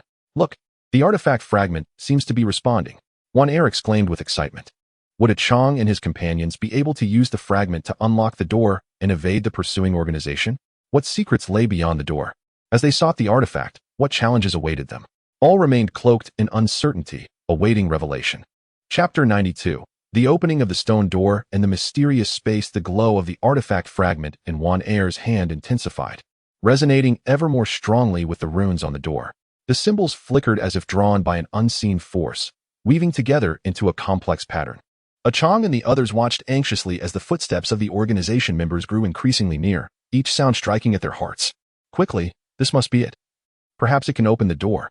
Hope flickered in the mysterious figure's eyes, urging Wan Er onward. Focusing intently, Wan Er sought to channel the power of the artifact fragment. As the radiance reached its zenith, The door emitted a deep, rumbling sound and began to creak open. Behind the door lay a blinding light, concealing what appeared to be an entirely new space. "No time to hesitate, enter," a Qiang shouted, and without a moment's pause, they plunged through the stone door. As they crossed the threshold, the door slammed shut behind them, sealing the members of the mysterious organization outside. Gradually adjusting to the brilliance of their surroundings, they found themselves in an expansive circular chamber. The walls were adorned with an array of gemstones, casting a kaleidoscope of colors that illuminated the space like daylight. In the center stood a massive stone pedestal, atop which rested an ancient tome radiating a gentle glow. "This place seems extraordinary. That tome may contain vital information about the artifact," the physician remarked. As they approached the pedestal, the air around them seemed charged with a mysterious energy, evoking a mix of excitement and trepidation. As they drew near, the tome unexpectedly opened on its own, revealing shimmering text. Leaning closer, a Qiang and his companions discovered that the inscriptions chronicled the origins of the artifact and the specific locations of its fragments. It turned out that the artifact was forged by a powerful deity in ancient times to safeguard peace in the world, only to be shattered into 5 fragments scattered across the land during a great war. Apart from the fragment they had already discovered, the other 4 pieces were concealed in various enigmatic locations, each guarded by formidable protectors. It appeared that their journey ahead would be arduous, and locating the remaining fragments would not be a simple task. A Qiang furrowed his brow and remarked, "At least we now possess a clear direction. It is certainly preferable to our previous aimless search," Jun consoled. Just then, the space around them began to flicker with radiant light, and subtle fissures emerged in the once tranquil surroundings. From these crevices, a low, rumbling growl echoed, as if a terrifying entity were on the verge of awakening. "This is not good. The space seems to be undergoing a transformation, possibly due to our disturbance of some ancient restriction." The mysterious figure's expression shifted gravely. As the fissures widened, monstrous creatures, massive and covered in sharp spines, emerged from the rifts. Their eyes glowed crimson, exuding a bloodthirsty aura as they lunged toward a Qiang and his companions. A Qiang swiftly drew his long knife, shouting, "Prepare for battle. These monsters are not to be trifled with. Everyone, be cautious." Juni brandished his heavy sword, standing resolutely beside a Qiang, while Wan gathered her magical energy from the rear. The healer hurriedly retrieved various potions from his medical kit, bracing for the impending fierce confrontation. Would a Qiang and his allies be able to repel the monsters in this mystical space and make their escape? How would they follow the ancient texts to locate the remaining divine fragments? Would the mysterious organization find them again? All was shrouded in uncertainty, awaiting their discovery. Chapter 93. Fierce battle with the aliens and difficult choices. The monsters surged forth like a relentless tide, moving with astonishing speed until they were upon a Qiang and his companions. A Qiang was the first to strike, his long knife slicing through the air, glinting with a cold light as it aimed for the foremost creature. The creature's spines rose like blades, attempting to deflect a Qiang's attack. The knife clashed against the spines, sending sparks flying, and a Qiang felt a jolt in his arm. The creature's defense surpassed his expectations. Unyielding, Jun raised his heavy sword high and brought it crashing down upon another monster with immense force. With a thunderous boom, the creature staggered back a few paces but remained unscathed. It roared in fury, opening its gaping maw to bite at Jun. He narrowly dodged, the monster's teeth grazing his clothing. From the rear, Wan unleashed her spells. Fiery tendrils resembling dragons surged towards the horde of monsters. The flames ignited upon the creatures, yet they seemed somewhat resistant, merely pausing momentarily before continuing their frenzied advance. The healer, anxious, mixed potions, seeking a remedy to counter these beasts. He evaded their attacks while observing their movements, hoping to unveil their weaknesses. The mysterious figure joined the fray, his sword shimmering with an otherworldly glow as he struck precisely at the monster's vital points. Under his assault, several monsters fell, yet their numbers were overwhelming, continuously pouring forth from the rifts, and soon the group found themselves in dire straits. Amidst the battle, a Qiang discerned that the monster's eyes appeared relatively vulnerable. He seized the opportunity as one of the creatures lunged at Jun, leaping into the air and thrusting his long knife directly at the monster's eye. The creature emitted a pained howl, thrashing violently, casting a Qiang aside. Nevertheless, this strike rendered the monster temporarily incapacitated. "Aim for their eyes. That is their weakness," a Qiang shouted. Hearing this, the others adjusted their strategies. Jun seized the moment and struck the head of a monster with his heavy sword. As the creature winced and closed its eyes in pain, Wan fired a spell into its eye, causing it to emit a chilling scream before collapsing. However, As they focused their efforts on the monsters, the fissures continued to widen, and more powerful creatures emerged. Moreover, the mysterious figure noticed that these monsters seemed to be deliberately herding them towards a corner of the space. Be cautious, the monsters' movements are peculiar. They appear to be guiding us to a specific location, he called out amid the skirmish. Alarmed, the group approached the monsters with heightened vigilance. Yet, as the creatures pressed closer, they found themselves gradually cornered. In that corner, a door emanating an eerie light appeared, slowly opening, releasing a powerful pull from within. This is not good. Do not let yourselves be drawn in. Qiang attempted to resist the force, but it was overwhelming, causing his feet to slide across the ground. In that critical moment, the mysterious figure produced a glowing orb, which released a formidable energy, temporarily countering the pull. Yet, with a grave expression, he warned, "This orb cannot hold for long. We must make a choice. Entering this door may lead us to an escape, yet it could also expose us to greater peril. Remaining here will certainly lead to our demise." Could Qiang and his companions make the right decision before the pull consumed them entirely? What unknowns lay hidden behind the door? How would they navigate their way to survival in this dire predicament? All was steeped in suspense, awaiting their resolution. Chapter 94. The mysterious door and diverging fates caught between the dual threats of the pull and the monsters. Qiang and his companions faced a daunting choice. The mysterious figure's orb flickered uncertainly, its power waning against the relentless pull. The monsters lurked menacingly, issuing low growls as if urging them to hasten their decision. Qiang's mind raced. He understood that staying to battle the creatures offered little hope of victory. Yet, the door that glimmered ominously concealed its own myriad dangers. An unknown dread looming like a shadow over them. We cannot remain passive. Entering the door may present a glimmer of hope, Junyi declared. Gritting his teeth as he expressed his resolve, he clutched his heavy sword tightly, determination flickering in his eyes. Wonder nodded slightly, though anxiety filled her heart. She trusted Qiang's judgment. At this juncture, they had no choice but to take a risk. The healer furrowed his brow, glancing at his nearly depleted medical kit. Faced with the overwhelming number of monsters, he had few options left. It seems we have no alternative. Let us hope we can confront the dangers awaiting us beyond the door. Qiang looked to the mysterious figure, who sighed softly, saying, "This door exudes an aura of strangeness, but as you have said, remaining here leads only to death. However, we cannot predict what lies beyond the door. Everyone must exercise utmost caution." As the orb's light began to fade, Qiang and his companions exchanged resolute glances, their eyes conveying unwavering determination. They braved the powerful pull, laboriously making their way toward the door. Upon stepping through, the sight that greeted them was astonishing. Behind the door lay an immense space, reminiscent of an inverted world. The sky floated above like land, and liquid resembling stars flowed across the ground, peculiar lights flickering all around, creating an otherworldly ambience. What is this place? One Air gasped in astonishment. Before they could fully grasp their surroundings, dark fissures suddenly appeared throughout the space, releasing a torrent of black mist. The mist rapidly enveloped the entire area, and within it, strange sounds emerged, deep growls and sharp shrieks, as if countless terrifying creatures lurked within. Everyone, back to back, remain vigilant. Qiang shouted. The group quickly positioned themselves, backs against one another, scanning their surroundings with trepidation. Suddenly, a massive black claw emerged from the mist, reaching for Qiang. Reacting swiftly, he swung his long knife at the claw.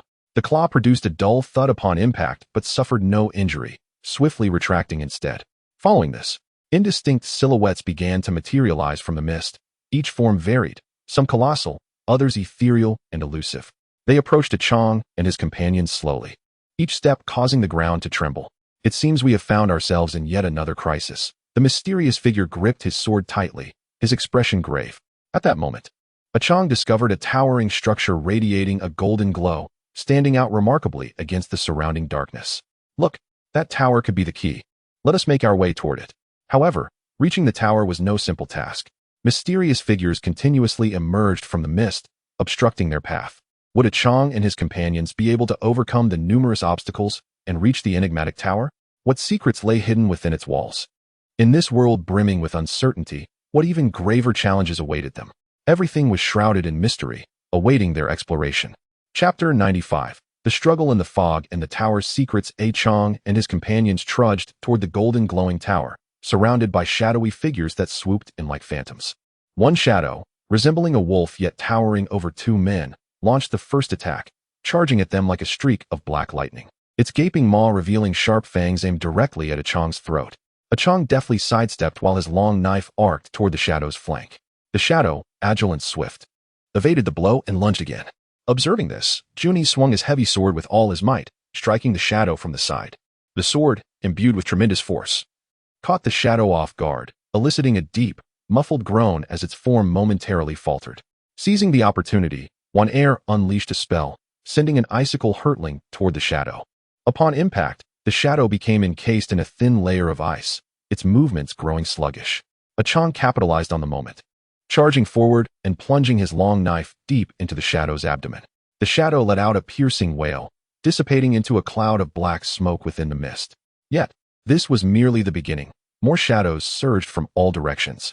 Some slithered like massive serpents along the ground, while others, resembling monstrous birds, dove from the sky.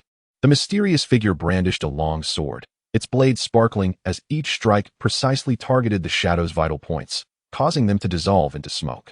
Meanwhile, the healer, amidst the chaos, dodged the occasional encroaching shadow while diligently concocting potions. He discovered that a mixture of herbs produced a smoke that could confuse the shadows, prompting him to ignite the blend. The smoke billowed upward, disorienting the surrounding shadows, causing their movements to become erratic. Taking advantage of this distraction, the group hastened toward the tower. However, just as they were within a few dozen paces of the tower, a colossal shadow slowly emerged from the mist. This figure, humanoid in shape, yet towering several meters high, emanated a dense black fog, with two enormous eyes glowing a sinister green, radiating dread and terror. Everyone be cautious. This appears to be the leader of the shadows. The mysterious figure cautioned. The giant shadow unleashed an earth-shattering roar, slamming its palms together, sending forth a powerful wave of black energy that surged toward Qiang and his companions. They hastily activated their defenses. Qiang raised his long knife. Jun-yi lifted his heavy sword. Wan Er conjured a magical shield in front of her, and the mysterious figure quickly cast a protective spell. The energy wave collided with their defenses, producing a blinding light and a deafening roar. Qiang and his companions felt a tremendous force pushing against them, their feet carving deep grooves into the ground. Despite their efforts, some energy managed to break through their defenses, causing their blood to surge painfully. The immense shadow, witnessing this, roared once more and waved its hands, causing countless black spikes to erupt from the ground, aiming directly at Qiang and his allies. They leapt to evade, but the sheer number of spikes overwhelmed the entire area. Jun-yi, unable to dodge in time, was struck by a spike, blood streaming from his leg. Just as they found themselves in dire straits, Qiang suddenly noticed that the golden glow from the tower seemed to counteract the black fog surrounding the shadow. He shouted, "Let us charge toward the tower and use its light against it." Hearing this, the others, gritting their teeth against the pain, surged forward toward the tower. The colossal shadow, sensing their intent, intensified its assault. Black spikes rained down like a torrential downpour, while the shadow quickened its pursuit of Qiang and the others. Would they succeed in reaching the base of the tower and harness its power to repel the gigantic shadow? What crucial secrets lay within the tower that could unlock their current predicament and reveal the connection to the artifact? In this fog-laden world, every step they took was fraught with uncertainty and peril, awaiting their discovery and revelation. Chapter 96. Escape from the tower and the clue to the fragments under the relentless assault of the gigantic shadow. Qiang and his companions raced toward the tower, disregarding everything else. Black spikes thrust upward from the ground, forcing them to dodge and weave, each sustaining injuries along the way. Jun-yi's leg wound bled profusely, each step causing him to grimace in pain, yet he persevered. As they drew closer to the tower, the golden luminescence grew increasingly intense, its effect on the shadows becoming more pronounced. The once unstoppable shadows began to slow, their black mist dissipating under the light's influence. At last, Qiang and his companions reached the foot of the tower. The light enveloped them like a golden shield, repelling the shadow's attacks. The shadow roared in fury, thrashing its arms in an attempt to breach the barrier of light, but to no avail. "Phew, we are finally safe for the moment," the healer gasped, relief evident on his face. Qiang gazed at the tower, a sense of intrigue washing over him. What extraordinary power does this tower possess? And what is its connection to the artifact? The mysterious figure scrutinized the tower before responding. This tower may have been constructed in ancient times to suppress a certain malevolent force. The artifact's power could resonate with it. The group resolved to enter the tower and uncover its mysteries. The door was firmly shut, and Qiang pushed against it, but it would not budge. Wan Er examined the area for mechanisms, and suddenly discovered a recess beside the door that closely resembled the artifact fragment they possessed. "Look, this recess seems to fit the artifact fragment perfectly," she exclaimed. Qiang retrieved the fragment and placed it into the recess. In an instant, a brilliant light flashed, and the door slowly creaked open. Inside lay a vast circular chamber, its walls adorned with an array of peculiar runes and symbols. At the center of the space stood a massive crystal orb, emanating a soft glow. As the group approached the orb, images began to materialize within it, revealing the locations of the artifact fragments alongside mysterious symbols and clues. Qiang and his companions were elated. This was precisely what they had been tirelessly seeking. "It seems this tower exists to guide future generations in locating the artifact fragments," Jun-E remarked. However, just as they focused on the clues within the crystal orb, the tower suddenly began to tremble violently. Countless black tendrils erupted from all directions, writhing toward them. "This is bad. What is happening?" the healer shouted. The mysterious figure's expression turned grave as they warned. "We may have triggered some sort of restriction within the tower. Everyone, be cautious." Qiang swiftly drew his long knife and struck at the approaching tendrils. The tendrils proved remarkably resilient, and the knife only left a shallow mark. Jun-E swung his heavy sword, severing several tendrils, but they continued to pour in, quickly enveloping them. One air cast spells, flames engulfing the tendrils. Yet they could not halt the onslaught. The mysterious figure defended against the tendrils with their sword while devising a strategy. Amid the fierce battle, Qiang noticed peculiar runes along the tendrils, which seemed to hold the key to controlling them.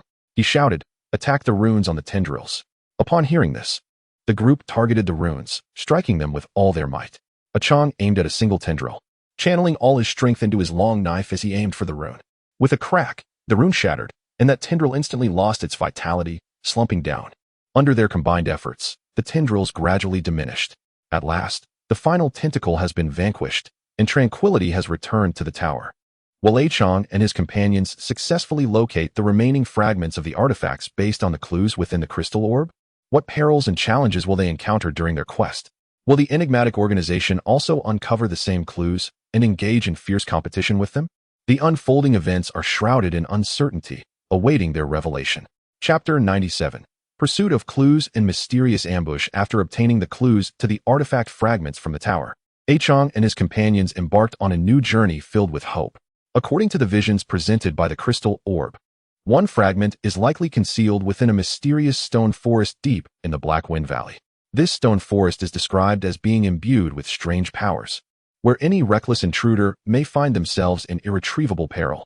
The group ventured deeper along the increasingly shadowy path of the Black Wind Valley, the atmosphere growing ever more oppressive. The sky, already overcast, seemed to loom ominously, as if it might collapse at any moment.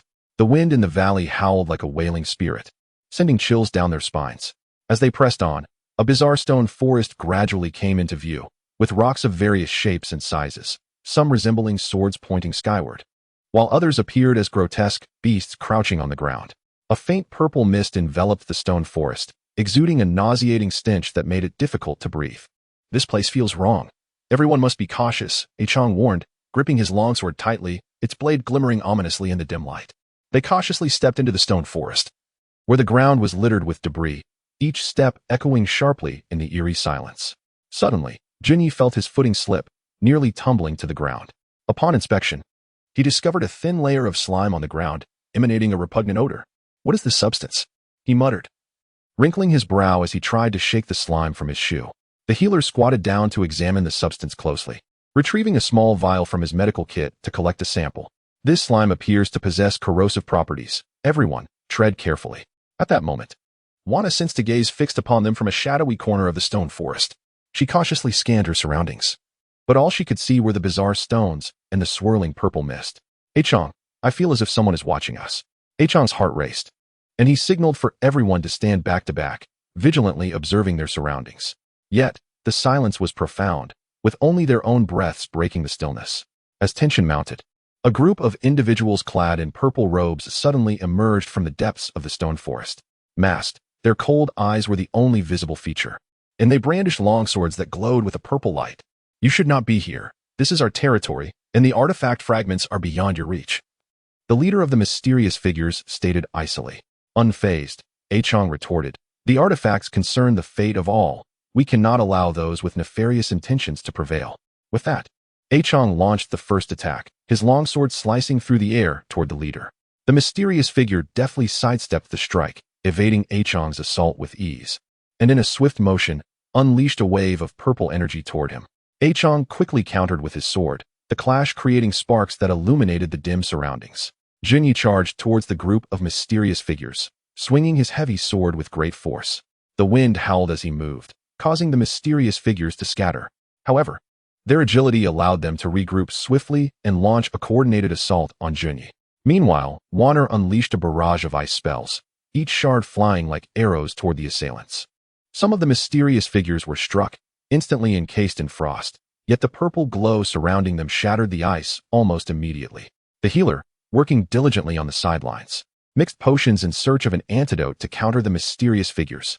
Sensing the healer as a threat, several figures diverted their attention toward him. Can Qiang and his companions break free from the onslaught of the mysterious figures and continue their search for the artifact fragments? What connection exists between these figures and the enigmatic organization? Amid the perilous stone forest, what further challenges await them? All remains cloaked in uncertainty, awaiting their discovery. Chapter 98. Fierce combat in the stone forest and unexpected discoveries. Seeing the mysterious figures advancing towards the healer, Qiang's heart sank. He hastily abandoned the leader and rushed to the healer's side. With his longsword dancing in a protective arc, he drove back the approaching figures. "Healer, are you all right?" Qiang asked, fending off attacks as he did so. "I'm fine, just mixing potions. Hold on a little longer," the healer replied, his focus unwavering. Junyi, undaunted by the surrounding attackers, wielded his heavy sword with vigor, each swing generating a powerful gust of wind that kept the assailants at bay. Yet, the sheer number of mysterious figures, combined with their coordination, began to confine Junyi's movements. Wanner's spells continued to rain down upon them, but the protective purple aura around the figures absorbed much of the magic's potency. Sweat beaded on her forehead as she desperately sought a strategy to turn the tide. Amidst the stalemate, the healer finally completed a potion. He hurled a vial of luminous blue liquid towards the mysterious figures, which exploded in a cloud of blue mist. The assailants inhaled the vapor, erupting into coughs, their movements becoming sluggish. "Now's our chance, attack," Qiang shouted, thrusting his sword toward one of the figure's chests. Caught off guard, the figure was pierced, letting out a cry as it collapsed. Seizing the moment, Junyi struck fiercely, shattering one figure's sword before delivering a powerful kick that sent another sprawling. Wanner unleashed a formidable freezing spell, instantly immobilizing several of the figures. With their combined efforts, Qiang and his companions finally tore a gap in the encirclement. They dashed toward the depths of the stone forest, the mysterious figures trailing behind but hesitating, wary after their recent skirmish. As they fled through the stone forest, Wanner spotted a massive rock adorned with peculiar symbols. These symbols bore a resemblance to the clues they had seen in the tower regarding the artifact fragments. "Qiang, look at this stone. Could these symbols relate to the clues we seek?" she exclaimed. The group halted, gathering around the stone to examine it closely. The mysterious figures, now regrouping, approached cautiously, wary of attacking. Qiang traced the symbols with his fingers, attempting to recall the images from the tower. Suddenly, realization dawned upon him. These symbols seemed to indicate a hidden location within the stone forest. The artifact fragment might be there. But what about the figures behind us? Junyi furrowed his brow, glancing at the approaching assailants. "We have no time to linger. We must pursue the fragment. Their presence here suggests it is indeed nearby, and they must have ulterior motives," Qiang asserted. At that moment, sensing Qiang's intentions, the mysterious figures charged once more. Can Qiang and his companions successfully locate the artifact fragments while evading the relentless pursuit of the mysterious figures? What dangers lie hidden within this secret location? On their quest for the artifacts, what challenges will they face? All remains enveloped in uncertainty, awaiting their exploration. Chapter 99. The hidden place and its powerful guardian realizing the urgency of their situation as the mysterious figures advanced. Qiang swiftly followed the guidance of the symbols etched on the massive stone, racing toward a seemingly ordinary crevice within the stone forest. His companions followed closely, the mysterious figures hot on their heels, their voices echoing threats in the air. As they approached the narrow crevice, they discovered its depth and constriction, barely allowing passage for a single person. Without a moment's hesitation, Qiang took the lead, slipping into the fissure. The others followed suit, the enigmatic figure trailing closely behind them. After traversing a distance through the crevice, they emerged into a breathtaking scene, a secluded valley encircled by towering stone formations. A soft golden glow enveloped the valley, exuding an aura of tranquility that starkly contrasted with the eerie atmosphere outside the stone forest. In the center of the valley stood a colossal stone platform, upon which rested an object radiating a gentle luminescence, the very shard of the artifact they had been desperately seeking. However, surrounding the platform lay a formidable beast resembling a Qiang, its massive form covered in shimmering golden scales, each glimmering like fragments of the sun. Its eyes were tightly shut, seemingly in slumber, yet the powerful energy emanating from it commanded utmost respect. This beast appears incredibly formidable. How can we possibly retrieve the fragment? Junyi whispered, a trace of concern flickering in his eyes. Before Qiang could respond, the mysterious figure charged into the valley. Upon sighting the artifact shard, greed ignited in their eyes, and disregarding the presence of the beast, they rushed towards the stone platform. Sensing the imminent threat, the beast gradually opened its eyes, emitting two beams of golden light. It rose with a thunderous roar, causing the entire valley to tremble. The mysterious figure staggered, disoriented by the reverberating sound, their steps faltering. The beast swung its foreleg, unleashing a wave of golden energy towards the intruders. The mysterious figure hastily conjured a spell to counter it, and the collision of purple light and golden energy erupted in a dazzling display. Yet, their power was no match for the beast.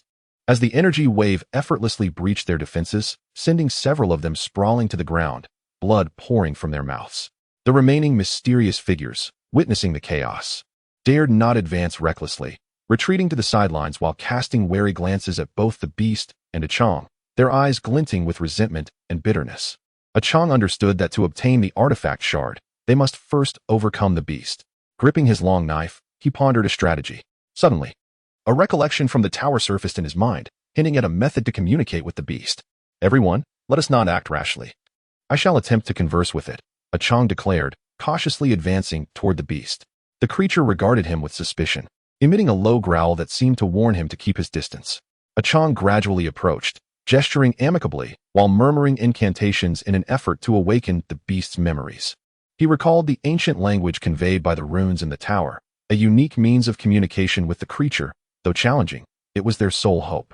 As Qiang drew nearer, the beast's growl intensified, its golden glow becoming even more radiant, as if to display its might and authority.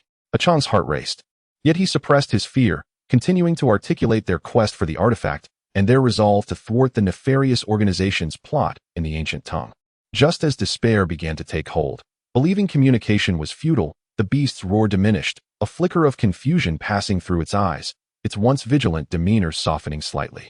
Qiang felt a surge of hope, realizing a breakthrough had occurred, and he expressed his intentions with renewed sincerity. However, the nearby mysterious figure could not bear to witness Qiang's success. The leader, eyes glinting with malice, stealthily produced a small black vial from within their cloak, uncorking it to release a plume of dark smoke. The figure flung the smoke towards the beast, and upon inhaling its scent, the creature's demeanor shifted from calm to furious. It roared with rage, its golden eyes brimming with murderous intent, disregarding Qiang and lunging toward the group. Qiang's heart sank in alarm as he swiftly turned to flee towards his companions. "Be careful, the mysterious figure has schemed." The beast darted forward, reaching the group in an instant. It lashed out with its massive claws toward Qiang. He narrowly evaded, feeling the rush of wind as the claws grazed his body, stinging painfully. Observing this, Junyi swung his heavy sword, aiming for the beast's leg. The sword struck the creature's scales with a resounding clang, leaving only a shallow mark. Enraged by the attack, the beast retaliated, kicking Junyi away, who soared through the air before crashing heavily to the ground, blood spilling from his lips. Wan, frantic with worry, concentrated her magical energy and cast a formidable spell. A vibrant beam of multicolored light erupted from her hands, shooting towards the beast. The creature hesitated momentarily upon impact, but soon its golden radiance surged, dispelling the colorful light. In the rear, the healer hurriedly prepared potions. Acutely aware of the perilous situation facing the group, his hands moved swiftly through the apothecary, searching for herbs, sweat beading on his forehead. Meanwhile, the mysterious figures observed the battle from a distance, sinister smiles adorning their faces. They occasionally cast minor spells to hinder Qiang and the others, careful not to provoke the beast lest they bring ruin upon themselves. Qiang's gaze fell upon the injured Junyi, a blend of anger and urgency swelling within him. He gripped his long knife once more and charged at the beast, this time abandoning attempts at communication, resolved to fight to the death. Just as he was about to reach the beast, The mysterious figure suddenly unleashed a wave of black energy toward him. Qiang sensed the attack too late to evade. The energy struck his back, sending him tumbling to the ground in agony. Seizing the moment, the beast lunged again, claws poised to strike. In a desperate bid, One Air rushed forward, positioning herself before Qiang while casting a protective spell. The beast's claws collided with the shield, fracturing it with numerous cracks. One Air! Qiang cried out, filled with guilt and dread. Just as the shield was on the verge of shattering, the healer successfully concocted a potion, tossing a vial radiating an unusual glow toward the beast. The potion exploded mid-air, enveloping the creature in a curtain of green mist. The beast howled in pain, its movements growing sluggish. Seizing the opportunity, Qiang rose and pulled One Air back quickly. How long will this potion hold? Qiang asked anxiously. Not long. We must devise a plan to retrieve the artifact shard and escape, the healer replied. Qiang surveyed the struggling beast shrouded in mist, and then glanced at the mysterious figures, his mind racing with strategies. The figures, now flustered, hadn't anticipated the healer's potion would affect the beast so profoundly. We can no longer remain passive. While the beast is ensnared, let us charge forward together and seize the shard. I will handle the mysterious figures, Qiang declared. Junyi, struggling to rise, gripped his heavy sword and nodded. All right. I will accompany you. One Air, despite her depleted magical energy, added, I can cast one more spell to buy you time. The healer prepared additional potions, ready to assist at a moment's notice. Taking a deep breath, Qiang shouted, Charge. The group surged toward the stone platform. The mysterious figures attempted to intervene, but were met with resistance from Qiang and Junyi. One Air unleashed her spell from the rear, a powerful beam of light striking the figures and temporarily forcing them back. However, the beast's struggles in the mist intensified, as if on the verge of breaking free from its confinement. Would Qiang and his companions succeed in obtaining the artifact shard before the beast escaped? What final tricks would the mysterious figures unveil at the last moment? In this perilous hidden valley, would they manage to escape? All remained shrouded in uncertainty, awaiting their resolution. Chapter 100. Desperate treasure hunt and thrilling escape. Qiang and Junyi charged forward like fierce tigers towards the enigmatic figure attempting to obstruct them. With his long blade wielded in a flurry, Qiang's strikes were relentless, causing the mysterious individual to evade swiftly amidst the glimmering flashes of the blade. Junyi swung his heavy sword, each descent imbued with tremendous force, compelling the shadowy figure to keep its distance.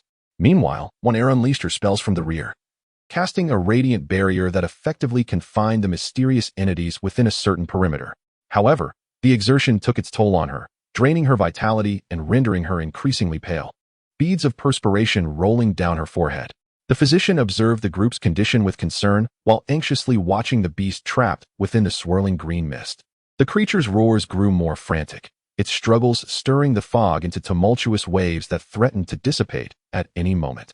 Seizing an opportune moment, Qiang deftly slipped through the mysterious figure's defenses and sprinted towards the stone platform.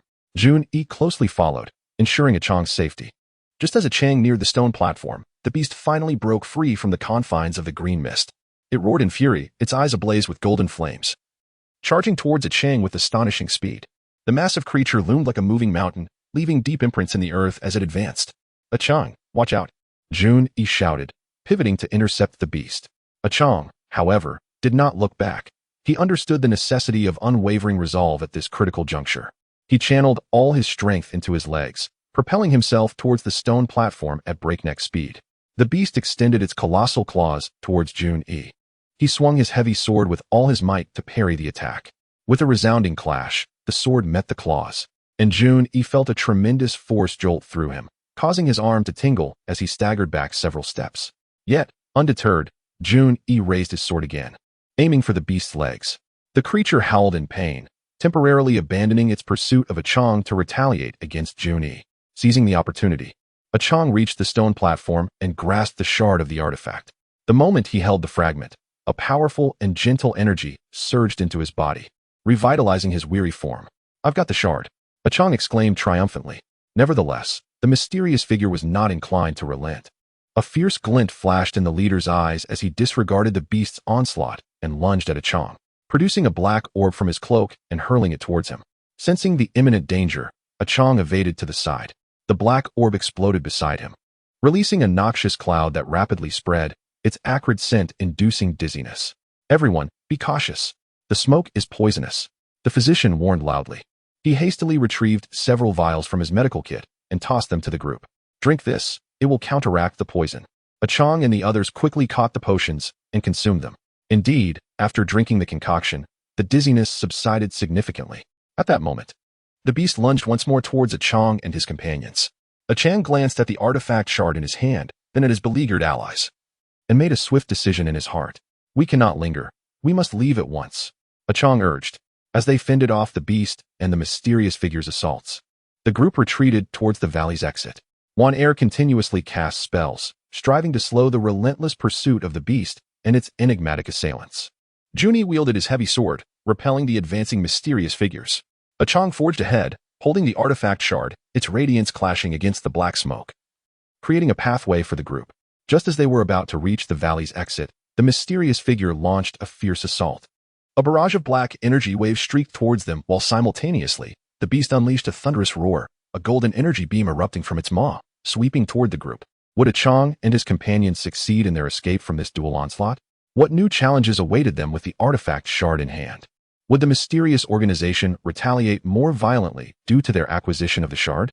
All remained uncertain, awaiting their unraveling. Chapter 101. After the escape and new perils faced with the dual threat of the mysterious figure and the beast, Qiang and his companions found themselves in a precarious situation. Qiang swiftly tucked the artifact shard into his cloak and shouted, "Everyone, concentrate on defense." He swung his long knife, attempting to shatter the incoming black energy waves. Jun raised his heavy sword, positioning himself in front of the group, ready to withstand the beast's golden energy beam. Wan Er quickly formed intricate hand seals, casting a powerful shield spell that enveloped them all. The physician, within the protective barrier, anxiously prepared potions to enhance their defense. The black energy waves and the golden energy beam struck the shield almost simultaneously, producing a thunderous explosion that rocked the barrier, causing it to flicker and tremble violently. Qiang and his companions felt an immense force battering against them, their feet sliding on the ground involuntarily. Wan Er's face turned pale, sweat beading on her forehead as she exerted all her strength to maintain the shield. In that critical moment, a commotion erupted behind the mysterious figure. It turned out there was a rift within the mysterious organization, with some members unwilling to continue the fight for the artifact shard against the beast, seeking to withdraw. This discord caused a temporary halt to the attacker's onslaught. Seizing the opportunity, Qiang shouted, "Now's our chance. Charge out." Under his leadership, they exerted every ounce of strength to dash towards the valley's exit. The beast, sensing their escape, attempted to launch another attack, but the turmoil among the mysterious figures hindered its movements. At last, Qiang and his companions successfully fled the valley. They quickly navigated through the rocky terrain until they were certain the mysterious figures and the beast had not pursued them, at which point they halted, collapsing onto the ground in exhaustion, gasping for breath. Qiang retrieved the artifact shard from his cloak, gazing at its gentle glow, filled with myriad emotions. At last, we have secured a peace. The journey has been arduous, he reflected. Jun wiped the blood from the corner of his mouth and smiled. But we did it. With continued effort, we shall surely find the other shards. Wan Er smiled weakly. It was truly a team effort. Otherwise, I cannot fathom how we would have managed. The physician, meanwhile, busied himself with organizing the medical kit, stating, "I just wonder if those mysterious figures will pursue us again. We must remain vigilant." However, before they could catch their breath, the distant sound of galloping hooves suddenly echoed. Alarmed, they swiftly rose to their feet, warily gazing towards the source of the sound. A group of riders clad in black uniforms approached quickly, their expressions cold and their long spears at the ready. At the center of the horsemen was a black carriage, emanating an aura of mystery. "More trouble is upon us." Qiang clenched his long knife and remarked. The riders soon encircled Qiang and his companions. The door of the carriage creaked open, revealing a figure clad in a black robe with a hood obscuring their face. "Hand over the artifact shard, and I may spare your lives," the hooded figure intoned in a deep voice, exuding an undeniable authority. Qiang scoffed, "You think you are worthy of demanding the shard? We have endured countless trials to obtain it, and will never relinquish it to those with nefarious intentions."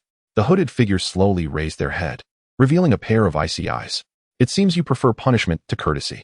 Very well." With a wave of their hand, the riders raised their spears, lunging towards Qiang and the others. Could Qiang and his companions protect the artifact shard against this onslaught of mysterious horsemen? What was the origin of this hooded figure? On their quest for the artifact, what even graver challenges awaited them? All remained enshrouded in mystery, awaiting their unraveling. Chapter 102. Fierce battle with the riders and mysterious assistants. Qiang and his companions swiftly assumed defensive stances, preparing to confront the impending assault of the riders. Qiang's gaze sharpened as he focused on the foremost rider. As the spear lunged towards him, he sidestepped nimbly, simultaneously slashing his long knife along the shaft to repel the attack. The rider reacted swiftly, quickly retracting his spear, the tip turning to thrust towards Qiang's chest. Qiang deftly sidestepped, narrowly avoiding the attack, and then swung his long knife with ferocity, sending a sharp wave of blade energy slicing towards the rider. The rider, sensing the danger, swiftly leaned aside, the blade energy grazing his body and tearing his sleeve. Junyi, with a heavy sword in hand, charged into the throng of riders like a tiger descending from the mountain. As he swung his sword, the sound of wind whooshed through the air, and the riders' spears were knocked aside. However, the riders, numerous and relentless, closed in from all directions, their spears raining down upon Junyi. He fought valiantly to defend himself while searching for an opportunity to counterattack. Spotting a rider's opening, he brought his heavy sword crashing down, striking the rider's spear, sending both rider and weapon crashing to the ground. Wan stood at the back, her hands forming swift seals, chanting incantations. Ice spikes erupted from the ground, shooting towards the riders. Startled, the horses reared and whinnied, causing chaos among their ranks. Some riders, unable to evade in time, were struck by the ice spikes and fell from their mounts. Nevertheless, many riders steadied themselves and continued their charge towards Qiang and his companions. The doctor, dodging the aftermath of the battle, diligently concocted potions to disrupt the riders' actions. He hurled vials towards the group of riders. Upon bursting, they released a pungent smoke that caused the riders to cough, impairing their vision and disrupting their attack rhythm. The mysterious hooded figure stood aside, observing his subordinates clash with Qiang and the others, a hint of disdain curling his lips into a cold smile. With arms crossed, he appeared unhurried, as if everything was under his control. Just as Qiang and the riders were locked in fierce combat, a sharp whistling sound suddenly pierced the sky. Everyone looked up to see a dark shadow streaking across the heavens like a meteor, rapidly descending towards the battlefield. Upon landing, a cloud of dust billowed up, and as it settled, an elderly man clad in a white robe emerged. His hair was white as snow, yet his spirit was vigorous, his eyes gleaming with profound wisdom. "You little ones have found yourselves in trouble again," he said with a smile. Qiang and the others were momentarily taken aback, unable to speak before the elder began striding towards the riders. His pace appeared slow, yet he instantly reached a rider. The rider, sensing the imminent danger, thrust his spear. But the elder remained unperturbed, extending a finger to lightly touch the spear's tip. With a sharp crack, the spear broke in an instant. The rider, face stricken with terror, barely had time to react before the elder waved his hand, sending the rider soaring like a kite with its string cut, crashing heavily to the ground. Other riders, witnessing this, converged upon the elder. He moved with a spectral grace, weaving through the riders, each strike precisely targeting their pressure points, causing them to cry out in agony as they fell, none able to withstand a single blow. The hooded figure's expression changed. He had not anticipated such an elder emerging to disrupt his plans. "Who are you to meddle in my affairs?" he bellowed angrily. The elder smiled subtly. "Who I am is inconsequential. What matters is that you should not trouble these children." The hooded figure snorted coldly. "It seems you wish to be my enemy. Then do not blame me for being impolite." With that, he waved his hands, and a cloud of black mist surged forth from the cart, swiftly enveloping the entire battlefield. Within the black mist, eerie sounds echoed, as if countless vengeful spirits were wailing. Qiang and the others felt a chill wash over them, their spirits affected. "Be careful. This black mist is sinister," Qiang shouted. The elder's expression grew serious. He quickly formed seals with his hands, sending forth a beam of white light in an attempt to dispel the black mist. However, the mist was remarkably tenacious, resisting the light, which could only barely hold it at bay. Could Qiang and the others, with the elder's aid, successfully dispel the black mist and repel the hooded figure and his subordinates? What was the true origin of this mysterious hooded figure? Could the elder completely resolve this crisis? All remained shrouded in uncertainty, awaiting their unraveling. Chapter 103. The Enigma of the Black Mist and the slowly revealing truth. The black mist spread across the battlefield, the eerie howls growing increasingly mournful as Qiang and the others struggled to maintain their clarity within it. Although the elder's white light temporarily held the mist at bay, it was only a feeble resistance. Qiang concentrated, calling out to his comrades, "Everyone, stay steady. Do not let this black mist cloud your minds." He gripped his long knife tightly, vigilantly scanning the surroundings for signs of the enemy amidst the darkness.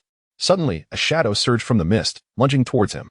Instinctively, Qiang swung his long knife, clashing with the weapon of the shadow. In the moment of collision, he discerned that it was a rider, eyes wild with madness and murderous intent. Not far away, Jun-E faced a similar onslaught. Several riders emerged from the mist like phantoms, their spears thrusting in unison. Jun-E roared, his heavy sword forming an impenetrable barrier, deflecting the spears. Yet, the rider's relentless assault began to wear him down. Wan Er, exerting all her strength, cast purification spells to weaken the black mist's power. Her hands radiated a gentle light, which seeped into the mist, causing it to slightly fade. However, this was merely a drop in the ocean. The black mist still enveloped the entire battlefield. The doctor sought a remedy against the black mist, rummaging through his medicinal cabinet for various herbs. Drawing upon his knowledge of pharmacology, he endeavored to concoct a potion capable of dispelling the mist. As he mixed, he shouted to Qiang and the others, "Hang in there. I'm close to finding a solution."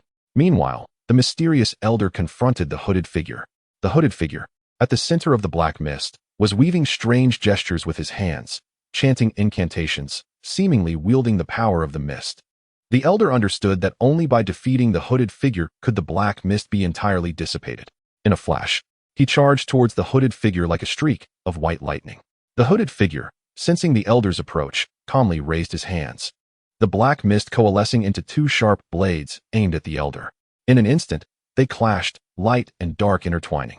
Each collision unleashed powerful waves of energy that sent the surrounding mist swirling. Qiang and the others, though unable to see the specifics of their movements, felt the immense force at play. Just as the two were locked in a stalemate, the doctor finally completed his potion. He lifted it high, hurling it towards the heart of the black mist. Upon impact, the potion erupted, releasing a refreshing fragrance that rapidly spread, causing the black mist to dissipate as if it had encountered its nemesis. As the mist gradually cleared, the battlefield situation became increasingly apparent. The riders, sensing defeat, sought to retreat. The hooded figure, infuriated yet aware that this was not the time for prolonged engagement, glared at Qiang and his companions before turning to escape. Qiang, unwilling to let him go, summoned all his strength and pursued. "You think you can escape? Not so easily," Qiang shouted. The hooded figure, realizing Qiang was in pursuit, pulled a black orb from his robe and hurled it at him. The orb exploded midair, scattering into countless black shards that shot towards Qiang like hidden weapons. Qiang swiftly swung his long knife in defense, the shards clashing against it with a series of sharp sounds. As he defended against the shards, the hooded figure seized the opportunity to leap onto the cart. Surrounding the cart, a flash of light enveloped it, causing it to vanish without a trace. Though Qiang and the others were filled with reluctance, they could do nothing but relent. The mysterious elder regarded them solemnly, saying, "This hooded figure is a high-ranking member of a secret organization that has long coveted the fragments of divine artifacts. The news of your possession of the fragments has likely spread throughout their ranks. The road ahead will be perilous." Upon hearing this, Qiang and the others' expressions grew grave, fully aware that the secret organization would not easily let them go. "Elder, who are you truly? Why did you come to our aid?" Qiang inquired. The elder smiled gently, replying, "I share a connection with the divine artifact. Seeing you all endure hardships to protect the fragment, I could not stand idly by. Moreover, the mission you bear is of great significance, concerning the safety and well-being of all living beings." Qiang and his companions were filled with even greater confusion, glancing towards the elder, hoping for further elucidation. The elder, perceiving their anticipation, spoke slowly. "The artifact is no ordinary object. It was forged in ancient times to seal a formidable evil force. Now that the artifact has shattered, signs of the evil force's revival have emerged. A clandestine organization seeks to gather the fragments of the artifact to unravel the seal of this malevolent power for their nefarious ends." Upon hearing this, Qiang and his companions were taken aback, realizing the profound secrets concealed within the artifact. "What should we do next?" Wanner asked anxiously. The elder gazed at Qiang and his companions with hopeful eyes, stating, "Having embarked on this path, there is no turning back. Continue to search for the remaining fragments of the artifact and reseal the evil force before the mysterious organization can act. I will assist you from the shadows. But the key lies in your own efforts." Would Qiang and his companions be able to successfully locate the other fragments of the artifact amidst the pursuit and obstacles posed by the mysterious organization? What is the nature of the impending evil force? How will they confront the even graver challenges that lie ahead? All was shrouded in uncertainty, awaiting their discovery. Chapter 104. A new journey and the mysterious ruins. After uncovering the grave secret behind the artifact, Qiang and his companions felt the weight of responsibility upon them. They bid farewell to the enigmatic elder, embarking on their quest to find the remaining fragments of the artifact with unwavering conviction. Guided by the elder's vague clues, they learned that the next fragment might be hidden within an ancient, mysterious ruin. This ruin was said to be located in a land of extreme cold, perpetually shrouded in snow and fraught with various unknown dangers and formidable guardian beasts. The group journeyed northward, and as they approached the frigid terrain, the temperature plummeted. The biting cold wind sliced against their faces, and thick snowflakes obscured their vision. Qiang and his companions bundled their clothing tightly, trudging through the snow. "This dreadful weather is indeed frigid," Junyi remarked, exhaling warm breaths to warm his hands. Langzhong cautioned from the side, "Everyone, be careful. This extreme cold may harbor other dangers." Suddenly, a colossal ice mountain loomed ahead, soaring into the clouds and shimmering with a kaleidoscope of colors under the sun. Strange runes flickered around the mountain. "This ice mountain appears extraordinary. Could the mysterious ruins be nearby?" Wana speculated. Qiang scrutinized the ice mountain and its surroundings, noticing a faint cave entrance at its base, covered by a thick layer of ice. "It seems we must venture inside," Qiang declared, drawing his long knife in an attempt to break the icy barrier. The ice proved exceptionally hard. After several strikes, he managed to create a small opening. Observing this, Junyi joined in to assist, and together they finally broke through to create an entrance wide enough for a single person. Cautiously, they entered the cave, where dim light pervaded, and a chilling atmosphere enveloped them. The walls were adorned with ancient patterns and inscriptions, seemingly narrating a long-lost history. "These patterns and inscriptions appear to be related to the artifact," Qiang noted. Langzhong leaned in to examine the inscriptions, lamenting, "Regrettably, my knowledge of such ancient script is limited, and I cannot decipher their meanings." As they proceeded deeper into the cavern, a low, rumbling roar echoed ominously ahead, sending shivers down their spines. "Be cautious, something approaches," Qiang warned, gripping his long knife tightly. As the growl grew nearer, a massive ice bear emerged before them. Its thick white fur glistened with icy crystals, and its eyes burned with a blue flame, exuding a chilling menace. The ice bear opened its cavernous maw and unleashed a thunderous roar, charging toward Qiang and his companions. Qiang was the first to strike, his long knife slicing through the air toward the ice bear. The beast raised its enormous paw, effortlessly deflecting Qiang's attack, sending shards of ice flying. Junyi swung his heavy sword from the side, but the ice bear deftly sidestepped, countering with a sweeping motion of its tail that caught Junyi off guard, sending him crashing into the ground. Waner quickly conjured a spell, launching a flame toward the ice bear. The bear roared in agony as the flames seared its icy exterior, but soon, it emanated an even more potent chill that extinguished the fire. Langzhong hurriedly mixed potions from the back, striving to concoct an antidote to counter the ice bear. His hands trembled from the cold, yet he persisted in his efforts. Qiang, seeing Junyi injured, felt a surge of urgency. He charged once more at the ice bear, this time channeling all his strength, his long knife gleaming with intensity. Just as Qiang was about to strike, the ice bear vanished into a swirling mist of ice. "Not good. Where did it go?" Qiang scanned the surroundings with heightened vigilance. Suddenly, the ice bear burst forth from the icy wall behind him, its paw poised to strike Qiang's back. Qiang sensed the imminent danger and attempted to evade, but it was too late. Would Qiang and his companions escape the bear's lethal blow? What hidden perils lay in wait within the mysterious ruins? How would they uncover the fragments of the artifact? All remained cloaked in uncertainty, awaiting their revelation. Chapter 105. Struggle in the ruins and unexpected aid. In a moment of dire peril, Junyi, despite his injuries, summoned every ounce of strength to swing his heavy sword at the ice bear's paw. With a resounding clang, the sword collided with the bear's paw, sparking a dazzling display of light. The tremendous force reverberated through Junyi's arm, nearly causing him to lose his grip on the sword. Yet this blow successfully redirected the bear's attack, narrowly grazing Qiang's back and tearing his clothing, leaving a shallow wound. "Qiang, be careful," Junyi shouted. Qiang's heart raced with dread as he turned to face the ice bear once more. At that moment, Waner's spell struck again, sending shards of ice hurtling toward the bear. The ice bear roared in fury, its chilling aura intensifying, but the shards froze into larger blocks as they approached it, crashing to the ground. Langzhong, anxiously calling from behind, urged, "Everyone, hold on a bit longer. The potion will be ready soon." His fingers were frozen and red, but he pressed on, knowing that the safety of the group rested on this vial. Qiang and Junyi exchanged determined glances, understanding that they could not remain passive. They had to take the initiative. Together, they charged at the ice bear. Qiang feigned an attack to divert its attention while Junyi aimed for its legs. The ice bear, indeed, took the bait, lifting its paw to strike at Qiang. Qiang nimbly sidestepped, slashing his knife across the bear's paw, causing black blood to spill and freeze upon contact with the ground. However, this only incensed the ice bear further. It spun around, kicking Junyi with its powerful hind leg.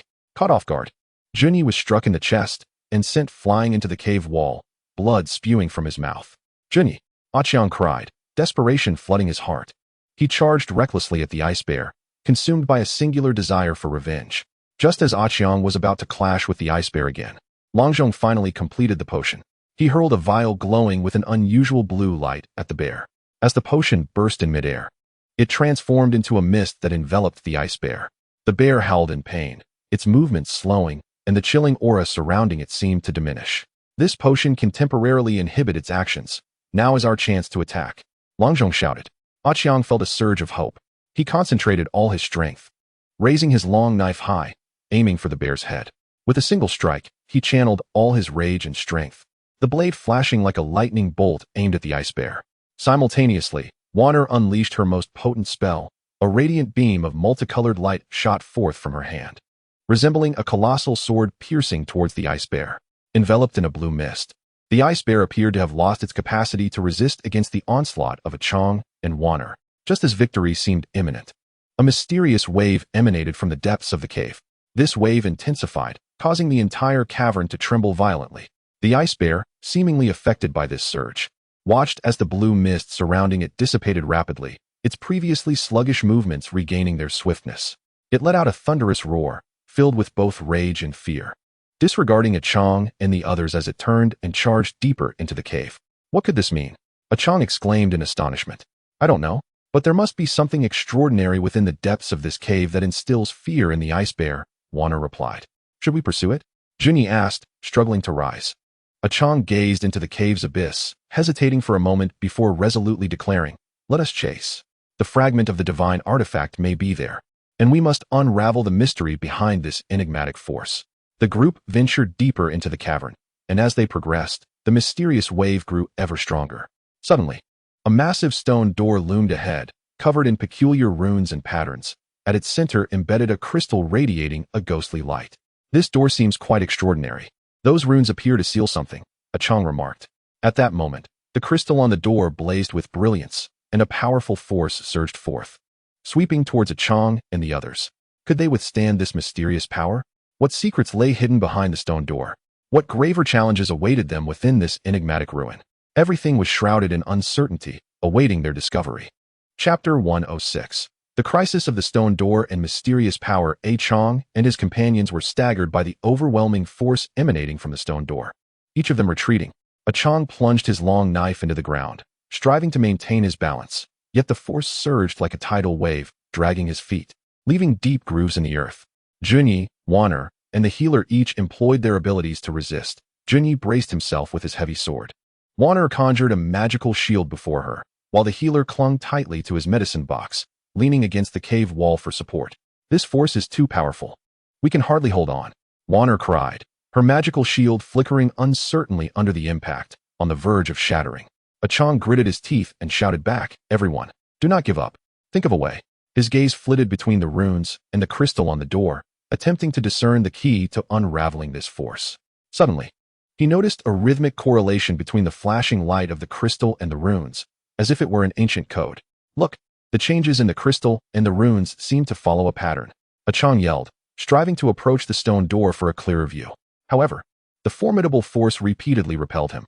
Junyi steadied himself and declared, Qiang, you focus on deciphering the door. We will shield you from this force. With that, he tightened his grip on the heavy sword, channeling all his strength to confront the oncoming power, acting as a shield to lessen its impact on Qiang. Wanner also infused her entire magical energy into the shield, expanding its coverage to protect both Qiang and Junyi. The healer shouted encouragement while rummaging through his medicine box, hoping to find a potion to bolster their strength. Seizing the moment while his companions held back the force, Qiang edged closer to the stone door. He concentrated intently on the rhythm of the crystal and rune lights, striving to uncover their secret. Just when he was on the brink of understanding, the stone door suddenly trembled violently, the runes shining brilliantly, and an even more potent force erupted from the door. With a thunderous crash, Wanner's magical shield shattered instantaneously, and Jinyi was hurled backward by the force, crashing against the cave wall and spitting blood once more. Qiang was also thrown to the ground, his long knife flying from his grasp. "Jinyi, Wanner!" Qiang cried out in desperation, struggling to rise. Just as they found themselves in dire straits, the fragment of the divine artifact in Qiang's possession emitted a soft glow. The radiance enveloped Qiang and his companions like a protective membrane, the powerful force striking against the light, unable to advance any further. "It's the power of the divine artifact fragment," the healer exclaimed in joy. Qiang's heart stirred, as understanding dawned upon him. He grasped the divine artifact fragment and slowly approached the stone door. As he drew nearer, the light from the fragment resonated with the runes and the crystal on the door, calming the previously raging force. When Qiang stood before the door, the fragment's light surged brilliantly, merging with the glow of the crystal. The runes on the stone door began to rotate slowly, as if performing an ancient ritual. "It seems the divine artifact fragment is the key to opening the door," Qiang stated. However, just as the door was on the verge of opening, a cacophony erupted from outside the cave, signaling a large group approaching. "This is bad. Could it be that the mysterious organization's members are closing in?" Wanner said anxiously. Would Qiang and his companions manage to unlock the stone door and find the divine artifact fragment before the mysterious organization arrived? What schemes would the organization unleash at that moment? Within this perilous ruin, what challenges awaited them? All remained steeped in uncertainty, waiting for their unraveling. Chapter 107. The opening of the stone door and confrontation with a strong foe upon hearing the tumult outside the cave. Qiang and his companions felt a tightening in their chests. Yet, as the opening of the stone door reached its critical moment, they could not afford a moment of distraction. Qiang clutched the divine artifact fragment tightly, his focus unwavering on the rotating runes of the door. As the runes turned slowly, the stone door emitted a deep, resonant rumble, gradually opening. Beyond it lay a vast circular chamber, its walls adorned with an array of gemstones radiating mystical light, illuminating the space as bright as day. At the center of the chamber stood a massive stone platform, upon which rested a piece emanating a gentle glow. Indeed, the divine artifact fragment they had sought tirelessly. "We've finally found it," Jinyi exclaimed in exhilaration, his injuries momentarily forgotten as excitement glimmered in his eyes. However, their jubilation was short-lived, for the tumult outside had drawn ever closer. Soon, a throng of mysterious organization members clad in black robes burst into the cave. Leading them was a stern-faced man, his eyes reflecting a blend of ruthlessness and greed. Upon spotting the divine artifact fragment on the platform, a smirk of satisfaction crept across his lips. "You have unwittingly clothed us in finery. Hand over the artifact fragment, or you shall all perish," the cold-faced man declared. Qiang tightened his grip on the divine artifact fragment, glaring defiantly at the members of the mysterious organization. "If you desire the fragment, let us see if you possess the capability to claim it." The members of the organization quickly fanned out, surrounding Qiang and his companions, armed with various weapons and emanating an aura of lethal intent. Undeterred, Qiang and his friends assumed combat stances. Qiang brandished his long knife. Jinyi raised his heavy sword. Wanner summoned dazzling magical energy in her hands, while the healer stood ready with various potions. The cold-faced man surveyed Qiang and his companions with a sneer. "Do you truly believe that you can withstand us with such a meager number? Surrender the fragment, and I may grant you a swift death." Ignoring his threats, Qiang whispered to his comrades, "Everyone, be cautious. They outnumber us greatly. We cannot afford a head-on clash. We must find an opportunity to break free." The members of the mysterious organization made the first move, surging toward Qiang and his companions like a tidal wave. With a flourish, Qiang wielded his long knife, executing a relentless dance of strikes that repelled the encroaching members one after another. With a graceful flourish, Jinyi wielded his mighty sword, each strike imbued with immense power. The blade clashed against the weapons of the Enigmatic organization's members, resonating with a metallic clang that sent vibrations through their arms. Behind him, Wanner conjured spells, intertwining flames and ice shards that hurtled toward the adversaries. The members of the mysterious organization were caught unawares. Some were scorched by the flames, while others were struck by the icy projectiles. Meanwhile, Longzhong sought opportunities amidst the fray, hurling pre-prepared potions at the foes. Upon exploding, the potions released a pungent smoke that hindered the movements of the organization's members. However, the sheer number of adversaries overwhelmed them, waves upon waves continuing to surge forth. Qiang and his companions gradually found themselves in dire straits, each sustaining varying degrees of injury. The cold, stern man observed them from a distance, a disdainful smile playing on his lips. I wonder how long you can endure. Once your strength is depleted, the fragments of the divine artifact will belong to me. Just as despair began to seep into Qiang and his companions, a deep roar echoed through the cavern. They turned to see the ice bear, which had previously fled, re-emerging. Upon spotting the members of the mysterious organization, its eyes ignited with fury, and it let out a thunderous roar before charging at them. The sudden appearance of the ice bear threw the organization members into disarray, forcing some to divert their attention to confront the beast. Seizing the moment, Qiang shouted to his comrades, "Now is our chance. Break through." Could Qiang and his companions escape amidst the chaos wrought by the ice bear? How would the mysterious organization respond to both the beast and Qiang's group? Would they manage to flee with the fragments of the divine artifact? All was shrouded in uncertainty, awaiting revelation. Chapter 108. Chaotic Breakthrough, an unexpected twist with Qiang's command. The group capitalized on the chaos created by the ice bear, making their escape. Qiang swung his long knife, its blade glinting with icy light as he charged toward the most vulnerable flank of the mysterious organization. Targeting one member, he thrust the knife forward, catching the foe off guard, piercing his shoulder, and sending him crashing to the ground with a scream. Qiang swiftly kicked the fallen member aside, clearing a path for himself. Junyi followed closely behind, his heavy sword slicing through the air with a whistle, sending the weapons of the organization's members flying, leaving them hesitant to approach. Wanner, from the rear, cast spells, beams of light striking the members attempting to impede their escape, disrupting their movements. Longzhong, deftly avoiding the battle's aftermath, kept a watchful eye on Qiang and the others, ready to assist at a moment's notice. The ice bear rampaged through the organization's ranks, its massive form resembling an uncontrollable war chariot, scattering members in its wake. Its razor-sharp claws easily tore through the defenses of some, blood spurting forth. The organization's formation fell into chaos, the once tight encirclement now riddled with gaps. Qiang and his companions seized the opportunity to dash toward the cave's entrance. Yet, the cold, stern man had no intention of letting them go easily. He glared at them, his hands swiftly forming seals as he chanted incantations. Suddenly, a black barrier appeared before Qiang and his companions, blocking their path. "Think you can escape? Not so easily," the cold man stated icily. Qiang furrowed his brow at the sight of the barrier, attempting to slash it with his long knife, but the blade merely sparked against it, yielding no result. Junyi too swung his heavy sword against the barrier, yet it proved equally futile. Observing this, Wanner concentrated her entire magical energy, unleashing a powerful spell. A radiant beam surged toward the black barrier, colliding with it in a dazzling explosion of light. Nevertheless, the barrier remained steadfast. Just as anxiety gripped the group, the ice bear seemed to sense their predicament. With a fierce roar, it turned and charged at the barrier. The chill emanating from the ice bear instantly dropped the cave's temperature. The bear's colossal body crashed into the black barrier with tremendous force. A thunderous boom reverberated through the cavern as cracks spiderwebbed across the barrier. The cold man's expression shifted in disbelief. He had not anticipated such formidable strength from the ice bear. Before he could react, the ice bear charged again, producing another resounding impact that finally shattered the barrier. Seizing the moment, Qiang and his companions surged toward the cave's mouth. Enraged, the cold man waved his hand, commanding the organization members to continue their pursuit. Undeterred by the ice bear, they rushed after Qiang and his companions. As they were on the brink of escaping the cave, a sudden clamor of battle cries erupted from outside. Startled, they wondered what was unfolding beyond. Cautiously, Qiang peered outside, only to behold a group clad in white robes embroiled in combat with other members of the mysterious organization. Each of these white-robed figures exhibited remarkable skills, their weapons gleaming as they clashed fiercely with their foes. Qiang and his companions felt a surge of hope. This could be their chance to escape. Who are these people?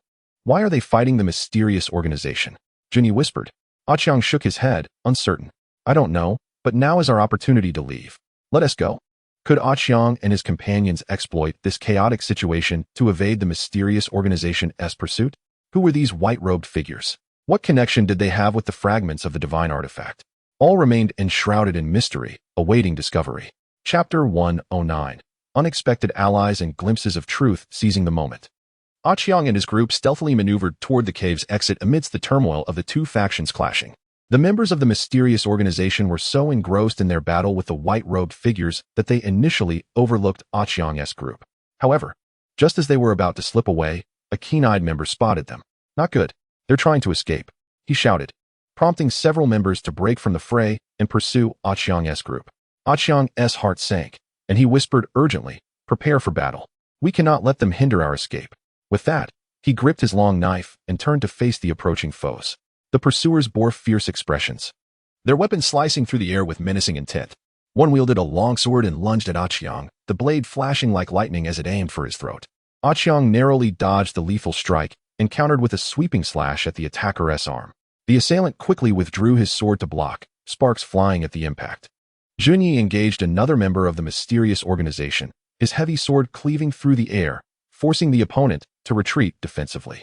Wanner stood nearby, casting spells that sent beams of light toward the organization members, disrupting their actions. Longzhong, nervously mixing potions to replenish their stamina, remained vigilant for any opportunity to assist. Amidst the fierce battle with the pursuing members, a white-robed figure took notice of their plight. With a swift movement, he appeared beside Qiang and his companions, brandishing a long sword that shimmered with an otherworldly glow. Without hesitation, he joined the fray, his sword dancing through the air, compelling one of the organization members into a frantic defense. With the white-robed figure's assistance, the tide of battle shifted dramatically. Qiang and his companions seized the opportunity to launch a concerted attack, quickly driving back the remaining pursuers. Filled with gratitude yet cautious, Qiang regarded the white-robed figure. "Thank you for your help. May I ask your name and why you are fighting the mysterious organization?" The figure smiled gently, sheathing his sword. "I am Bai, a member of a faction dedicated to combating the mysterious organization. We learned of their operations here and came to thwart them, only to fortuitously encounter you." Qiang and his companions exchanged glances, a sense of clarity dawning upon them. Bai gazed at the fragment of the divine artifact in Qiang's hand, a flicker of astonishment evident in his eyes. "It appeared you have already discovered a piece of the artifact, a momentous event indeed. To be candid, our sect has been relentlessly seeking the whereabouts of the artifact, as we are privy to certain secrets regarding its nature." Upon hearing this, Qiang and his companions became intrigued. "What knowledge does Brother Bai possess?" Qiang inquired eagerly. Bai glanced around.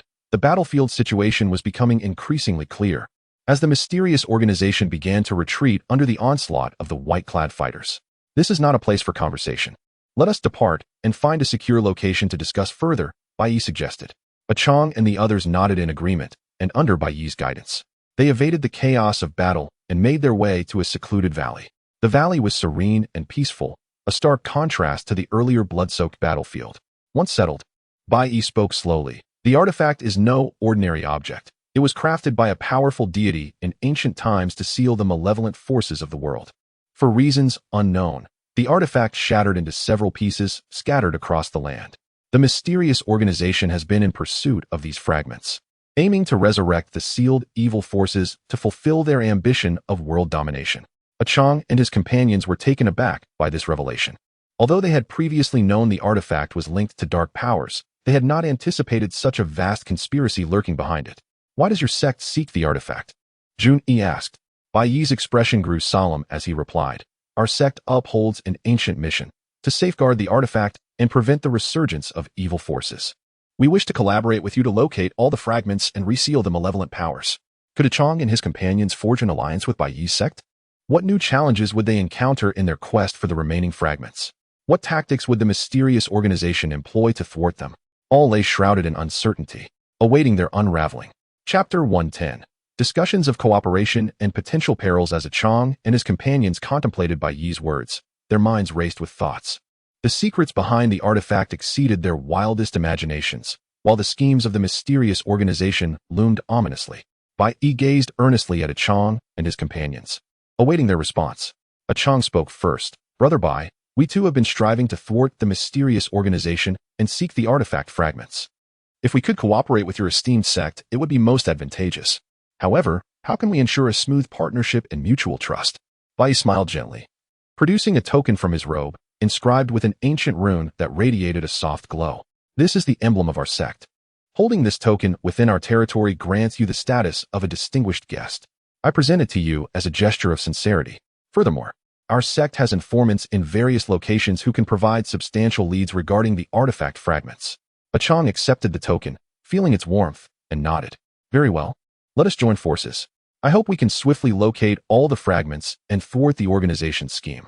After much deliberation, they decided that Bai Yi would return to his sect to muster additional manpower and resources while gathering information on the other artifact fragments. Qiang and his companions would seek a safe location to recuperate and regain their strength. However, just as they concluded their discussion and prepared to leave the valley, a faint rustling sound echoed through the air. Qiang's heart tightened as he whispered, "Everyone be cautious. It seems something is approaching." The group quickly assumed defensive stances, vigilantly scanning their surroundings. From the thicket emerged a small creature resembling a fox, its fur pure white, with pointed ears tinged with a delicate blue hue. Its eyes sparkled like two flawless gemstones, curiously observing Qiang and his companions. "What manner of creature is this? I have never seen its like," one heir murmured softly. To their surprise, the little white fox spoke, its voice melodious and clear. "I am Ling Hu, and I have dwelled in this valley for ages. I overheard your conversation regarding the artifact fragments. I can provide you with some clues, but you must agree to one condition." Qiang and his companions were astonished. They had not expected the fox to possess the gift of speech. "What clues do you have, and what condition do you wish us to agree upon?" Qiang inquired. Ling Hu blinked playfully and replied, "Deep within the valley lies a mysterious ruin, which harbors clues to a piece of the artifact. However, the ruin is fraught with danger, containing numerous traps and guardian beasts. I wish to accompany you. I long to leave this valley and see the outside world." Qiang and his companions exchanged glances, their hearts filled with hesitation. The fox's sudden appearance was too fortuitous, and the dangers of the ruin were unknown. Would bringing it along introduce more variables? "How can we trust you? What if this is a trap?" Junie questioned. Ling Hu anxiously paced in place, declaring, "I swear by the name of the Ling Hu clan that I shall not deceive you. Furthermore, I am intimately familiar with the ruins and can help you evade many dangers." After a moment of contemplation, Qiang replied, "Very well, we accept your offer. However, should you attempt any treachery, we will not hesitate to hold you accountable." Ling Hu leaped with joy, assuring them, "Fear not. I will help you uncover the clues. Follow me." With that, Ling Hu turned and dashed deeper into the valley. Qiang and his companions followed Ling Hu as it bounded playfully, occasionally glancing back to ensure they were keeping pace. As they ventured further into the valley, an increasingly eerie atmosphere enveloped them. The intertwining branches of trees obscured the sun, casting shadows that darkened the surroundings. Strange noises echoed, as if unseen eyes were watching their every move. Suddenly, Ling Hu halted and pointed toward a dense thicket ahead. "Beyond this thicket lies the entrance to the ruins. However, from this point on, we must exercise utmost caution, as there are many traps." Would Qiang and his companions successfully enter the ruins and uncover the clues to the artifact fragments? Could they trust Ling Hu? What dangers awaited them within the ruins? All remained cloaked in uncertainty, awaiting their discovery. Chapter 111. Exploration of the ruins and traps. Under Ling Hu's guidance, Qiang and his companions cautiously approached the dense thicket. The atmosphere was unearthingly quiet, amplifying every subtle sound. Qiang gripped his sword tightly, his gaze vigilant as he stepped into the underbrush. Within the thicket, vines intertwined. And after only a few steps, Qiang felt a sudden constriction at his feet, as if a trap had been triggered. A thick vine shot up from the ground, ensnaring his ankle. Reacting swiftly, Qiang swung his sword and severed the vine. However, this seemed to signal a call to action, as more vines surged from all directions, seeking to ensnare them. Junie wielded his heavy sword, hacking at the approaching vines, but they continued to flood in, quickly constricting their movements. Wan Er quickly cast a spell, igniting flames that engulfed the vines, which crackled and smoked, releasing a charred odor. Yet still, many vines pressed through the flames, continuing their assault. Ling Hu shouted from the sidelines, "Don't just focus on cutting the vines. Observe the patterns on them. They must be severed in a specific order to halt the trap." Qiang focused intently, noticing indeed that the vines bore peculiar markings. He quickly deduced a pattern. "Listen to me. We must cut the vines from left to right, following the sequence from fewer to more lines." Following his instructions, Qiang, Junie, and Wan Er each targeted the vines that matched the sequence. As they worked together, the onslaught of vines gradually diminished, eventually ceasing their attack. They pressed onward, emerging from the thicket to find an ancient stone door before them. The door was adorned with mysterious runes that emanated an aura of antiquity and enigma. Ling Hu approached the stone door, scrutinizing the runes before tapping specific spots with its paw. The door creaked open, releasing a wave of stale air. Behind the door lay a narrow passage, its walls adorned with stones that emitted a faint glow, barely illuminating the path ahead. The group cautiously traversed the corridor when suddenly, peculiar patterns appeared on the ground before them. The clever fox quickly warned, "These patterns are traps. Be careful not to step on them. Watch how I navigate. And follow my lead." The fox nimbly leaped between the patterns, while Qiang and the others closely followed, wary of each step. Just as Qiang was about to place his foot where the fox had landed, arrows suddenly shot down from the ceiling. He swiftly sidestepped, the arrows narrowly grazing his body as they embedded themselves into the wall behind him. "What is going on? I was following your steps," Qiang exclaimed, frustration evident in his voice. The fox, equally perplexed, replied, "This shouldn't be happening. I've never triggered any traps before." At that moment, the healer observed the underlying issue. "Look, these patterns seem to change based on one's weight. The fox is light and doesn't activate certain mechanisms. We must find another way." The group scanned their surroundings and discovered a small opening on one side of the passage. Qiang pondered for a moment before declaring, "It seems we'll have to try this route." He was the first to crawl through the opening, followed closely by the others. The space inside was cramped, forcing them to bend as they proceeded. After a short distance, they emerged into a spacious hall. At its center stood a colossal stone coffin, radiating an unusual glow. "This coffin looks extraordinary. Could the clues to the fragments of the artifact be within?" Jun Yi remarked. Would Qiang and the others manage to approach the coffin and uncover the secrets of the artifact fragments? What dangers lurked within this hall? Would the clever fox encounter further unexpected situations during their exploration? All was shrouded in mystery, awaiting their discovery. Chapter 112. The mystery of the coffin and the guardian beast as Qiang and the others cautiously approached the stone coffin at the center of the hall. The atmosphere grew increasingly tense. The coffin was intricately carved with exquisite patterns, depicting soaring dragons, galloping mythical beasts, and enigmatic runes, as if recounting ancient tales. An eerie light seeped through the cracks of the coffin, stirring their curiosity about its contents. Just as they were about to draw nearer, the ground around the coffin began to tremble violently. Cracks spread from beneath it, and suddenly, a massive beast burst forth from the earth. The creature resembled a Qiang but bore 3 heads, its body cloaked in black scales that shimmered with a metallic sheen. Its 6 eyes glowed a sinister green, exuding an aura of dread and ferocity. "Be cautious. This is the guardian beast of the coffin," Qiang shouted, swiftly drawing his sword and assuming a defensive stance. Jun Yi brandished his heavy sword, his expression grave, realizing the formidable challenge that lay ahead. Wan Er quickly formed hand seals, gathering her magical energy. "Everyone, be careful. I'm preparing a spell for an attack." Meanwhile, the healer hurriedly retrieved various herbs from his kit, ready to concoct potions to enhance their combat abilities. The beast let out a thunderous roar, and all 3 heads unleashed torrents of black flames towards Qiang and the others. The flames surged like a raging tide, igniting the air around them with a sizzling sound. Qiang and the group scattered to evade the onslaught. He leaped aside, narrowly avoiding the flames. Jun Yi swung his heavy sword in an attempt to cleave through the fire, but the intense heat scorched the blade to a glowing red upon contact. Wan Er cast a spell, summoning a water barrier to shield against the flames, but the scorching heat evaporated the water instantly, transforming it into a cloud of mist. "This fire is too fierce. We need another strategy," Jun Yi exclaimed. At that moment, the clever fox interjected, "I know its weakness. Its eyes are relatively vulnerable. Attacking its eyes may yield results." Upon hearing this, Qiang felt a spark of inspiration. "Everyone, listen to the fox. Let us find a way to strike its eyes." Qiang took the initiative, seizing the opportunity to leap towards the beast as it exhaled flames once more, aiming his sword directly at one eye.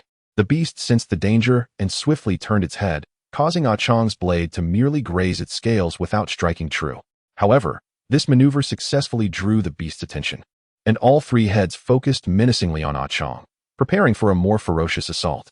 Jun Yi capitalized on the distraction, rushing in from the opposite side, raising his heavy sword to strike at another eye. The beast, feeling the side attack, attempted to evade, but its massive size hindered its agility. The sword collided with the edge of its eye socket, causing pain but not a direct hit.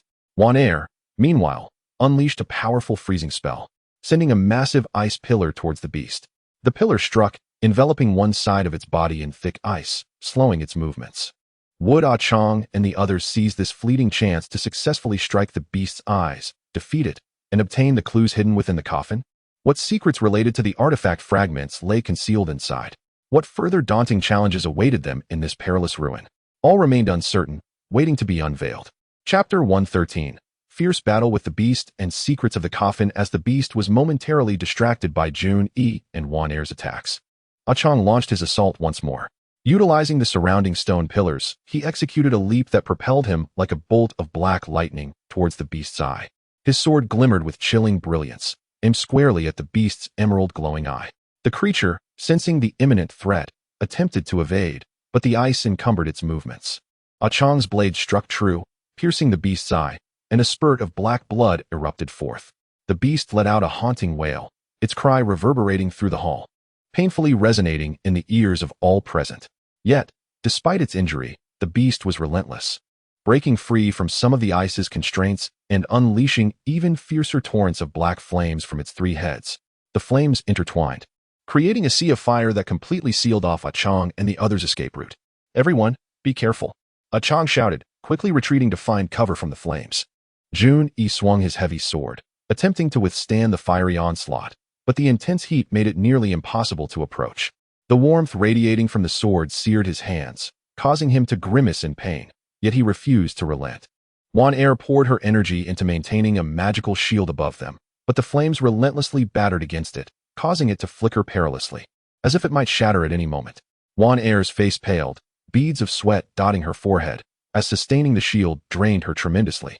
The healer anxiously mixed potions within the barrier, fully aware that they needed a boost in strength at this critical juncture.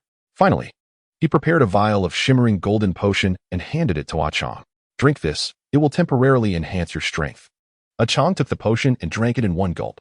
Instantly, a surge of warmth coursed through him, filling him with vigor. With a mighty shout, he charged once more towards the beast. This time, his speed and power surged.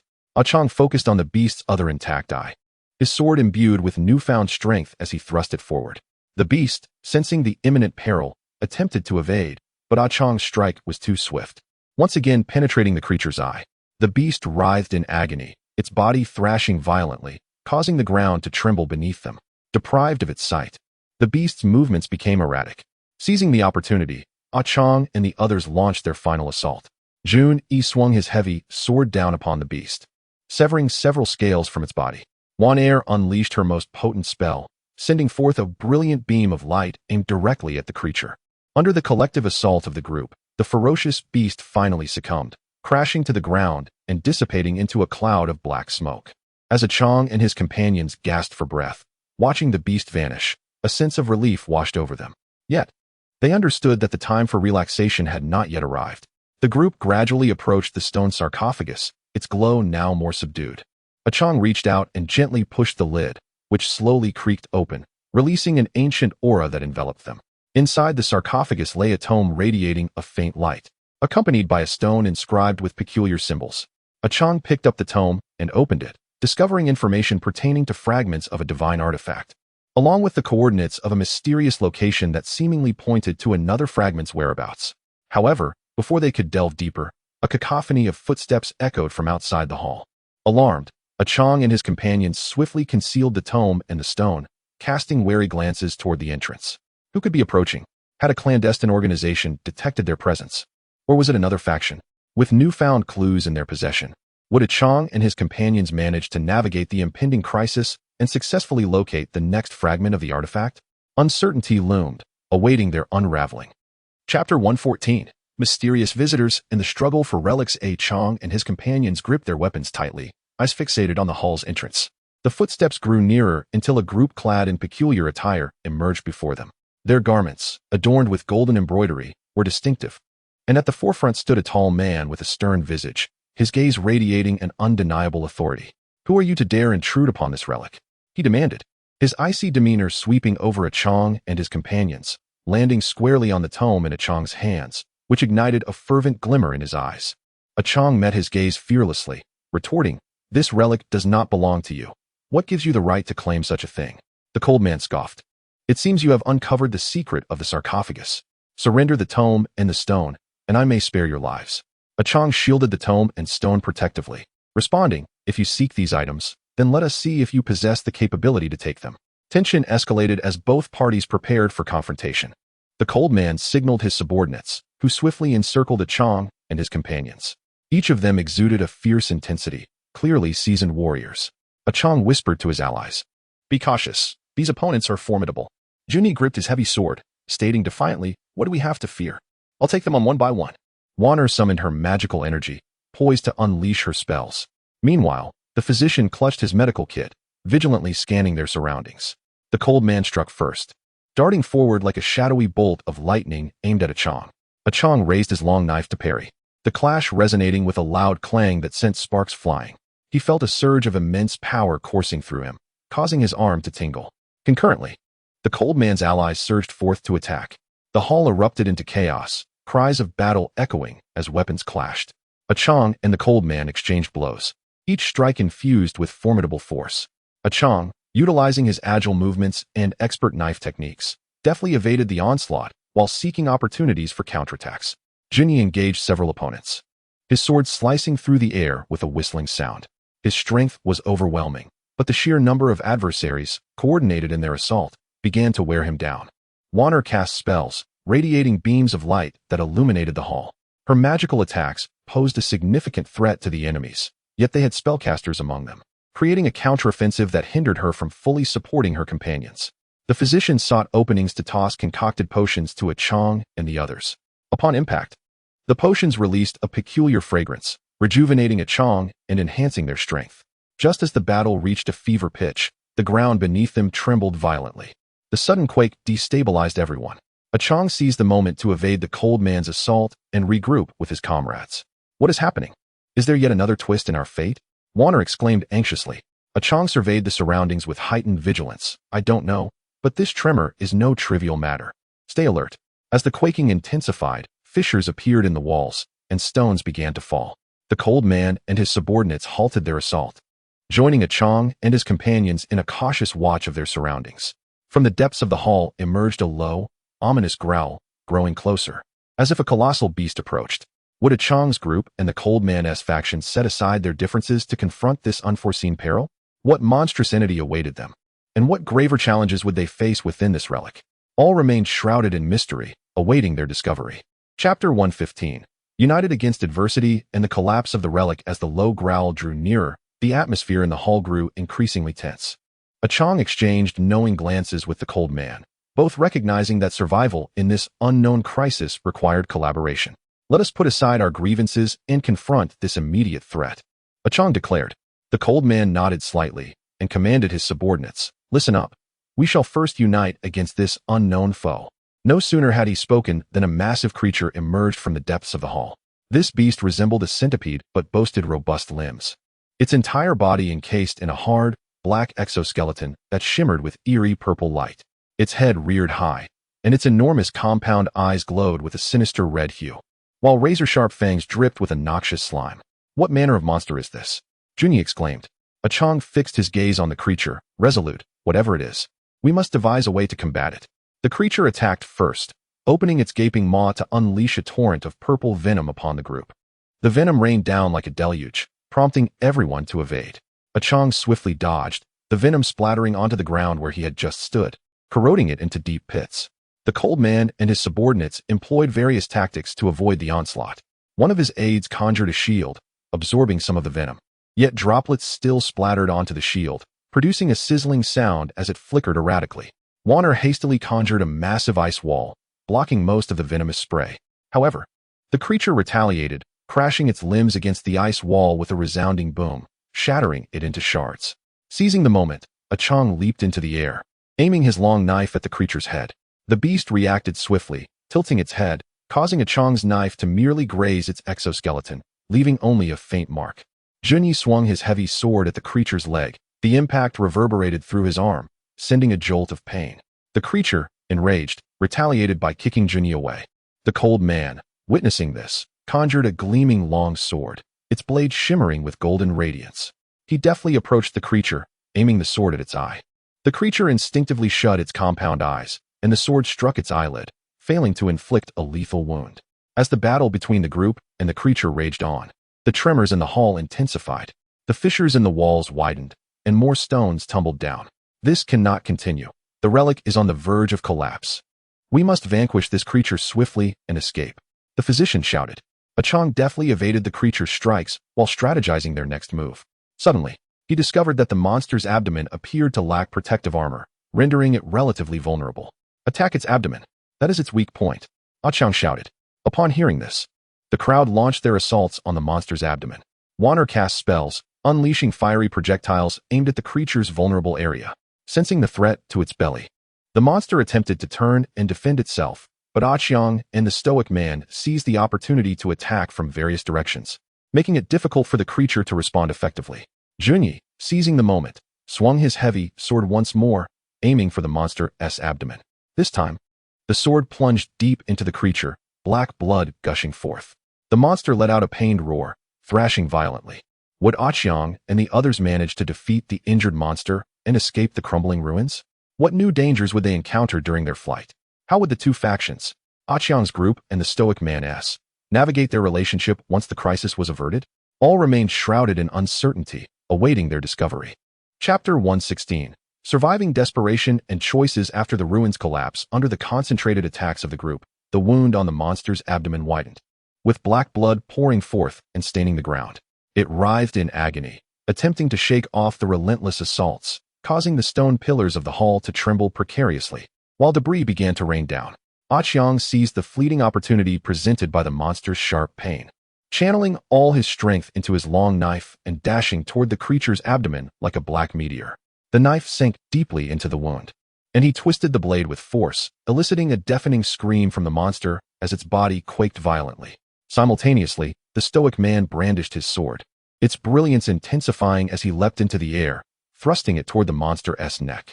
The sword penetrated the tough exterior, striking a vital point. The monster's movements slowed significantly, and its once ferocious compound eyes began to dim.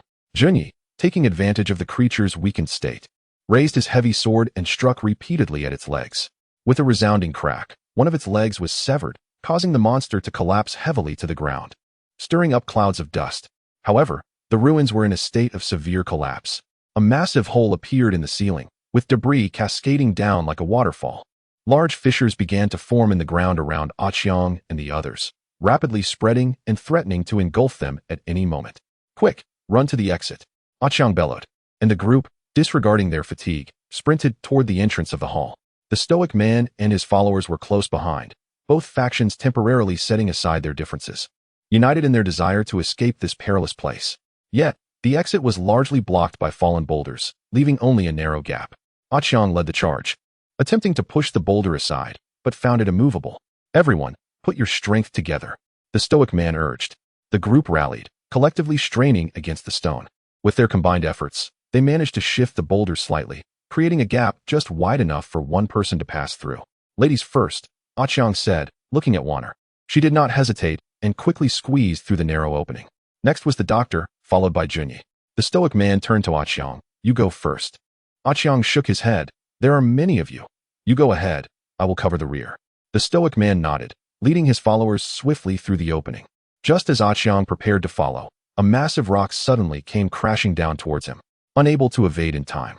He was struck on the leg and fell to the ground. "Qiang!" Junyi and the others shouted anxiously from outside, gritting his teeth against the searing pain. Qiang struggled to rise. At that moment, the stoic man returned, grasping Qiang's arm and pulling him up with great effort as both fought through the narrow gap together. Once they escaped the ruins, they found themselves in a valley. The ruins collapsed with a thunderous roar, sending clouds of dust swirling into the air. Qiang and the others sat on the ground, gasping for breath, overwhelmed by the relief of survival. Yet, soon the atmosphere turned somewhat tense. The stoic man regarded the ancient tome and stone in Qiang's possession, a flicker of hesitation crossing his eyes. Qiang sensed the stoic man's gaze and tightened his grip on his belongings, stating, "We have just faced life and death together. I hope you do not forget that." The stoic man frowned slightly, replying, "These artifacts are of great importance. I cannot stand idly by while they fall into your hands. However, you saved my life, and I do not wish to repay kindness with malice. Let us compete fairly. We shall seek the next shard of the artifact together. Whoever finds it first will claim the clues." Would Qiang and his companions accept the stoic man's proposal? What stories would unfold as they pursued the artifact shards? What unknown dangers awaited them? All remained uncertain, waiting for them to unveil. Chapter 117. Diverging Paths and New Clues. After a moment of contemplation, Qiang concluded that while the stoic man's proposal bore competitive implications, it seemed a relatively equitable resolution given the circumstances. Moreover, having an additional faction searching for the artifact shards might expedite their progress, and provide a check against the mysterious organization profiting from their efforts. Very well. We accept your proposal.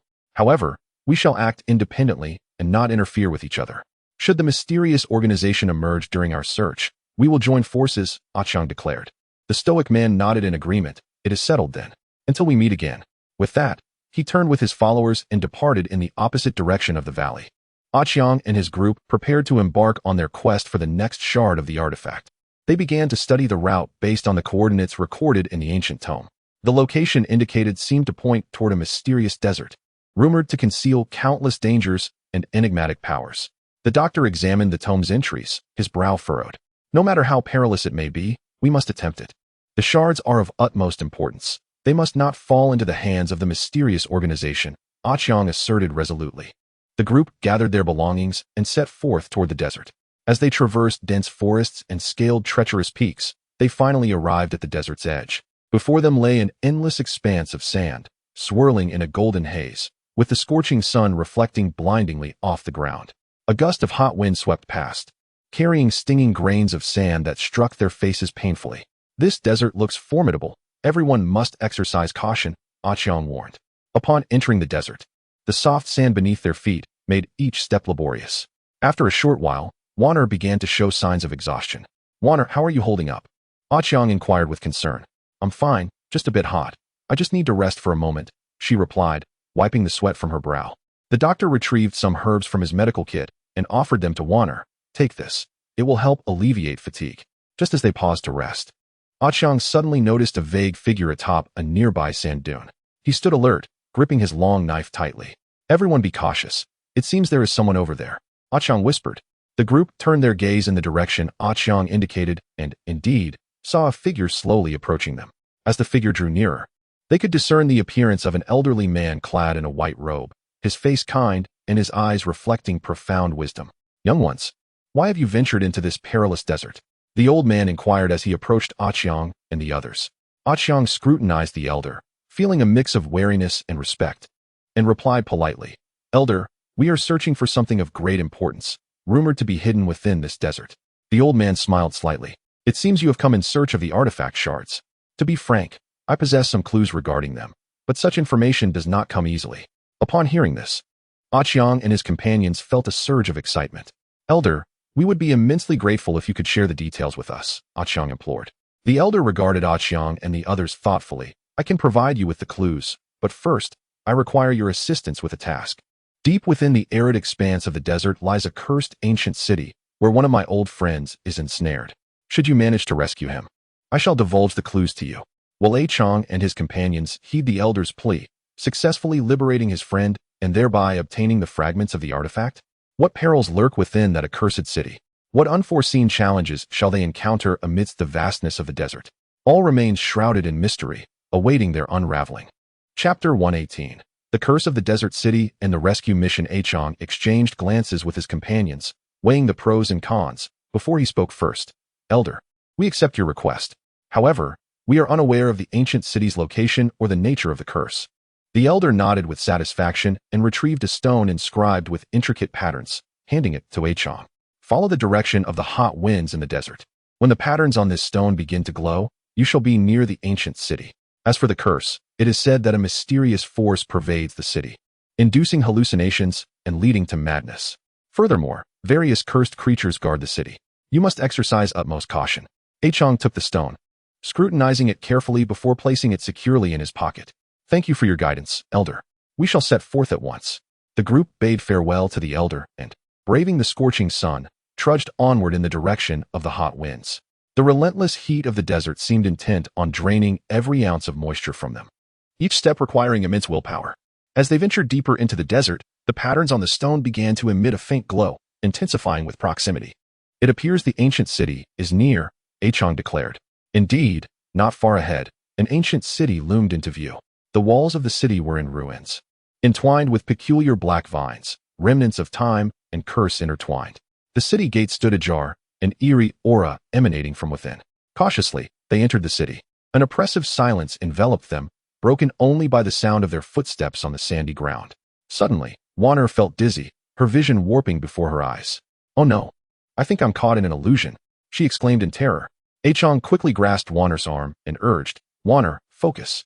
Do not let the hallucinations deceive you." He produced a fragrant pill from his pocket and offered it to her. "Take this. It may help you regain your clarity." After consuming the pill, Wanner felt somewhat better, the hallucinations gradually dissipating. However, at that moment, a horde of bizarre creatures surged toward them from all directions. These beings, humanoid in shape, yet covered in spikes with eyes glowing a malevolent red, were unlike anything they had encountered before. "Prepare for battle," Qiang shouted, drawing his glistening blade. Junyi swung his heavy sword, charging at the foremost creature. The clash of sword against spike rang out as Wanner, regaining her composure, unleashed a barrage of ice shards upon the monstrous throng. The creatures screeched in agony as they were struck by the icy projectiles. Meanwhile, the physician diligently concocted potions to bolster their defenses, ever ready to support his companions. Qiang seized the opportunity, thrusting his blade into the body of one creature. Black blood splattering forth. Yet, the creatures seemed impervious to pain, continuing their frenzied assault. Amidst the chaos, Qiang discerned a pattern in their movements. Their attacks appeared to follow a specific rhythm. "Everyone, take note. Their assaults are predictable. We can counterattack at the right moment," he shouted. The group, encouraged by his words, began to observe the creatures' attack patterns, gradually gaining the upper hand. After a fierce struggle, they managed to repel the horde. However, before they could catch their breath, more creatures, larger and more ferocious, emerged from the street ahead. Simultaneously, the mysterious force within the ancient city intensified, clouding their minds once more as hallucinations threatened to resurface. Would Qiang and his companions succeed in overcoming the monstrous barriers and locating the Elder's trapped friend amidst these escalating challenges? How would they confront the ever-growing illusions and increasingly savage beasts? All remained cloaked in uncertainty, awaiting their exploration. Chapter 119. Illusory Labyrinth and the Crisis of the Ancient City. As the monsters surged forth like a tidal wave and illusions continued to assail them, the situation grew increasingly dire. Qiang recognized the urgency of devising a strategy. Failure to do so would plunge them into despair. "Everyone stay calm. Hold your ground," he bellowed while fending off the creature's attacks with his blade. Junyi swung his heavy sword with all his might, each strike pushing back the larger monsters. Yet, the sheer number of adversaries was overwhelming, and his strength waned rapidly. "There are too many of them. This cannot continue," Junyi exclaimed. Wanner struggled to maintain her focus, resisting the encroaching hallucinations while casting spells to fend off the monsters. However, the interference of the mysterious force diminished the potency of her magic. "This illusion is too strong. I can barely control my spells," Wanner cried in desperation. The physician, deftly dodging the creature's attacks, hurriedly prepared a potion to dispel the illusions. His hands trembled from the heat and tension, yet he understood that the safety of his comrades hinged upon this concoction. "Almost there, just hold on a little longer," he urged. Desperate for a solution, Qiang recalled the artifact fragment's light in the ruins, which had seemed capable of warding off some mysterious forces. He swiftly retrieved the fragment, its soft glow enveloping him like a protective shield, diminishing the surrounding illusions. "Gather around me. The artifact fragment can repel the hallucinations," Qiang shouted. Hearing his call, Junyi and Wanner fought their way toward him, struggling against the onslaught of monsters, sustaining injuries along the way. The physician, having completed the potion, rushed to Qiang's side. As they huddled together, the light from the artifact fragment enveloped them, significantly weakening the effects of the illusions. "What now?" "The monsters continue to pour in," Junyi remarked. Qiang surveyed the advancing creatures, pondering their next move. Suddenly, he noticed that the monsters seemed to congregate from a specific direction, likely indicating their lair or the source of their control. "Let us charge toward the source of their emergence. Perhaps we can resolve this crisis," Qiang declared.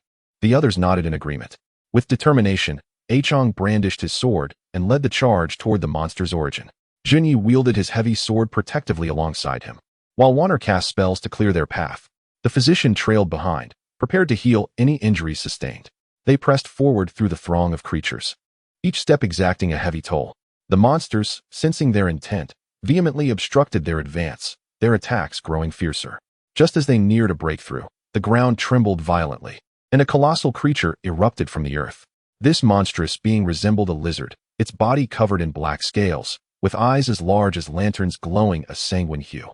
It opened its cavernous maw and unleashed a thunderous roar, a powerful gust of wind issuing forth, sending Qiang and his companions reeling backward. Would they manage to press onward against this formidable beast and uncover the source of the monsters? What strategies would they employ to confront such a powerful adversary? In this perilous ancient city, what unforeseen dangers awaited them? All remained steeped in uncertainty, eager for revelation. Chapter 120. Battle with the giant monster and the truth of the ancient city. Qiang and his companions were momentarily thrown off balance by the forceful gust from the giant creature. Yet they quickly regained their composure. Qiang gazed at the towering beast before them, aware that it posed a significant obstacle to their progress. Be cautious. This creature is formidable, he warned, gripping his sword tightly as he sought a weakness in the monster's defenses.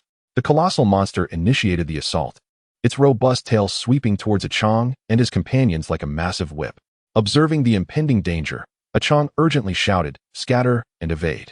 The group swiftly dispersed, the tail narrowly grazing their bodies, generating a fierce gust that sent sand and debris swirling into the air. Seizing the opportunity, Jun Yi swung his heavy sword, aiming for the creature's leg. The sword struck the monster's scales with a resounding clang, leaving only a faint mark. In pain, the beast furiously turned its head, unleashing a torrent of black flames towards Jun. He deftly sidestepped, the flames singeing past him and scorching the ground into a charred wasteland. One air, positioned behind, summoned her spells with all her might, beams of light shooting towards the creature's head. The monster seemed prepared for magical assaults, shaking its massive head to deftly evade most of the attacks. However, a few beams struck its eyes, eliciting a pained roar from the creature, rendering it temporarily incapacitated. Qiang seized the moment to leap into the air, raising his long knife high and aiming for the creature's neck. Sensing the threat, the monster twisted its body, causing Qiang's blade to only pierce its shoulder, black blood gushing forth. Just as Qiang prepared to strike again, the monster suddenly lashed out with its claws, catching him off guard. He was unable to dodge, and the claws grazed his arm, blood flowing freely. The healer, witnessing Qiang's injury, felt a surge of urgency. He quickly concocted a potion capable of staunching blood flow and restoring vitality, tossing it towards Qiang. "Drink this." Qiang caught the potion and gulped it down. Instantly, a warm sensation flowed through him, alleviating much of the pain and replenishing some of his strength. Meanwhile, the monster's attacks grew increasingly frenzied, relentlessly assaulting Qiang and his companions with its tail, claws, and flames. They evaded while searching for counterattack opportunities, both sides locked in a stalemate. In the heat of battle, Qiang suddenly noticed a lighter-colored scale on the creature's abdomen, seemingly its weak point. "Listen, attack its abdomen. That may be its vulnerability," he shouted. The group responded, directing their assaults toward the monster's underbelly. Jun exerted all his strength, driving his heavy sword into the creature's abdomen. Though the blade did not penetrate deeply, it caused the monster to writhe in agony. One Air unleashed her most powerful spell, a massive energy beam striking the creature's belly, resulting in a thunderous explosion that tore open a gaping wound, black blood gushing forth like a fountain. The monster let out a chilling scream, collapsing to the ground. As Qiang and his companions gazed at the fallen beast, a wave of relief washed over them. However, before they could catch their breath, the ground of the ancient city began to tremble violently, fissures spreading like veins across the earth. Realizing the precariousness of their situation, they hurriedly ran in the direction from which the monster had emerged. Following the cracks, they discovered a vast underground entrance, emanating an aura of malevolence, as if something dreadful lurked within. Without hesitation, Qiang and his companions ventured into the underground chamber. The air within was thick with black mist, obscuring their path. Cautiously, they navigated forward, only to be met by an enormous magical array, upon which lay the long-lost friend of the imprisoned elder. At that moment, a figure emerged from the shadows, draped in dark robes, rendering their features indistinguishable. "Fools, you have disrupted my plans," the cloaked figure sneered coldly. Qiang and his companions eyed the figure warily, demanding, "Who are you? Why have you turned this place into such a nightmare?" The figure let out a sinister laugh. "My identity is inconsequential. What matters is that you shall perish here. This ancient city was my sanctuary for resurrecting dark powers, and you have thwarted my designs." Would Qiang and his companions manage to defeat the cloaked figure, rescue the elder's friend, and uncover the truth behind the ancient city? How would they contend with the malevolent forces at play? All remained shrouded in uncertainty, awaiting their revelation. Chapter 121. The cloaked figure's conspiracy and fierce confrontation. Qiang gripped his long knife tightly, glaring at the cloaked figure. "Your scheme shall not prevail. We will stop you." The figure scoffed dismissively, gesturing with both hands, causing the black mist to coalesce into numerous blades that shot towards Qiang and his group with the speed of black lightning. Qiang's pupils dilated as he swiftly swung his knife, skillfully deflecting the incoming blades, the metallic clashes echoing like a cacophony of popping beans. Each collision sparked bursts of light, illuminating the dim underground chamber. Jun-E, unwilling to be outdone, raised his heavy sword and with a fierce shout, unleashed a powerful wave of sword energy that sliced through some of the misty blades, dissipating them into swirling clouds of black smoke. Wan Er, witnessing this, hurriedly cast a protective shield, her hands forming intricate seals as she chanted incantations. A transparent barrier enveloped the group instantaneously. The misty blades collided against the shield, sending showers of black sparks flying, the shield flickering ominously as if on the verge of shattering. The flickering light reflected the tension etched on their faces. With the healer nervously concocting potions to bolster their defenses, his hands trembling slightly, beads of sweat trickling down his brow. "You think this will deter me?" The cloaked figure intoned, his hands weaving complex symbols as he chanted in a low, eerie voice that seemed to resonate from the depths of the abyss. Suddenly, dark runes materialized on the chamber walls, glowing with a sinister light, resembling malevolent eyes watching from the shadows. A surge of potent, evil energy erupted, merging with the black mist unleashed by the figure, plunging the temperature in the chamber to frigid lows. The breath of the group turned to mist, an icy chill creeping into their hearts. "Everyone, be cautious. This power is intensifying," a Qiang warned, his voice reverberating within the chamber. The cloaked figure launched another assault, this time the mist coalescing into a gigantic black demon, towering over them. The demon lunged at a Qiang and his companions, its claws glinting like blades, each swipe creating a vortex of dark wind that whipped through the air with a menacing hiss. A Qiang charged forward, his gaze resolute, the blade of his knife gleaming like a shooting star as he aimed for the demon's claws. With a resounding clash, the knife met the demon's claws, sending a jolt of force coursing through a Qiang's arm, leaving it tingling and his palm slightly bleeding. Yet, he did not falter. Instead, he gritted his teeth, preparing for another strike. Jun-E followed closely, swinging his heavy sword at the demon's body, but the blade met the demon as if striking solid rock, only leaving a shallow mark and scattering black debris.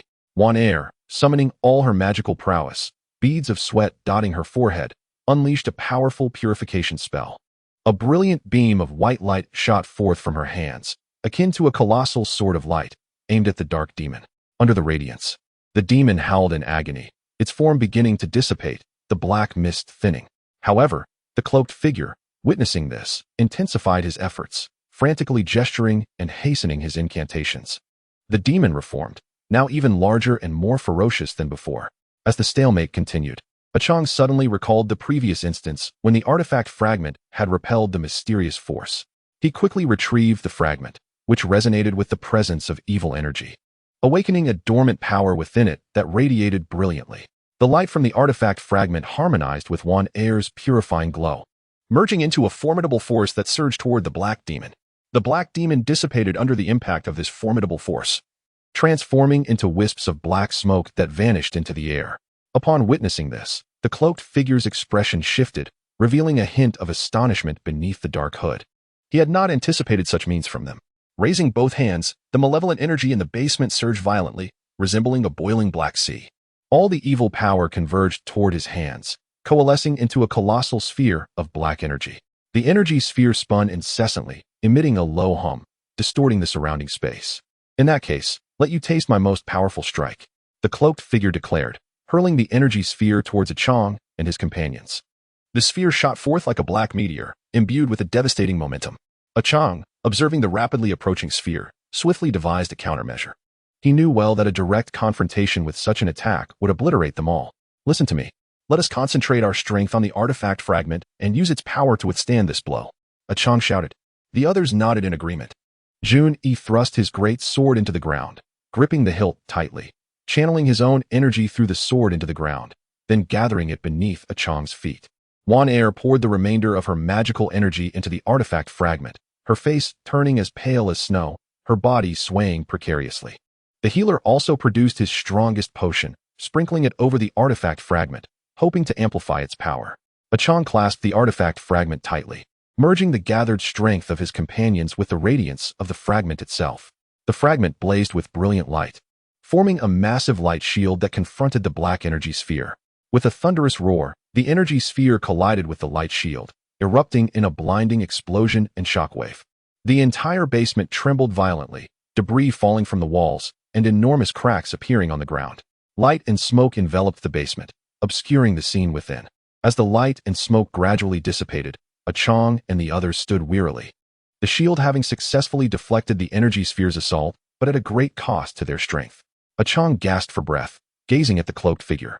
"Your attack is nothing but trivial. Now it is our turn to retaliate." The cloaked figure, astonished and enraged by the failure of his strongest strike, realized that if he did not swiftly eliminate Qiang and his companions, his entire scheme would unravel. He retrieved a black crystal from his robe, emanating an eerie glow. Crushing it in his hand, a surge of even more potent malevolent energy erupted from him. "Since you have forced my hand, then perish together," the cloaked figure bellowed, his body growing more imposing, his visage becoming increasingly grotesque, enveloped in dark power. Qiang and his companions, witnessing the cloaked figure's newfound strength, felt no fear. They exchanged determined glances. No matter what, they had to stop him. Qiang declared. With a long blade in hand, he charged at the cloaked figure first. Jun-yi followed closely, wielding his great sword, poised to deliver a fatal blow. Wan-er prepared to cast her final spell from the rear, while the healer readied his treasured mysterious potion for a critical moment. An even fiercer battle was about to erupt. Would Qiang and his companions withstand the cloaked figure's frenzied onslaught and thwart his nefarious plot? How would they find a glimmer of hope in this dire predicament and unravel the mysteries of the ancient city? Everything remained shrouded in uncertainty, awaiting their revelation. Meanwhile, the evil power within the basement seemed to anticipate the final judgment. Would it be eradicated completely, or would it ravage the world alongside the cloaked figure's madness? All remained undecided. Chapter 122, The Desperate Counterattack and the Emergence of Truth. Qiang, like a streak of black lightning, surged towards the cloaked figure, his long knife thrusting fiercely toward the figure's chest. The cloaked figure snorted disdainfully, raising a hand to unleash a wave of black energy towards Qiang. The energy wave collided with Qiang's long blade, erupting in a dazzling blaze of light. Qiang felt an overwhelming force crashing upon him, propelling him backward uncontrollably. Jun-yi, witnessing this, roared and swung his great sword with all his might, aiming for the cloaked figure. The sword, imbued with immense force, sliced through the air with a howling wind, as if to tear apart the surrounding atmosphere. The cloaked figure sidestepped effortlessly, evading Jun-yi's strike, then retaliated with a punch that struck Jun-yi's chest. Jun-yi was sent flying backward as if struck by a cannonball, crashing heavily to the ground and spitting blood. Wan-er, distressed from behind, disregarded her dwindling magical energy and unleashed her spells with all her might. Beams of light shot from her hands like sharpened blades, piercing toward the cloaked figure. However, a shield of dark energy enveloped the cloaked figure, deflecting Wan-er's magical onslaught. The surface of the shield flickered with light, but showed no signs of damage. The healer, seeing his companions injured, felt an urgency to act. He quickly produced the mysterious potion and rushed toward Qiang and Jun-yi. "Drink this. It will restore some of your strength," the healer urged. Qiang and Jun-yi accepted the potion and drank eagerly, warmth flowing through their bodies as their strength partially returned. They rose, determination rekindled in their eyes. "We cannot give up like this. Together, we can defeat him," Qiang shouted. The three charged once more towards the cloaked figure. Qiang launched a frontal assault, his long knife weaving a seamless barrage of powerful strikes. Jun-yi flanked from the side, seeking an opportunity for a lethal blow. Wan-er continuously cast spells from the rear to disrupt the cloaked figure's movements. The cloaked figure, undeterred by the trio's onslaught, shifted his hands in intricate gestures, malevolent energy swirling around him, manifesting various forms of attack to counter Qiang and his companions' advances. For a time, both sides were locked in a fierce stalemate. Just as the battle reached its peak, Qiang suddenly spotted a flaw in the cloaked figure's defense. As the cloaked figure defended against Jun-yi's heavy sword strike, he momentarily exposed a gap at his waist. Seizing the opportunity, Qiang summoned all his strength and lunged toward the cloaked figure's waist. "Now!" Qiang shouted. The long knife, fueled by Qiang's full might, pierced into the cloaked figure's waist. The cloaked figure sensed the impending danger and attempted to evade. But it was too late. Black blood gushed forth as the knife struck true. "Ah!" the cloaked figure cried out in anguish. Seeing Qiang's success, Jun-yi and Wan-er intensified their assaults. Jun-yi swung his great sword toward the cloaked figure's head, while Wan-er unleashed her most powerful spell, a massive beam of light shooting toward him. Under the combined force of their attacks, the cloaked figure finally faltered and collapsed to the ground. Qiang and the others breathed a sigh of relief as they looked down at the fallen figure. Approaching him, they watched as his face gradually became visible. "It's you," Qiang exclaimed in disbelief. It turned out that the cloaked figure was a subordinate of the stern man they had previously encountered in the ruins. Why? Why would you do this? Qiang pressed. The cloaked figure smirked coldly. This is all to resurrect the power of our master. Our master was once sealed by the artifact. Only by collecting all the artifact fragments can the seal be lifted, allowing our master to return to this world. And this ancient city is a crucial link. Who is your master? Qiang inquired further. The cloaked figure remained silent, his gaze dimming, life ebbing away. Qiang and the others, gazing at the lifeless figure, were filled with confusion. They decided to rescue the old man's friend first before seeking answers. Approaching the magical array, they found the old man's friend unconscious. Qiang examined the array closely and noticed some runes resembling those documented in ancient texts.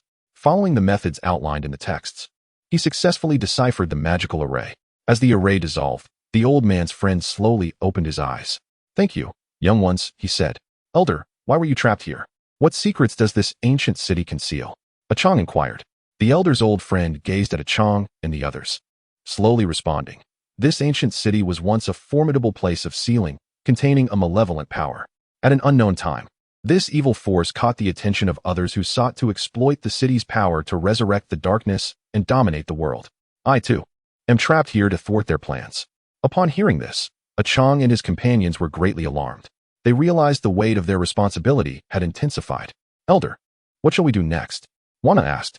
The elder's old friend pondered for a moment before saying, "Based on the clues I possess, the next fragment of the artifact may reside on a mysterious island. This island is hidden within the vast ocean, surrounded by perilous whirlpools and formidable sea creatures. Yet, only by obtaining that artifact fragment can we prevent the resurrection of the malevolent force." Will Qiang and his companions successfully locate the enigmatic island and acquire the next fragment of the artifact? What dangers and secrets lie hidden on this mysterious island? How will they confront the greater challenges that await? Everything is shrouded in uncertainty, awaiting their revelation. Chapter 123. The Maritime Expedition and the Whirlpool Crisis. Upon learning from the elder's old friend that the next fragment of the artifact might be on a mysterious island, Qiang and his companions resolutely decided to embark on their quest. They bid farewell to the elder's friend and departed from the ancient city in the desert, heading towards the seaside. Along the way, the group pressed forward tirelessly, aware that time was of the essence, and the evil force could resurface at any moment. Upon reaching the coast, Qiang and the others noticed merchant ships and fishing vessels bustling in the harbor. They inquired around and finally found an experienced old fisherman willing to take them to the mysterious waters. The old fisherman looked at Qiang and his companions with a hint of concern in his eyes. That area of the sea is no simple matter. It is rife with dangerous whirlpools and ferocious sea creatures. Are you certain you wish to go? Qiang nodded firmly. We are determined to go, no matter the danger. We cannot allow the evil force to succeed. The old fisherman shook his head helplessly. Well, seeing your determination, I shall take you part of the way. However, you must heed my instructions. The group boarded the old fisherman's boat and set sail. The vessel glided slowly into the sea. Initially, the waters were calm, the sunlight glimmering on the surface, creating a breathtaking spectacle. However, as they ventured deeper into the mysterious waters, the sky darkened, and the once tranquil sea began to churn with towering waves. Suddenly, a deep rumble echoed from afar, as if the depths of the ocean were roaring in fury. The old fisherman's expression changed, and he shouted, "This is bad. It's a whirlpool.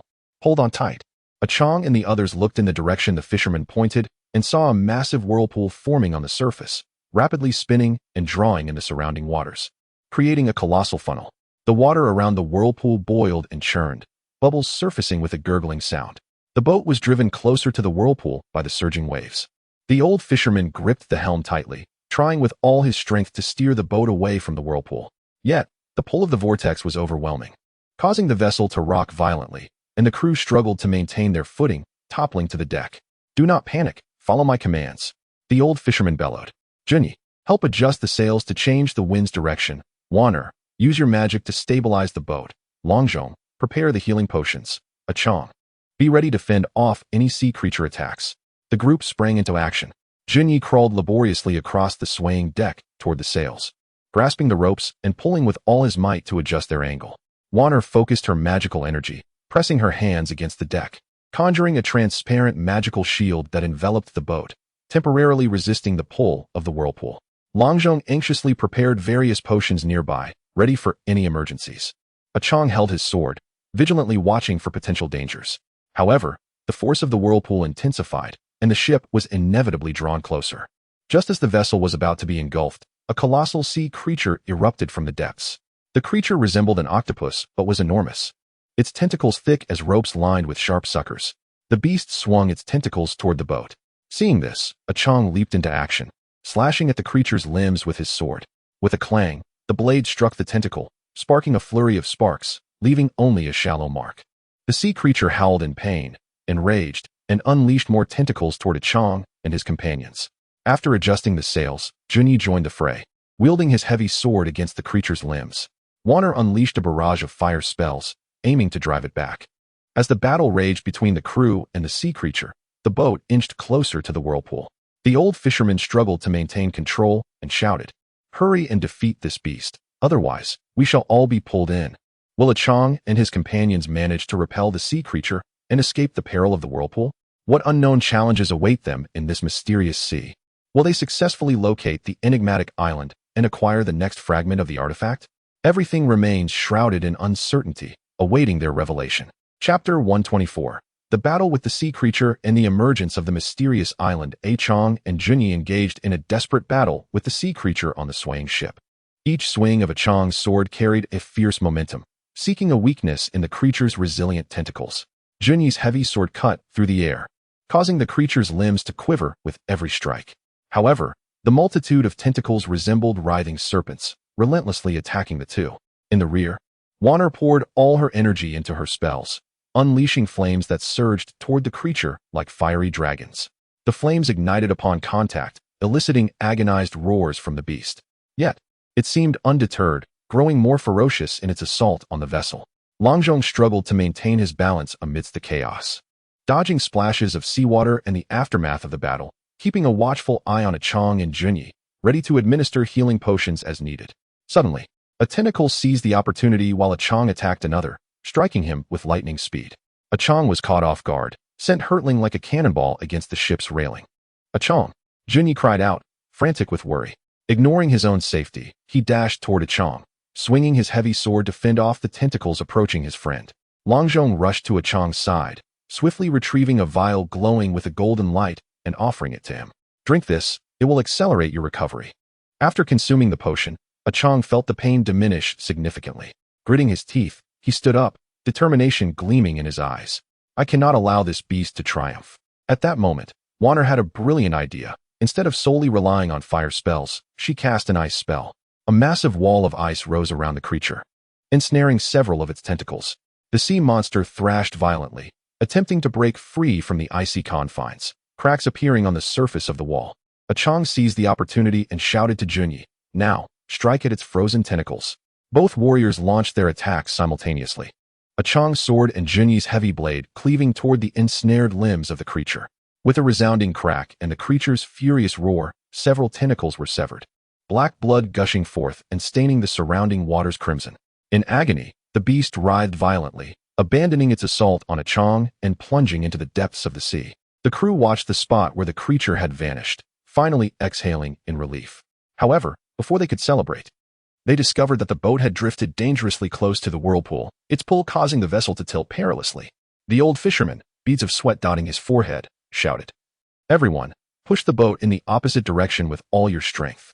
Qiang and his companions, disregarding their exhaustion, hurried to one side of the ship, pushing with all their might. Warner also cast a spell, bestowing the ship with a forward thrust. Through their collective efforts, the vessel gradually veered away from the vortex's center. After a strenuous struggle, they finally broke free from the whirlpool's grasp, sailing into a relatively tranquil sea. Just as they prepared to rest for a moment, a peculiar glow appeared on the horizon. The light flickered erratically, resembling a mysterious mist. The old fisherman gazed at the luminescence, a glimmer of surprise in his eyes. "That is the direction of the mysterious island. It seems we are nearing our destination." Qiang and the others followed the old fisherman's gaze, their hearts brimming with anticipation. Yet, they were acutely aware that the closer they drew to their destination, the greater the potential peril. As the ship approached the radiant glow, an island shrouded in mist gradually came into view. The island was adorned with jagged rocks and lush trees, emanating an aura of mystery. As the ship cautiously approached the island, a group of agile merfolk suddenly emerged from behind the surrounding reefs. Armed with sharp tridents, they regarded Qiang and his companions warily. Would Qiang and the others successfully set foot on the mysterious island? What sort of assault might these merfolk launch against them? On this enigmatic isle, what unknown dangers and secrets awaited them? Everything was shrouded in uncertainty, awaiting their discovery. Chapter 125. The merfolk's obstruction and secrets of the island. Qiang and his companions regarded the merfolk before them with heightened vigilance. The skin of the merfolk shimmered with a ghostly blue hue, their forms elongated and athletic, and the tridents in their hands glinted ominously in the sunlight. The leader of the merfolk was notably taller, his eyes betraying a sense of authority and caution as he shouted at Qiang and the others in a strange tongue, seemingly warning them to stay back. "It appears they do not wish for us to approach the island," Warner remarked, furrowing her brow. Qiang pondered for a moment, sheathing his long knife to signal his lack of hostility, then called out, "We mean no harm. We have come in search of something important and hope to set foot upon the island." The merfolk leader, seemingly unable to comprehend Qiang's words, waved his trident, and the others fanned out in formation, surrounding Qiang's vessel. In unison, the merfolk let out a sharp cry, their voices echoing across the water, sending chills down their spines. It seemed they were not inclined to allow them passage easily. Junyi gripped his heavy sword, readying himself for combat. Just as the tension reached its zenith, the physician suddenly produced a small conch shell from his pocket. This conch, acquired during a prior adventure, was said to facilitate rudimentary communication with certain marine creatures. He brought the conch to his lips, producing a peculiar melody. Upon hearing the tune, the merfolk's expressions visibly softened. The leader of the merfolk, displaying a hint of surprise, produced a similar conch from his waist and played a responsive tune. As the physician played, he explained to Qiang and the others, "I have conveyed that we have come to prevent the resurgence of malevolent forces and will not harm any living beings on the island." After a melodic exchange, the merfolk leader lowered his guard somewhat. He gestured towards the island and made several signs, seemingly granting them permission to land while warning them against reckless behavior. Grateful, Qiang and his companions nodded appreciatively to the merfolk leader, and with care, they steered their ship toward the shore under the watchful eyes of the merfolk. Upon setting foot on the mysterious island, a wave of damp, fresh air enveloped them. The trees within were tall and dense, their branches intertwining, allowing only fractured rays of sunlight to filter through. The ground was carpeted with a thick layer of fallen leaves, crunching softly beneath their feet. Qiang and his companions followed a winding path, strange sounds echoing around them, as if countless eyes were watching in the shadows. Suddenly, Warner felt a chill. She whispered, "Everyone, be cautious. I sense something is following us." The group halted, scanning their surroundings with alertness. Qiang tightened his grip on his long knife, murmuring, "Whatever it is, we must remain vigilant." At that moment, a peculiar creature resembling a leopard but with wings leapt from the foliage. Its eyes glowed a vivid green, its fur standing on end like steel needles, and it let out a low growl as it lunged towards Qiang and his companions. Qiang swiftly sidestepped, swinging his knife towards the creature's leg. The creature nimbly evaded the attack, leaping into the air to strike again. Junyi, seeing this, swung his heavy sword at the creature's wing. The sword struck with a clang, but merely ruffled its feathers. In pain, the creature spiraled in the air before launching another assault. Warner conjured spells, beams of light shooting toward the creature to disrupt its movements. Meanwhile, the physician sought an opportunity, preparing a concoction of herbs to counteract the creature. Would Qiang and his companions be able to fend off this strange beast and continue their quest for the fragments of the artifact? How many unknown dangers lurked on this mysterious island?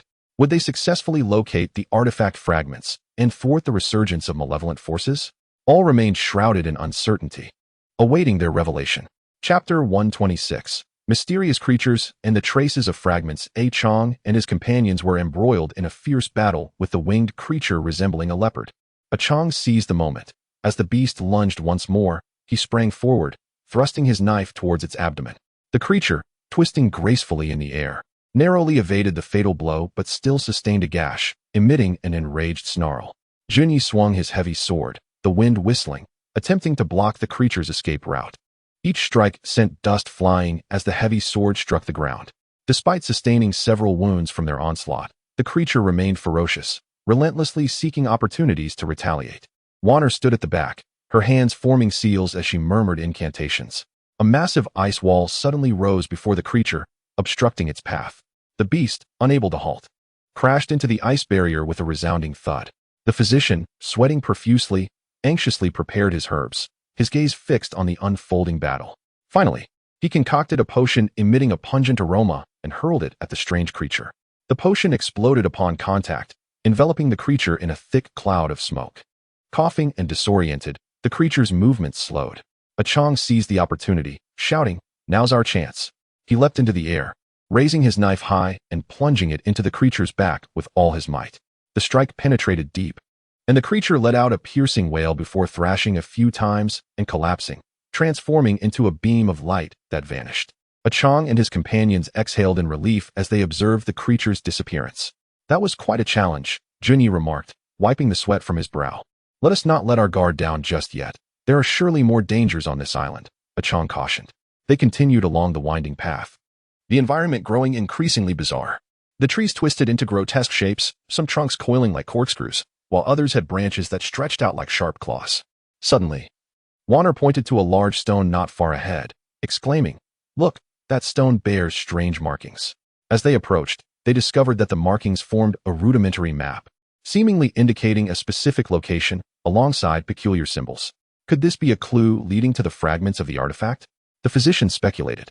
Qiang scrutinized the symbols, recalling similar ones he had encountered in ancient texts. After thoughtful consideration, he remarked, "These symbols seem to suggest that at the heart of the island lies an ancient ruin, where the fragments of the artifact may be located. However, the path to the ruin is fraught with peril." The group felt a mixture of excitement and trepidation at this revelation. Excitement surged as the elusive fragments of the divine artifact came into view. Yet trepidation loomed over the unknown perils that lay ahead. Regardless of the dangers that awaited, a resolute Qiang declared that they must press on. Just as they prepared to venture towards the island's heart, a rustling sound pierced the air, as if myriad creatures were flitting through the underbrush. The group immediately became vigilant, adopting defensive stances. Emerging from the thicket was a cluster of diminutive creatures resembling foxes, each no larger than a hand. Their eyes sparkled with lively brilliance, and their fur shimmered in a kaleidoscope of colors, rendering them irresistibly endearing. These little beings circled around Qiang and his companions for a few moments, and then one leaped to Qiang's feet, nuzzling against his shoe while emitting a series of soft whimpers, seemingly urging them to follow. "What do these little fellows want?" One heir inquired with curiosity. Qiang observed the creatures thoughtfully for a moment before responding, "Perhaps they can guide us. Let us follow them and see." Would Qiang and his companions successfully accompany these creatures to uncover the ruins housing the artifact fragments? What new dangers would they encounter on their journey to the ruins? All remained shrouded in mystery, awaiting their revelation. Chapter 127. Following the guidance and the perils of the ruins, Qiang and his companions resolved to follow the colorful little foxes. The foxes, delighted by their decision, danced ahead, leading the way. The group traversed a concealed path through the dense forest, the surroundings eerily silent except for the soft footfalls of the foxes and the sound of their own breathing. As they ventured deeper, the trees grew taller and more robust, their bark inscribed with the passage of time. Suddenly, one of the little foxes halted, emitting a low call toward a clearing ahead. Following its gaze, Qiang and the others beheld a massive circular stone platform, adorned with mysterious runes that flickered with a faint luminescence, as if recounting ancient tales. "This stone platform appears quite extraordinary," Junyi remarked, furrowing his brow. Just as Qiang approached to investigate further, Wan'er suddenly cried out, "Be careful, there are traps." Qiang swiftly retreated, and in the very spot he had vacated, the ground cracked open, revealing a bottomless chasm, a foul odor wafting up from within. "It seems this is a trap guarding the ruins. We must tread carefully," Qiang advised. The little foxes appeared to be well acquainted with these hazards, deftly leaping over perilous areas while Qiang and his companions followed cautiously, their eyes fixated on the fox's every movement. After circumventing the stone platform, they arrived before an ancient edifice. The grand entrance was sealed tight, intricately carved with two entwined dragons, their eyes set with enormous rubies that sparkled ominously in the dim light. The little foxes paused before the door, vocalizing their calls. Suddenly, the massive door creaked open, releasing a wave of stale air.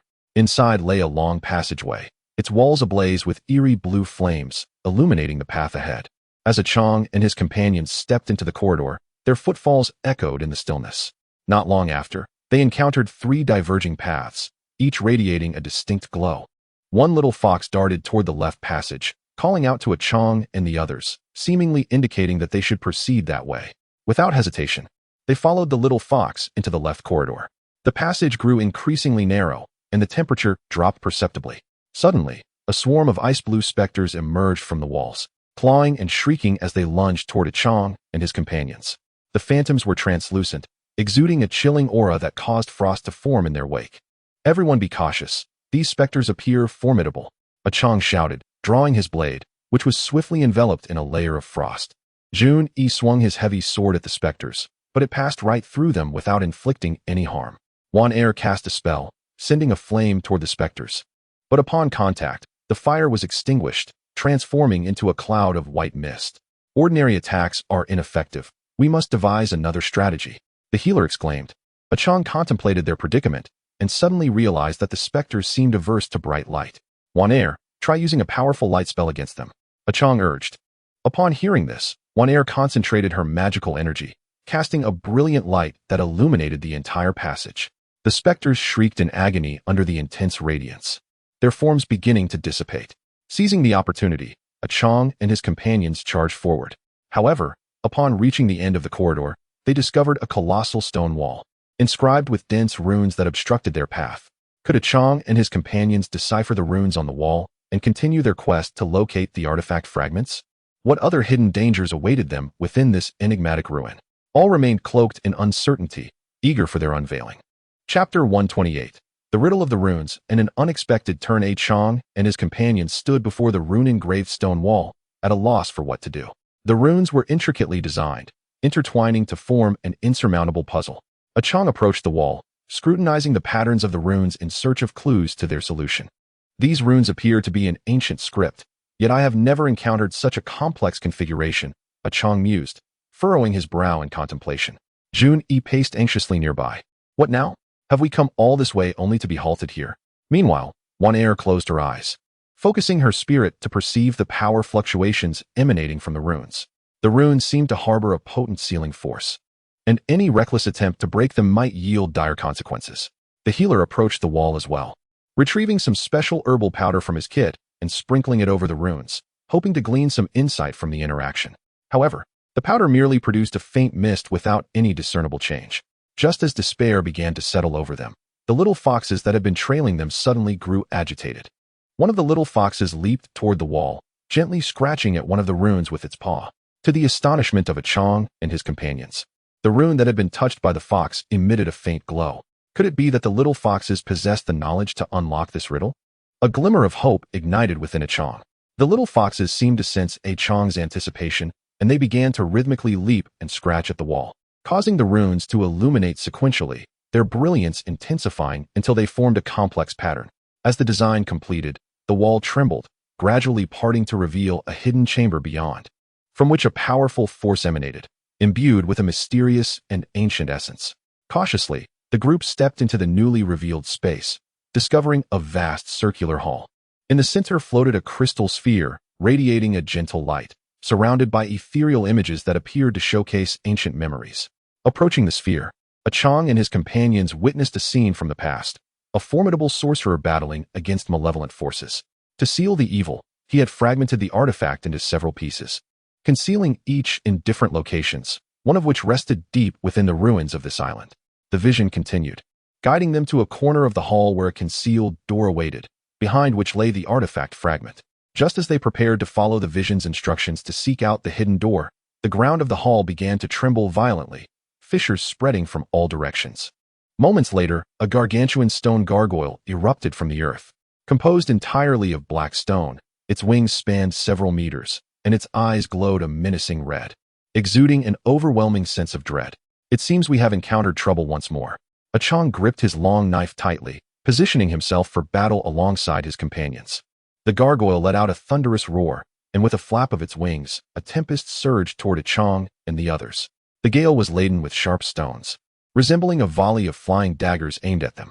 Would Qiang and his companions withstand the gargoyle's onslaught and successfully locate the fragments of the divine artifact? What unknown perils lay hidden in the depths of this ruin, awaiting their challenge? All was shrouded in uncertainty, waiting for them to unveil the truth. Chapter 129. Clashing with the gargoyle and acquiring the fragment under the assault of the tempest and stones, Qiang and his companions swiftly sought refuge. Qiang spotted a sizable boulder and leaped behind it, as the stones pelted against it with resounding thuds. Jun Yi swung his heavy sword, sending nearby stones flying. However, the sheer number of them still managed to graze his body, leaving trails of blood. One heir invoked a shield spell, conjuring a translucent barrier around the group to fend off the gale and the stones. Yet, the gargoyle's might was overwhelming, causing the shield to flicker precariously under relentless assault, threatening to shatter at any moment. The doctor, sheltered within the barrier, hastily concocted potions to heal wounds and bolster stamina. As he worked, he shouted, "Hold on, everyone. I'll be ready shortly." As the winds abated momentarily, Qiang seized the opportunity, leaping from behind cover like a black bolt of lightning toward the gargoyle. The long knife gleamed with a chilling light in his grip as he soared high, aiming for the creature's head. The gargoyle reacted swiftly, flapping its wings to unleash a powerful gust that sent Qiang hurtling backward. Seeing this, Jun let out a fierce roar and charged toward the gargoyle's leg with his heavy sword. The sword struck with tremendous force, producing a resounding clang. Yet only a shallow mark remained on the gargoyle's leg. One heir focused all her magical energy, unleashing a potent lightning spell.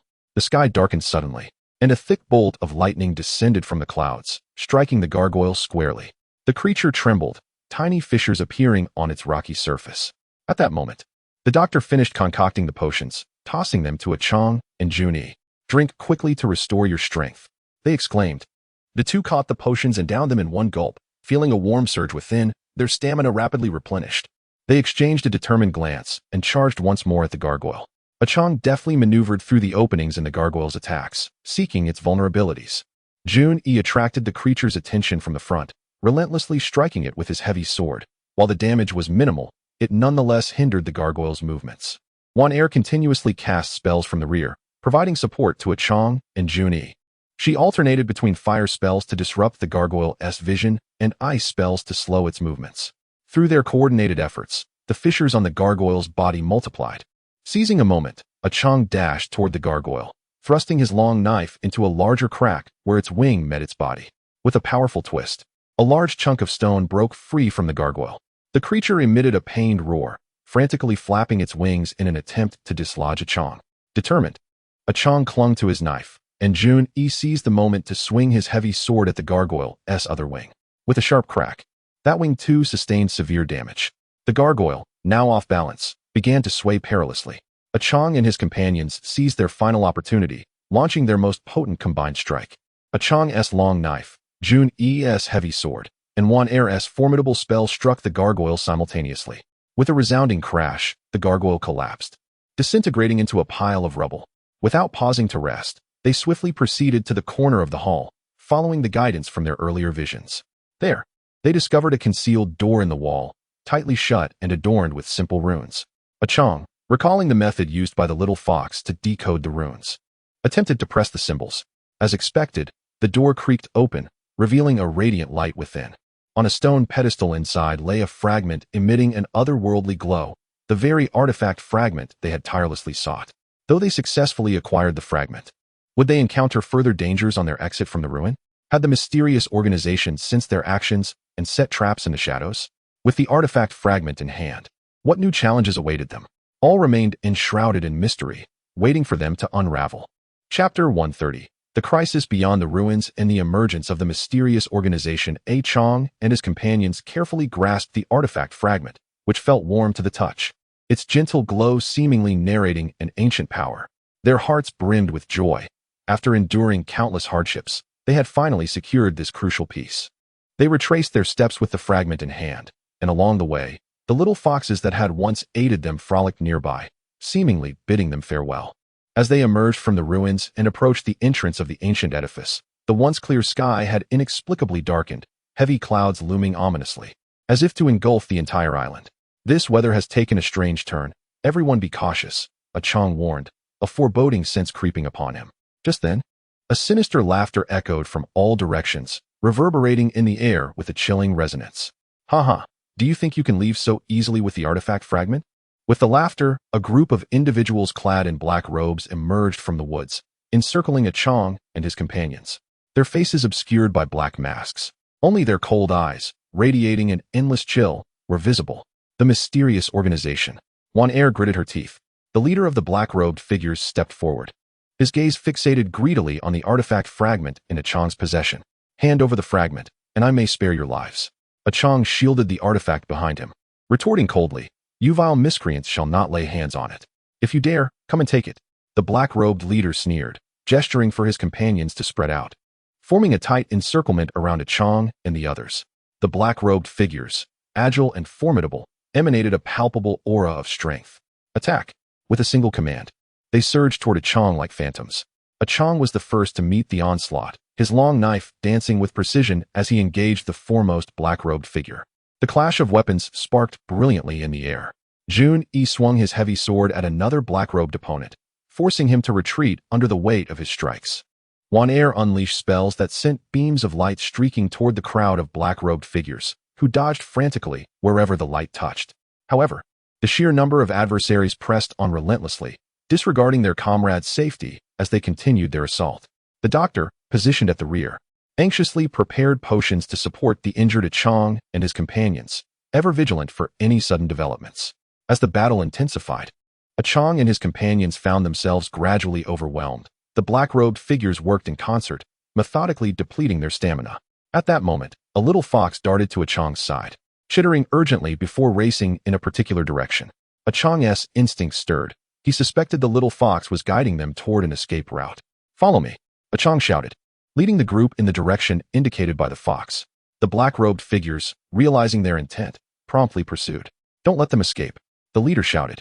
Would Qiang and his companions manage to evade the black-robed figures and depart the mysterious island with the artifact fragment intact? What new dangers would they face in their flight? What sinister plots might the mysterious organization employ to seize the fragments of the artifact?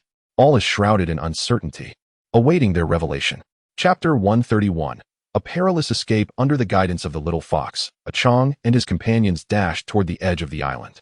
The figures in black cloaks pursued them relentlessly, weaving through the dense forest like dark phantoms. "Hurry, we cannot allow them to catch up," Qiang shouted as he glanced back to gauge the proximity of their pursuers. The black-cloaked figures drew ever closer, and one of them unleashed a spell, sending a bolt of black lightning hurtling toward Qiang. He sidestepped just in time, the lightning grazing his body before striking a nearby tree, splitting it in two and igniting it in flames. Jun Yi swung his heavy sword, severing the vines that obstructed their path. "These fiends are relentless," he gasped. Meanwhile, Wan Er cast a spell, conjuring a wall of earth behind them in an attempt to hinder the black cloak's pursuit. However, the black-cloaked figures easily breached the earthen barrier and continued their chase. The little fox led Qiang and the others to a steep slope, strewn with rubble and thorns that appeared treacherous to navigate. Undeterred, the little fox ascended the slope, prompting Qiang and his friends to follow suit despite their trepidation.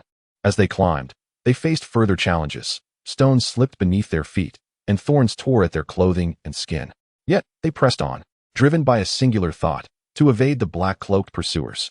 Just as they neared the summit, the black cloaks caught up. The leader stood at the base of the slope, coldly regarding them. "Did you truly believe you could escape?" he declared, gesturing with his hands. A swarm of black bats erupted from his sleeves, surging toward Qiang and his companions. These bats were enormous, their wings spanning over a person's height, their eyes glowing crimson, and their mouths filled with sharp fangs. Qiang and the others halted, preparing to defend against the oncoming assault. He swung his long knife, striking a bat mid-flight. It emitted a piercing shriek, blood spraying forth. Jun Yi used his heavy sword to knock another bat away, while Wan Er unleashed flames that engulfed the swarm, causing the bats to writhe in agony. Nevertheless, the sheer number of bats overwhelmed them, and Qiang and his friends began to falter, sustaining numerous scratches from the relentless creatures. At that moment, a melodious horn sounded from the mountaintop. As the notes resounded, a group of individuals clad in peculiar attire appeared, brandishing various weapons as they descended the slope to confront the bats and the black cloaks. These newcomers seemed well acquainted with both the bats and the black-cloaked figures, their attacks precise and powerful.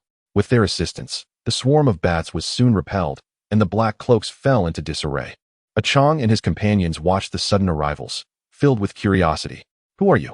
Why are you aiding us?" Qiang inquired. The leader of the group, a tall man, smiled and replied, "We are the guardians of this island, tasked with safeguarding the secrets of the artifact fragments. We sensed an anomaly here and came to investigate." Qiang and his companions felt a surge of relief. They had found allies. Yet, they remained vigilant, for the situation was still precarious. At that moment, the leader of the black cloaks, seeing the tide turn against him, scoffed, "Do not rejoice too soon. We are determined to acquire those artifact fragments." With that, he waved his hand, and the remaining black cloaks retreated swiftly.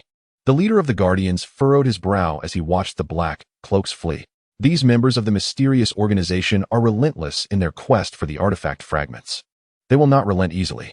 Qiang expressed his gratitude to the Guardian leader. Thank you for your timely assistance. Without it, we would have been in grave danger. The Guardian leader waved his hand dismissively.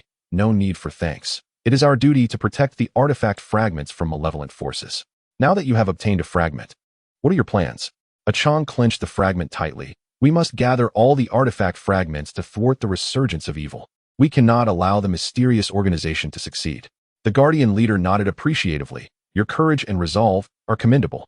However, departing this island with the artifact fragments will not be an easy task. The mysterious organization has undoubtedly set numerous traps around the island. And this sea is fraught with perilous sea creatures. The healer chimed in. We encountered whirlpools and assaults from sea beasts on our way here. We must devise a comprehensive strategy to ensure our safe departure. The leader of the Guardians pondered for a moment and said, We can assist you in preparing a sturdy vessel and chart a course that avoids hazardous areas. However, even with these precautions, we cannot guarantee absolute safety. Qiang resolutely replied. Regardless of the danger, we must attempt it. The Guardians then led Qiang and his companions to their encampment on the island. Concealed within a valley and surrounded by dense woods, the campsite was remarkably hidden. The Guardians busied themselves, preparing the ship and supplies for Qiang and his companions. During the wait, Qiang conversed with the Guardian leader, learning more about the island and the fragments of the artifact. It was revealed that this island had been heavily sealed since ancient times, with the purpose of safeguarding the artifact fragments. The Guardians' families had borne this protective duty for generations. Do you know the whereabouts of the other artifact fragments? Qiang inquired. The Guardian leader shook his head. We only possess knowledge regarding this region. You will have to seek out the clues for the other fragments yourselves. Yet, I believe there is a mysterious connection between the artifact fragments. Perhaps in your search, you will uncover new leads. After considerable preparation, the Guardians crafted a robust ship for Qiang and his companions, constructed from special timber. The vessel was not only strong and durable, but also capable of withstanding certain magical attacks. It was stocked with ample provisions, water, and various supplies. The Guardian leader handed Qiang the charted course, stating, Follow this route, and avoid the dangerous areas as much as possible. However, be prepared to adapt should unforeseen circumstances arise. Qiang accepted the chart with sincerity, saying, Thank you, we will exercise caution. As they boarded the grand ship and slowly departed the mysterious island, the sea was initially calm, with sunlight shimmering across the water. Nonetheless, Qiang and his companions were acutely aware that danger could emerge at any moment. Just as the Guardian leader had warned, the mysterious organization would not relinquish their pursuit easily. Not long after their departure, a large black ship appeared behind them, filled with cloaked figures, the very organization that had pursued them before. The leader of the cloaked figures stood at the bow, gazing at Qiang's vessel with a cold glimmer in his eyes, commanding, Pursue them. This time, we shall not let them escape. The black ship surged forward with alarming speed, closing in on Qiang and his companions. The lookouts spotted their pursuers, causing immediate tension among the group. Prepare for battle. The mysterious organization is closing in. Qiang shouted. Junyi gripped his heavy sword tightly, declaring, Just in time, let us confront them. Wanner began to cast spells to enhance the ship's defenses, while the medic prepared various potions to tend to potential injuries during the battle. As the black ship drew nearer, an intense naval conflict was on the horizon. The cloaked figures initiated the attack first, firing magical cannonballs at Qiang's ship. The cannonballs, trailing fiery tails, whistled through the air. Qiang and his companions swiftly dodged, but the cannonballs struck the ship, resulting in tremendous explosions that rocked the vessel. Several cannonballs hit the sails, igniting them in flames. Put out the fire, Qiang shouted. The group sprang into action, dousing the flames with seawater. Wanner conjured a massive wall of water in front of the ship, shielding it from some of the magical projectiles. However, the black figure's assault was relentless, and the water wall began to crack under the continuous bombardment. Observing the black ship, Qiang contemplated a strategy. He realized that while the enemy's ship was fast, it lacked the agility of theirs. Junyi, let us change our course. We can utilize our ship's maneuverability to evade their attacks and seek an opportunity to counterattack. Qiang proposed. Junyi nodded, steering the vessel to navigate skillfully across the waves. The black figure's cannonballs missed and splashed into the sea. Seizing the moment while the enemy adjusted their attack, Qiang instructed Wanner to cast a spell against the black ship. Focusing her powers, Wanner unleashed a formidable lightning spell that struck the enemy vessel, causing cries of agony as several cloaked figures fell. The leader of the black figures, enraged, commanded, "Accelerate, close the distance and engage them in close combat." The black ship sped towards Qiang's vessel, and soon the two ships were nearly side by side. The cloaked figures leapt aboard, engaging Qiang and his companions in fierce hand-to-hand combat. Qiang wielded his long knife, moving with precision and power, each strike glinting with lethal energy. Junyi swung his heavy sword, cutting through the ranks of cloaked figures, causing them to retreat in disarray. Wanner supported them from the rear, casting spells to freeze and burn their foes. The medic darted through the fray, healing the wounded. The battle raged on with both sides suffering casualties. Though Qiang and his companions fought valiantly, the sheer number of black figures began to overwhelm them. Just then, a colossal wave surged from the depths of the sea, towering like a moving mountain, crashing towards both ships. The unexpected wave momentarily halted the conflict as both sides gazed in astonishment. Qiang's heart sank. This wave threatened to capsize their vessel. "Hold on tight and steady the ship," Qiang shouted. The crew clung to any stable fixtures, striving to maintain their balance amidst the tumultuous waters. The wave lifted both ships high before slamming them down with tremendous force. The ship rocked violently, causing many cloaked figures to lose their footing and tumble into the sea. Qiang's vessel also faced dire peril. Cracks appeared in its hull, and water began to seep in. "Quickly, seal the cracks," Junyi shouted. The group scrambled for planks and tools, attempting to patch the breaches. However, the waves continued to crash relentlessly, and the situation grew increasingly desperate. Qiang, distressed by their predicament, realized they were caught between the attacks of the mysterious organization and the raging sea. What could they do? In this critical moment, Qiang suddenly recalled the artifact fragment. He retrieved it, hoping to harness its power to avert the crisis. The fragment radiated a brilliant light in Qiang's hands, enveloping the entire ship. Miraculously, the once turbulent waves calmed upon contact with the light, restoring tranquility to the sea as if nothing had occurred. The cloaked figures, witnessing this phenomenon, were filled with dread, recognizing the fragment's formidable power. The leader signaled for a retreat, and the remaining cloaked figures hastily returned to their ship and fled the scene. Qiang and his companions exhaled a sigh of relief as they watched the black ship disappear into the distance. However, they understood that this victory was merely temporary. The road ahead remained long, and the mysterious organization would undoubtedly return. After the fierce battle, their ship sustained considerable damage. They resolved to seek a safe harbor for repairs and resupply before continuing their quest for the other artifact fragments. Navigating the vast ocean with the artifact fragment in hand, Qiang and his companions sailed towards the unknown. Awaiting them were more challenges and enigmas. Would they succeed in gathering all the artifact fragments and thwarting the resurgence of evil forces? All remained shrouded in uncertainty, awaiting their unraveling. Chapter 132. Harbor Rest and New Clues. Qiang and his companions steered their damaged vessel, following the general direction provided by the Guardians, and after much time at sea, they finally spotted a bustling harbor city. This city boasted a unique architectural style, with a tall lighthouse standing at the harbor's edge, guiding ships to safety. The port was abuzz with activity, as vessels came and went in a lively manner. As they slowly entered the harbor, they attracted the attention of many onlookers. After the ship docked, as Qiang and his companions disembarked, they were approached by a group of enthusiastic dockworkers who inquired if they needed assistance with repairs and resupplying their vessel. After Qiang negotiated a price with the leading worker, he entrusted the repairs to them. Once the ship's matters were arranged, Qiang and his companions decided to seek a tavern in the city to rest and gather information regarding the shards of the artifact. They entered a seemingly substantial inn, bustling with patrons and lively chatter. Finding a corner table, they ordered some food and drinks. While they dined, they overheard a group of merchants at a neighboring table discussing an unusual occurrence. "Have you heard? Strange phenomena have recently appeared on the northern ice fields. Colorful lights often illuminate the sky, and peculiar sounds echo from deep within the ice, as if a powerful force is awakening," remarked a merchant sporting a goatee. "Indeed. I have also heard that some mysterious figures have been spotted at the edge of the ice fields, seemingly searching for something," added another rotund merchant in agreement. Qiang and his friends exchanged glances, their hearts stirred with intrigue. Could this be related to the shards of the artifact? Qiang set down his utensils and approached the merchants politely, asking, "Gentlemen, might you elaborate on the happenings in the ice fields? We are quite interested." The merchants scrutinized Qiang and his companions, noting their simple attire but resolute demeanor, which suggested they were not ordinary travelers. The goateed merchant chuckled and replied, "You appear to be adventurers. However, our knowledge of the ice fields is merely hearsay. We are not well informed. It is said to be a treacherous place, fraught with crevasses and ferocious ice beasts. Jinyi could not contain his curiosity and interjected, "Do you know who these mysterious figures might be?" The stout merchant shook his head. "That remains unclear. Some say they are descendants of an ancient tribe, while others claim they belong to a secretive organization. In any case, the area has been quite unsettled of late." After thanking the merchants, Qiang returned to his seat.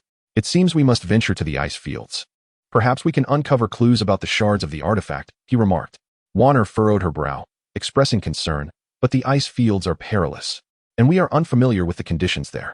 Wouldn't it be too reckless to proceed without proper preparation?" The physician agreed, adding, "Warner has a point. We must be thoroughly prepared.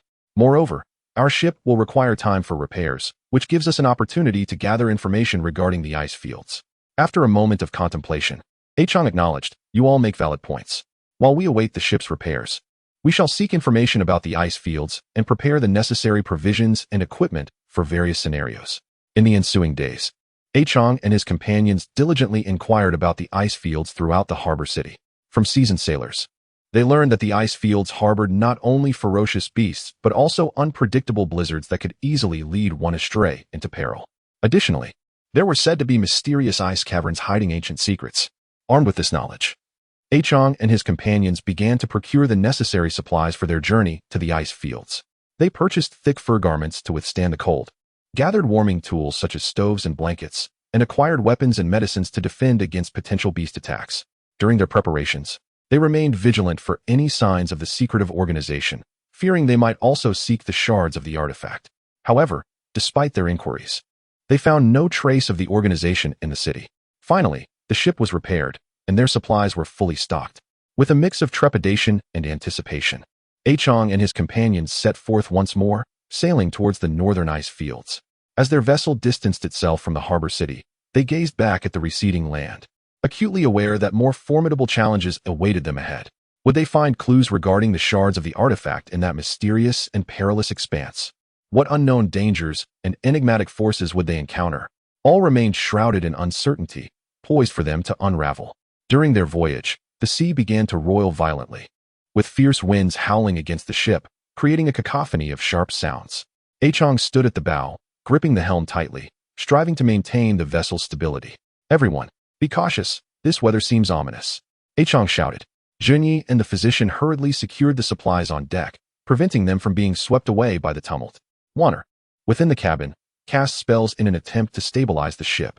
However, the winds and waves grew increasingly fierce, causing the vessel to rock violently, causing everyone aboard to lose their footing and tumble to the deck. Suddenly, a massive wave surged towards the ship, towering at least 10 meters high, a colossal wall of water. "Brace yourselves," Qiang yelled. The wave engulfed the ship, frigid seawater flooding the cabin as chaos erupted. Could Qiang and his companions protect their vessel amidst this sudden tempest and safely reach the ice fields? What unimaginable dangers and mysterious occurrences awaited them there? All remained uncertain, the wheel of fate turning amidst the raging winds and waves, waiting for them to inscribe a new chapter. Chapter 133. The Ice Field Storm and the Mysterious Ice Cavern. With the impact of the colossal waves, the ship rocked violently, as if it would be devoured by the sea at any moment. Qiang gripped the helm with all his might, seawater continuously filling his mouth with its briny taste, nearly suffocating him. Yet his singular focus remained, stabilize the ship. Jinyi and the physician were tossed about on deck by the waves, with Jinyi exerting all his strength to secure a rope to the railing, shouting to the physician, "Grab the rope." Timing his leap perfectly, the physician seized the rope, managing to steady himself. Inside the cabin, Warner concentrated all her magical energy to cast a protective shield, attempting to fend off the encroaching seawater. The shield flickered under the immense pressure of the water, on the verge of shattering. "Hold on, Warner. We will endure this." Qiang gritted his teeth and shouted. Just as they felt they could no longer hold out, a miracle occurred. The howling winds abruptly ceased, and the waves receded swiftly, the sea gradually calming. Exhausted, everyone collapsed onto the deck, overwhelmed with relief at having survived. That storm came and went so abruptly, truly peculiar, Jinyi panted. Qiang rose to his feet, surveying the tranquil sea. His brow furrowed. "Regardless, we must continue our journey and reach the ice fields as swiftly as possible." After several days of sailing, they finally caught sight of the vast, white expanse of the ice fields on the horizon.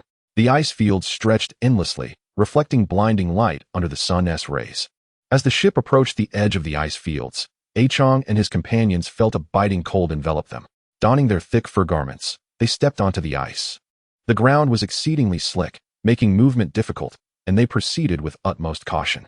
Not long after, snowflakes began to fall from the sky, gradually intensifying into a snowstorm. The fierce winds whipped the snow, making it nearly impossible to keep their eyes open. "Stay close, find shelter from the storm," Qiang shouted. They struggled through the blizzard until they finally stumbled upon a massive ice cavern. Hurriedly, they entered the cavern to escape the storm. Inside, the cavern was spacious, its walls shimmering with an otherworldly blue light, resembling countless embedded gemstones. Curiously, Qiang and his companions surveyed their surroundings when suddenly, Wanner pointed ahead and exclaimed, "Look, there seems to be something over there." Following Wanner's gaze, they beheld a softly glowing ice coffin deep within the cavern. Surrounding the ice coffin were peculiar runes, shimmering with a faint luminescence, as if whispering ancient tales. Qiang and his companions cautiously approached the ice coffin, and upon nearing it, they discovered a woman clad in a flowing white robe lying within. Her beauty was ethereal, her skin as pale as snow, appearing as though she were merely in slumber. "Who is this woman? Why is she sealed within the ice coffin?" pondered the physician, a look of perplexity on his face. At that moment, the runes on the coffin erupted in a brilliant glow, and the woman's body began to tremble slightly. Gradually, she opened her eyes, which were clear and profound, as if capable of perceiving the essence of one's soul. "Who are you? Why have you come here?" Her voice resonated like celestial music, yet it bore an undercurrent of chilling detachment. Qiang stepped forward and replied, "We have come in search of fragments of a divine artifact. We sought refuge in this ice cave due to a blizzard. Might you possess knowledge regarding the fragments?" The woman scrutinized Qiang and his companions before responding. "Fragments of a divine artifact? Indeed, I possess some knowledge. However, such fragments are of great significance. What compels you to seek them?" Qiang recounted the sinister organization's intent to resurrect malevolent forces, as well as their determination to thwart this resurgence. The woman nodded slightly. "It seems you are not malevolent. I can provide you with some clues, but you must promise to prevent the revival of these dark forces." Qiang and his companions nodded earnestly. "Rest assured, we shall exert every effort." After a moment of contemplation, the woman continued. "In the center of the ice expanse lies a palace shrouded in snow. Within this palace is a key, the crucial element for unlocking the seal on the divine artifact fragments. However, the palace is fraught with peril, guarded by formidable ice beasts and numerous traps. To obtain the key, you must proceed with utmost caution." Would Qiang and his companions successfully locate the enigmatic palace and acquire the key to unlock the divine artifact fragments? What formidable ice beasts and treacherous traps would they encounter along their path? All remained shrouded in uncertainty, awaiting their discovery. Chapter 134. Perils of the Ice Expanse and the Mysterious Palace. Upon receiving the vital clues from the woman, Qiang and his companions expressed their profound gratitude. "Thank you, fair lady, for your guidance.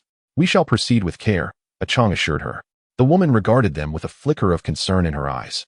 "The palace at the heart of the ice expanse is exceedingly dangerous. Do not underestimate it. I have been trapped here for many years and possess some knowledge of the dangers that lurk in the ice. These beasts not only possess great strength, but are also quite cunning, setting ambushes using the terrain.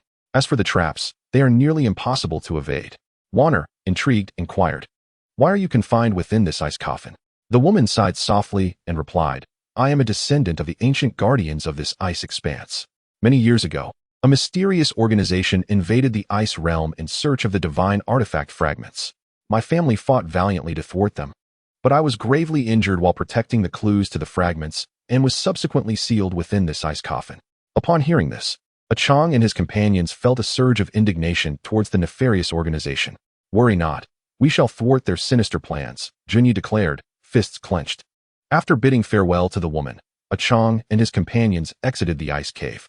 The blizzard had ceased, leaving the ice expanse in a state of eerie tranquility. They followed the direction indicated by the woman, making their way toward the heart of the ice expanse. The biting wind was relentless, each step demanding tremendous exertion. Suddenly, Qiang felt a faint tremor beneath his feet. "Everyone, be cautious. Ice beasts may be approaching," he whispered. The group immediately became vigilant, drawing their weapons. Before long, a horde of ice beasts, resembling polar bears but adorned with sharp fangs, emerged from the fissures in the ice. Towering over 2 men, these creatures possessed eyes that glimmered with a ghostly blue light, exuding a frigid aura. Prepare for battle, Qiang shouted, drawing his sword. Junyi brandished his heavy sword, positioning himself beside Qiang, while Wanner readied her spells from the rear. The physician gripped his medical kit tightly, prepared to tend to any injuries. The ice beasts emitted deep growls as they charged toward Qiang and his companions. Qiang was the first to engage, swinging his sword at one of the beast's legs. The creature deftly evaded the attack, retaliating with a swipe of its claws. Qiang sidestepped just in time, but the beast's claws left deep gashes in the ice. Junyi swung his heavy sword at the beast's head, producing a resounding clang upon impact. Yet the creature merely shook its head, unfazed. Wanner unleashed a barrage of ice spikes toward the beasts. The spikes struck their targets, scattering shards of ice. But the beasts appeared to possess a degree of resistance to ice magic, continuing their relentless advance. Amidst the fierce battle, Qiang discerned that while the ice beasts were powerful, their movements were somewhat sluggish. Everyone, target their legs, hinder their mobility, Qiang commanded. Following his lead, they focused their assaults on the beast's lower limbs. Qiang's sword and Junyi's heavy blade struck repeatedly at the beast's legs, while Wanner directed her ice spikes toward the same area. After a grueling struggle, several beasts sustained injuries to their legs, impeding their movement. They let out anguished roars before retreating into the crevices of the ice. Qiang and his companions exhaled in relief as they watched the beasts disappear. "Those beasts are truly formidable," the physician remarked, wiping the sweat from his brow. "Let us not lower our guard. There may be greater dangers ahead," Qiang cautioned. The group pressed onward, and after a considerable distance, they finally beheld the palace. Enshrouded in snow, looming in the distance. The palace was grand and majestic, radiating an air of mystery. Its entrance was firmly shut, adorned with intricate runes. Qiang and his companions approached the palace doors, scrutinizing the runes etched upon them. These runes bore some resemblance to those they had observed on the ice coffin, albeit more intricate. They seemed to form a code, requiring deciphering to unlock the entrance. "Can we decipher the runes on the door and gain entry to this mysterious palace?" Wanner mused. Within the palace, what unknown dangers and enigmatic mechanisms awaited them? All remained cloaked in mystery, beckoning their exploration. Chapter 135. Runes and Mechanisms of the Palace. Qiang and his companions gathered before the palace entrance, fixated upon the intricate runes, lost in contemplation. Wanner gently touched the runes, striving to sense the power and patterns contained within. She closed her eyes, beads of sweat forming on her forehead. The energies of the runes intertwined, seemingly narrating a tale, guarding a profound secret. "These runes," Wanner murmured. Qiang recalled the runes from the ice coffin and endeavored to find a connection between the two. "Perhaps we should begin with the runes from the coffin. They may hold the key to deciphering this," Qiang suggested. The group nodded in agreement, reflecting on the style and arrangement of the coffin's runes. After considerable effort, Qiang discerned that certain patterns from the coffin's runes reappeared subtly among those on the palace doors. He attempted to touch the corresponding runes on the door in the sequence of those from the coffin. Upon touching the seventh rune, it suddenly emanated a soft blue light, followed by the other runes illuminating in succession, their radiance intensifying. With a deep rumble, the palace doors gradually swung open, releasing a wave of ancient and mysterious energy. Cautiously, Qiang and his companions stepped inside the palace, which was remarkably spacious. The walls were adorned with colossal ice crystals, casting an eerie glow that illuminated the space as though it were day. The floor was laid with smooth ice blocks, reflecting their silhouettes. They proceeded along a lengthy corridor, flanked by ancient statues, each uniquely shaped. Some depicted warriors wielding weapons, while others illustrated wizards casting spells, as if narrating the palace's former grandeur. Suddenly, the foremost among them, Qiang, felt the ground beneath him give way, and he plummeted into a trap. "Qiang!" Junyi exclaimed, rushing forward. During his descent, Qiang swiftly drew his long knife, attempting to embed it into the smooth walls of the pit to slow his fall. However, the walls were too slick for the blade to penetrate. Just as despair began to set in, he spotted sharp ice spikes at the bottom of the pit. The consequences of a direct fall would be dire. In a critical moment, Wanner conjured a spell, sending an icy lasso from her hands to ensnare Qiang's body. Junyi and the physician above pulled vigorously on the lasso, hoisting Qiang to safety. "That was close." "Thank you," Qiang said, still shaken. "Everyone, be cautious. This palace is rife with traps," Junyi warned. The group continued, now with heightened vigilance. Not long after, they encountered a three-way intersection. Each path shimmered with different colored lights. The left radiated blue, the middle glowed green, and the right emitted red. "Which path should we take?" The physician pondered, gazing at the three entrances with confusion. Qiang scrutinized the surroundings of each path, seeking clues. Suddenly, he noticed tiny runes on the ground of the middle path, reminiscent of those seen earlier at the gate. I believe we should take the middle route, Qiang suggested. Though hesitant, the group chose to trust him. They ventured down the middle path, which grew increasingly narrow, and the temperature plummeted. Suddenly, a barrage of ice arrows shot forth from the walls, hurtling toward them. The arrows flew with incredible speed, reaching the group in an instant. Qiang swiftly swung his long knife, deflecting the arrows aimed at him. Junyi shielded himself with his heavy sword, shouting, "Wanner, think of a way." Wanner concentrated her magical energy, casting a protective shield that enveloped the group. The arrows struck the shield with a clattering sound, but the relentless impacts began to create fractures in it. "This shield won't hold for long. We must push forward," Wanner urged. Shielded by her magic, Qiang and the others dashed toward the corridor's end. However, upon arrival, they were confronted by a massive ice wall, intricately etched with numerous runes. Could they decipher the runes on the ice wall to continue their quest for the key to unlock the artifact's fragments? What unforeseen dangers lay in wait within this trap-laden palace? All remained unknown, awaiting their discovery. Chapter 136. Rune Deciphering and the Ice Beasts Return. Qiang and his companions gazed at the rune-covered ice wall, perplexed. The runes were more complex than any they had encountered before, intertwining into a mysterious pattern that seemed to hinder their progress. Qiang approached the wall, meticulously examining the lines and textures of the runes, seeking the key to their unraveling. As he gently touched a rune, a chilling energy coursed through his fingertips, sending a shiver down his spine. Wanner joined him at the ice wall, closing her eyes to concentrate, using her magical prowess to sense the energy flow between the runes. These runes are in a state of equilibrium, forming a powerful seal. To break it, we must find the balance point, she explained. Junyi and the physician anxiously awaited nearby, vigilantly scanning their surroundings for any traps that might spring forth. Qiang recalled his previous experiences with rune deciphering while attempting to touch the runes in a specific sequence. However, each attempt yielded no results. The runes continued to emanate their cold, enigmatic glow. Just as despair began to settle over them, the physician suddenly remembered a method he had read about in ancient texts.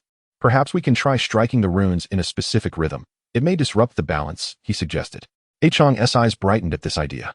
Following the physician's guidance, he gently tapped the runes with the hilt of his long knife, maintaining a slow and rhythmic pattern. Initially, there was no response, but as Qiang persisted, the runes began to quiver, their glow becoming erratic. "Continue, it seems to be working," Wanner exclaimed excitedly. Qiang quickened his pace and focused more intently on his force. Finally, with a resounding chime, the runes blazed brightly before gradually fading, and the ice wall began to melt away, revealing a passage behind it. "We did it!" The group cheered. They advanced through the passage, only to be met with a deep, menacing roar from ahead. Instantly, Qiang and his companions became alert, gripping their weapons tightly. Several ice beasts, resembling polar bears, emerged before them, seemingly more ferocious than before, emanating a chilling aura with bloodthirsty glimmers in their eyes. "It appears these beasts are the guardians of this place," Qiang remarked. The ice beasts launched their assault first, baring their massive jaws and lunging toward the group. Qiang swiftly sidestepped, slashing at one beast's paw with his long knife.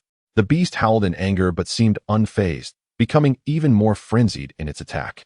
Junyi clashed with another beast, his heavy sword colliding with its body, sending shards of ice flying. Yet, the beast's defenses were formidable. Junyi's strikes left only shallow marks. Wanner unleashed a barrage of flames directed at the beasts. The fire crackled against their icy forms, melting some of the frost, but the beasts soon adapted, shaking off the flames and charging at her. The physician nervously prepared potions in the back, fully aware that his companions needed restorative elixirs to regain their strength and heal their wounds. Observing the rampaging beasts, Qiang contemplated a strategy.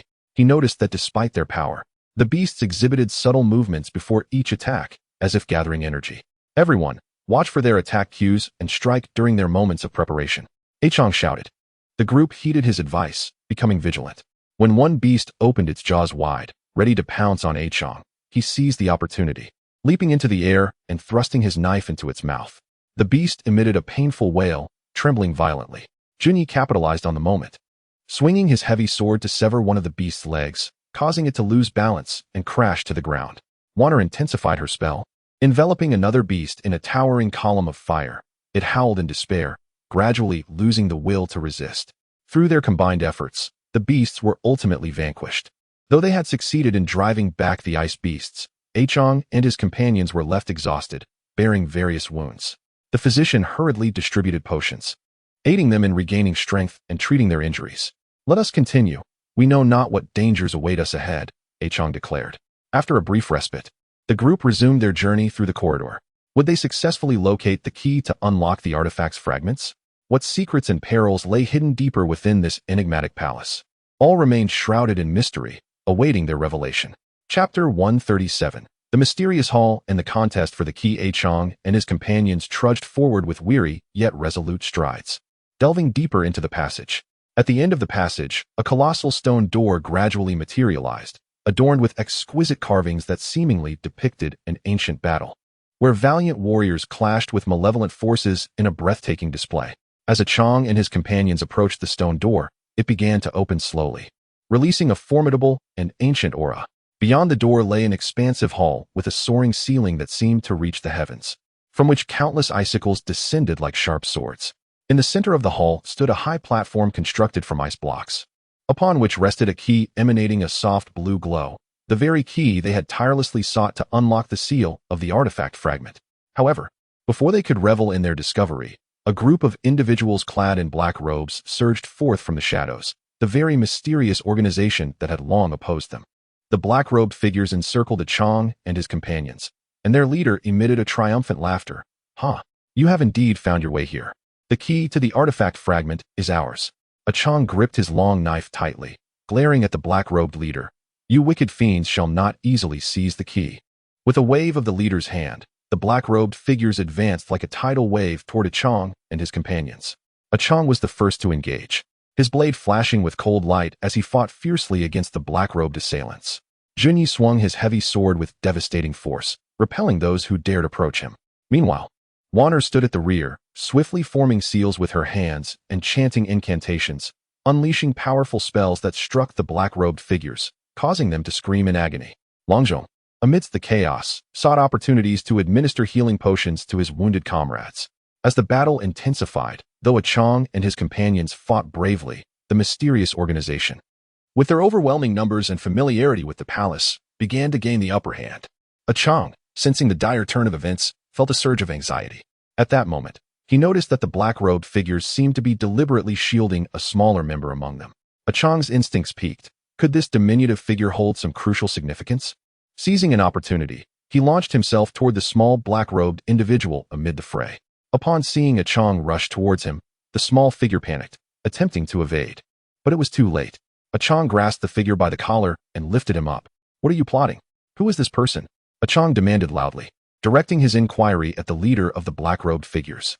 The leader's expression shifted, and he shouted, "Let him go at once."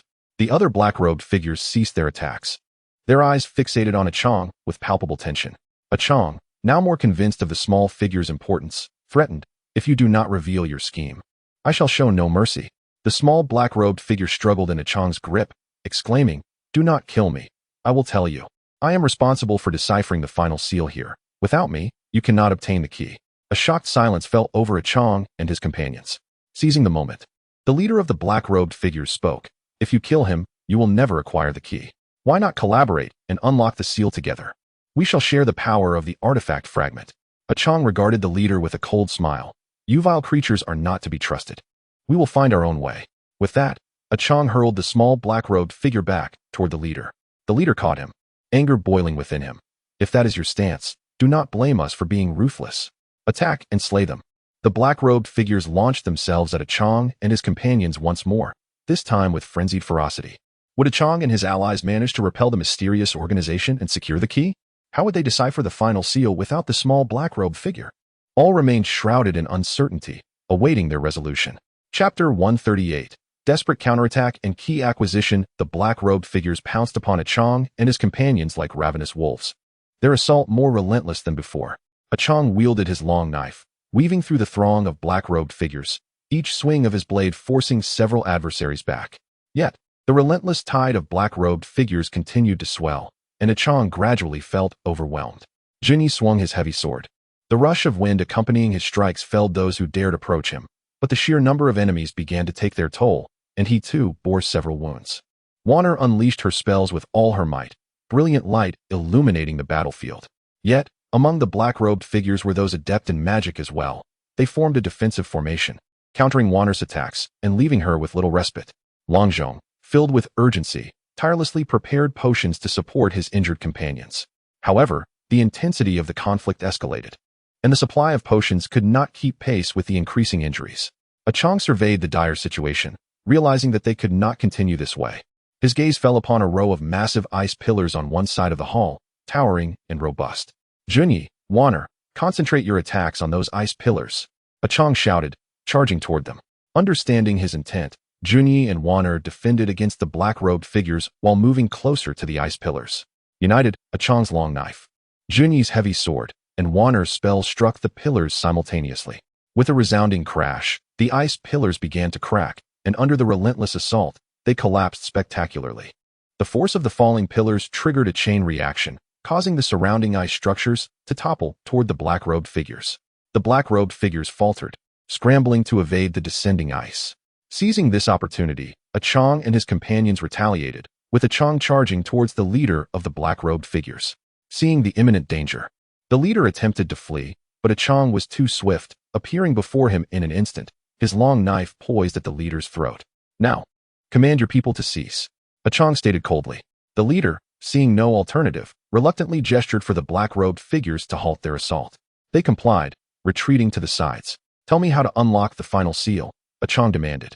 The leader gritted his teeth and replied, even if I divulged the information, you would not be able to unlock it. It requires specific incantations and rituals known only to our organization. Qiang furrowed his brow, contemplating the implications. When suddenly Wanner interjected, I have encountered a similar method for breaking seals in ancient texts. Perhaps it could be attempted. Qiang nodded in agreement. Give it a try. Wanner approached the platform, closing her eyes to recall the details from the ancient texts. Following her recollection, she inscribed runes onto the ice blocks on the platform while chanting softly. As Wanner continued, the ice blocks began to radiate light, intensifying until it converged upon the key. With a crisp sound, the final seal was indeed broken. Qiang stepped forward and grasped the softly glowing key. The leader of the black-robed figures, witnessing this, flashed a look of resentment and fury. Do not revel in your victory. This is far from over. With a wave of his hand, he signaled the black-robed figures to retreat swiftly from the hall. As Qiang and his companions watched the black-robed figures depart, they exhaled with relief. They had successfully obtained the key to unlock the artifact fragment seal, bringing them one step closer to thwarting the resurgence of malevolent forces. However, unbeknownst to them, the black-robed figures had already set new schemes into motion during their withdrawal. What perils awaited Qiang and his companions as they departed the palace with the key? Would they successfully locate the artifact fragment and fulfill their mission?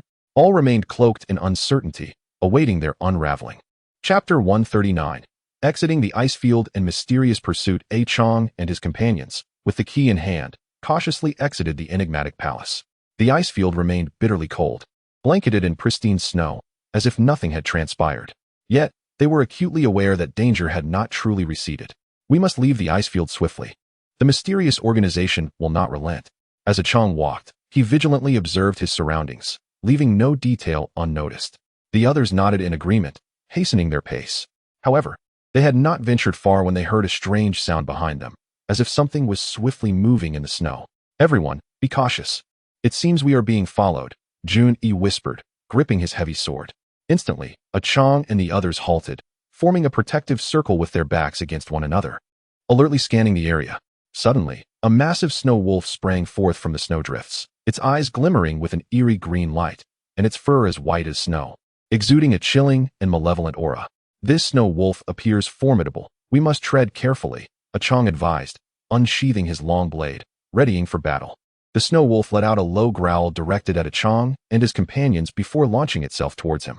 Qiang swiftly sidestepped, causing the wolf to miss its mark, after which it turned and attacked again. Junyi swung his heavy sword at the snow wolf, but it agilely evaded the strike and swiped at Junyi with its claws. Junyi quickly parried with his sword, the clash producing a shower of sparks. Wanner cast a spell, sending a jet of fire towards the wolf. The snow wolf seemed wary of the flames, leaping aside to avoid them as the fire scorched a patch of snow beneath. The healer observed the battle anxiously, prepared to administer aid with his medicines at any moment. At this juncture, several more snow wolves emerged from various directions, surrounding Qiang and his group. It appears we are in trouble. These snow wolves are coordinating their attacks against us, Qiang remarked. Faced with the onslaught of numerous snow wolves, Qiang and his companions found themselves in a fierce struggle. The wolves worked in unison, continually seeking weaknesses to exploit. Although Qiang and the others fought valiantly, the snow wolves' attacks grew increasingly ferocious, and they began to falter. In that moment, Qiang noticed that the wolves seemed sensitive to certain sounds. Whenever Wan cast a spell, their movements would momentarily slow. Wan, keep casting spells to disrupt them, Qiang shouted, understanding his intent. Wan concentrated her energy and unleashed a spell imbued with a potent sound wave. The reverberations echoed across the icy expanse, causing the snow wolves to display expressions of agony, their movements becoming disordered. Seizing the opportunity, Qiang and his companions launched their counterattacks. Qiang's long blade and Junyi's heavy sword striking at the wolves. With their combined efforts, several snow wolves were driven back, collapsing into the snow. Just as Qiang and his companions prepared to exhale in relief, a flock of dark figures appeared in the sky. Upon closer inspection, they were gigantic black vultures, their talons sharp as blades, their eyes gleaming with ferocity. What is happening? Why are there more enemies? The healer lamented. Qiang gazed at the vultures overhead, realizing that they needed to escape these foes swiftly. Otherwise, the consequences could be dire once their strength waned. Listen to me. We must break through towards the sea. Our ship awaits there. Once aboard, we will be safe, Qiang declared. Would Qiang and his companions succeed in breaking through the encirclement of the snow wolves and vultures to reach the shore and board their vessel? What unforeseen dangers might they encounter during their retreat? Was a mysterious organization orchestrating all of this from behind the scenes? All remained shrouded in uncertainty, awaiting their revelation. Chapter 140. Breaking through the encirclement and maritime peril with Qiang's command, the group immediately charged towards the seaside. Qiang wielded his long blade, leading the way and repelling the encroaching snow wolves.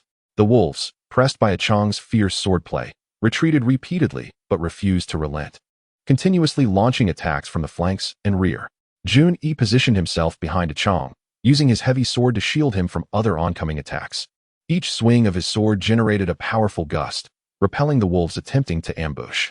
Wan positioned herself in the center, casting sound wave spells to disrupt the wolves while remaining vigilant towards the vultures in the sky. The healer remained in the middle of the formation, prepared to heal any injured companions. The vultures, witnessing this, began to dive down, their talons aimed at Qiang and his companions. Qiang felt the rush of air above him and quickly sidestepped, narrowly avoiding a vulture's talon that tore through his clothing. Watch out for the vultures, Qiang shouted. Wan targeted a descending vulture, casting a freezing spell that encased it in ice. The vulture struggled briefly in midair before plummeting to the snow below.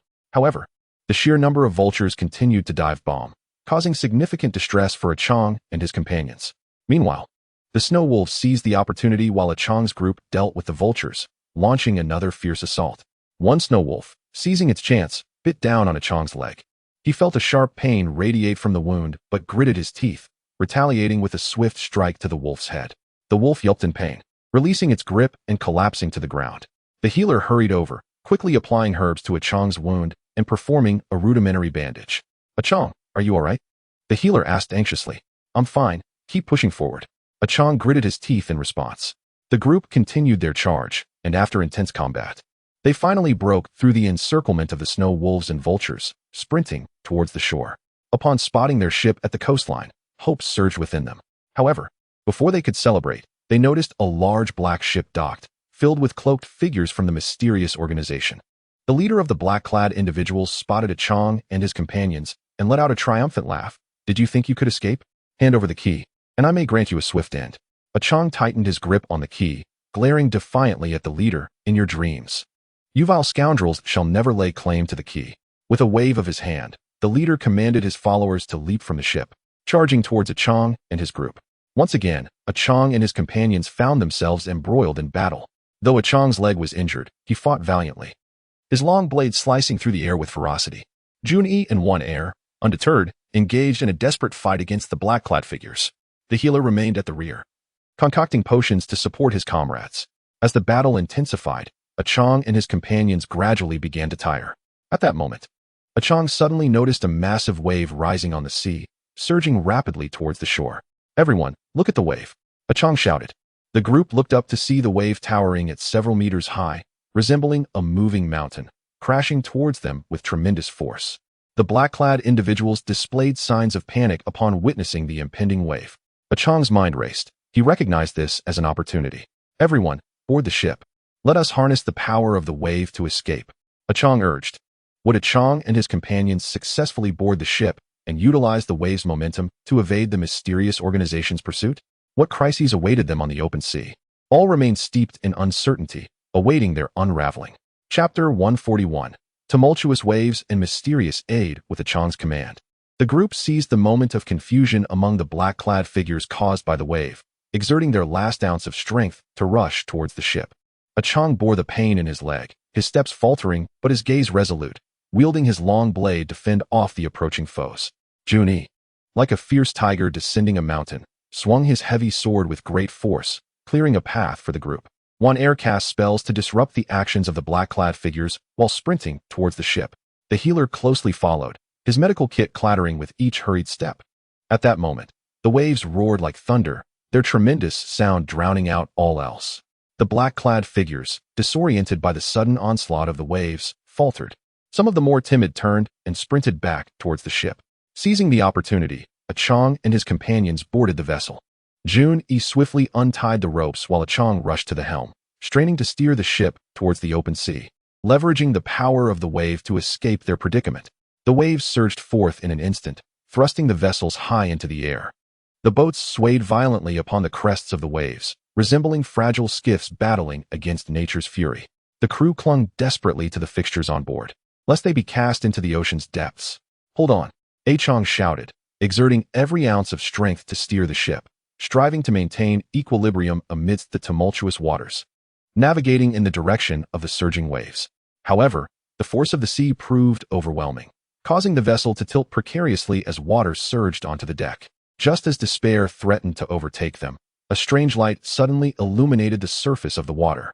The radiance intensified, coalescing into a formidable vortex that drew the surrounding waves toward it. Qiang and his companions gazed in astonishment, uncertain whether this phenomenon was a friend or a foe. At that moment, a crystalline ship emerged gracefully from the vortex, emanating a soft glow.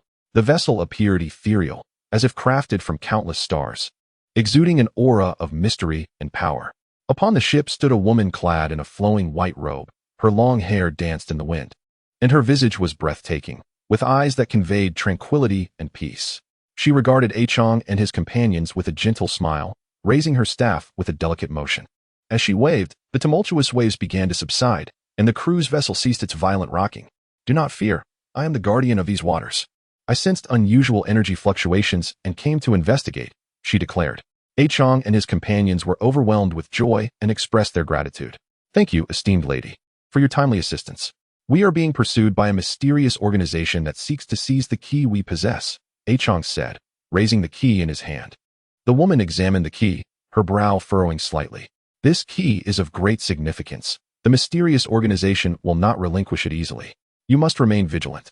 They may harbor further schemes. Qiang and his companions nodded in understanding. Esteemed lady, what should we do next? Wanner inquired. The woman pondered for a moment before responding. First, come with me to my abode, which is relatively safe. I can tend to your wounds and offer advice on how to confront the mysterious organization. Grateful. Qiang and his companions followed the crystalline vessel as it glided toward the horizon. Unbeknownst to them, the mysterious organization had not yet relinquished their pursuit. The leader, cloaked in black, stood upon the shore, watching Qiang and his companions depart, a sinister glint in his eyes. Let them revel in their momentary triumph. I shall devise a plan to reclaim the key and harness the power of the artifact fragments. Upon reaching the lady's safe haven, would Qiang and his companions successfully heal their injuries? What counsel would the woman provide in their confrontation with the mysterious organization? What new schemes would the organization concoct to seize the key? All remained shrouded in uncertainty, awaiting their revelations. Chapter 142. Rest and Ancient Prophecy. Qiang and his companions followed the woman in white across the now tranquil sea.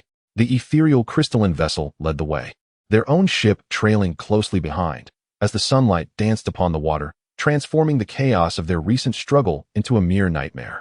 Soon, a floating island appeared on the horizon, enveloped in a gentle aura, adorned with vibrant blossoms and shaded by lush trees, standing in stark contrast to the cold ocean surrounding it. The crystalline ship sailed directly toward the island, and Qiang and his companions entered this mysterious realm. Once ashore, the woman guided them to a magnificent palace. Constructed from pure white jade, the palace radiated a soft glow, emanating an inherent sense of peace and serenity. Inside, the opulent and elegant decor dazzled the eye, with walls encrusted with various gemstones that sparkled brilliantly. The woman instructed Qiang and his companions to rest within the palace, while attendants prepared healing remedies and a sumptuous feast for them. A healer meticulously examined their injuries, utilizing the remedies provided by the woman to commence their treatment. Under the healer's diligent care and the miraculous effects of the potions, Qiang and his companions gradually began to recover. Qiang expressed his profound gratitude to the woman. "Esteemed lady, we owe our escape from peril to your timely intervention. I cannot fathom how to repay your kindness." The woman smiled gently, waving her hand dismissively. "There is no need for thanks. Safeguarding the peace and tranquility of these waters is my duty. Moreover, your struggle against the mysterious organization is a noble endeavor to thwart the resurgence of evil forces, and thus I must assist you." After a brief rest, the woman led them to a hidden chamber within the palace.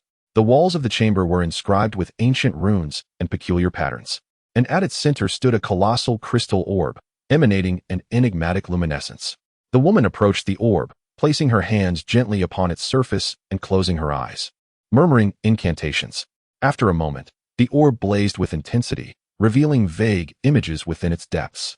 The group gathered curiously around, witnessing a dark abyss pulsating with malevolent energy. As if some horrific entity were poised to awaken, the scene shifted, showcasing Qiang and his companions engaged in a fierce battle against the mysterious organization while wielding the key. Finally, the imagery focused on a mysterious location shrouded in mist, where the outlines of an ancient relic could be discerned. The woman regarded the visions with a grave expression. "These are the future events revealed by the crystal orb. The machinations of the mysterious organization are far more intricate than we anticipated. The key you possess is vital for unsealing the artifact fragments, yet it will undoubtedly attract greater dangers.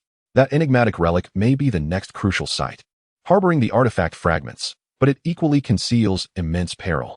Qiang furrowed his brow and asked, "Esteemed lady, can you discern the location of this relic?" The woman shook her head. "The images displayed by the orb are indistinct. I cannot ascertain the precise location of the relic. However, I sense that the malevolent power is steadily accumulating, and time is of the essence. You must locate the relic swiftly and obtain the artifact fragments to thwart the resurgence of evil." Junyi clenched his fists, declaring, "No matter the danger, we shall not falter." Wanner and the healer nodded in agreement. Observing their resolute expressions, the woman smiled approvingly. "I shall lend you my support. I possess some ancient treasures and spell tomes that may prove invaluable in critical moments." With that, she retrieved several exquisite boxes and an ancient book from a concealed compartment within the chamber, presenting them to Qiang and his companions. They accepted the treasures and tomes with gratitude, their eyes shining with appreciation. "Esteemed lady, we are immensely thankful. We shall exert our utmost efforts."